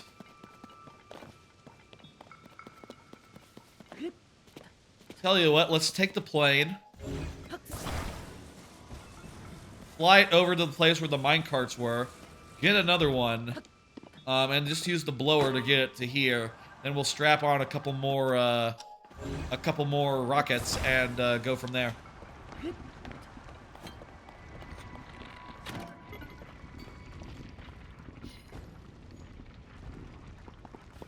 I'm not sure if one is going to be enough here. Well, you know what? There were plenty more fans where that came from. Over here. You know what? I'll use the auto build here to build the schematic for one of these. If you haven't seen the auto build, it's pretty sick. You can just... You get, like, schematics in the underground area.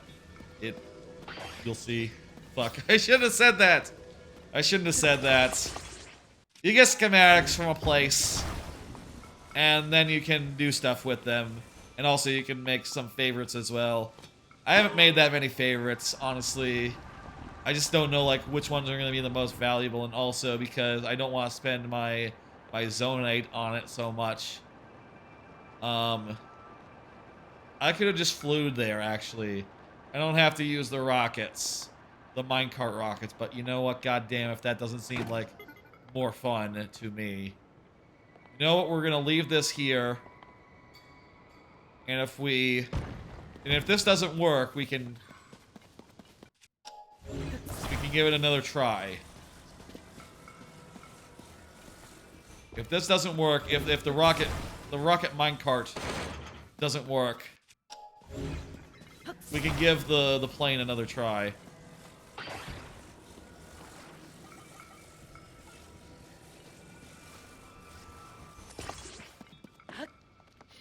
Good enough. I've thought about like just putting this as like a favorite, right? Just minecart and fan.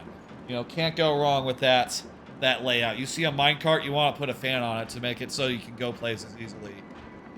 But then again, sometimes you also want to put like a battery on one if it's available. Sometimes you want to put like multiple fans if multiple are available. You know, it's hard to say like what exactly will be relevant, will be good. Hey, Yosep, how's it going? Happy birthday, I appreciate it, man. Technically, midnight has come, so that was yesterday, technically, but so long as the stream goes, it is a birthday stream. That's the way I figure it. And I'll tell you, we got like a bunch of sub goals right there. You can see right there. How are you feeling? I'm good. We've gotten like 3 whole subs today, or actually, like, I guess 2 whole subs, which is a whole bunch, honestly, and we are just 1 away from doing a watch party of, well, we can't do the wings because the things are in the way. A watch party of Jackass Forever after this, which would be really sick, if possible. Good! Okay, that kind of worked. That is exactly the sort of thing you'll probably see in Jackass Forever. You know what? Come to think of it, Tears of the Kingdom is kind of a Jackass Forever type game. Gotcha, homie? Oh shit, we got a sub from Yosep. You know what that means. Let me do this thing that I have set up. That's the wrong thing. This thing. The Jackass Forever watch party is locked in. We are doing it. And that means I can turn it purple on that whole thing. I set that up last night. It's pretty sick, isn't it? The fact that I can just make the tears turn purple as we do them. I really like that incremental tear tracker that I set up. I expect to do this in similar streams with this sort of thing. You know, we do this again. So we will do this after and shortly, I guess. Let's. You know what? I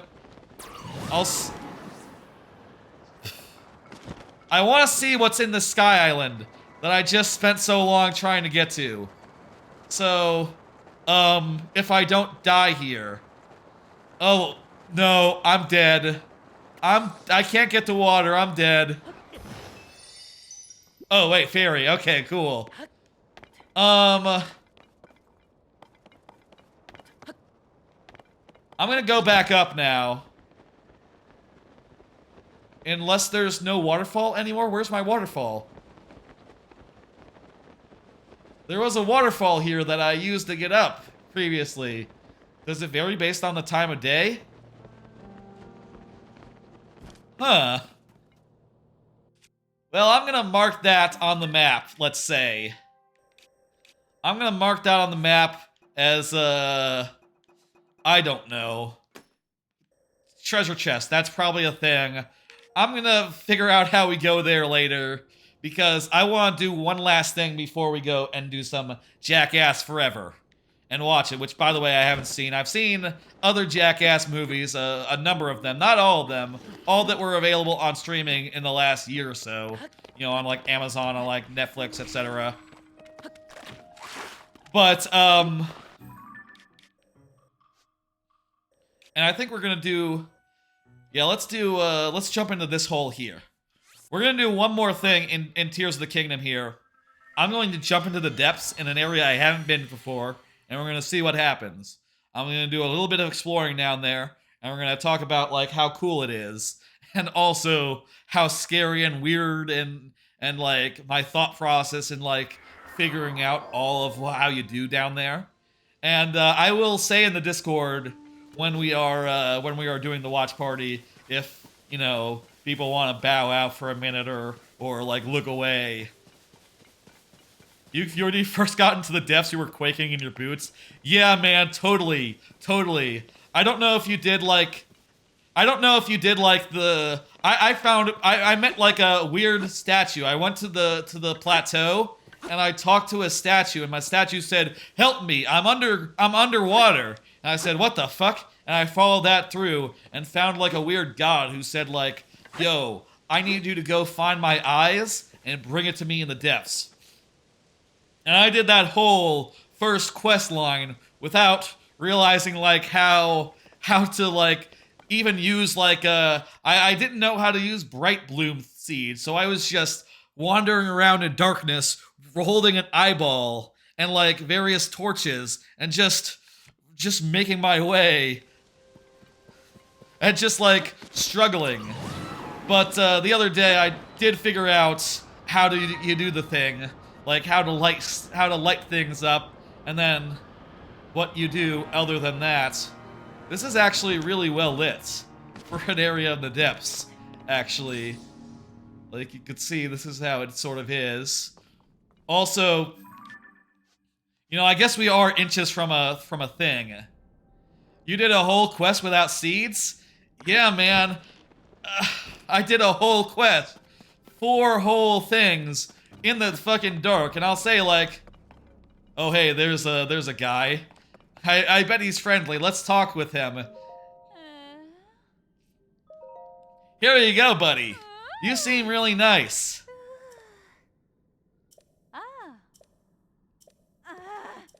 Oh no, it's the guy! The Higa clan is here, and oh my god, they're amazing in this game. Like, I don't know if you fought, like, you've seen some of their encampments, but they are just running around in full Banjo-Tooie, or in Banjo-Kazooie Nuts and Bolts mode. It is absolutely incredible. I saw the mini-boss of theirs first. That's the first time I saw them, and holy fuck, the guy just gone full Gruntilda mode on it. It's incredible.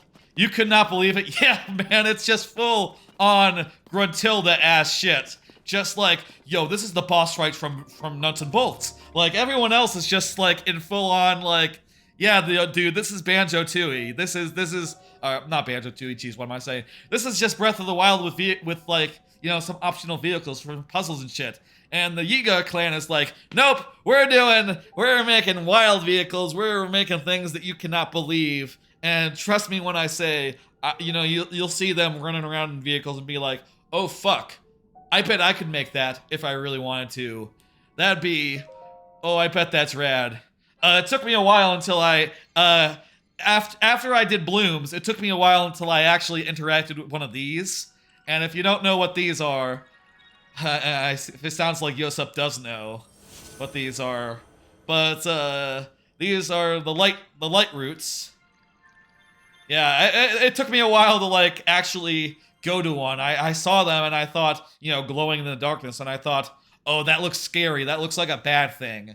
And it wasn't until I like plucked up my courage before I went and actually checked it out and actually saw like it was a cool thing and not a bad thing. And then I was like, yo, man. I was like, holy shit. And I'll tell you the next couple of things I thought. And I did it over here, basically.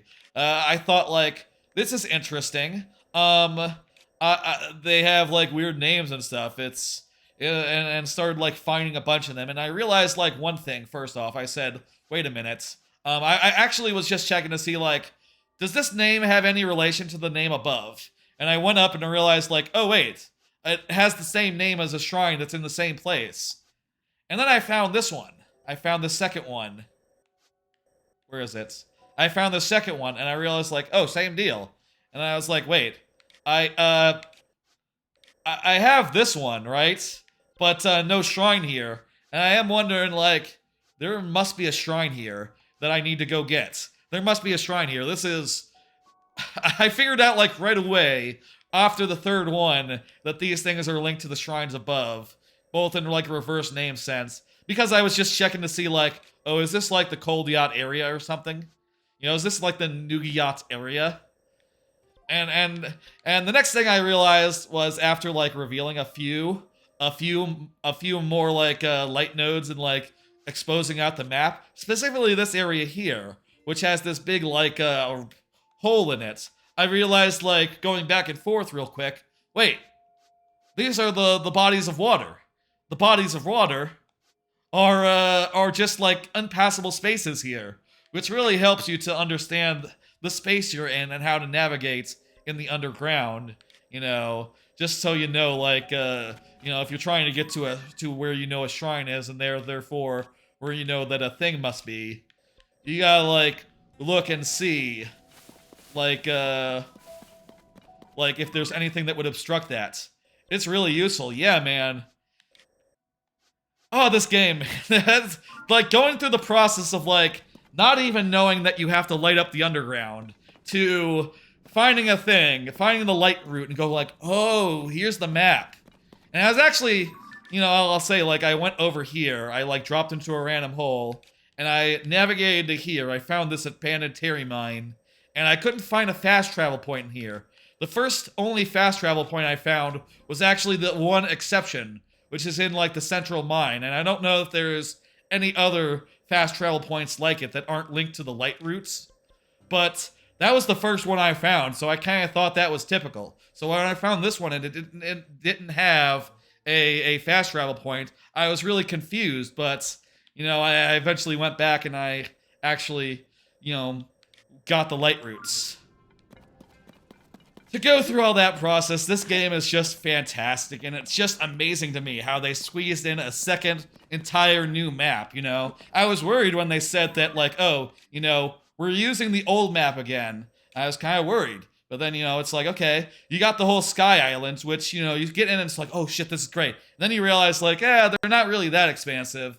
Like, this one's the only big one, and the rest of them are just, like, little piddling numbers, like, around about, you know? None of them are, like, particularly impressive. Kind of things you could spend, like, 10 minutes on.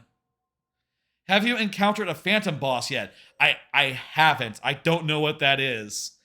Do you mean like the big beast guys that are like running around, or do you mean like the floor masters that are like the evil floor master guys? You know, like hands from the gloom.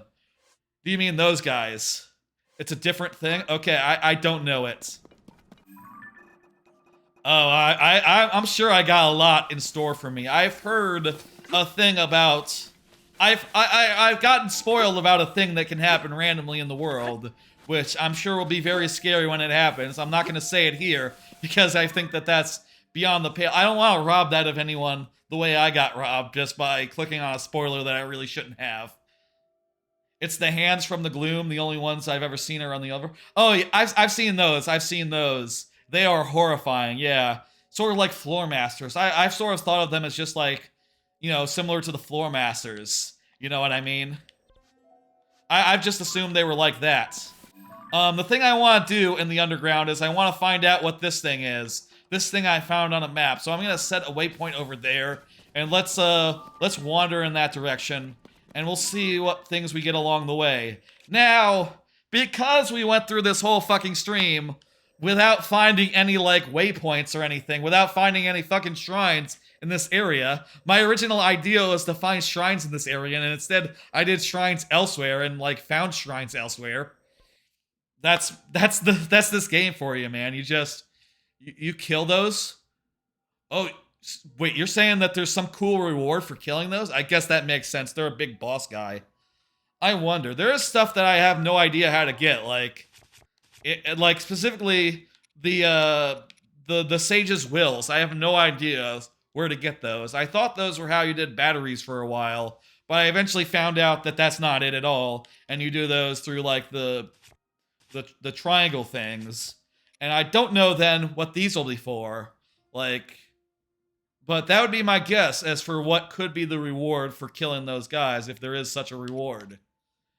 Otherwise, I just don't know where they come from. I've gotten 2 of them, and I have no idea where I got them. I'll say that.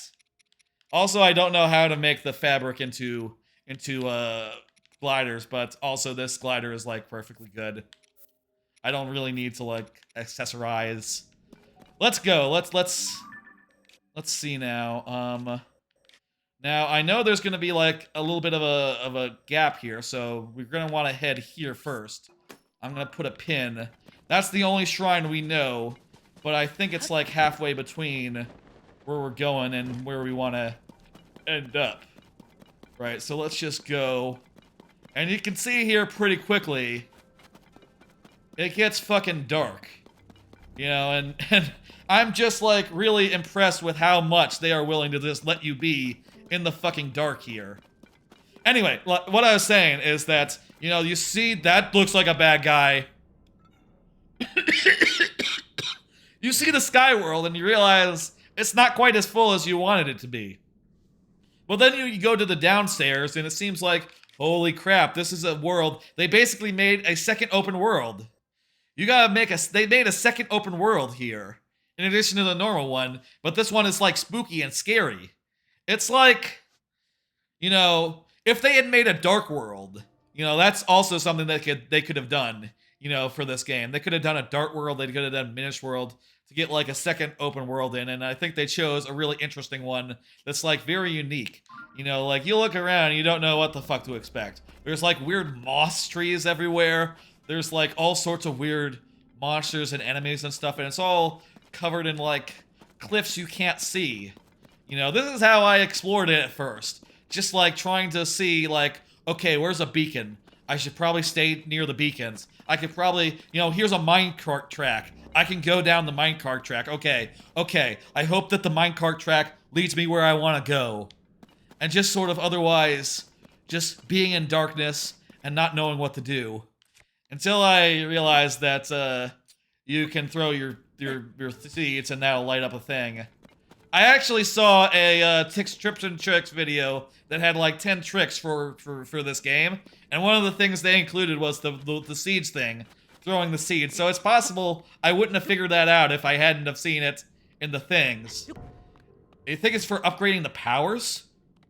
Maybe for making Tulin's Gust stronger, have less cooldown? That would be amazing if so. That would be huge, or unprecedented. Like, I don't know that we've had anything of the sort, like upgrades to... You mean like the runes, or do you mean like the... I guess, are these runes now? Are these still runes? I don't know if these are still runes, or if there's abilities now. Do we still call these runes? I think that the, I mean, I hope that the water one gets an increase. That's the other one that I have. I've been to the water area as well. I haven't been to the other 2 dungeons. You don't have a better name for the runes it is. I haven't been to the other dungeons yet, so I don't know, like, I don't know, like, I don't know, like, what powers they're hiding. I didn't like the water one very much. It was just kind of a protection thing and kind of an attack, but water is just so situational. I don't know that I really need it that often. Whereas, like, the wind thing is just so key for traversal. I love it. And just how you can just activate it mid-flight. Oh my god, they could not have made it more like, more good feeling. You know? Like, for the water one to be as good, it would have to, like, automatically activate when you are close to death, right? Like, automatically just cast it on me and just, like, tank a hit real fast. The barrier will actually drop your temperature so you won't need as much heat protection. I did think about that. I did, like, go to that area and, like, do the thing. You know, like, get the like, fast travel points figured out. So I think I did try that. I didn't know if it made a difference, though. It's nice to know that it does. That is one use for it. I feel like it's supposed to be a defensive thing, but I feel like if I really wanted to get use out of it, it would have to be, like, automatic or, like, semi-automatic. You know. Fuck, man, I got this whole page that is not available. What if this is, like, a skill tree for each of the... What if this is a skill tree for each of the things, and you can upgrade, like, oh, pop the shield automatically, or gives Sidon a new ability, you know? It was more like Derek's protection, it'd be better. Exactly, that's exactly what it should be. Like Derek's protection, or like, you know, the one from the last game where it was, when you run out of hearts, you get extra hearts. That's not what that page is? Okay. Okay. You know what? I was spinning a yarn. I was coming up with an idea that was probably really unreasonable. If it had that, you know, it might be like, that's probably too much. You know, you say that, am I like running up against a wall here? I'm not sure. I'm not sure if this wall has a top. You think this wall has a top, or you think this is a topless wall? I can't see. Am I going up? You know what? I can look at the side and see. Yes, I am gaining in altitude.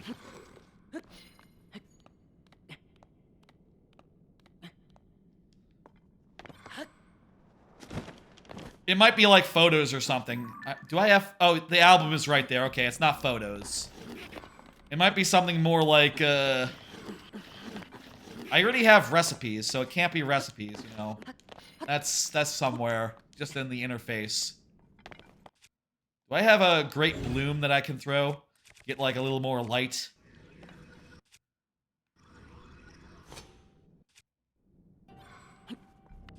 I do think the interface to throw stuff is a little clunky. I wish you could just hit, like, right... I guess you could just hit R from here and just go straight into throwing it, rather than just, like, having to go like you're throwing a weapon, and then pull it from the menu. That's a little weird. You didn't talk to Robbie and do his little quest down here.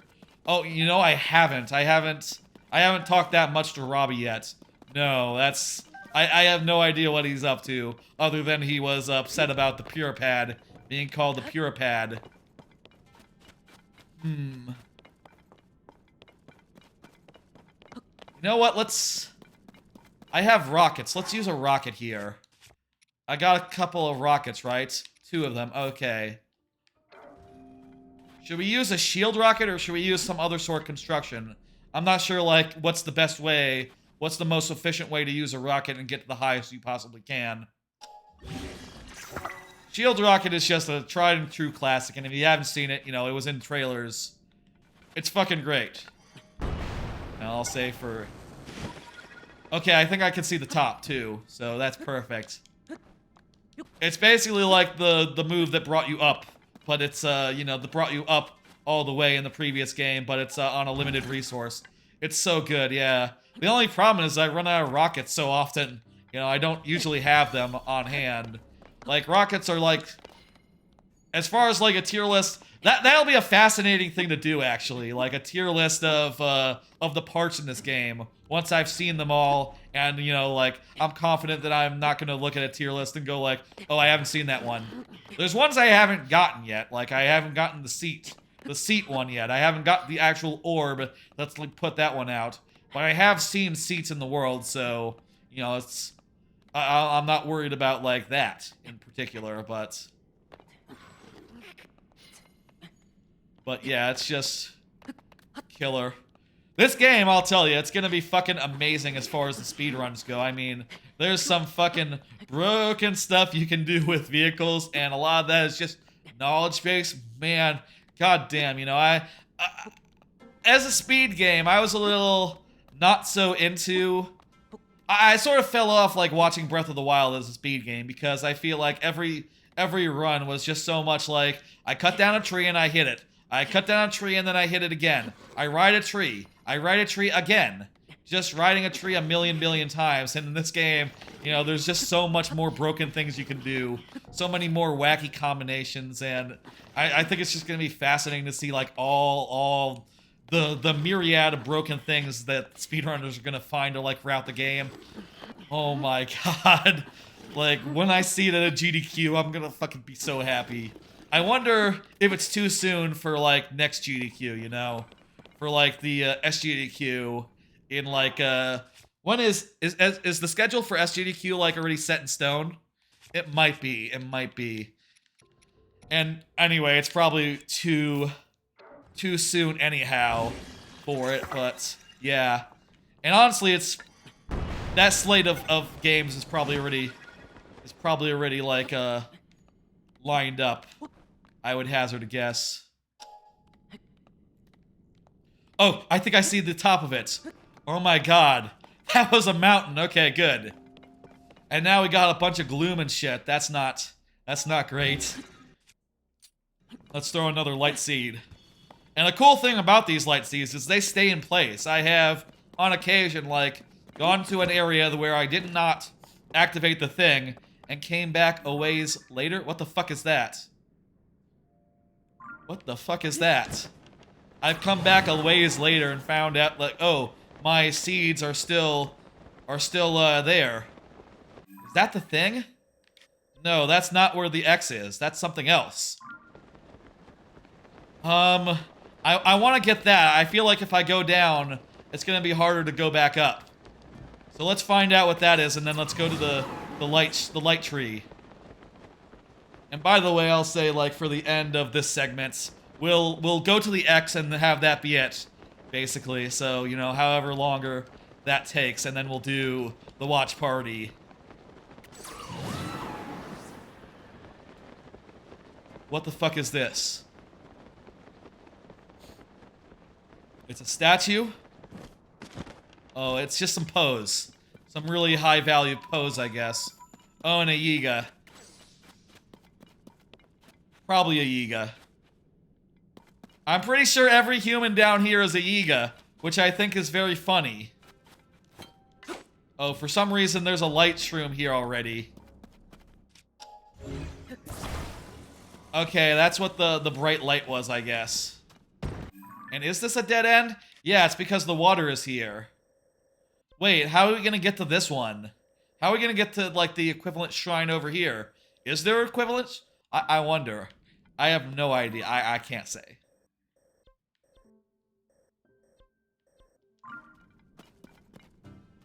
Let me just throw down a thing just to be sure.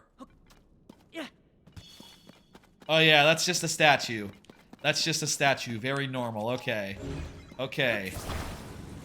God, this area, this game, so cool. Fucking the coolest shit they could have done. I just don't know how they're gonna go it from here, you know, what they're gonna do. They've upped the ante too much, I feel like. You know what I mean? Like, how do you, what do you do? Do you do a dark world? Do you do the same overworld again? Do you do a new overworld? You know, I was really skeptical when they said, like, oh yeah, we're doing the same world, but by doing the same world, they were able to focus so much on, like, an entirely different world that was, like, not normal in any way. Like, imagine if it was just a new world that was just like, yeah, it's Termina now. It's got, like, mountains and rivers and stuff, same as before, but now, you know, you also got the, you know, it's Termina, Clocktown, you'll have that. And I think that would have been cool if that had been the direction. I like Termina a lot. I would... Fuck, if they brought back Clocktown and Termina in a Breath of the Wild style game, I would be so fucking tickled pink. Like, if the time mechanic was back, especially, like, that'd be cool, but I don't know how you can compare to, like, this second world, which is just, like, a whole second map that is entirely different and entirely alien in a way that is just, phenomenal.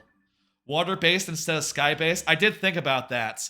Yeah, like underwater. Like, what if you had, like, underwater kingdoms? Here's the things you could do. Okay, let's list them. Underwater. Like, go underwater, swim underwater, maybe walk on the surface of the sea, like in Wind Waker. Maybe you could also have, like, islands, like actual islands, like a focus on seafaring. Which, you know, maybe you could shift over to a focus on, like, boat building or something. You know, this game has a little bit of it, because it doesn't really have all that much water, you're not going to have to build that many boats, right? I mean, look at the map. Look at the map. How much water is there really? Like, there's a good deal over here, there's a big lake over here, and there's a big amount between you and Eventide. So you'll maybe have to build, like, 1 or 2 or 3 boats. And even, like, I did this whole area, and I didn't build, like, a single boat, so, you know, jot that down. Water shield surfing? Oh, that'd be cool. Like the similar, like with the Gerudo stuff, but with shield surfing, but with water instead. That'd be cool. Okay, let's see. Now I don't know where the next light bloom is or the next light route. Did I drop my vehicle? And also, I'll say, by the way, of this area, this whole area, fantastic place to get the resources, like the special resources that you need for, like, upgrading your shit and, like, for auto building. There's just tons of it here, and that feels really good after going the rest of the game without any. Here's an idea. I'm gonna auto build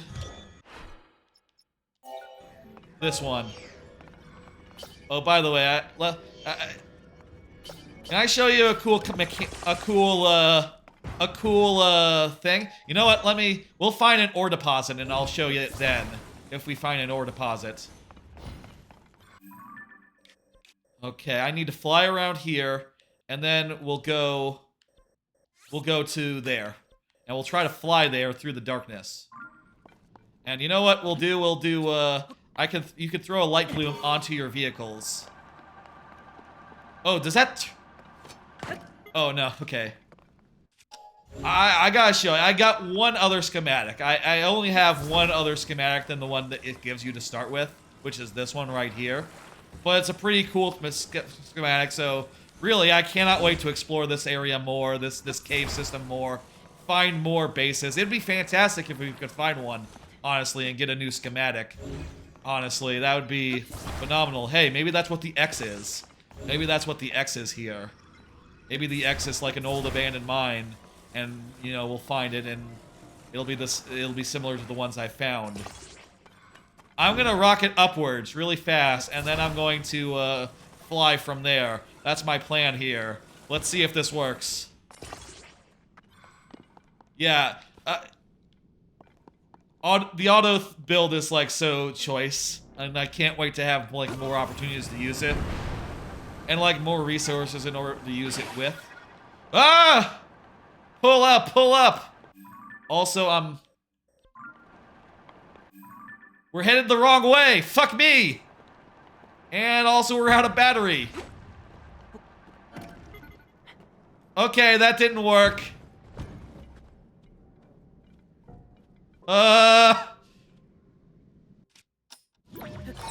Get this off me. Gotta avoid the blight here. That is possibly the worst case scenario. Yeah, it is. Also, we're like 10 inches from where we started. This is where we started, isn't it? Okay. Okay, well, you know what? That cost us nothing. That was all free shit. That was all free resources. We didn't have to pay out the nose for any of that. So let's count our blessings and, this time go over this way. It was for science, yeah. I've been wanting to do that with a plane. Turns out, puts it at the wrong angle. Hard to pull up, and also, we're surrounded by, like, I don't want to call them mountains, but they are kind of mountainous. Is there a word for, like, a cave mountain? An outcropping? An outcropping? Deposit? We're in a chasm. We're in a chasm. Surrounded by, like, walls, so that's not ideal place to fly, turns out. Okay, I think we're around the obstruction, around the wall now.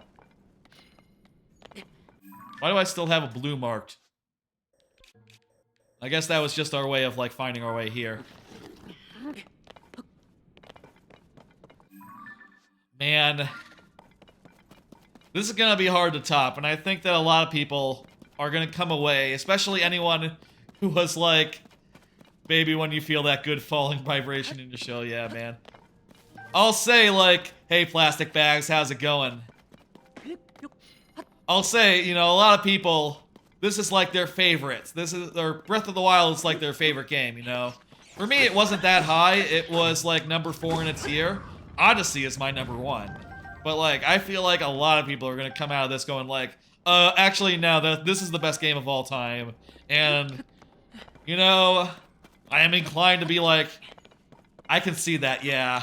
Yeah, this is, like, incredible, and I think it's, like, hitting me a lot stronger even than the first game did. Which, you know, is saying something, because I did love that game. It's just that, you know, Odyssey is, like, my favorite game of all time. It's, like, the perfect 3D platformer. Persona 5 I spent 2 hours.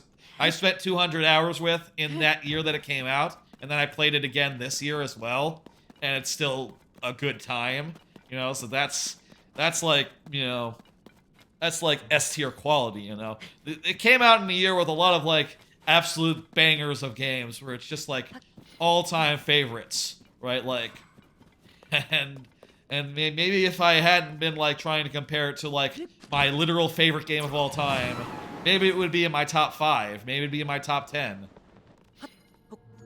You know, it's hard to put together a top 10 list of games and not have like all the games from one year. Like, that'd be absurd, right? If it was like, here's my top 10 of all time.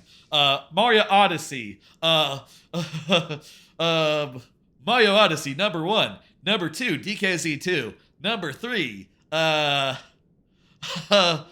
Persona 5 Royale. Number 4, Nier Automata. Number 5, Breath of the Wild. That'd be a weird list. I feel like, no, you gotta spread it out more. Spread it out more. Get Majora's Mask on there. Yeah, that's the one. That's the one for me. I don't know where they're gonna go from here. Like, I wouldn't be surprised. Honestly, after Breath of the Wild, I wouldn't have been surprised if they said, like, no, there's no topping that. It's time to go back. It's time to, like, mix in some, like, more traditional elements. It's time to go back to, like, dungeons being, like, the main thing again, rather than exploration. It's time to revert, but still try to keep it as cool as possible. Just so Tickled Pink? Pickled Tink? No, that's not how you say that. I'm just so tickled that it turned that they, you know, they went with the iterative approach and it turned out so goddamn well. Odyssey is just like the most ideal platformer ever. Yeah, totally. And you know, that's like my favorite platform. That's my favorite genre ever, so it's just like perfect for me. Apparently we're in a mine. Where's the mine? I don't see the mine. It's too dark to see the mine. Oh wait, it's right here.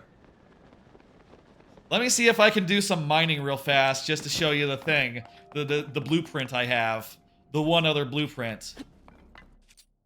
Other than the one they give you to start with.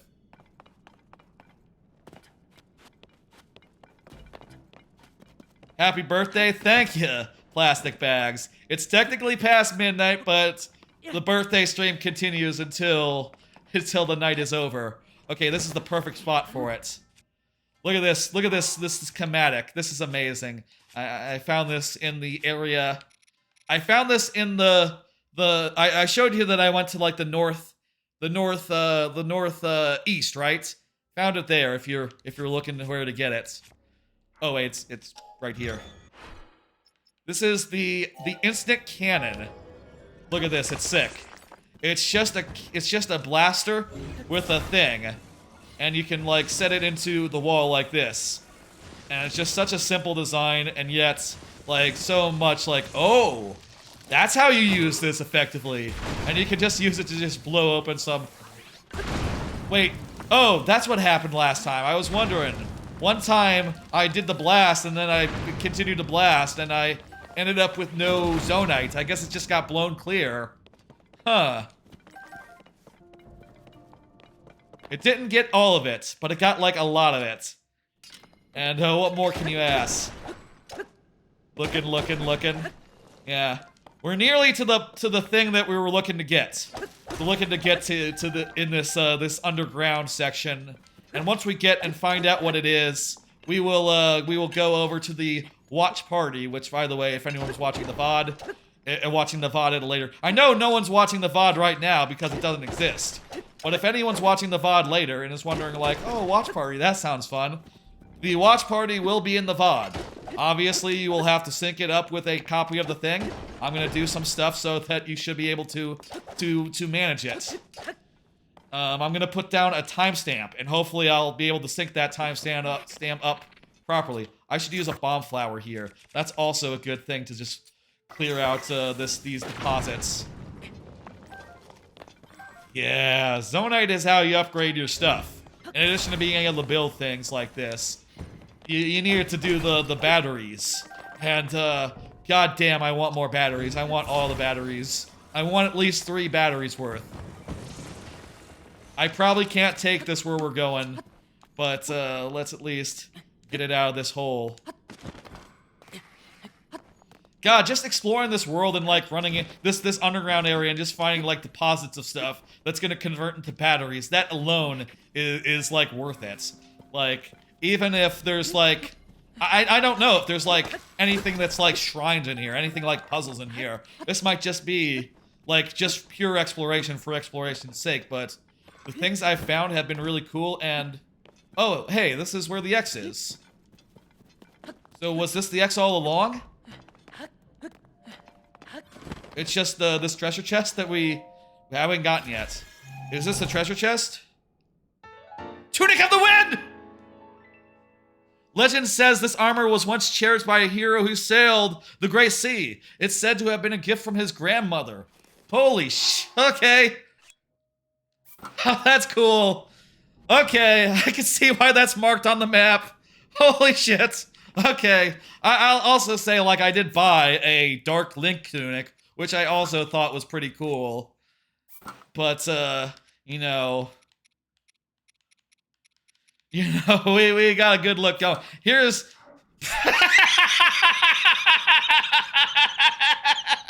look at this.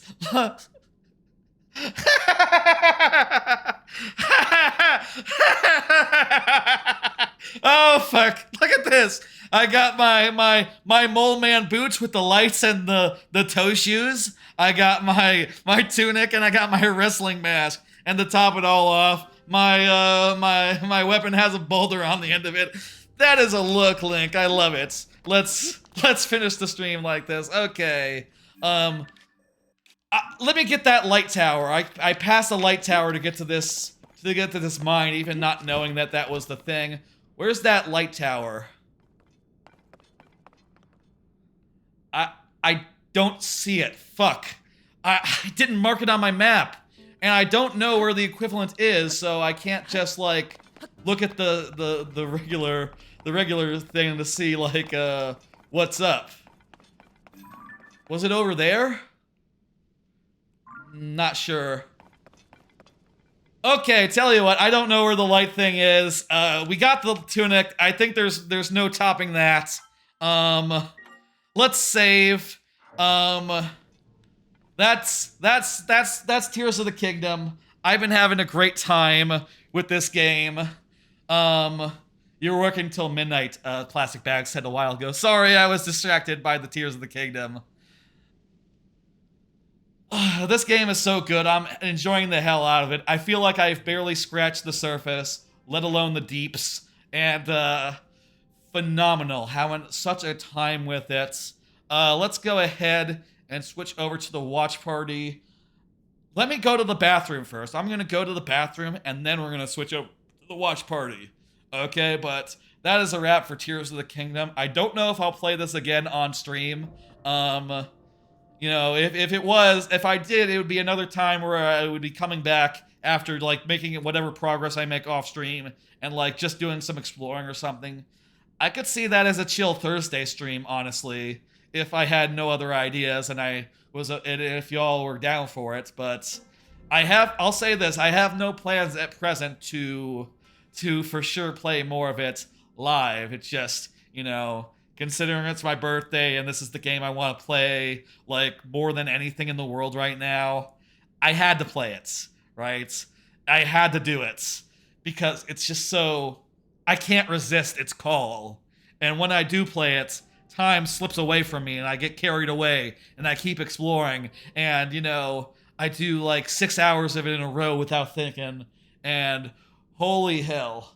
I'm gonna go to the bathroom. Then the watch party for Jackass Forever will start, and I will say, you know, until Jackass Forever is over, we still have time to reach the other goals at 9 and 19.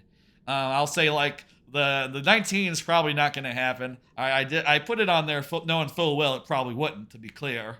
But, hey, maybe we could still have a Beaver Bother stream in the future. And, hell, maybe I'll offer it as an incentive again if we don't hit it tonight. An idea like that is so good, I can reuse it and have it be the X tier, X subs for it in the future. So, you know, don't be too heartbroken if it leaves. Like, ideas that good will come back, but yeah, I would love to have to do it, like, soonish. All right, bathroom. And then movie time.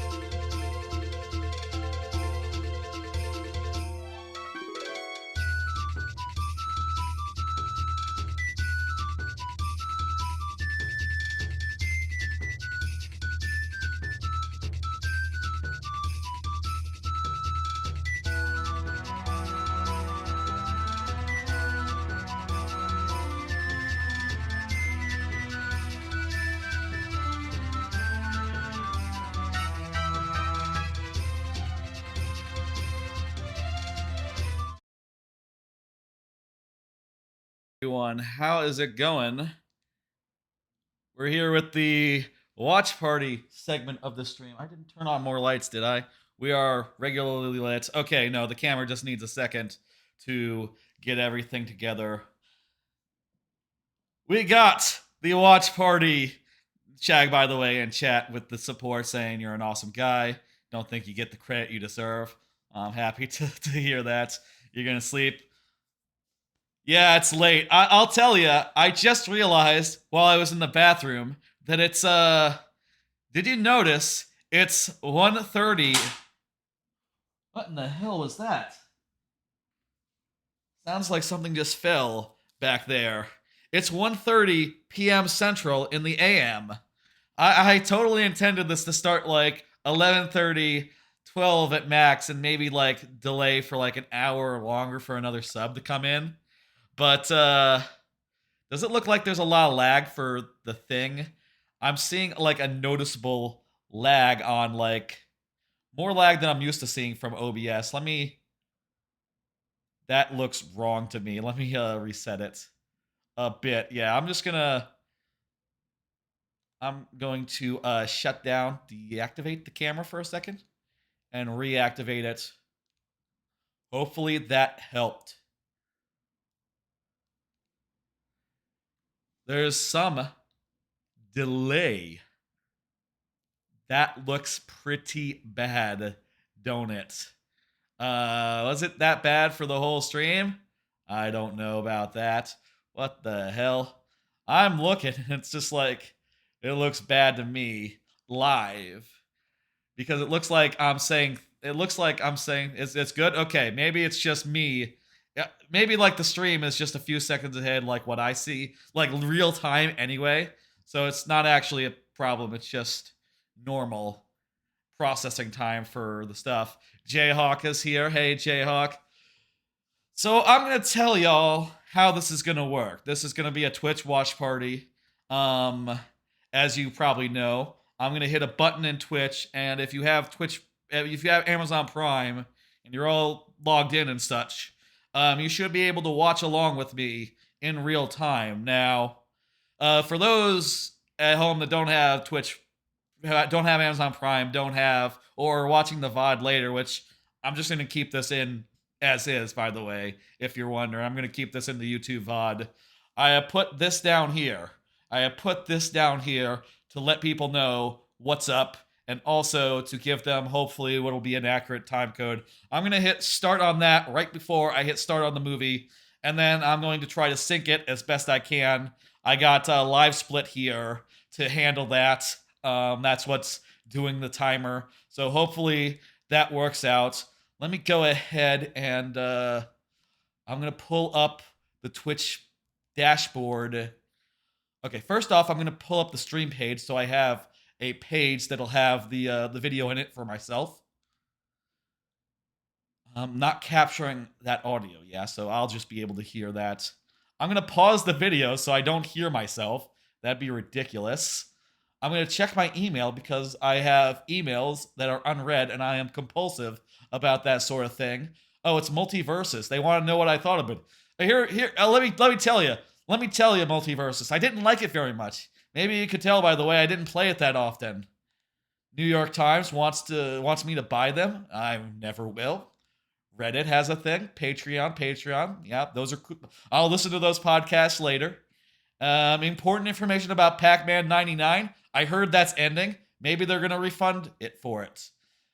Something from Kickstarter. Okay, that's emails. Just reading my email live on air. Whatever the fuck. If it was serious email, it would go to my work email, which obviously I don't read after hours.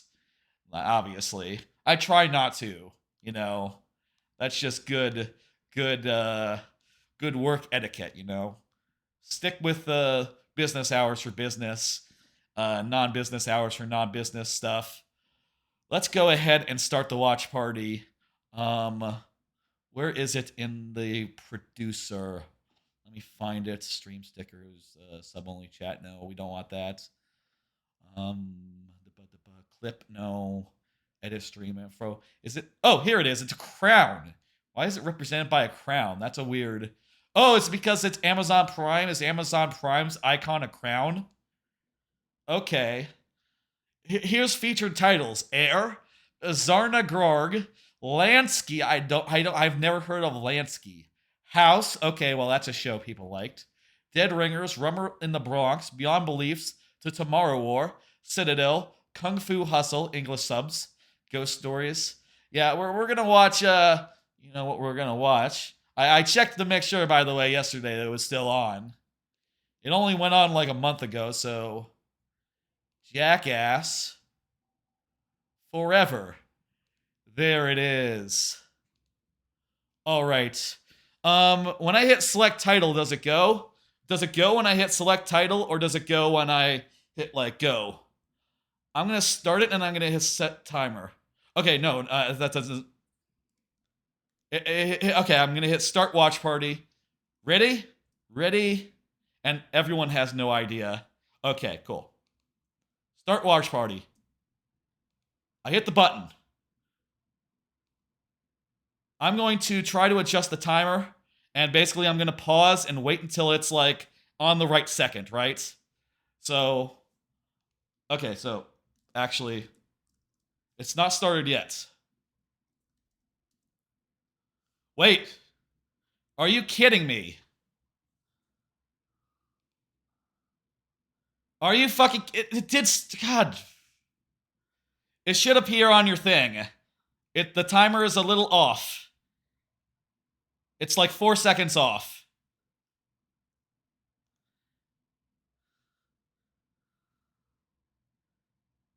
Can I edit in I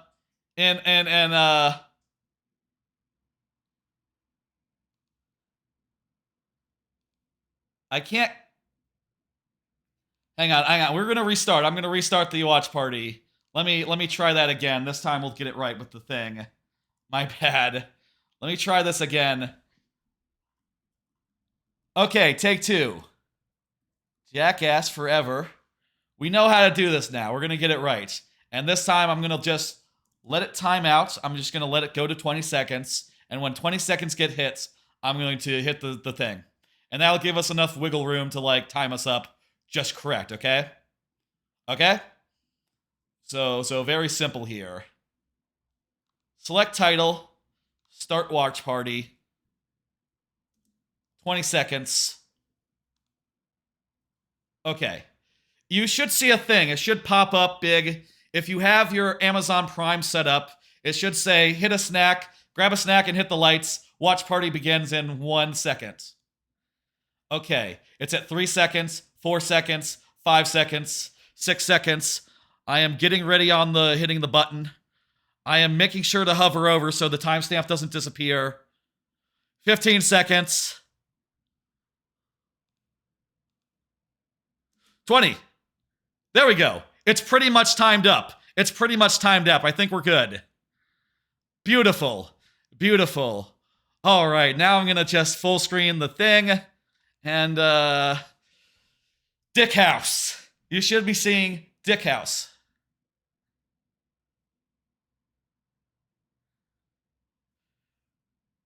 Don't attempt anything, okay? I'll tell you, I've seen the Jackass Forever .5 because it was on Netflix at the time or something. So I might be a little spoiled on like seeing some behind the scenes for stuff like, say, this whole business, which, hey, I still should have some impact. What's going on here in the city?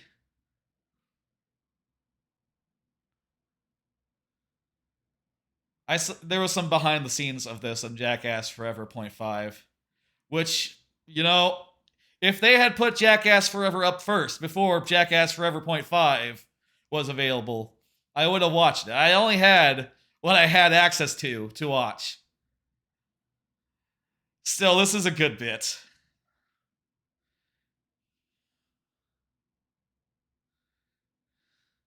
What's it gonna be? It's Johnny Knoxville.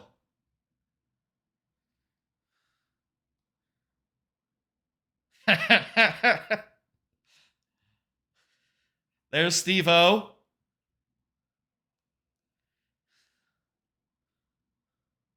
Yep, that's just a cock and balls.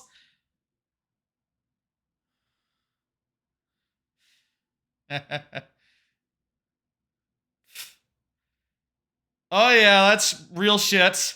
Let's go, cock and balls! Yeah! You got to work? Fantastic, Jayhawk. Let's go. Yeah, that's just a cock and balls. How's that smoke? Bro, yeah. We're just seeing the guy's cock and balls. Good. Let's go.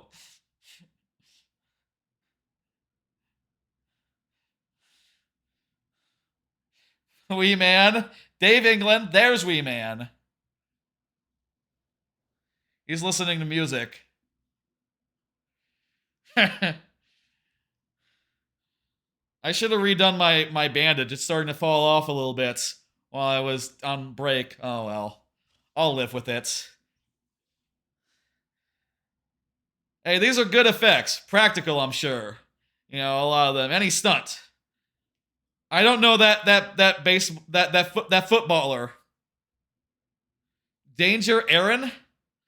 Oh, maybe is he a football guy that I should know? He might be a football guy. Or he might be one of the new, like, cast members. Which I'll say, like, there's one cast member in specific that is, like, really good. Just like the perfect name for someone who's on Jackass. Just a perfect name.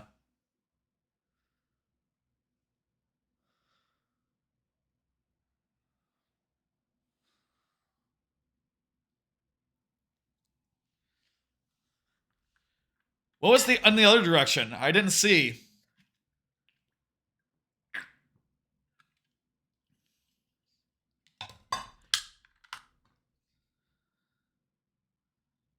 Oh no! It's still coming! Still coming. I get it. Jasper and Rachel Wolfson. Oh! That's too viscous. That's just like, that's just milk. That's not. There's Poopies! Zach Holmes. Poopies just has the best name of anyone in Jackass, including the old timers. That is just the best name to have. Poopies. Now, I'm pretty sure, like, that was not, Look, we're gonna say some things watching this movie. I don't think that was a real ejaculation. That was not actual ejaculate coming out of that penis. No, it's way too much like, water. No, I don't believe it.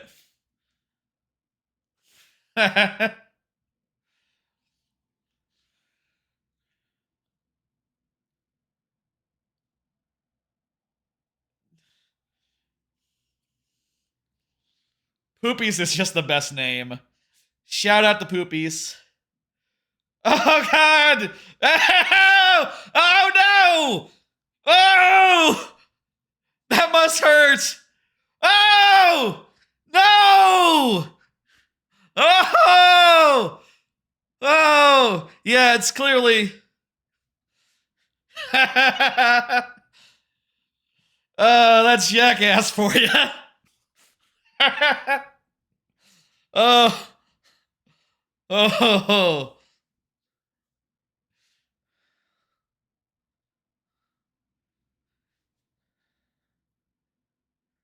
Yeah.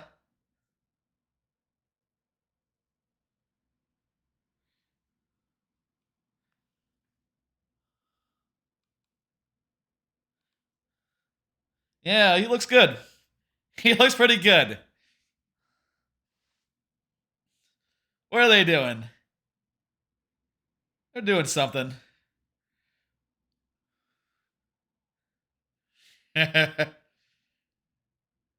Little little fart humor. Can't go wrong with that.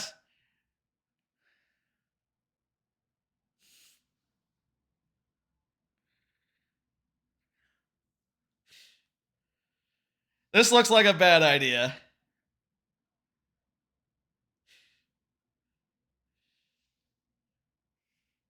It's just a bicycle, okay? It's not a motorbike. Ah! Ah! You want to be on the side. I think you want to be on the first ramp. The second ramp, that's no good. And the brakes, forget about it. We can see it.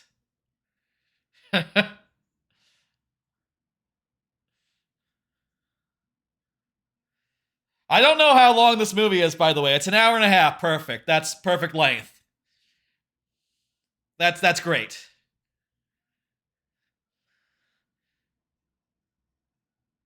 So, that's just some Tony Hawk stuff. Not all, okay. I gotta stop myself there. Not all skateboarding is just Tony Hawk. But I'd be lying if I said any skateboarding doesn't make me think of Tony Hawk. Do kids know the Kool-Aid Man? I feel like kids don't know the Kool-Aid Man.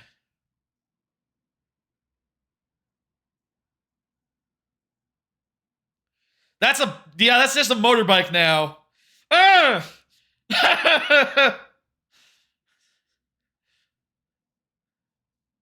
You get a lot less distance, I guess, without, guess it was just a lot slower, maybe. Also, no second ramp.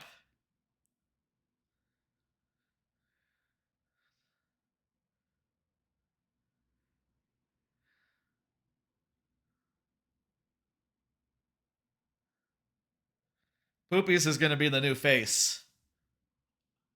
You know, after... Ah!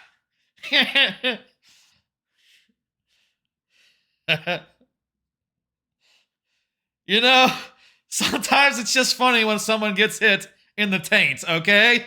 Okay? Sometimes it's just funny.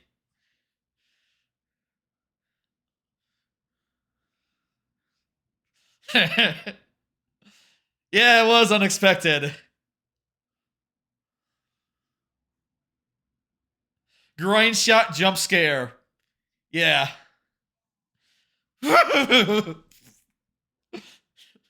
Again! Poopies.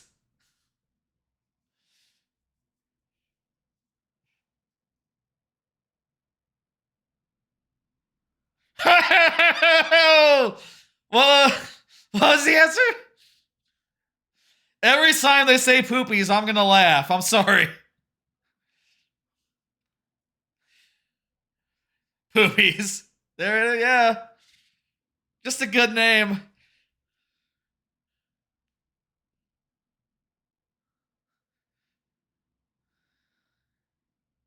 ELL?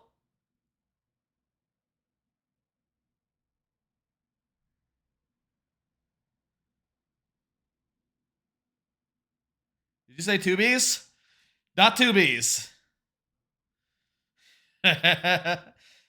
Yeah. That's not the way you spell it.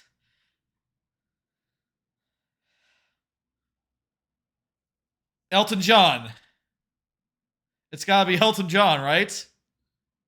Is it not Elton John? Elton John! Oh! Poopy's got it. This is great. I'm already happy with my life choices leading up to this. The fact that it's a sandal too. Oh, that is a sandal on the device. It's a flip-flop.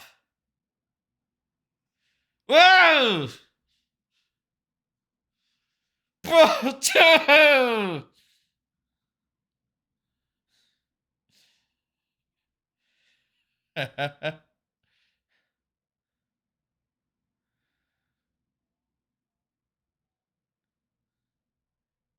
A square? 25.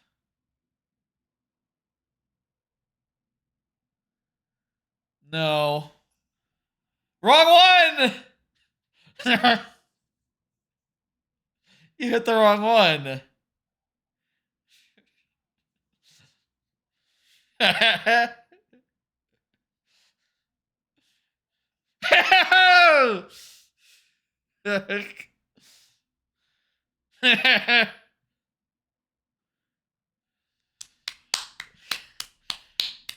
Yeah, that was a hell of a thing they're doing to their bodies. I'll say that.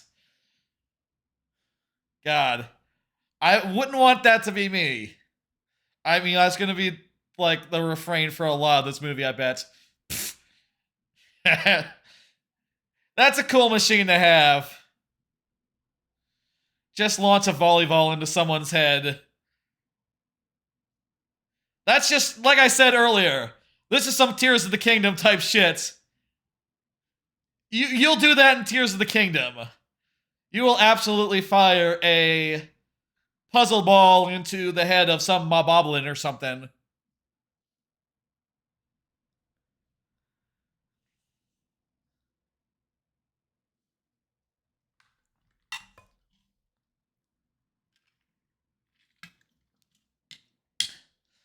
Gonna groin smack a moblin? Yeah. Imagine if a Breath of the Wild style game had nut shots in it. Metal Gear open world Breath of the Wild style game that would have nut shots. Calling it now. I mean, I don't know. The guy who does those isn't working on them anymore. But hey, if they revive the series with like Breath of the Wild style, like a Breath of the Wild style, I guess the last one was kind of that, wasn't it? Number 5, Metal Gear Solid 5. That might be already, like, actually close to that. Oh, and I guess we were talking earlier about, like, the best open world other than, like, Breath of the Wild. I guess Elden Ring would be the one people would point to, actually. Yeah, I guess. I'm not really a Souls guy, so I wouldn't know. Antidote? Yeah, I've heard there's a lot of good stuff in Metal Gear Solid 5. I hear it's the best one to play. Maybe the most... Skyrim? That's a good... That's perfect as well. Yeah, Skyrim was great in its day. I loved Skyrim. First time I played it. Hard to get back into 10 years later.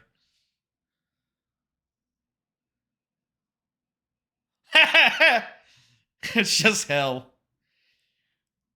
Again! With the Tears of the Kingdom here! This is the fucking depths! It's just Tears of the Kingdom again! I can't believe how much common ground Jackass Forever has with Tears of the Kingdom. That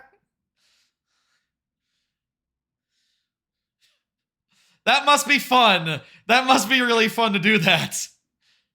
They're doing the quest with no bright seeds. That's right. Well, some of them have bright seeds.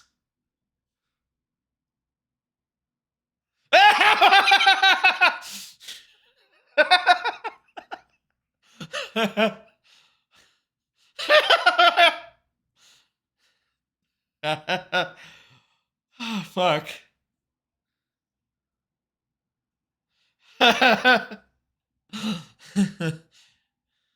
Stay on the couch.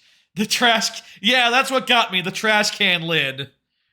That was the trash can.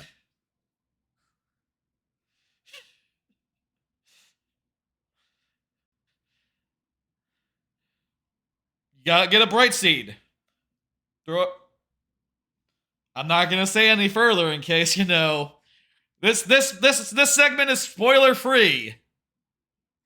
That's how I feel in Tears of the Kingdom. I'm gonna put a minecart on the end of this. Man, I wish you could, like, use trash can lids in Tears of the Kingdom. That'd be amazing. What the fuck would that even do? I mean, you could be. It could be. There could be anything in Tears of the Kingdom that I haven't seen. I'd believe it.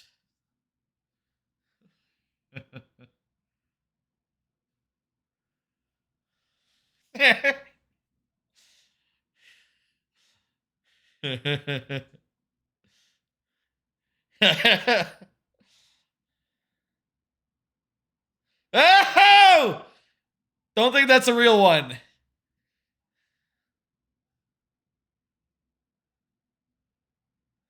I think that's a fake. This is a gauntlet, yeah. They're not gonna do that. It's gonna be a joke. Okay, another Tears of the Kingdom trap that you could set up, I'm sure.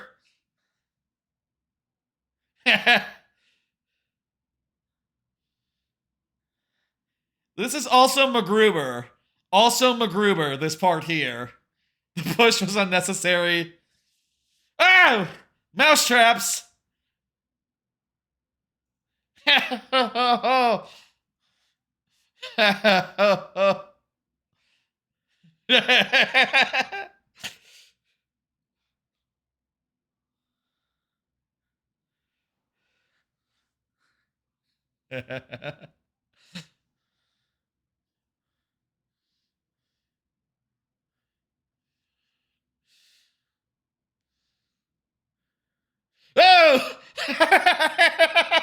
I wasn't expecting that.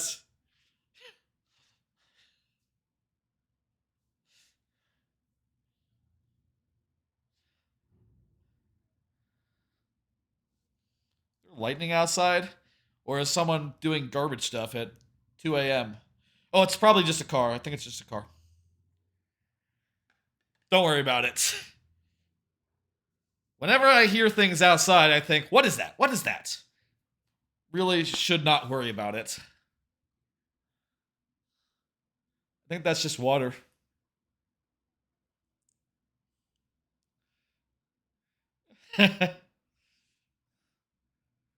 All right.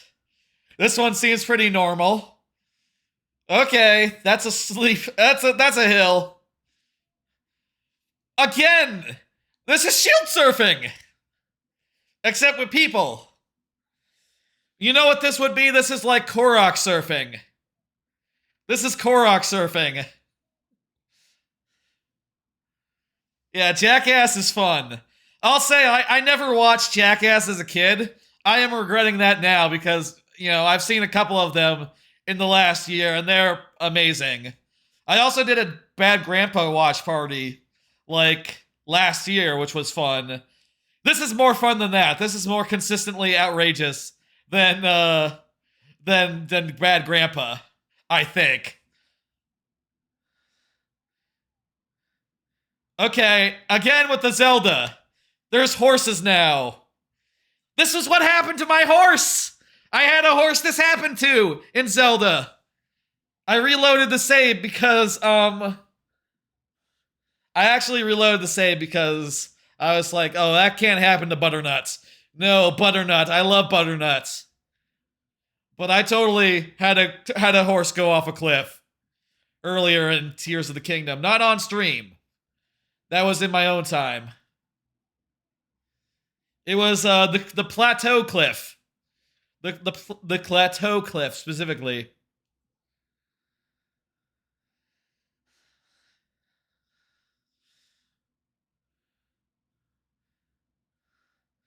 I think it's turning on to be like hard to balance on someone as they're going down a thing.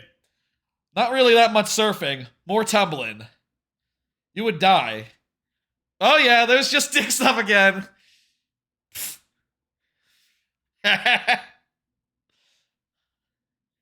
Oh, those are bees.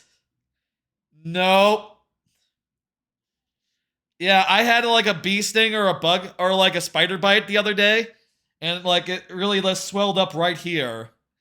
for like a couple days. It's still a little swollen, and I got some killer headaches the last few days that I've been wondering if it was related to the bite or the sting. I would not do this. Cock and balls, yeah, the whole kit and caboodle. We might see his asshole, you know, from the right side. Or just his crack, you know, unless his butt crack. He would have to, like, spread his cheeks in order for us to see whole, you know?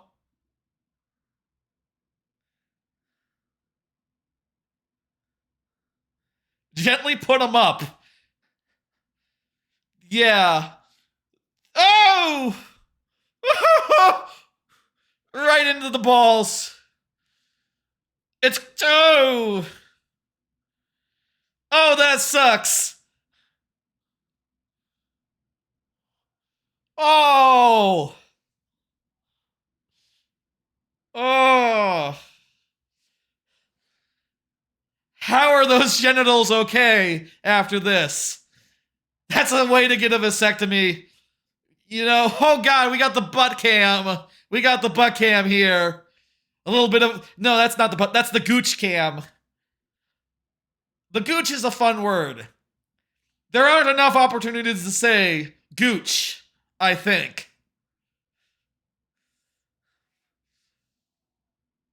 I think with how much stuff they do with their penises, they probably already have them, like, completely vasected up already. Just, God, that's a dangling bees. Look at that bee dangle. Oh my god. Oh! Yeah, just shake those bees off. Take off running. That's also, in Tears of the Kingdom, how I deal with trouble. That's how I deal with bees. If ever there were bees in Tears of the Kingdom. Oh yeah, close-up of the ball sack. This is just the pain from Metal Gear Solid 3? Yeah, that's right. We had to have a Bean Man in Metal Gear Solid. That's true. Hey, it's the bad grandpa.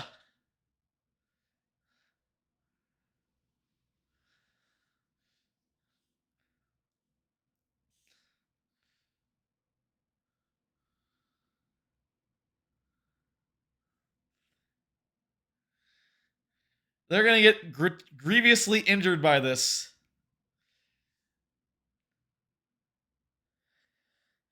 You know, there is like some weird overlap between like Jackass and Borat. You know, with sequences like this where there's just people in the world and they don't know what the fuck is going on. You know? And you just get natural reactions to this shit. It's your watch party is 5 seconds ahead. That'll happen. That'll happen. That's you know, that's just, I'm watching it too, the same way you are. So that's just the latency of the stream. You're synced up, Yusuf? Gotcha. I'm glad that my sync thing paid off and that's working for people. Ah!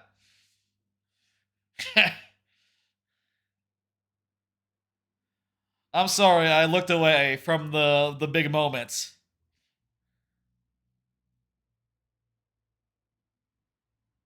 There we go, here's the replay. Just through the roof. He does this shit all the time. A little bit of Borat crossover, except of course in Jackass, I think, after they did the skit, they probably say to the people like, hey, don't worry, this is all fake. Sign this release, please. Okay, you've been pranked. It's cool. Relax. It's a lot more chill, you know. A lot more like, you know, no one's trying to get tricked here. And if you don't want to be in the movie, that's that, you know. What's this one? Okay. I know how this game is played. I don't think there's anything like this in Tears of the Kingdom. Far as I know. I haven't seen any shrine yet, though. So maybe there is.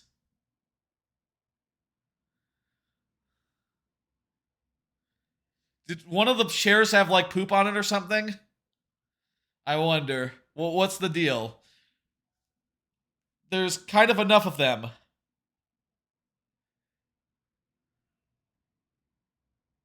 Something's gonna happen the third time.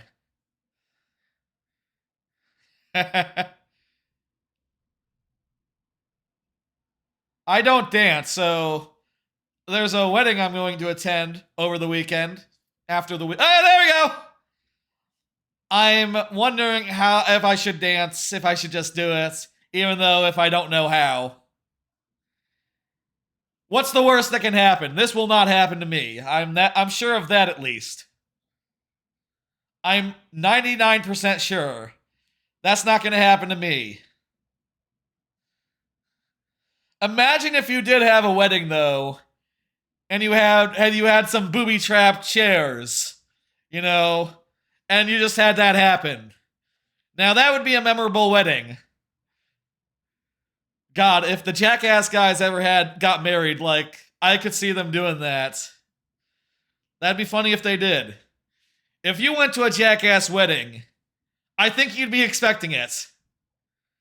You'd be expecting some sort of prank.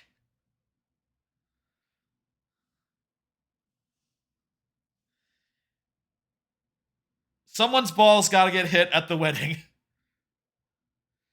Just tear it down on the dance floor, just go crazy. I'll take that to heart. We'll see if I can, like, gather my courage and just, let loose. I don't know. I have no coordination. I have no rhythm. These two things are problems. I mean, I have coordination. I just don't have rhythm. Rhythm is the thing I don't have. And also, I am a little bit self-conscious. At times. Now let's watch this guy get launched out of a cannon. And fly. That one's just normal. Nothing unusual about that one. I bet it hurt like hell, though.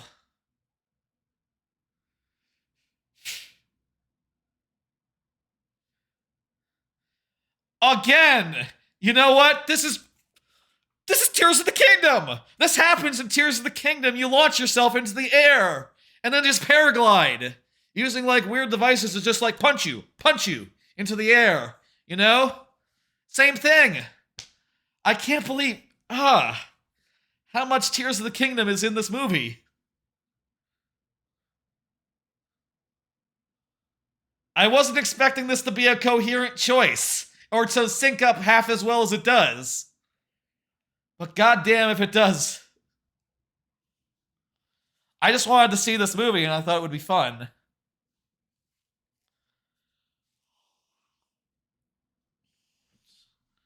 They're mimes.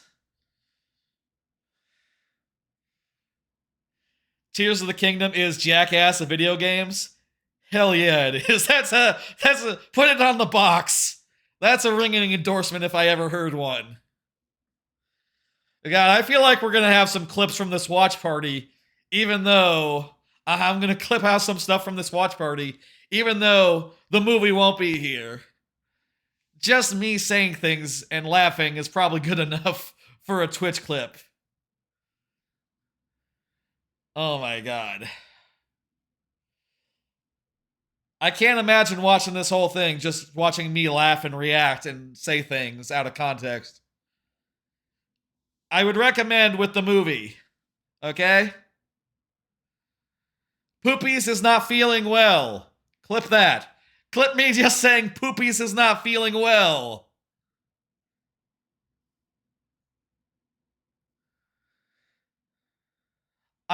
You know, the name is just all I need.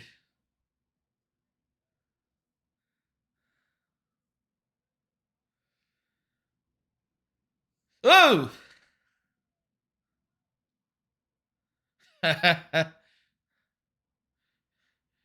Go on, Poopies. I love Poopies. Poopies is the standout for me. It is like the reason for the season. You know, I feel like Poopies is the one who has made like a name for himself just from this movie and also Jackass Point 5. I'll say again, I've seen Jackass Forever Point 5 before.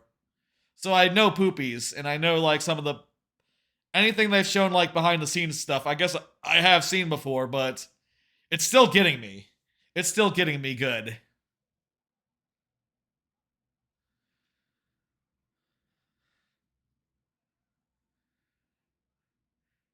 I don't know, taser. Again, you know what? You can tase people in Tears of the Kingdom. Tasing is not that fun to me.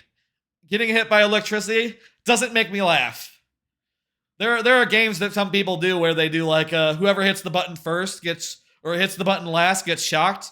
That doesn't really do it for me as much as like a nut shot or something. I don't know what it is. I'm sure it's like plenty painful.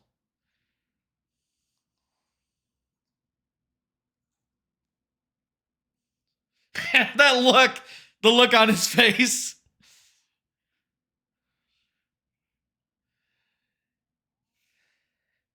That guy, oof! Quite the emotions. Oh, that's Steve-O? I'll tell you, I don't know all the guys' names. Maybe I know them from like, you know, just their names, but I don't know names to faces. Other than like the main guy. I think I know Johnny Knoxville. I know Wee Man. And I know Poopies. Like maybe named. Actually, I don't know if I could like point at Poopies just like in a lineup, right? Right now, if you ask me which one is Poopies, where's Poopies, I'd be like, I don't know. I know him when he appears.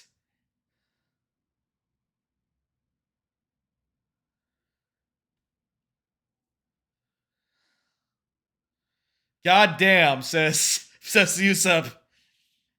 God damn indeed. I'm not sure if there's a way I should be watching this where it's more synced up. You know, I'm just watching it off the stream page. I'm not sure if I need to like, if there's a place I can watch it where it's like 5 seconds ahead so it accounts for the stream time.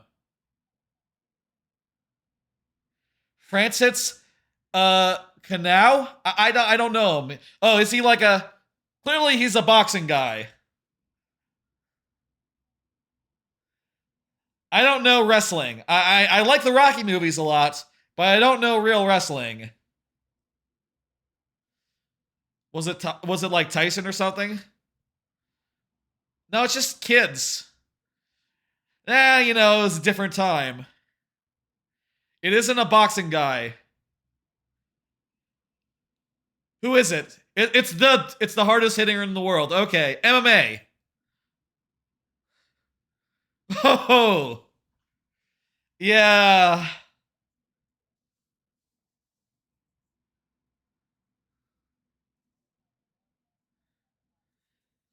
Yeah, man.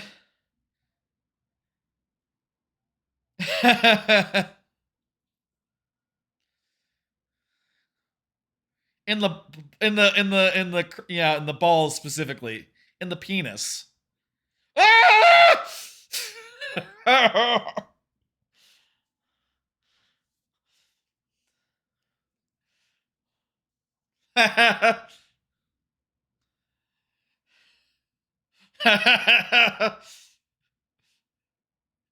Ding ding.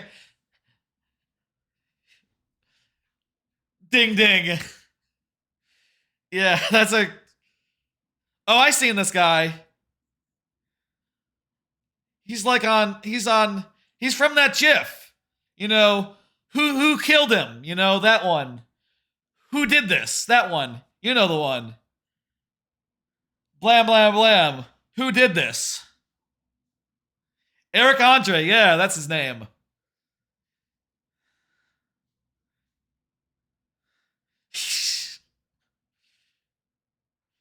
Oh, he turned. He turned. He turned.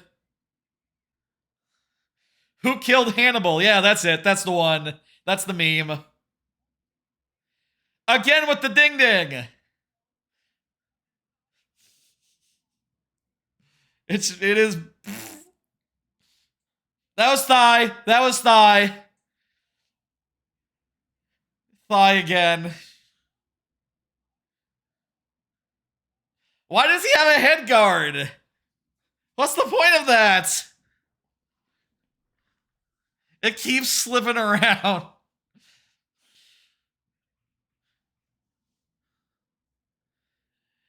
Physics. I'm sure also it's possible that like all watch parties are a little bit behind, you know, a little bit behind real time, but you wouldn't usually notice it because, you know, you don't have the time code right there to look at that I'm at. It's hard to point at things on screen. Hockey.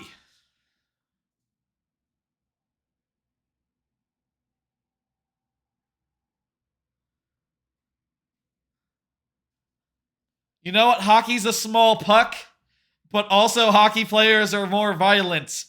He just has his ass out. We just saw his crack. You can't block. You squeeze together, you're gonna block. You know, the legs, not the butt. That hit him in the face.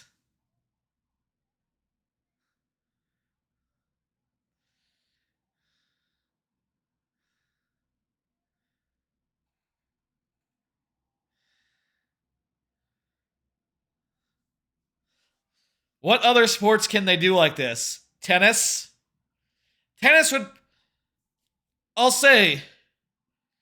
I think if you gotta get hit in the nuts with a ball of some kind, a tennis ball is pretty decent. They're pretty bouncy.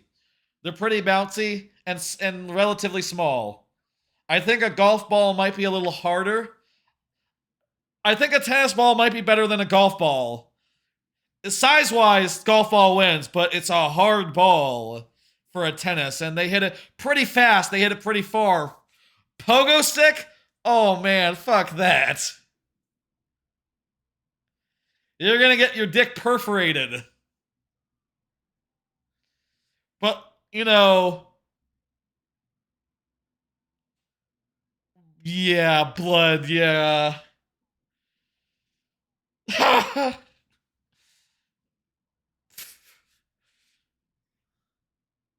They're gonna get bottom surgery. Yeah, you gotta get a lot of surgery. God! Just dragging it right down. Oh, that's blood. Oh, the cameraman is retching. Oh, there's no way his dick works after this. Yeah. Yeah. Oh. New hole. God, they must have a lot of holes by this point. Like extra ones, you know? Scars as well, you know. What is a scar but a hole that healed up? Prank? Oh, I know what's coming.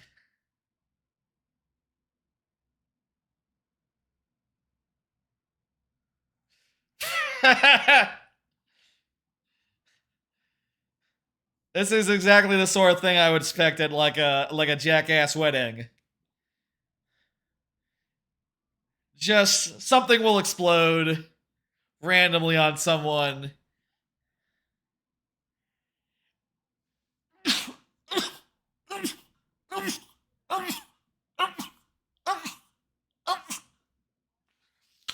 Right, this is during the pandemic, I guess. Most of the way, probably. Like the tail end, maybe.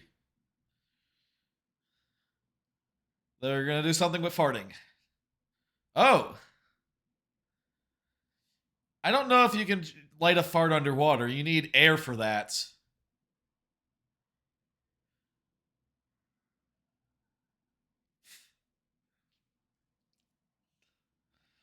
Oh, look. They look so young.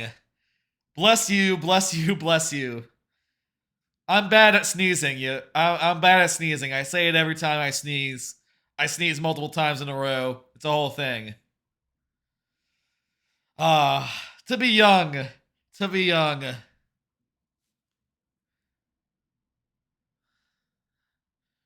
Wow, this is a really sophisticated fart catcher. Again with the Tears of the Kingdom. This is exactly the sort of thing you would build in Tears of the Kingdom. An elaborate machine to cause an explosion. Just one explosion, that's all we're looking for. One big explosion. All this setup just to see, like, explode, explode, explode, fire, fire, fire. Light that Bobakin on fire. Light that Bobakin on fire. Right now. Did it work?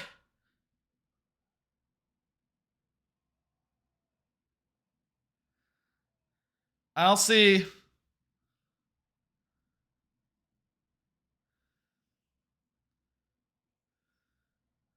Just need to catch enough farts. This is a Tears of the Kingdom ass thing. Just, you know, what's going on here? Can we get this to work? It should work. It should work.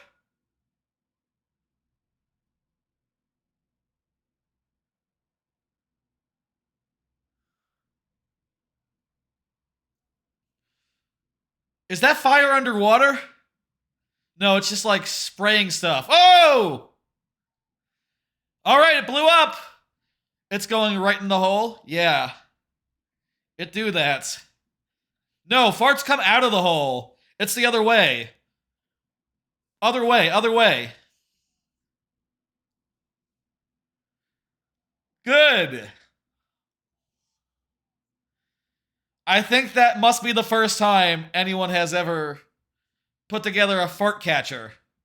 Mazel tov, yeah.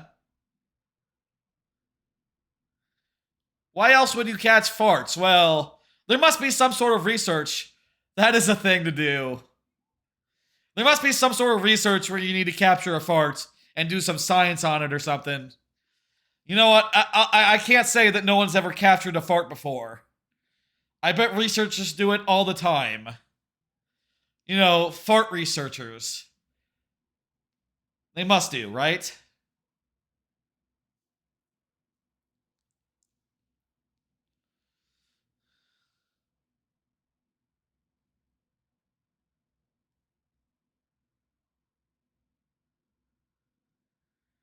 Research on how farts affect the environment. Yeah, and like their methane content.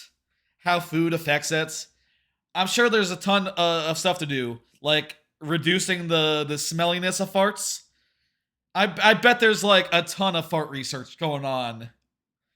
I bet there's dozens, maybe even hundreds of fart researchers.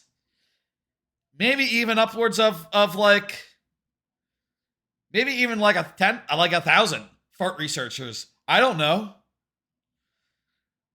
Maybe they like to go by gastronomic researchers, you know, research of gastronomy or something. More respectful than fart researcher. What?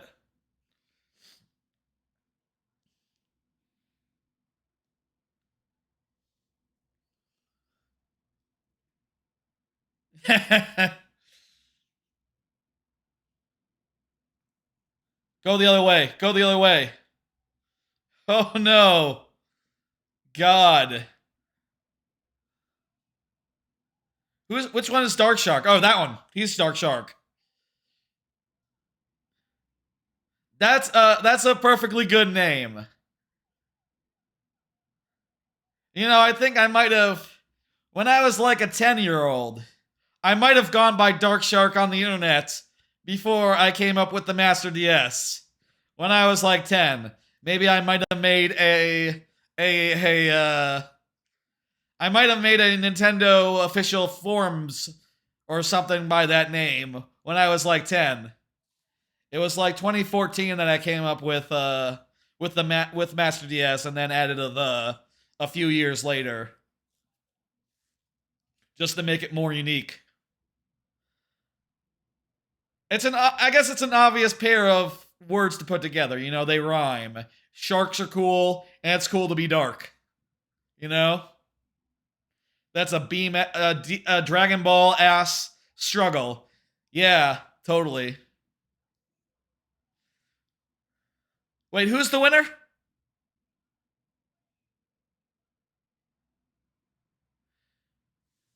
Wait, he won?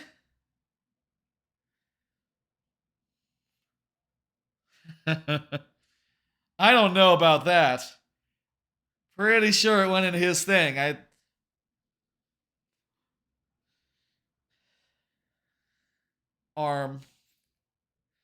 Arm's a good place to get bought bit. Look, I feel like he's getting off easy with Nipple. Nipple is pretty generous for these people. For Jackass. They don't want to get beat up? I don't know. I'm sure they're all pretty tough and pretty like you know, I mean shit, man. They go through a lot of abuse. They're not that afraid of each other. Could have been dick? Yeah, exactly. Or balls? Getting off light. Or asshole? I bet that's terrible. Ugh.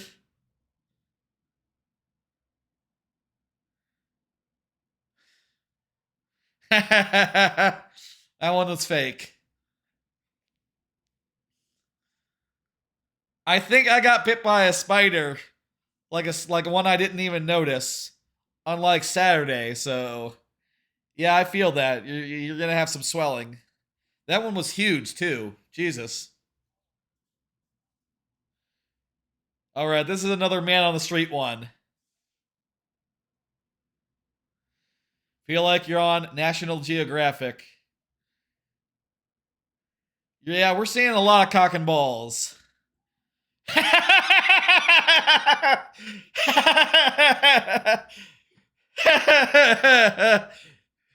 the lever. Oh, that's hilarious.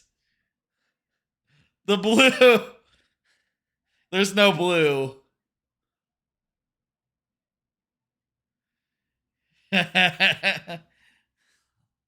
Pop to the right and slide. Oh! Yeah! My ass. God bless.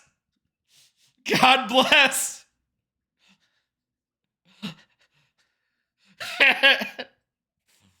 God bless. And that's the end of the bit.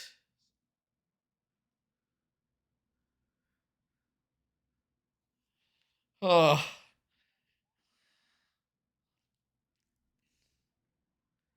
I've not seen Dirty Dancing. I've heard of it. I think I've seen the dance. Charlie on Always Sunny did the dance in an episode. He did the full dance, and it was very impressive. To the song, you know? You know the song.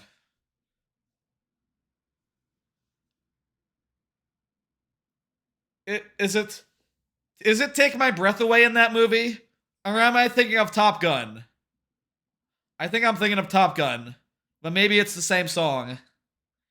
What is that outfit? What's going on here? You don't want to shit those pants. It's a onesie. That must feel terrible, I know. It feels terrible when you need to.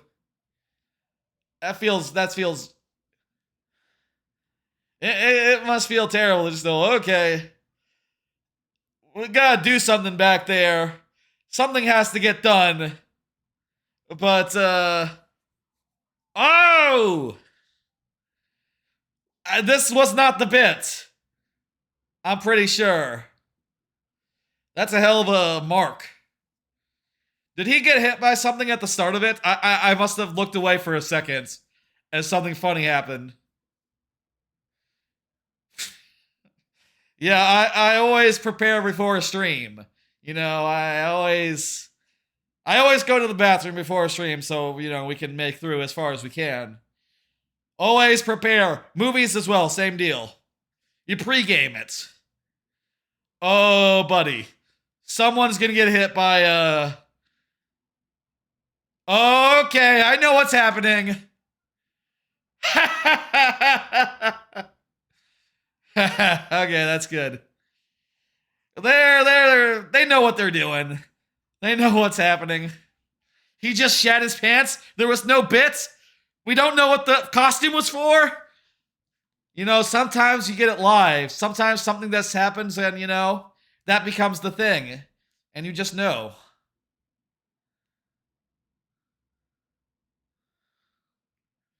And yeah, those are the actual guys, so I guess they were probably not really playing that.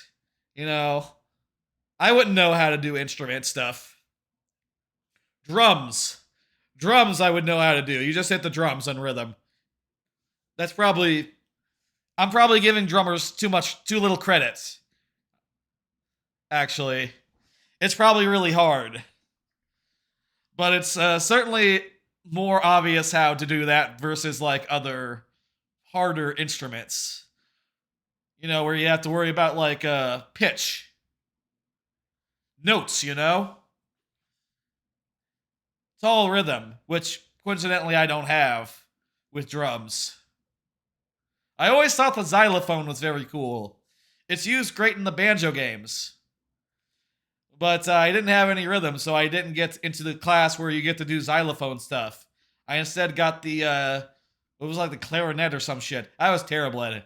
Gave it up after it was stopped being mandatory. Oh! Drums are the backbones of songs. They gotta be on point a lot. I guess, so if like the drummer fucks up, you notice a lot easier than the other members, if they do. It's gotta be like just right. Again, always thought the xylophone is cool. That's like drums, but you have to do notes as well. And we got some rocky stuff. Those are balls! Feel like I'm Barry Zuckercorn here. Those are balls. Those, yeah. Oh!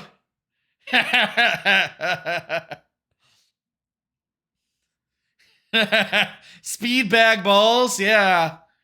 That's what it was. Oh, that must hurt. I wouldn't want that to happen to me. I would not sign up to be on Jackass. No. No, sir. No, sir. Absolutely not. Yeah. Oh, just pull them through. Oh.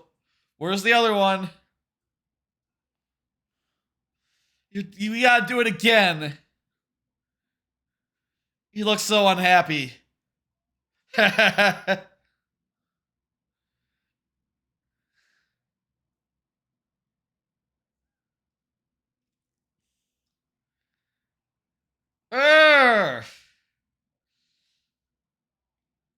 One glove for one glove for the other.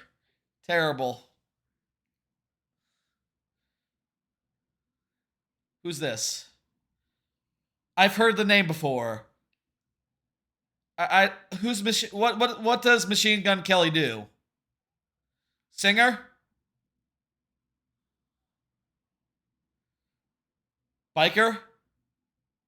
Musician. Okay, yeah. It's a good name. Machine Gun Kelly. That's a fantastic name. As names go, that's brilliant, you know? I don't know any of his music, but I'll say the name is fantastic. Just a classic. Again, with the Tears of the Kingdom devices. You can absolutely do that in Tears of the Kingdom, I'm pretty sure. Can you? I know with a stabilizer, you can do like a catapult, but can you do it like sideways? He's a rapper. Yeah, that makes sense. You know, like spitting lyrics and stuff. That's Machine Gun like in nature. I'm not sure if you can do it like that, but you know what? I bet someone's figured it out. I bet someone's working on it right now. Making a big old fuck off hand. Oh god. They're doing each other's. They're doing each other's. Oh my god. I think they're doing each other's. You're still doing laundry. It's 3:30 where you are. Well, is it 3:30 where I am? 2:30 here. We got about a half hour left, folks. Ooh. That's not so bad. You know, that's probably actually pretty fun to be hit by a giant hand. I bet that's fun.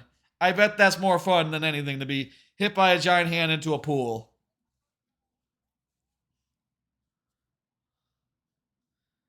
Yeah, you know what? It probably hurts. Does it hurt any worse than just like, you know, doing like a backbreaker? You know, where you do like, you go like this and you hit the water with your whole back?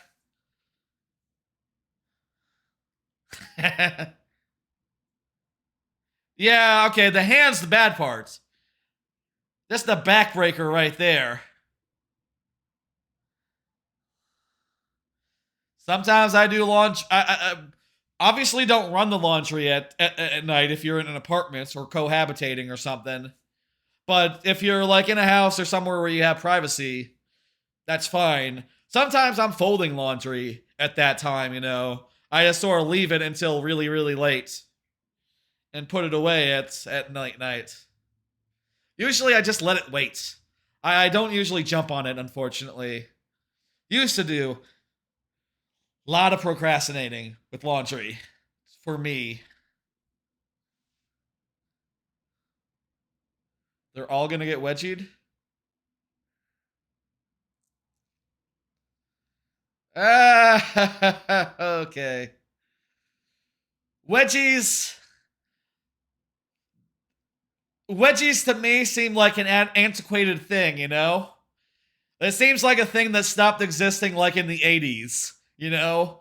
I was never in a world where I don't think I knew anyone who had been wedgied, any wedgieing that had happened. It's just passe these days. Purple nurples, another thing. He hit a flip in the water? Yeah.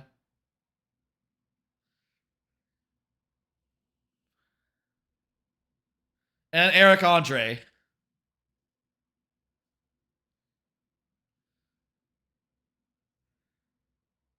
Wee Man looks like one of those little angels in old Renaissance art. Yeah. Majestic, I get it.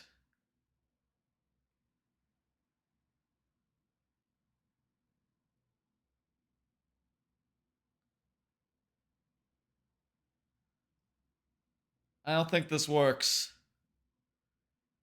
No. I don't believe this is an actual medical procedure. Do they actually get venom from these guys for Botox purposes? I don't want to, yeah. Boob job, fuck.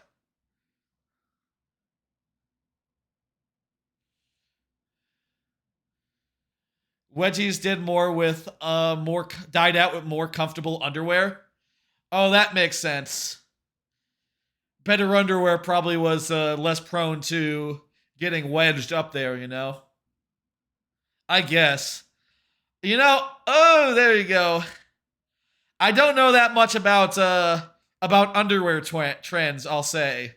Ugh.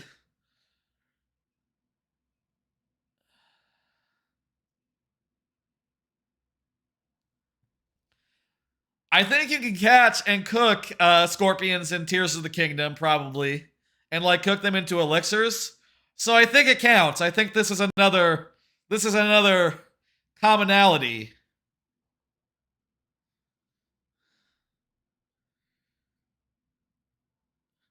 They have weird shaped stingers.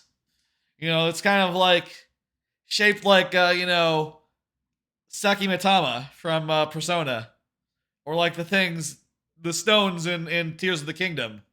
You know, they're sort of like the yin yang shaped.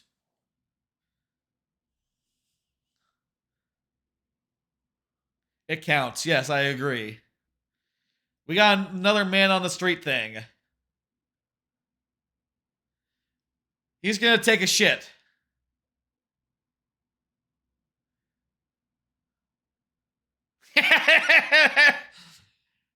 She doesn't know what to do. Oh, she's whoa!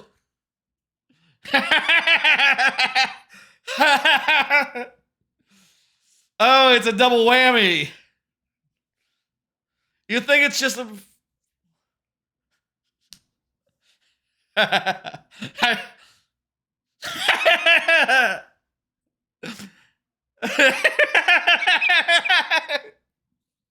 didn't take anything. Everyone's confused. A man was taking a shit and he just exploded. That's Tears of the Kingdom. Imagine that's a Bobobkin. This looks fun. This just looks fun. I bet this is really fun. This is just Tears of the Kingdom again. Oh man, if I have thought about doing this in Tears of the Kingdom. I thought about doing this with balloons in Tears of the Kingdom. I don't know if it would work. I kind of doubt it. I kind of doubt that would work, but it would be hilarious if it did.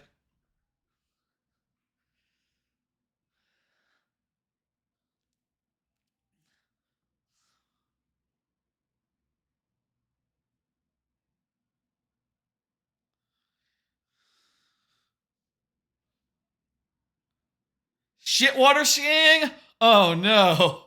Wait, what? Where's the shit? This is just regular water. This isn't shit water. Wait a minute. Wait a minute. Oh, it's bad water skiing. That's what he means. There's been so much fecal matter in this movie. I hear them say shit water and I think it's literal. Poopies, poopies, poopies. He ate shit as well. Metaphorical shit, not literal shit.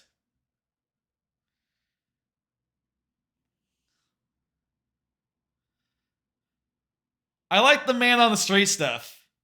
I think that's like some of the strongest stuff, but it doesn't end like always super well because they have to cut it off when they say like, okay guys, this is a bit. Please sign the permission forms.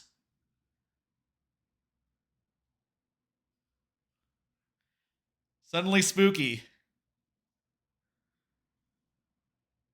Poopy's the goat. Yeah, greatest of all time. Poopy's the next, you know?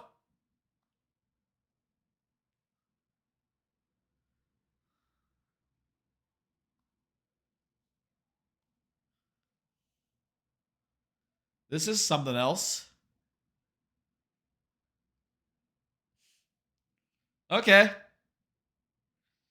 No, this is normal. Okay, this is a normal bit.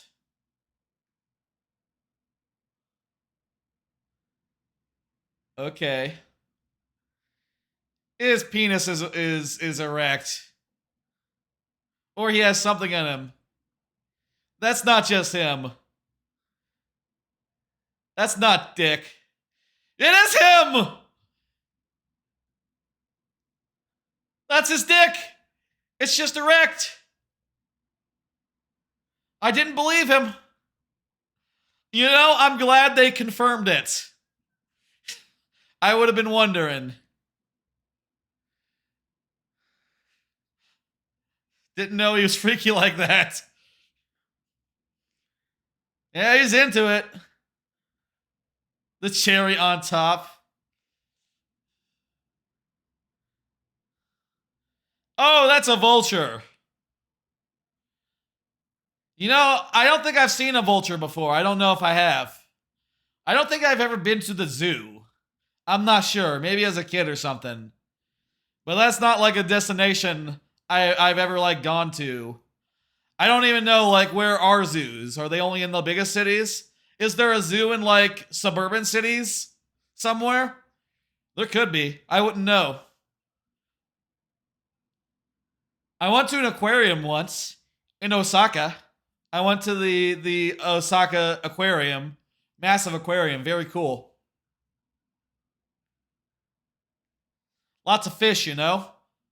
Couple of I think there were penguins. I can't remember.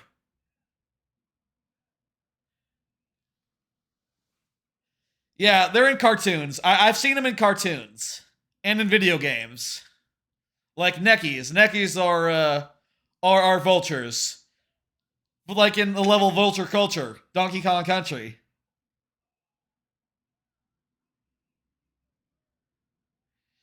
Don't kick the bird. Another Tears of the Kingdom. Another Tears of the Kingdom overlap. You don't want to kick the cuckoos. You'll get really wasted by them. So many commonalities here. So many little things. Goddamn, you know?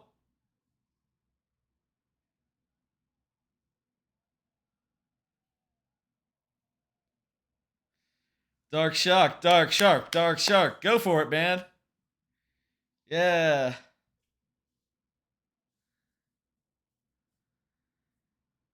I think that one's just interesting in eating. This seems really chill to me. This is just a regular. This is normal. Nothing unusual here. Just guys being dudes. And a vulture.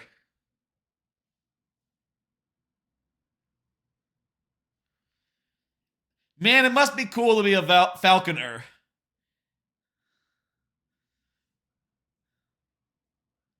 What?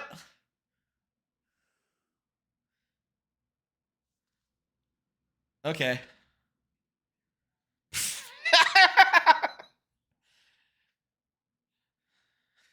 Do you now? Wow, it looks so watery.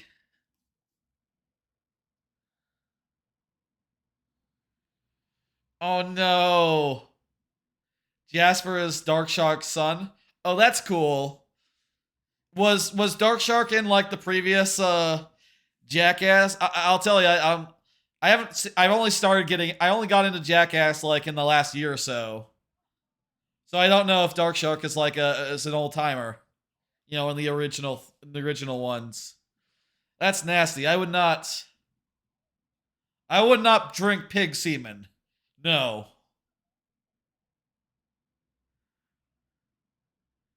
It looks more watery. Less viscous.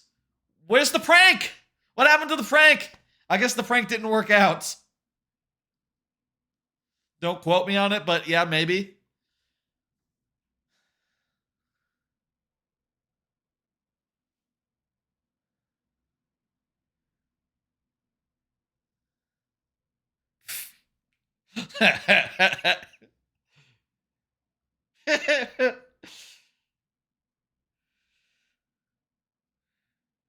Something bad's gonna happen. In 5, 4, 3,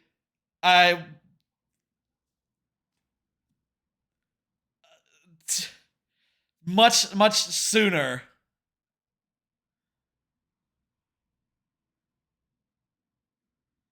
Tyler the Creator? I'm not familiar with Tyler the Creator.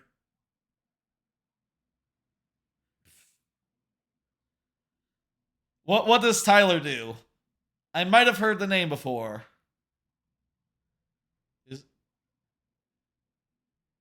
Your favorite rapper? Gotcha. I'm not familiar with rap. Ah, there you go again. Yeah, they're barefoot. That must suck. Ho, ho, ho, ho, ho.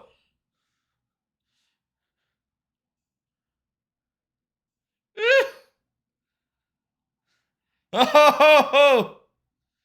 Oh, it's automatic. It's automatic.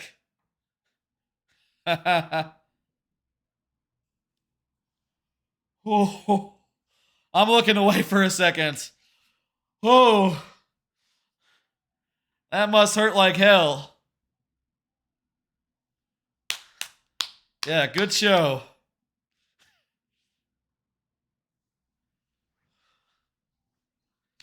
Yes, that was good. His pants are down. He had the best. The showgirl had the best job.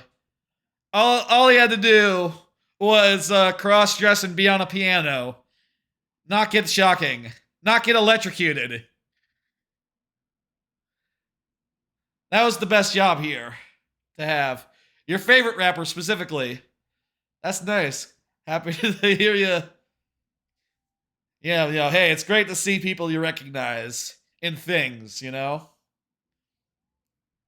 What? That guy just got shocked as well? Whatever. What's up? Poor cake. Poor cocky. He sat on the seat. Yep. Oh my god.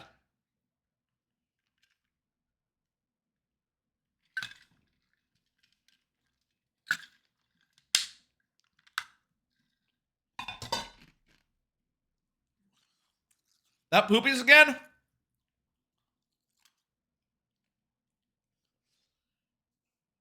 How? That's cum. There's the pig cum. There's the pig cum. It's so watery. That's terrible. Ugh.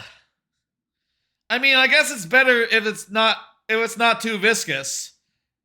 You might not even know what it is. Weird water. No, apparently that's Dave. Oh no. Don't drink it.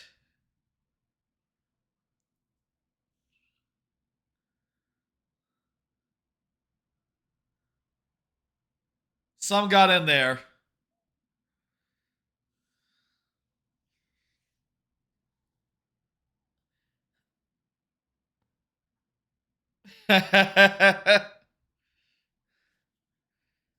Cool hats. Those are in Zelda.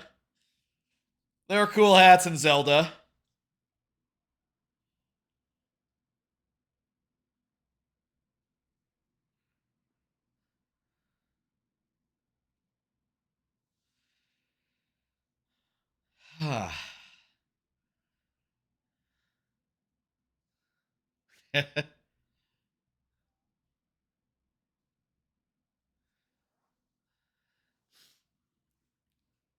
Okay.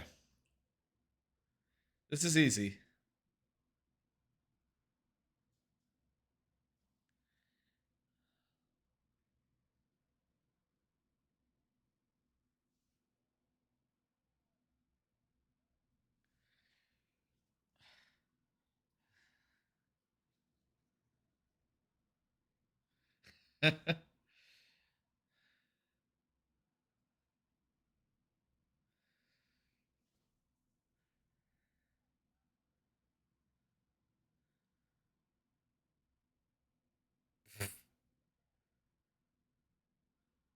That's a little overkill.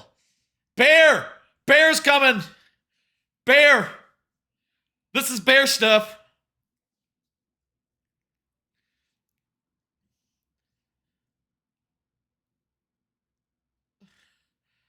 That's a timer.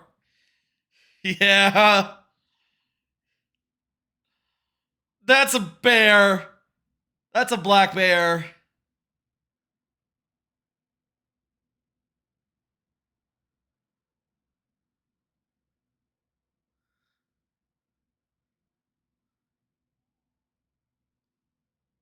I would not want to get mauled by a bear. That would be a bad way to die, especially for a bit on, in a Jackass movies. Oh, you know what? Maybe it's nice. It is a beautiful beast.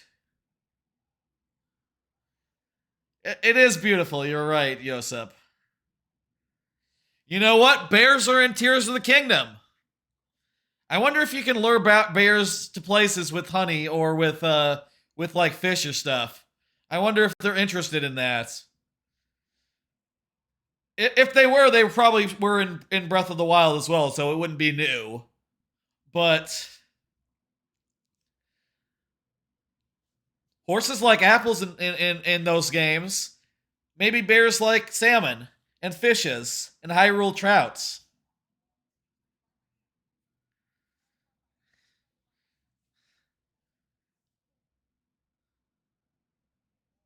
Is He's going in.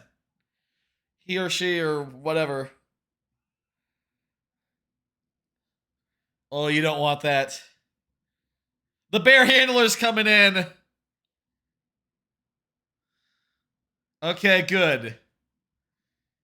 The dick is... You can't have a bear eating your dick. A bear on the dick, that can't happen. You'll die. Black bears are definitely the safest. Really? Huh. I didn't know that. I would have guessed a brown bear. Or I would guess like brown bear was safer. If it wasn't for the honey, it wouldn't even have done any damage. Right, it was just going for the honey.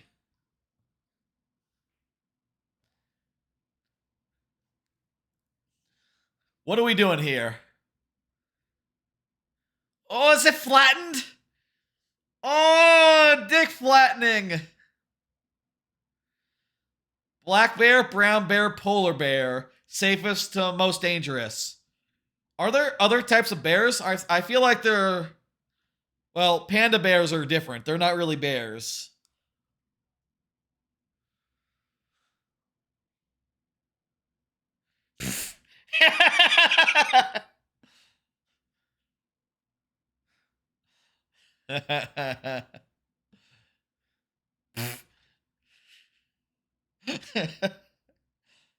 But from bears that are people think are dangerous. Ah, gotcha. So there are bears that people think are not dangerous. What's a honey bear?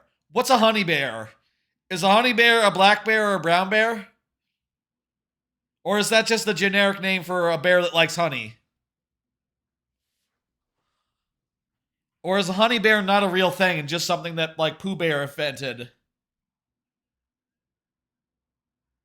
You know, that, like, Winnie the Pooh invented.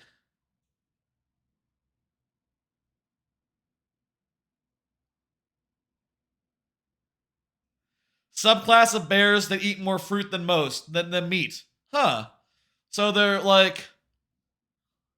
Well, I guess, you know, they mostly eat fish meat anyway and stuff of that nature, right?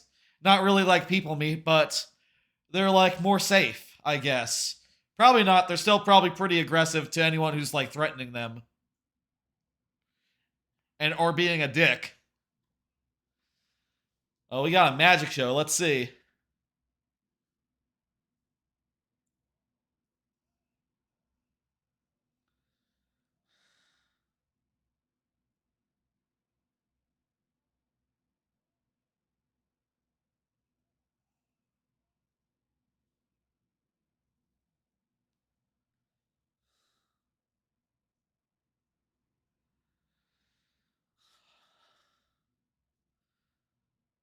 That didn't do much for me. That's just getting hurt by a bull. That happens.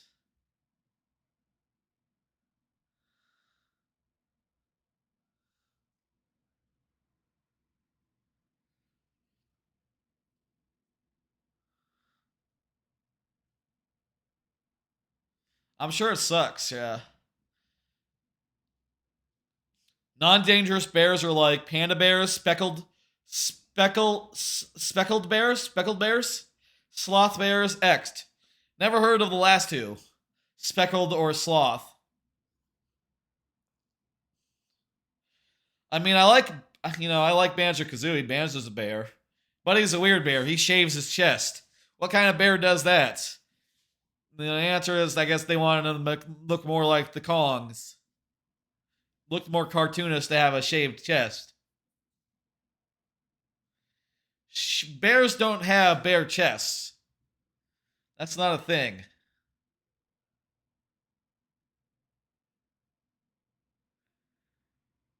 Right, it was supposed to be a magic thing. I forgot it was supposed to be magic. It was just a bull to me. Not every bit works, you know? Not every bit, like, pans out. Some of them... That's what the 0.5 movies are for. The ones that extra don't work out, those go into the 0.5 movies, I think. And also they give a little speech before each one going like, yeah, this one didn't really work, but here it is, let's go. We got hurt plenty, so, you know. Is Pig come again? Is it Pig come again? Ugh. Is it milk or pig cum?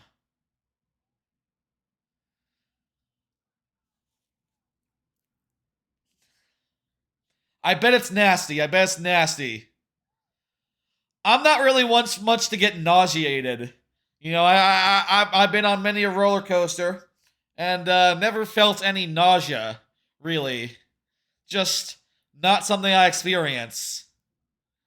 I could go on roller coasters all day without any issue. What the fuck is that? That's a tank. What the hell? Soldiers. Are they gonna shoot with, like, fake guns? And maybe, like, one real armament to make a big explosion?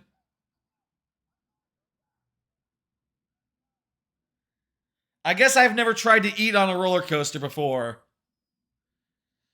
There's a plane! Ho ho ho! This is escalating. This is escalating real good. It is an army truck and a jet. It stopped. It stopped.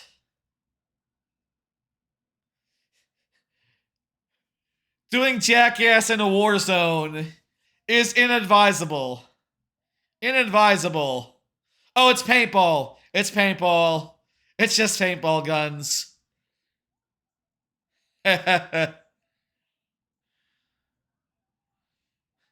Is this the end? Is this the final bit? There's 13 minutes left in the movie. This might be the blowout finale here.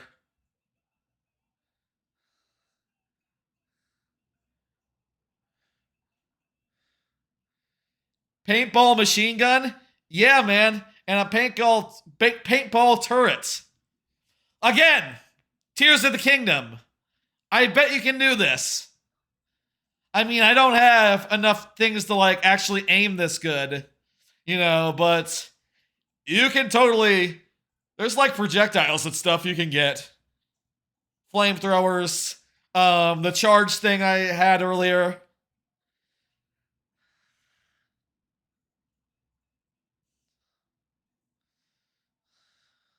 Vehicles. Vehicles are very Tears of the Kingdom.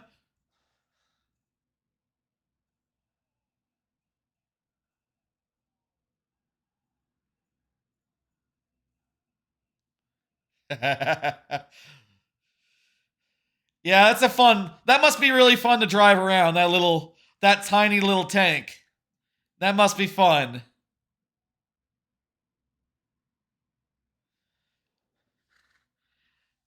That was a fun bit. Anytime they can have, like, one prank and have it just segue seamlessly into a completely different prank, that's just very funny. He tried the GTA V, the buggy. I don't know what that stands for.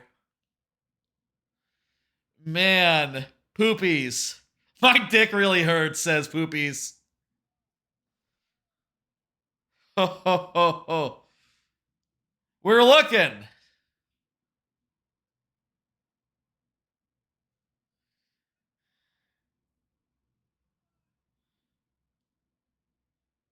Just like a sudden surprise extra bit is always funny. Stunt position. What you mean? Oh God!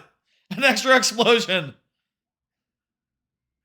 Ha ha ha. This song is good. I love the song. I think we're done. There we go. I love this song. This is a great song.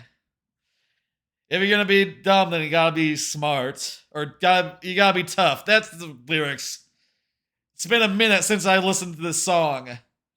I have listened to this song on YouTube. To tie it back to a card we had earlier, like 12 hours ago. Like, I don't know how many hours ago. I have watched this song randomly on YouTube. It all wraps around. It all wraps around. If you're gonna be tough, then if you're gonna be dumb, then you gotta be tough. I guess they're not doing the whole song. It's got a dent in it. Fuck. Fun ass movie. I can't agree more, Joseph. That was very fun to watch it live with y'all in the chat. And then to have, you know, the VOD and stuff. And I'll say, my plan to do this thing, I think has worked out well. And like anyone watching later who wants to like have the full experience, very possible to do with this here. This worked out as well as I thought it would. Well, it took one false start. It took one false start, but once we had that false start, perfect. Also, I didn't know you could end a watch party before, so we're lucky you could do that. Yeah, this must be cool. To like go from watching something to being like pivotal in the new installment of it, you know, the next generation.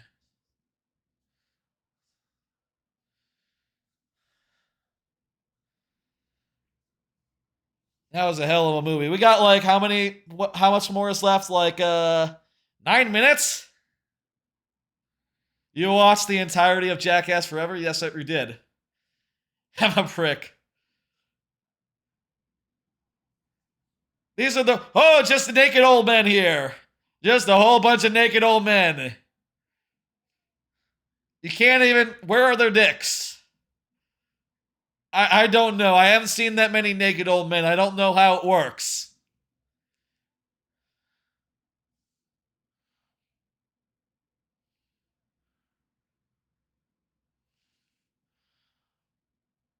It is a nice beard. Oh. You're still doing laundry? Well, I'm still doing my watch party.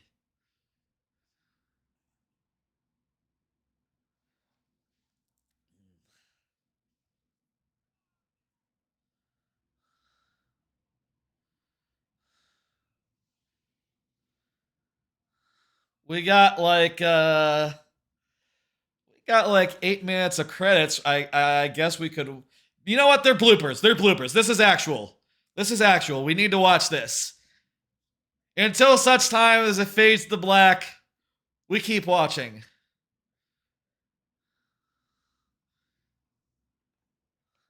But why don't I look up and see who's streaming right now and see who we can do a raid-in on. I'm probably not going to watch for that long because it is like 3 a.m. and all, but let's do that. Let's see. Plastic Bags was here earlier and was, was hanging out for a bit. We could go over and see what Plastic Bags is up to.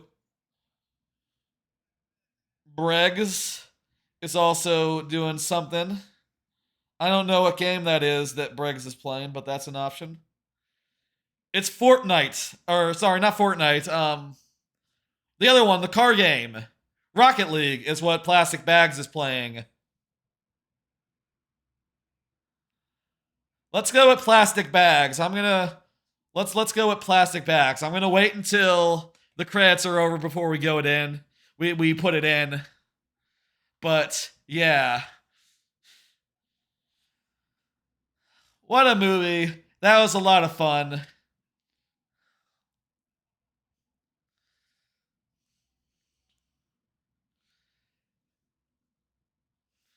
It's gonna go off again. A lower one. Oh, that's good. There's some good bits here in the credits, though a lot of it is just like, yeah, I already kind of saw this bit.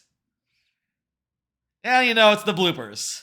And the stuff that was just not good enough to make it into the rest of it,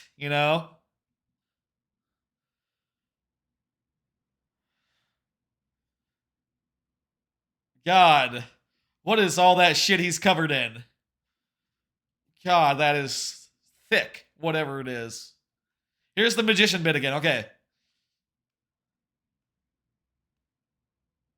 I kind of feel like I missed this the first time. Like, I missed the part where it became a joke.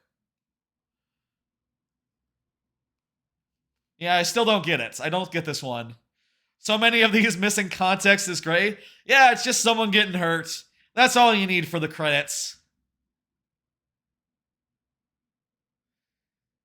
Yeah, that does look good.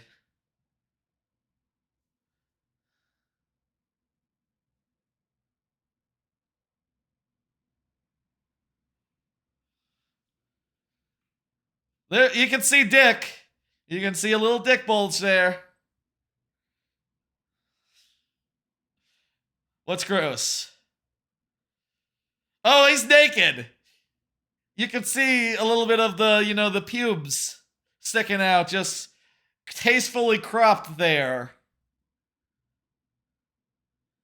I think he's done this before in the past, is what it's saying.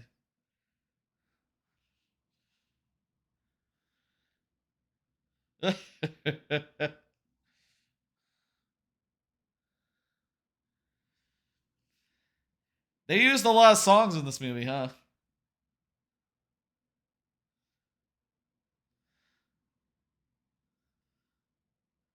Another shock collar thing. Oh, this is a remix of that song. If you're gonna be dumb, you gotta be tough. You get knocked down, you gotta get back up. That's the way it is in life and love. If you're gonna be dumb, you gotta be tough. I feel like that's about how it sounds in the original song. Did I do it well? I don't sing that often on stream. Y'all got a birthday special there. I'm in the mood to sing the Jackass song. If there's any song I'm up to sing, it's that one, because all you have to do is say the words in a vaguely westerny sound, vaguely country fashion, and it just sounds real nice. You feel special? I hope so. We got like 3 minutes left. If you're gonna be dumb, you gotta be tough. All right, folks, let's review. Let's review during the last couple minutes of this watch party. This has been quite the stream. Let me see how long we went. 9 hours, little over 9 hours here. We did a whole bunch of stuff. We did 33 strawberries in Celeste to celebrate, of course, 33 years of life that I have, now completed. You know how it works, birthday and all. Then we did a little bit of a Mario Maker check-in, showing off the new level. There's the man. Again, don't do the thing. There's still 2 minutes left in this. Don't do any of that, okay? Oh, these are the serious credits, the ones that are just like companies and stuff. They don't want to be put over poopy stuff, okay? We did that. We then checked out the level, talked about the design and how it's really come together over the last week, since the last Mario Maker stream. Then we did the Hitman mode, which was really cool and fun. And just then, I'll say I have not really gotten that far into it, but what I played was pretty fun, and we had some good times there. Then, fair amount of Tears of the Kingdom, including some depths, which was fun as hell. That game's fantastic. One of the best. I think it's going to be well hailed as one of the best games of all time. Pretty soon here. Okay, this is all now just additional credits, supplemental credits, or maybe like version credits. This is like the credits, but in Spanish for some reason. Or maybe like the Spanish dub. Okay, this is not real then. Or it is real, but it's not the version that we watched. We didn't watch any dub version of it. Go figure. I guess this is the version that Amazon Prime has. Whatever. Doesn't really matter. Folks, I think I'm going to do the raid now. It's been a hell of a night. The whole watch party, the Jackass Forever, that was a hell of an outrageous, fun time. Lots of dicks and cocks and people getting hurt. And Poopies, shout out to the Poopies. the other 3 games tonight were fun as well, and I want to thank everyone who subbed in the last week to make this happen, especially. I want to thank, there's only 5 of you. I want to thank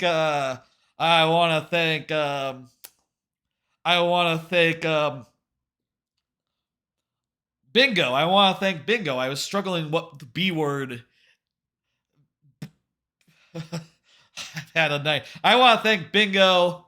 I want to thank the Jayhawk for gifting a sub. I want to thank Joe Gamo. I want to thank Shagalicious for resubscribing, and I want to thank Usup for the sub. That was clutch. Thank you a ton for making that happen. That was a lot of fun. I know the sub goal was for 4. Technically, there was one that happened before I opened the sub goal. That's why it's 4, 9, and 19. That was a hell of a night, folks. We didn't hit the other 2 sub goals, but I'm happy we got one of them. That was amazing. And hey, I definitely like this thing of having different sub goals at each level. I think that works fantastically. Let's go over and give Plastic Bags our best. Plastic Bags was here earlier. I'm going to pull up the schedule real fast. Just a heads up, though, there will be no stream tomorrow, and no stream on next Monday. Tomorrow's stream, because, I just did this whole fucking stream, so that makes sense. And Monday, because I will be busy with family stuff. But Mario Maker will be at the same time as usual on Fridays. That'll be a bit of fun. Oh, let me pause the fucking live split. That's done. That's more than done. That's a little overtime, actually. I will see y'all on Friday. The VOD will be going up Friday morning, probably. That'll be fun. I hope people enjoy watching this watch party for years to come for some reason. I don't know. Bye, folks. Time. Jackass Forever, any % world record. Yeah, no, actually, I'm a little overtime. I lost some time there at the end by not hitting the timer. We'll retime that later, I guess. I'll see y'all on Friday, and then after that, it'll be the Thursday after that. A bit of a longer break than normal, but, hey, this stream, I hope, should more make up for that. I'll see you on Friday. Bye, folks. Oh. And bye, anyone watching the VOD. I hope this has been fun. Certainly has been fun for me. Thank everyone for that. I want to thank everyone for that. Again, extra for the VODs. Extra for VOD peoples. Bye!